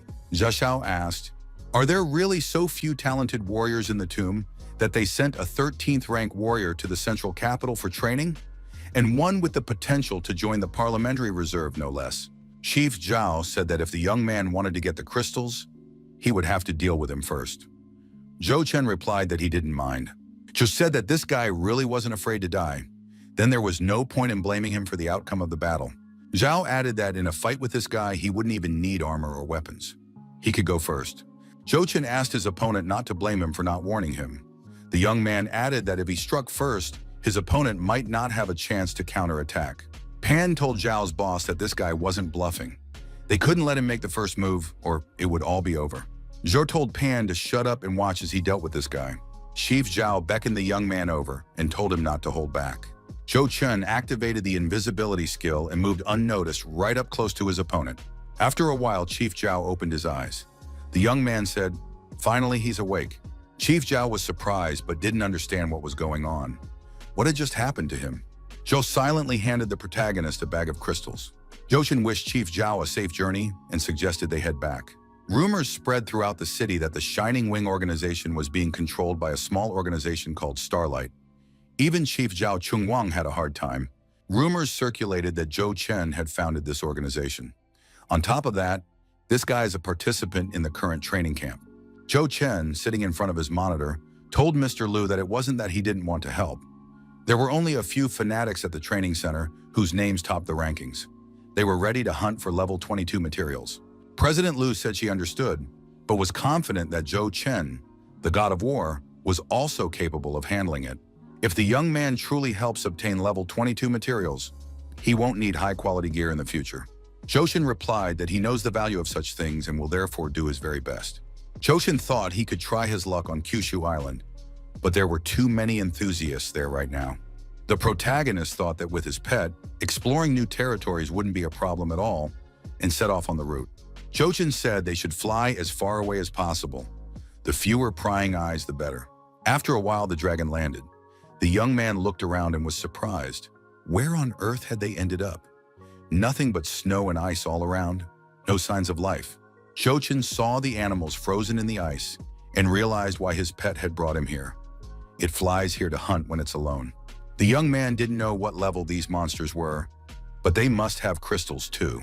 The protagonist obtained a colored crystal and said that his pet had chosen the right spot. Zhou said they shouldn't eat it yet. He wanted to see the place where the little one hunted. The dragon soared into the sky and transported its master to another location. Zhou was surprised because there was nothing here but snow. The pet roared loudly, and the young man saw the water in the lake begin to churn. After a while, green-scaled monsters of an unknown level appeared on the lake's shore. The protagonist couldn't determine their level. That meant they were far superior to his own. The pet abruptly changed his flight path and began to descend rapidly. Zhou said he wasn't going to rush into battle. What's going on here? The dragon approached a monster with a glowing orb peeking out of its mouth. At some point, the young man noticed that his rank had risen. In the face of danger, it's very easy to unlock one's potential. Zhou realized this couldn't go on for long. He had to retreat. His beast wouldn't be able to handle such a massive monster. Zhou turned his beast around, and they began to move away from the enormous monster. The protagonist thought that today he had faced the strongest monsters in this world. In our hero's hands was a scale from the green monster his pet had just fought. Zhou decided that such a large piece of scale should be enough to meet his basic needs. The dragon attacked the green monster again, but this time the monster was more aggressive. The monster screamed in pain after sustaining a laceration to its neck. Zhou said he trusted his pet and that it would be able to handle this monster. A week later, the expedition to the island came to an end. The young man, holding a sack in his hands, said they had managed to gather quite a lot of useful items. This should be enough to craft several sets of armor and weapons. A 24th rank warrior named Novik, who was on the island with his friends, said he had scouted the area. The rank of the monsters lying ahead far exceeded that of his comrades, so it was best to turn back. The god of war set off alone, leaving his comrades to wait for him nearby. After traveling quite a distance, Novik saw a monster and was surprised. Where could it have come from? The officer sensed trouble and grabbed his blade. The dragon's eyes flashed and it growled menacingly. The dragon did not attack the man, but soared high into the sky. The warrior stepped forward and saw the destroyed monster the dragon had left behind. Novik approached the monster's body. However, behind him, a man said that this kill belonged to him. Novik turned around and saw a 14th rank Asian. Novik decided this wasn't a problem and attacked the Asian man with the intent to destroy him. Joshin clutched his head and said he knew it would come to this. The protagonist called out to his little one. Novik looked back and saw that very dragon, which was racing straight toward him at high speed. The warrior was surprised. Why was this beast returning? Zhou Chen shouted after the fleeing man. Was he really a coward who had decided to run away? Joshin pushed off and took a powerful leap. The young man jumped high and prepared to attack the stranger. Novik raised his head, thrust his blade forward, and thought that this man was crazy. What did he hope to achieve by attacking like this? However, Novik noticed with fear that his body had stopped obeying him. Why wouldn't it move? Joshin attacked his opponent, but the attack was unsuccessful. The young man said he couldn't pierce his armor. In that case, he would leave it to the little one. Novik was attacked by the dragon and deactivated. Zhou Chen held a huge crystal in his hand. He said it was no surprise that many people like to hunt. It was definitely easy money. Joshin regretted that he couldn't yet handle such a powerful warrior on his own. A provincial town in the middle of a snow-covered landscape. The town square was empty. A report appeared at the Information Bureau stating that the third-ranked warrior, Novik, who held the 24th rank, had been found dead. The agency staff received this news with horror. In the conference room, the officer on duty pointed to a spot on the map and said that was exactly where they had stopped receiving a signal from the chip of the alliance leader, the Speaker of Parliament, the god of war Novik. Andre, the head of the Information Bureau, said that it had happened in the blink of an eye. There are already some theories. Most likely he was killed instantly. The head of the Eurasian Economic Union, Volodya, asked what the results of the investigation were. Andre replied that, judging by the wounds on Novik, it was done by some kind of beast. His weapons and crystals were already gone. It can be assumed that they were picked up by warriors who stumbled upon them. Andre ordered men to be sent to monitor the market. Perhaps Novik's blade would turn up soon. The truth must be uncovered. Zhou Chen was in the air office studying the information. The young man realized he was still 45 levels short. The protagonist decided that once he reached level 180, he would be able to use all the artifacts. Joshin added that until then, he needed to work hard. Joshin glanced at his watch and said it was time to have some fun to rack up more points. Mogilnik Yuli Company. The professor looked at the lab results and was surprised. It was the first time in his life he had seen materials of this caliber. President Liu was informed that the materials brought by the god of war were 24th level materials. President Liu thanked the young man and said they were ready to pay in full. Zhou Chen should name his price. Zhou Chen said he was willing to sell these materials, but he had a small request. The young man noted that he needed armor made from 24th level materials. In exchange, he was willing to offer a 20% discount. President Liu replied that she agreed. Zhou Chen said he had something else to show her. Would she like to take a look? It was an important item. The fewer people who knew about it, the better. Zhou Chen pulled a green dragon scale from his bosom. Liu was surprised. How did that thing fit in his pocket?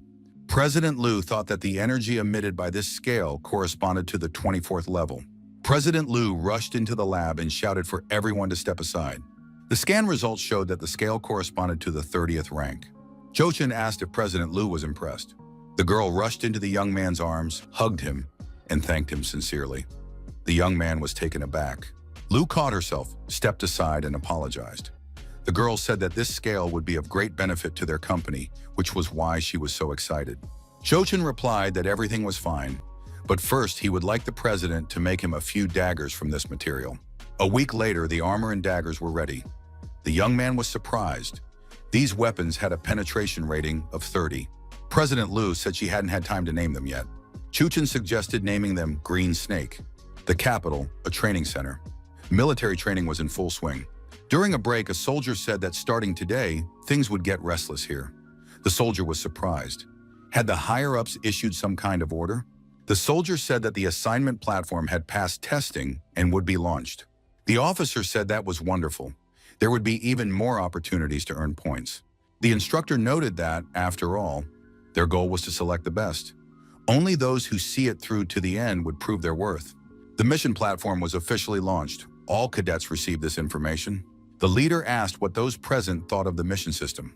The officer replied that these tasks would undoubtedly force the warriors to form small teams. Anyone who decided to go alone would become prey for other teams. Joshin said that he wouldn't even team up with others. After all, no one knows in advance which team will turn out to be stronger. The elder agreed. While the rewards were incredibly tempting, safety had to come first. The officer said they couldn't, but that didn't mean Zhou Chen couldn't use his dragon. Zhou Chen replied that it all depended on the circumstances. If something suitable came up, then it could be considered. The next day arrived at the training center. The cadets looked at the information board with interest. Zhou Chen carefully reviewed the information and said that the third mission seemed suitable to him. The streets of this area must be swarming with zombies, but that shouldn't be a problem. Zhou Chen accepted the third mission and set out to complete it. The young man noted that there were only 50 applicants, yet only one hard drive, though the difficulty lay not only in the zombies. Zhou Chen arrived at the designated location riding his pet. The young man noticed that over 100 people had already accepted this mission. The protagonist decided that, in that case, speed would be his advantage. Our hero jumped off the dragon and landed using a parachute. The plane was on the taxiway and ready for takeoff. The officer reported that the plane had been chartered and that 4 more fighter jets would be providing escort while they were flying over City S. The warriors said they didn't have much time, so it was time to move out. The young man noticed that Lo Ping and the others had already left. They couldn't guard the stragglers. The zombies looked up and noticed a parachutist descending. The distance was closing. Zhou Chen unbuckled his backpack and jumped to the ground. The boy found himself surrounded by zombies rushing toward him from all sides. Zhou Chen turned and started running. He didn't have time for these zombies right now. Our hero looked at the building, which was also surrounded by zombies. He realized he had arrived at the designated location. Zhou Chen entered the building and was surprised. After all these years, the alarm system still hadn't malfunctioned. The young man drew his unique blade and decided to make sure the security guards wouldn't punish him. Zhou Chen used his blade to open the door. At that moment, the alarm went off. Military aircraft took off simultaneously on command. It was an escort squadron. The pilot told Mr. Zhang to get ready. The jump was scheduled for 3 minutes later. At the appointed time, everyone jumped. The parachutes opened as planned. Zhang said that now no one would be able to beat him. Zhang saw the alarm had gone off and said that someone had managed to get here faster than he had after all. Zhou Chen entered the right room and was at a loss. There were so many servers here. But which one did he need? Zhou Chen decided he would simply eliminate all the unnecessary ones. The protagonist activated his unique skills and, using the process of elimination, identified the necessary server. As he left the room, the young man said that it was a job well done. At the right moment, our hero found himself on the roof of the building. The parachutists were already in the air. Zhang was surprised. What was Zhou Chen doing here? Could the alarm system really be his doing? Zhang shouted for Zhou Chen to stay put if he was a man. The protagonist thought it was an old acquaintance. The young man decided this was just great. Now they'd finally say goodbye. Zhang asked what this guy was planning to do. Zhou Chen took a swing and prepared to throw. Zhou Chen asked Zhang, didn't he think he was descending too slowly? The parachute had been pierced by the spear our hero had thrown.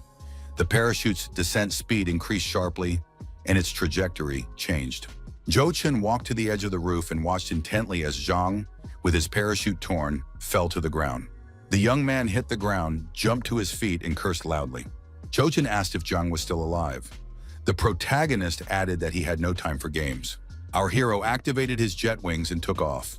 Soldiers ran up to Zhang and asked if the captain was okay. Zhang was furious and said he would tear Zhou Chen to pieces when he got his hands on him. A soldier told the captain that the guy hadn't been carrying anything. It's safe to assume he didn't get the hard drive. Zhang told his assistant to deal with the zombie while they went upstairs to check the servers. Zhang saw what had happened in the server room and realized that this was definitely Zhou Chen's doing. During the flight, the protagonist thought he needed to adjust the engines. He was moving a bit too slowly. Zhou Chen noticed that a large number of zombies had gathered over the area he was currently flying over. He expressed the hope that these zombies would have some fun today. The manager explained to the student that if he wanted to take on any tasks, he could use his watch. Zhou Chen said he had already completed the task. The manager was surprised. How was that possible? After all, not even a day had passed. The cadets were amazed. Could one person really have brought all this? It's just crazy. The warriors said they needed to hurry. All the teams, just like theirs, were surrounded by zombies. Right now, it was hard to say who would get the disc. The instructor was also surprised. After all, it took this guy less than a day to complete the most difficult S-rank mission. How was he able to do that? According to available information, he has a giant beast, perhaps with its help. What other surprises await them? The young man was told he had done an excellent job. Now the other teams that accepted this mission must be furious. Zhou Chen replied that he was just lucky. He had a head start. But what does he plan to do next? Zhou Chen replied that he was interested in Kyushu Island, the Valley of the Silver Snakes. Zhou Chen recalled that one of the leaders in the standings, Zhu Fei, had recently accepted this task. However, they don't have an antidote, so completing this mission won't be so easy. The assistant reported to the squad commander that Ye Yihong and his men had just arrived from the east. Chu Qinglin is here too. They're in the north. The assistant asked if they should ask Zhuan and his men for help. The commander replied that there was no need. Even he alone would be quite enough. The assistant agreed. In any case, no one would venture deep into the valley. They needed to stay far away and wait for the Silver Snake King to appear. Even if he emerges from the other side, only Brother Fei will be able to defeat him. The warriors encountered a huge stone snake. This time, Zhou Chen mounted the large white beast and said he could already see the valley. They needed to hurry. The warrior said it was very cold outside. However, in the valley, one could die of dehydration. The warrior was very surprised when he saw that Zhu Fei was nearby and was already fighting the stone snake. The assistant told Zhu Fei that Zhou Chen had been spotted. Fei replied that it didn't matter. First, they needed to deal with this mutant. Zhou Chen thought that these cadets were simply waiting for this snake. The young man decided he didn't have time for this. He simply couldn't wait. Zhu Fei thought, why is this guy hanging around here? What's on his mind? Fei told his assistant to gather all the materials. He'd keep an eye on things here for now. Zhou Chen saw one of the warriors and was surprised. Judging by his red health bar, he was already poisoned, even though he hadn't reached the heart of the valley yet. As a precaution, the protagonist drank the red liquid from the test tube. Ye Shihin's assistant reported that Zhu Fei had entered the valley. The assistant added that a man named Zhou Chen had entered before him. Moreover, he was acting alone. Everyone present was surprised. Could Zhou Chen really be here? But with his rank, that would be tantamount to certain death. Ye Yihong said that this boy had just completed an S-rank mission. Why on earth had he come here? Something wasn't right. He needed to take a look around. Everyone should stay put. He would handle it himself. Zhu Chen noticed numerous red stripes in the forest and beyond the mountain. The young man concluded that there were quite a few other cadets here. Zhu Fei emerged from the forest and asked, does Zhou Chen really want to die here? Zhou Chen asked his opponent, do you really think these poisons can kill me? That is a grave mistake. The protagonist asked Zhu Fei if he wanted to cooperate. Zhu Fei was surprised. What kind of cooperation are you talking about? 2 green health bars appeared behind him. Zhou Chen said that the 4 of them would have to work together to complete this mission. If he wasn't mistaken, Ye Yihong and Chu Qinglong were also here. Chu Qinglong and Ye Yihong emerged from behind the bushes. Zhu Fei looked back and said in surprise that even he hadn't noticed them. However, Zhou Chen had sensed their presence. Zhou Chen pointed out to those present that the atmosphere here was quite tense. But after all, they were all colleagues. Our hero added that they were here for the Silver Snake King, and everyone understood the true state of affairs. Even if they waited for this mutant to come out, no one could guarantee that others wouldn't take advantage of the situation. Ye Shihong asked what Zhou Chen's plan was. The protagonist replied that the 4 of them would form a small team. They would wait for him at the entrance while he went into the lair to lure out the Silver Snake King. All the loot would be split evenly. Ye Yihong asked why they should be confident that this guy would be able to lure the mutant out. Zhou Chen replied that for one thing, he was standing right there. The protagonist added, even if he fails, these 3 have nothing to lose. In that case, they'll just keep waiting, just as they did before. Zhu Fei and Ye Yihong said they agreed. Zhu Fei thought that even he himself wouldn't be able to lure the king out. If this guy was so confident, then it really must be a good deal.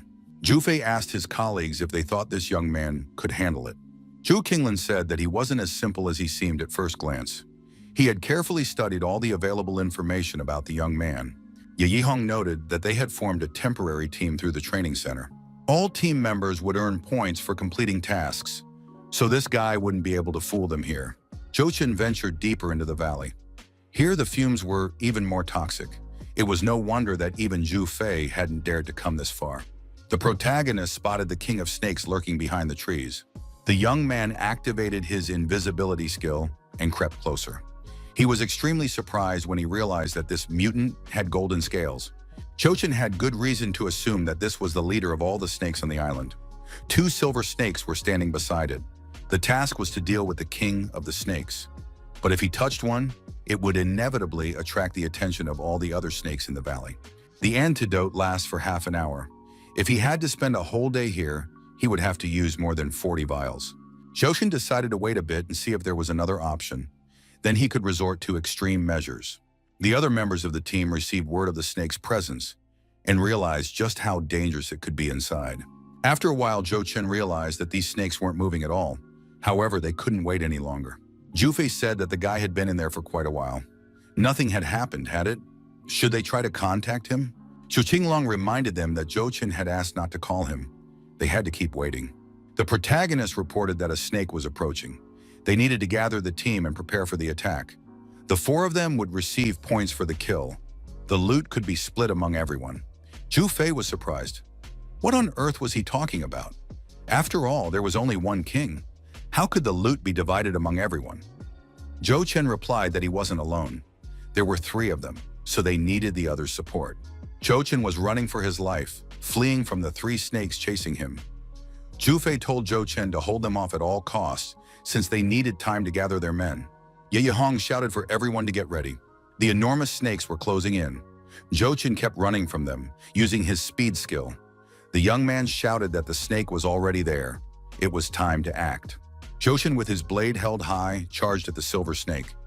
Zhou Chen shouted that it was about to release its venom. Zhou Chen told Qinglong to aim for the head, or it wouldn't work. Li Shubin had to attack the left eye. That was the snake's blind spot. Ye Shihong thought, could this guy really have such extensive combat experience? If he wasn't mistaken, Chu Qinglong should already have been wounded. With his rank, he wouldn't be able to handle a single snake. Ye Yihong looked at Zhou Chen and thought that there were geniuses he simply couldn't understand. The city chief contacted Jufei and said he had found the information they needed. The guy should give some more thought to his relationship with Zhou Chen. No matter what misunderstandings they had in the past, everything needs to be settled, because Zhou Chen is more than capable of destroying him. Once Jufei reads the information, he'll understand everything. Zhou Chen, riding on the back of his pet, asked Brother Shen, "Are you really not going?" The chairman replied that for now they'd be better off focusing on gaining combat experience. Otherwise, they'd never be able to match him. Zhou Chen said that as soon as the opportunity arose, they absolutely had to find him. Shen noted that Zhou Chen was currently the most talked about figure in the center, so they needed to be cautious. Jufei saw Zhou Chen riding a dragon. He was surprised. Where could this guy have been hiding such a monster? It's a good thing they're on the same side. Ye Yihong agreed that Zhou Chen was no ordinary guy. Unfortunately, those fools from Hurricane City didn't have the brains to figure that out. Zhou Chen said he had gathered them all because he had a plan that would allow everyone to make a decent profit. Ye Yihong asked, "What is this plan?" Zhou Chen asked his colleagues if they knew what cleaning was. Chogan kept running away from the silver snakes. Jufei asked how many there were. The protagonist replied, 27. 7 days had passed. The assistant informed the captain that everything was fine. Judging by the rankings table, the gap between 4th and 9th place wasn't that big. The commander would soon return to his former position. During a meal, Jufei told the protagonist that there was now a gap of several thousand points between them. It would be quite difficult to catch up to this guy. Ye Yihong said that all it would take was for him to close his eyes for a second and get distracted, and he'd already be languishing at the bottom of the rankings. However, judging by Zhou Chen's approach to missions, he's actually waiting for opportunities like this. For him, outpacing everyone else is a matter of minutes.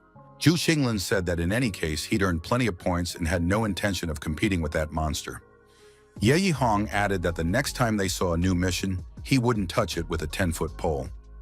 Zhou Chen replied that in that case, he'd have to work alone, since all his friends were refusing to partner with him. Zhou Chen checked out the new S-rank mission. The objective was to steal a phoenix egg. This seemed very interesting to him. The Gobi Desert. Based on the available information, this is the phoenix's habitat. Zhou Chen thanked the guide and paid him for his work. The man said that the boss was incredibly generous. The guide asked for permission to share some information. The phoenix is a level 23 creature. Zhou Chen noted that he was there to obtain its egg. The guide was surprised. Did this guy really plan to steal the phoenix's egg all by himself? Zhou Chen replied that it wasn't necessarily so. Perhaps other, not-so-friendly comrades would show up as well. The assistant asked the captain, why did he take this mission? Zhang replied that he should keep quiet if he didn't understand. You can earn many times more points for destroying monsters than for completing missions. His ranking had already dropped significantly. This was the fastest way to regain his former position.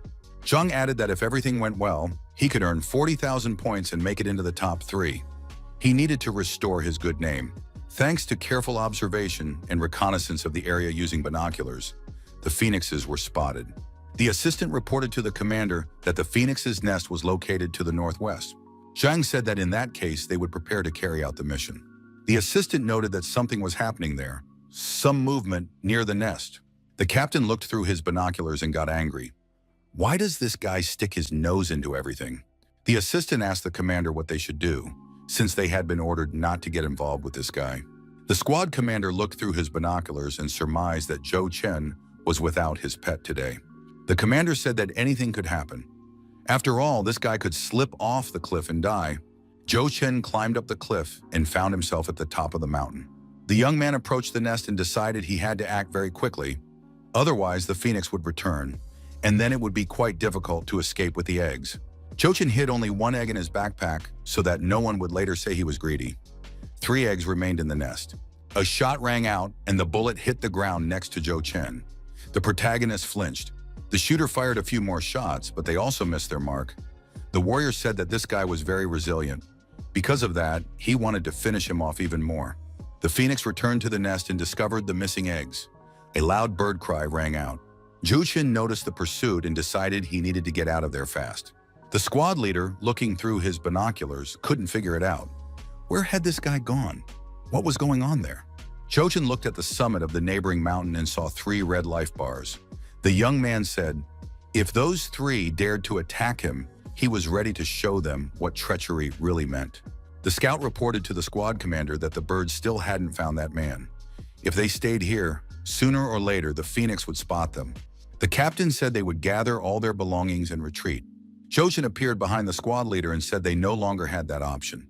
The captain asked, does this guy really think he can take on all 3 of them alone? Zhou Chen has just signed his own death warrant. The squad leader said that he and Zhou Chen were sworn enemies. His pet wasn't here, so no one could help him. Zhou Chen said that his opponent was right about some things. However, who told him that the dragon wasn't here? The young man reached out his hand, and in that very moment, a pet spewing flames appeared beside him. The warriors were astonished. How was this possible? Who exactly was this Zhou Chen? The squad commander said that Zhou Chen wouldn't be able to pierce their armor. They had to forget about this beast. They had to destroy its master. Zhou Chen drew his unique blade and asked, did these guys really think he couldn't handle their armor? Zhou Chen used his unique skill and found himself behind his opponent. The squad leader shouted again that this couldn't be happening. The young man was attacked and suffered a through-and-through wound in his back. He said his armor had been impenetrable until now. What had just happened? Zhou Chen said it didn't matter.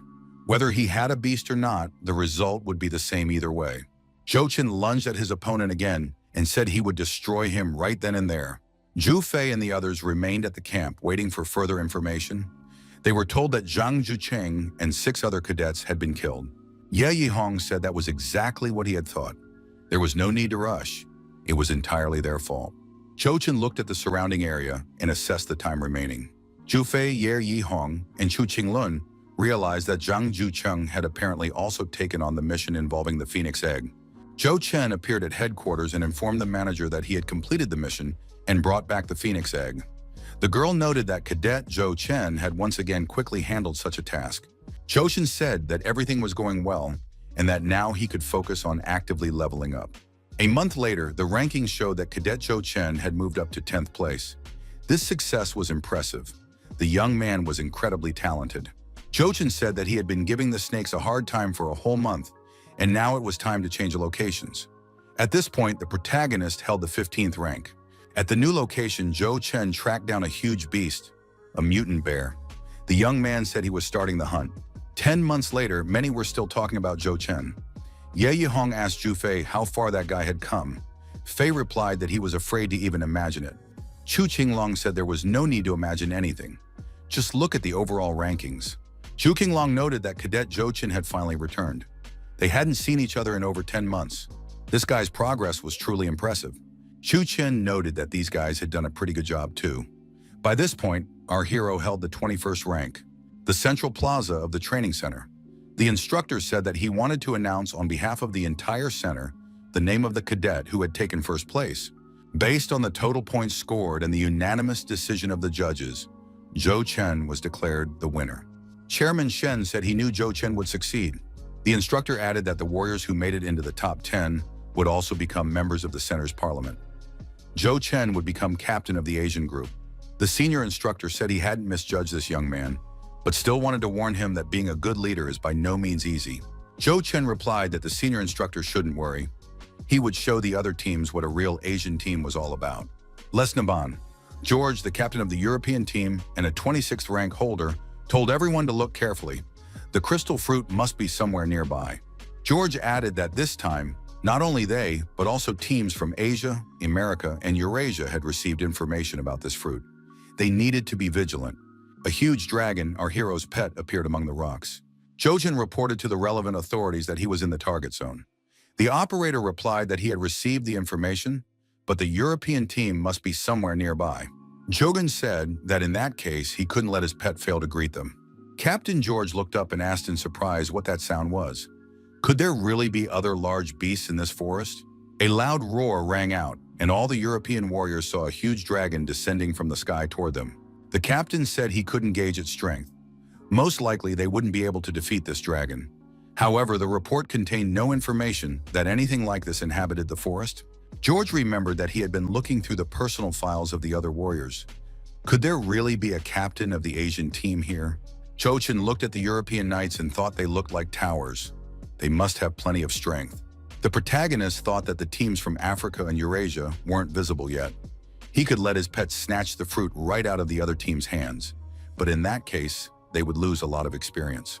The captain of the African team, named Mambori, was a 26th rank holder. The captain of the Eurasian team, named LeFou, was also a 26th rank holder. He said that the crystal fruit must be somewhere nearby. LeFou added that he was curious to see which of these cowardly hide-and-seekers would dare to try to stop him. An assistant reported to the captain that, according to the information received, the crystal fruit should be behind the vines. However, the wall formed by these vines looks very difficult to overcome. These vines are quite tough, and if they put all their strength into getting rid of them, people from other teams might take advantage of the situation and attack. Joshin said that there is a silver lining to the current situation, since the other teams will also be preoccupied with this wall. Our hero added that he has experience fighting similar plants. With good weapons, they'll be able to clear a path quickly. Armed with his unique daggers, the protagonist approached the tendrils of this vine. Joshin showed his comrades that they only needed to cut off the main branch. This would save a lot of effort and time. Jufei said there was no need for further discussion. Everyone should act exactly the same way. Chu Qinglong noted that Zhou Chen was, in fact, the captain. Captain George assessed the scale of the task ahead as he looked at the vine's tendrils. The captain of the Eurasian team said that from those sounds, it was immediately clear that these were the very cowards hiding behind their armor. The assistant asked Captain LeFou what they should do with these vines. LeFou drew his blade and said they must be destroyed. After a while, Captain George said that his squad needed to rest a bit and then move on. George sighed heavily and said he felt unbearable heat. Suddenly, George was attacked and wounded in the neck. The European captain felt weak and sank to his knees. Assistant Muchu pulled the poisoned dart from the commander's neck and said it was the work of the African team. The captain turned pale as his condition worsened. Yet Yihong said they had made good progress and were even ahead of the other teams. Jochin remarked that they shouldn't get ahead of themselves since no one knew what the other teams might do. The commander added that in any case, they would have to figure it all out on their own. Jochin looked into the nearby forest and spotted several red life streaks. So there's an ambush here. Our hero wondered if they intended to attack him and his team. The captain told everyone to stay alert. He would go and scout the situation. Under cover of night, the leader of the African team moved along the designated route, accompanied by his aides. Zhou Chen spotted and identified them. The dart shooter also spotted the Asian man and prepared to attack him. However, Zhou Chen suddenly appeared behind him. Our hero asked, "Does this guy also like to have some fun with poisons? Would he like to exchange experiences?" As a result, Zhou Chen left that location. The archer was eliminated. The protagonist said that only 5 remained. There was a rustling in the bushes, and Zhu Fei said it was an enemy attack. However, instead of enemies, Zhou Chen appeared and announced that he had returned. Zhu Fei was relieved and said he thought they were under attack. The captain replied that it was a close call. It could very well have happened. Zhou Chen added that several soldiers from the African team had been hunting his squad. However, they had managed to neutralize them. African warriors of rank 23 or higher were neutralized and eliminated. Zhu Fei said that these men were the strongest warriors on the African team. Captain Zhou Chen managed to take them down single-handedly. Who would have thought this guy was that good? Shogun said that everyone should remain on high alert. Someone else might try to attack them. Explosions began to ring out somewhere in the forest. Zhou Chen noted that they weren't the only ones who had been attacked tonight. By a twist of fate, the commanders of the continental teams found themselves face-to-face in the same place. The captain of the European team introduced himself and gave his name. He said that now they could discuss everything here. The African declared that there was nothing to discuss here. This was their territory and outsiders had to leave. George said he had a score to settle with Mambor from last night. He had the nerve to provoke them all. Wasn't he afraid they might band together against him? Mambor said that George could try if he was that brave. The commander of the Eurasian team told the two of them to stop. This couldn't even be called an attack. They had to stick to the old rules. Whoever got the fruit would become its rightful owner. No one was allowed to try to take it away from them in the future. George and Mambor agreed. Zhou Chen said he agreed as well. Looking at the sprawling vine, the assistant told the captain that they needed to speed up. Ye Hong noted that the other teams had more extensive experience in such activities, so they were at a disadvantage here. Zhou Chen pointed out that they weren't dealing with these vines to get closer to the fruit at all. Zhu Fei was surprised. In that case, why were they doing it? The captain replied that these vines were excellent training for the entire team. He had a different plan for capturing the crystal fruit. Zhu Chen reiterated that this was excellent training, so no one should slack off. They had to keep cutting the vines. Captain George noticed that his assistant, Evan, had been attacked by the vine's tendrils. George shouted for all the knights to stay in formation. "These vines are incredibly strong. You can't handle them alone." The assistant asked the captain what they were waiting for. The leader replied that he was waiting for help. He wasn't as foolish as his armored rivals. LeFou said he didn't mind getting his hands dirty, but if there was an easier alternative, why complicate things? Bombers appeared in the sky. George said they were real barbarians since they decided to use aircraft. George added that they had fighter jets too. Mambor looked at the explosions and said it was foolish to resort to this method. However, they couldn't wait any longer. Zhou Chen said that the competitors had even thought of this. In that case, he wouldn't stand on ceremony either. The leaders of the rival teams were surprised. Could this really be Zhou Chen's doing? A huge dragon appeared in the sky. George was surprised. What was this guy going to do? Was he just going to fly away? The pet resolutely defended its master's interests. Zhou Chen said that he had given the little one free rein, but hadn't asked it to push the situation to the brink of a heart attack. The dragon, using its unique abilities, directed a jet of fire from its mouth straight at the vines. Zhou Chen saw the plant and reasonably assumed that this was the crystal fruit. The fruit ended up in our hero's hands, and the young man said they could leave now. The dragon flapped its wings and they soared above the forest, gradually gaining altitude. Ye Hong saw the dragon and said that the captain was approaching. LeFou and the others also saw the captain of the Asian team. They were extremely surprised. Zhou Chen, riding on the dragon's back, told his rivals that he had the fruit in his hands, so the battle was over. Captain George surmised that another troublemaker had appeared in the Asian region. LeFou said that was just great. This guy seemed like a pretty strong opponent. In the Eastern Tower, the instructor informed the chairman that Zhou Chen and the others would be returning soon.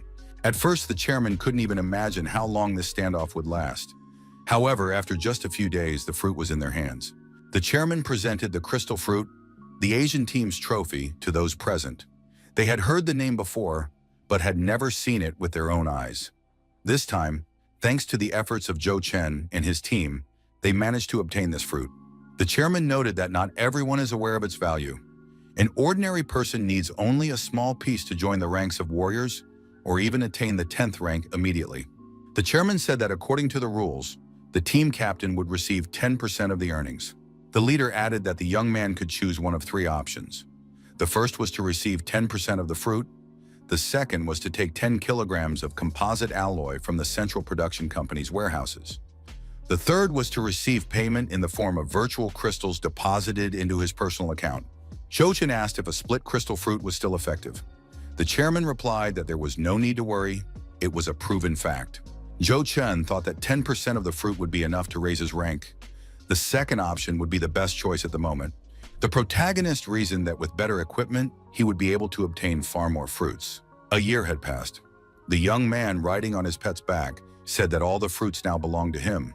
He needed to find one more fruit, obtain the legendary thief's outfit, and then he could call it a day. Jochen determined that within 100 kilometers, there were still energy fluctuations emanating from the fruits. Jochen examined this fruit and said it would take another 6 months to fully ripen. In any case, everything needs to be thoroughly inspected. Captain George pressed the red button on the cylindrical device and said that everything would be fine now. George added that the mousetrap was ready. All that remained was to wait for the mice. We must evacuate our people as soon as possible. When the trap is triggered, everything within a 3-kilometer radius will be engulfed in flames. George clarified that Jochen and his pet definitely wouldn't be able to escape this time. Jochen flew on his dragon to the presumed location and was surprised. Could there really still be ripe fruit left? Suddenly, the young man shouted that it was a fake. We need to get out of here immediately. Captain George said it was too late to leave and pressed the red button. There were a series of explosions, followed by a fire. Jochen told the kid to fly straight up. They would be safe up there. Against the backdrop of the explosions, George said he was bidding farewell to the Star of Asia. He deserved such a fate. After another explosion, the dragon lost its ability to navigate and began to fall to the ground. As Jochen fell, he thought he couldn't die like this. His end shouldn't be like this. Jochen thought of the girls, Shihan and Su Junwen. They had called him by name. Jochen imagined Lan Shi telling everyone that he had become much stronger. Commander Zhang reported that the Starlight Squad was still awaiting the return of their leader. Jochen silently asked everyone for forgiveness and lost consciousness. The townspeople read the tragic news in the press and expressed their sorrow. After all, he was a talented man. All of this was the work of envious people from other continents. How would they manage without him? Photos of Jochen were displayed in a frame surrounded by a large number of white flowers. The girls stood before the urn containing his ashes and mourned. Su Junwen wept bitterly, while Shihan paced restlessly. Lan Shi swore to find out who did this and take revenge. Captain George said it was a great loss. He was very young, and that was precisely why he had died. He was young, ambitious, and reckless. Lan Shi was outraged. What is this scoundrel saying? Zhang told the young man to calm down and pull himself together. Zhang told his friend that standing before them was one of the strongest men in Europe. If Lan Shi provoked this knight into a fight, there would be no chance of victory. George said that this guy was just like his master. He had absolutely no idea when to stop. George added that the next time they met, he would teach the young man some manners. Far out in the desert, a human silhouette appeared on a scorching rock. Jochen stood up and thought in surprise. Could it be that he didn't die? The young man had a ring of resurrection on his finger. The young man thought, could it all be because of this ring? Thanks to this ring, when the wearer dies, there is a 20% chance of being reborn at full strength and gaining invincible status for 5 seconds. Jochen looked at the ring and thought that reviving wasn't so bad. Obviously, he had respawned in the exact same spot where he had been killed. According to the game's rules, a respawn point must be set somewhere here. Jochen realized that he hadn't respawned because of the ring. In the game, even if he died, he would eventually respawn, though his level would drop by 1. The protagonist thought that in any case he had been destroyed, and that was a fact. Jochen decided that those scoundrels would pay tenfold for this. 2 months passed. It was a period of non-stop training. His pet was also by our hero's side. Jochen noted that in this world, he had finally managed to reach the highest level. The young man thought many years had passed since he began his journey in this world, and he had been through a lot during that time. Jochen remembered everything clearly, as if it were yesterday. Jochen realized at the same time that he was no longer the person he used to be. The protagonist told his pet that they were going back. The old tavern on the outskirts of town was open late into the night. A stranger wearing a hood revealing his identity sat down at a table in the corner. The man approached the stranger, held out a plate of food, and said it was on the house. The hooded youth looked up at him. It was Jochen. The man in the hood handed Jochen the bread and said it was very tasty and highly recommended that he try it. Inside was a detonator. Zhou Chen thought that with this, the performance would become even more spectacular. There were many people in the large hall. They were all relaxing, eating, and chatting with one another.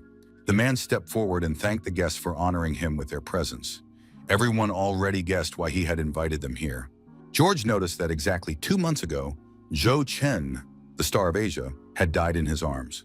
Those present understood that this was his doing. This incident had severely slowed the development of the Asian region.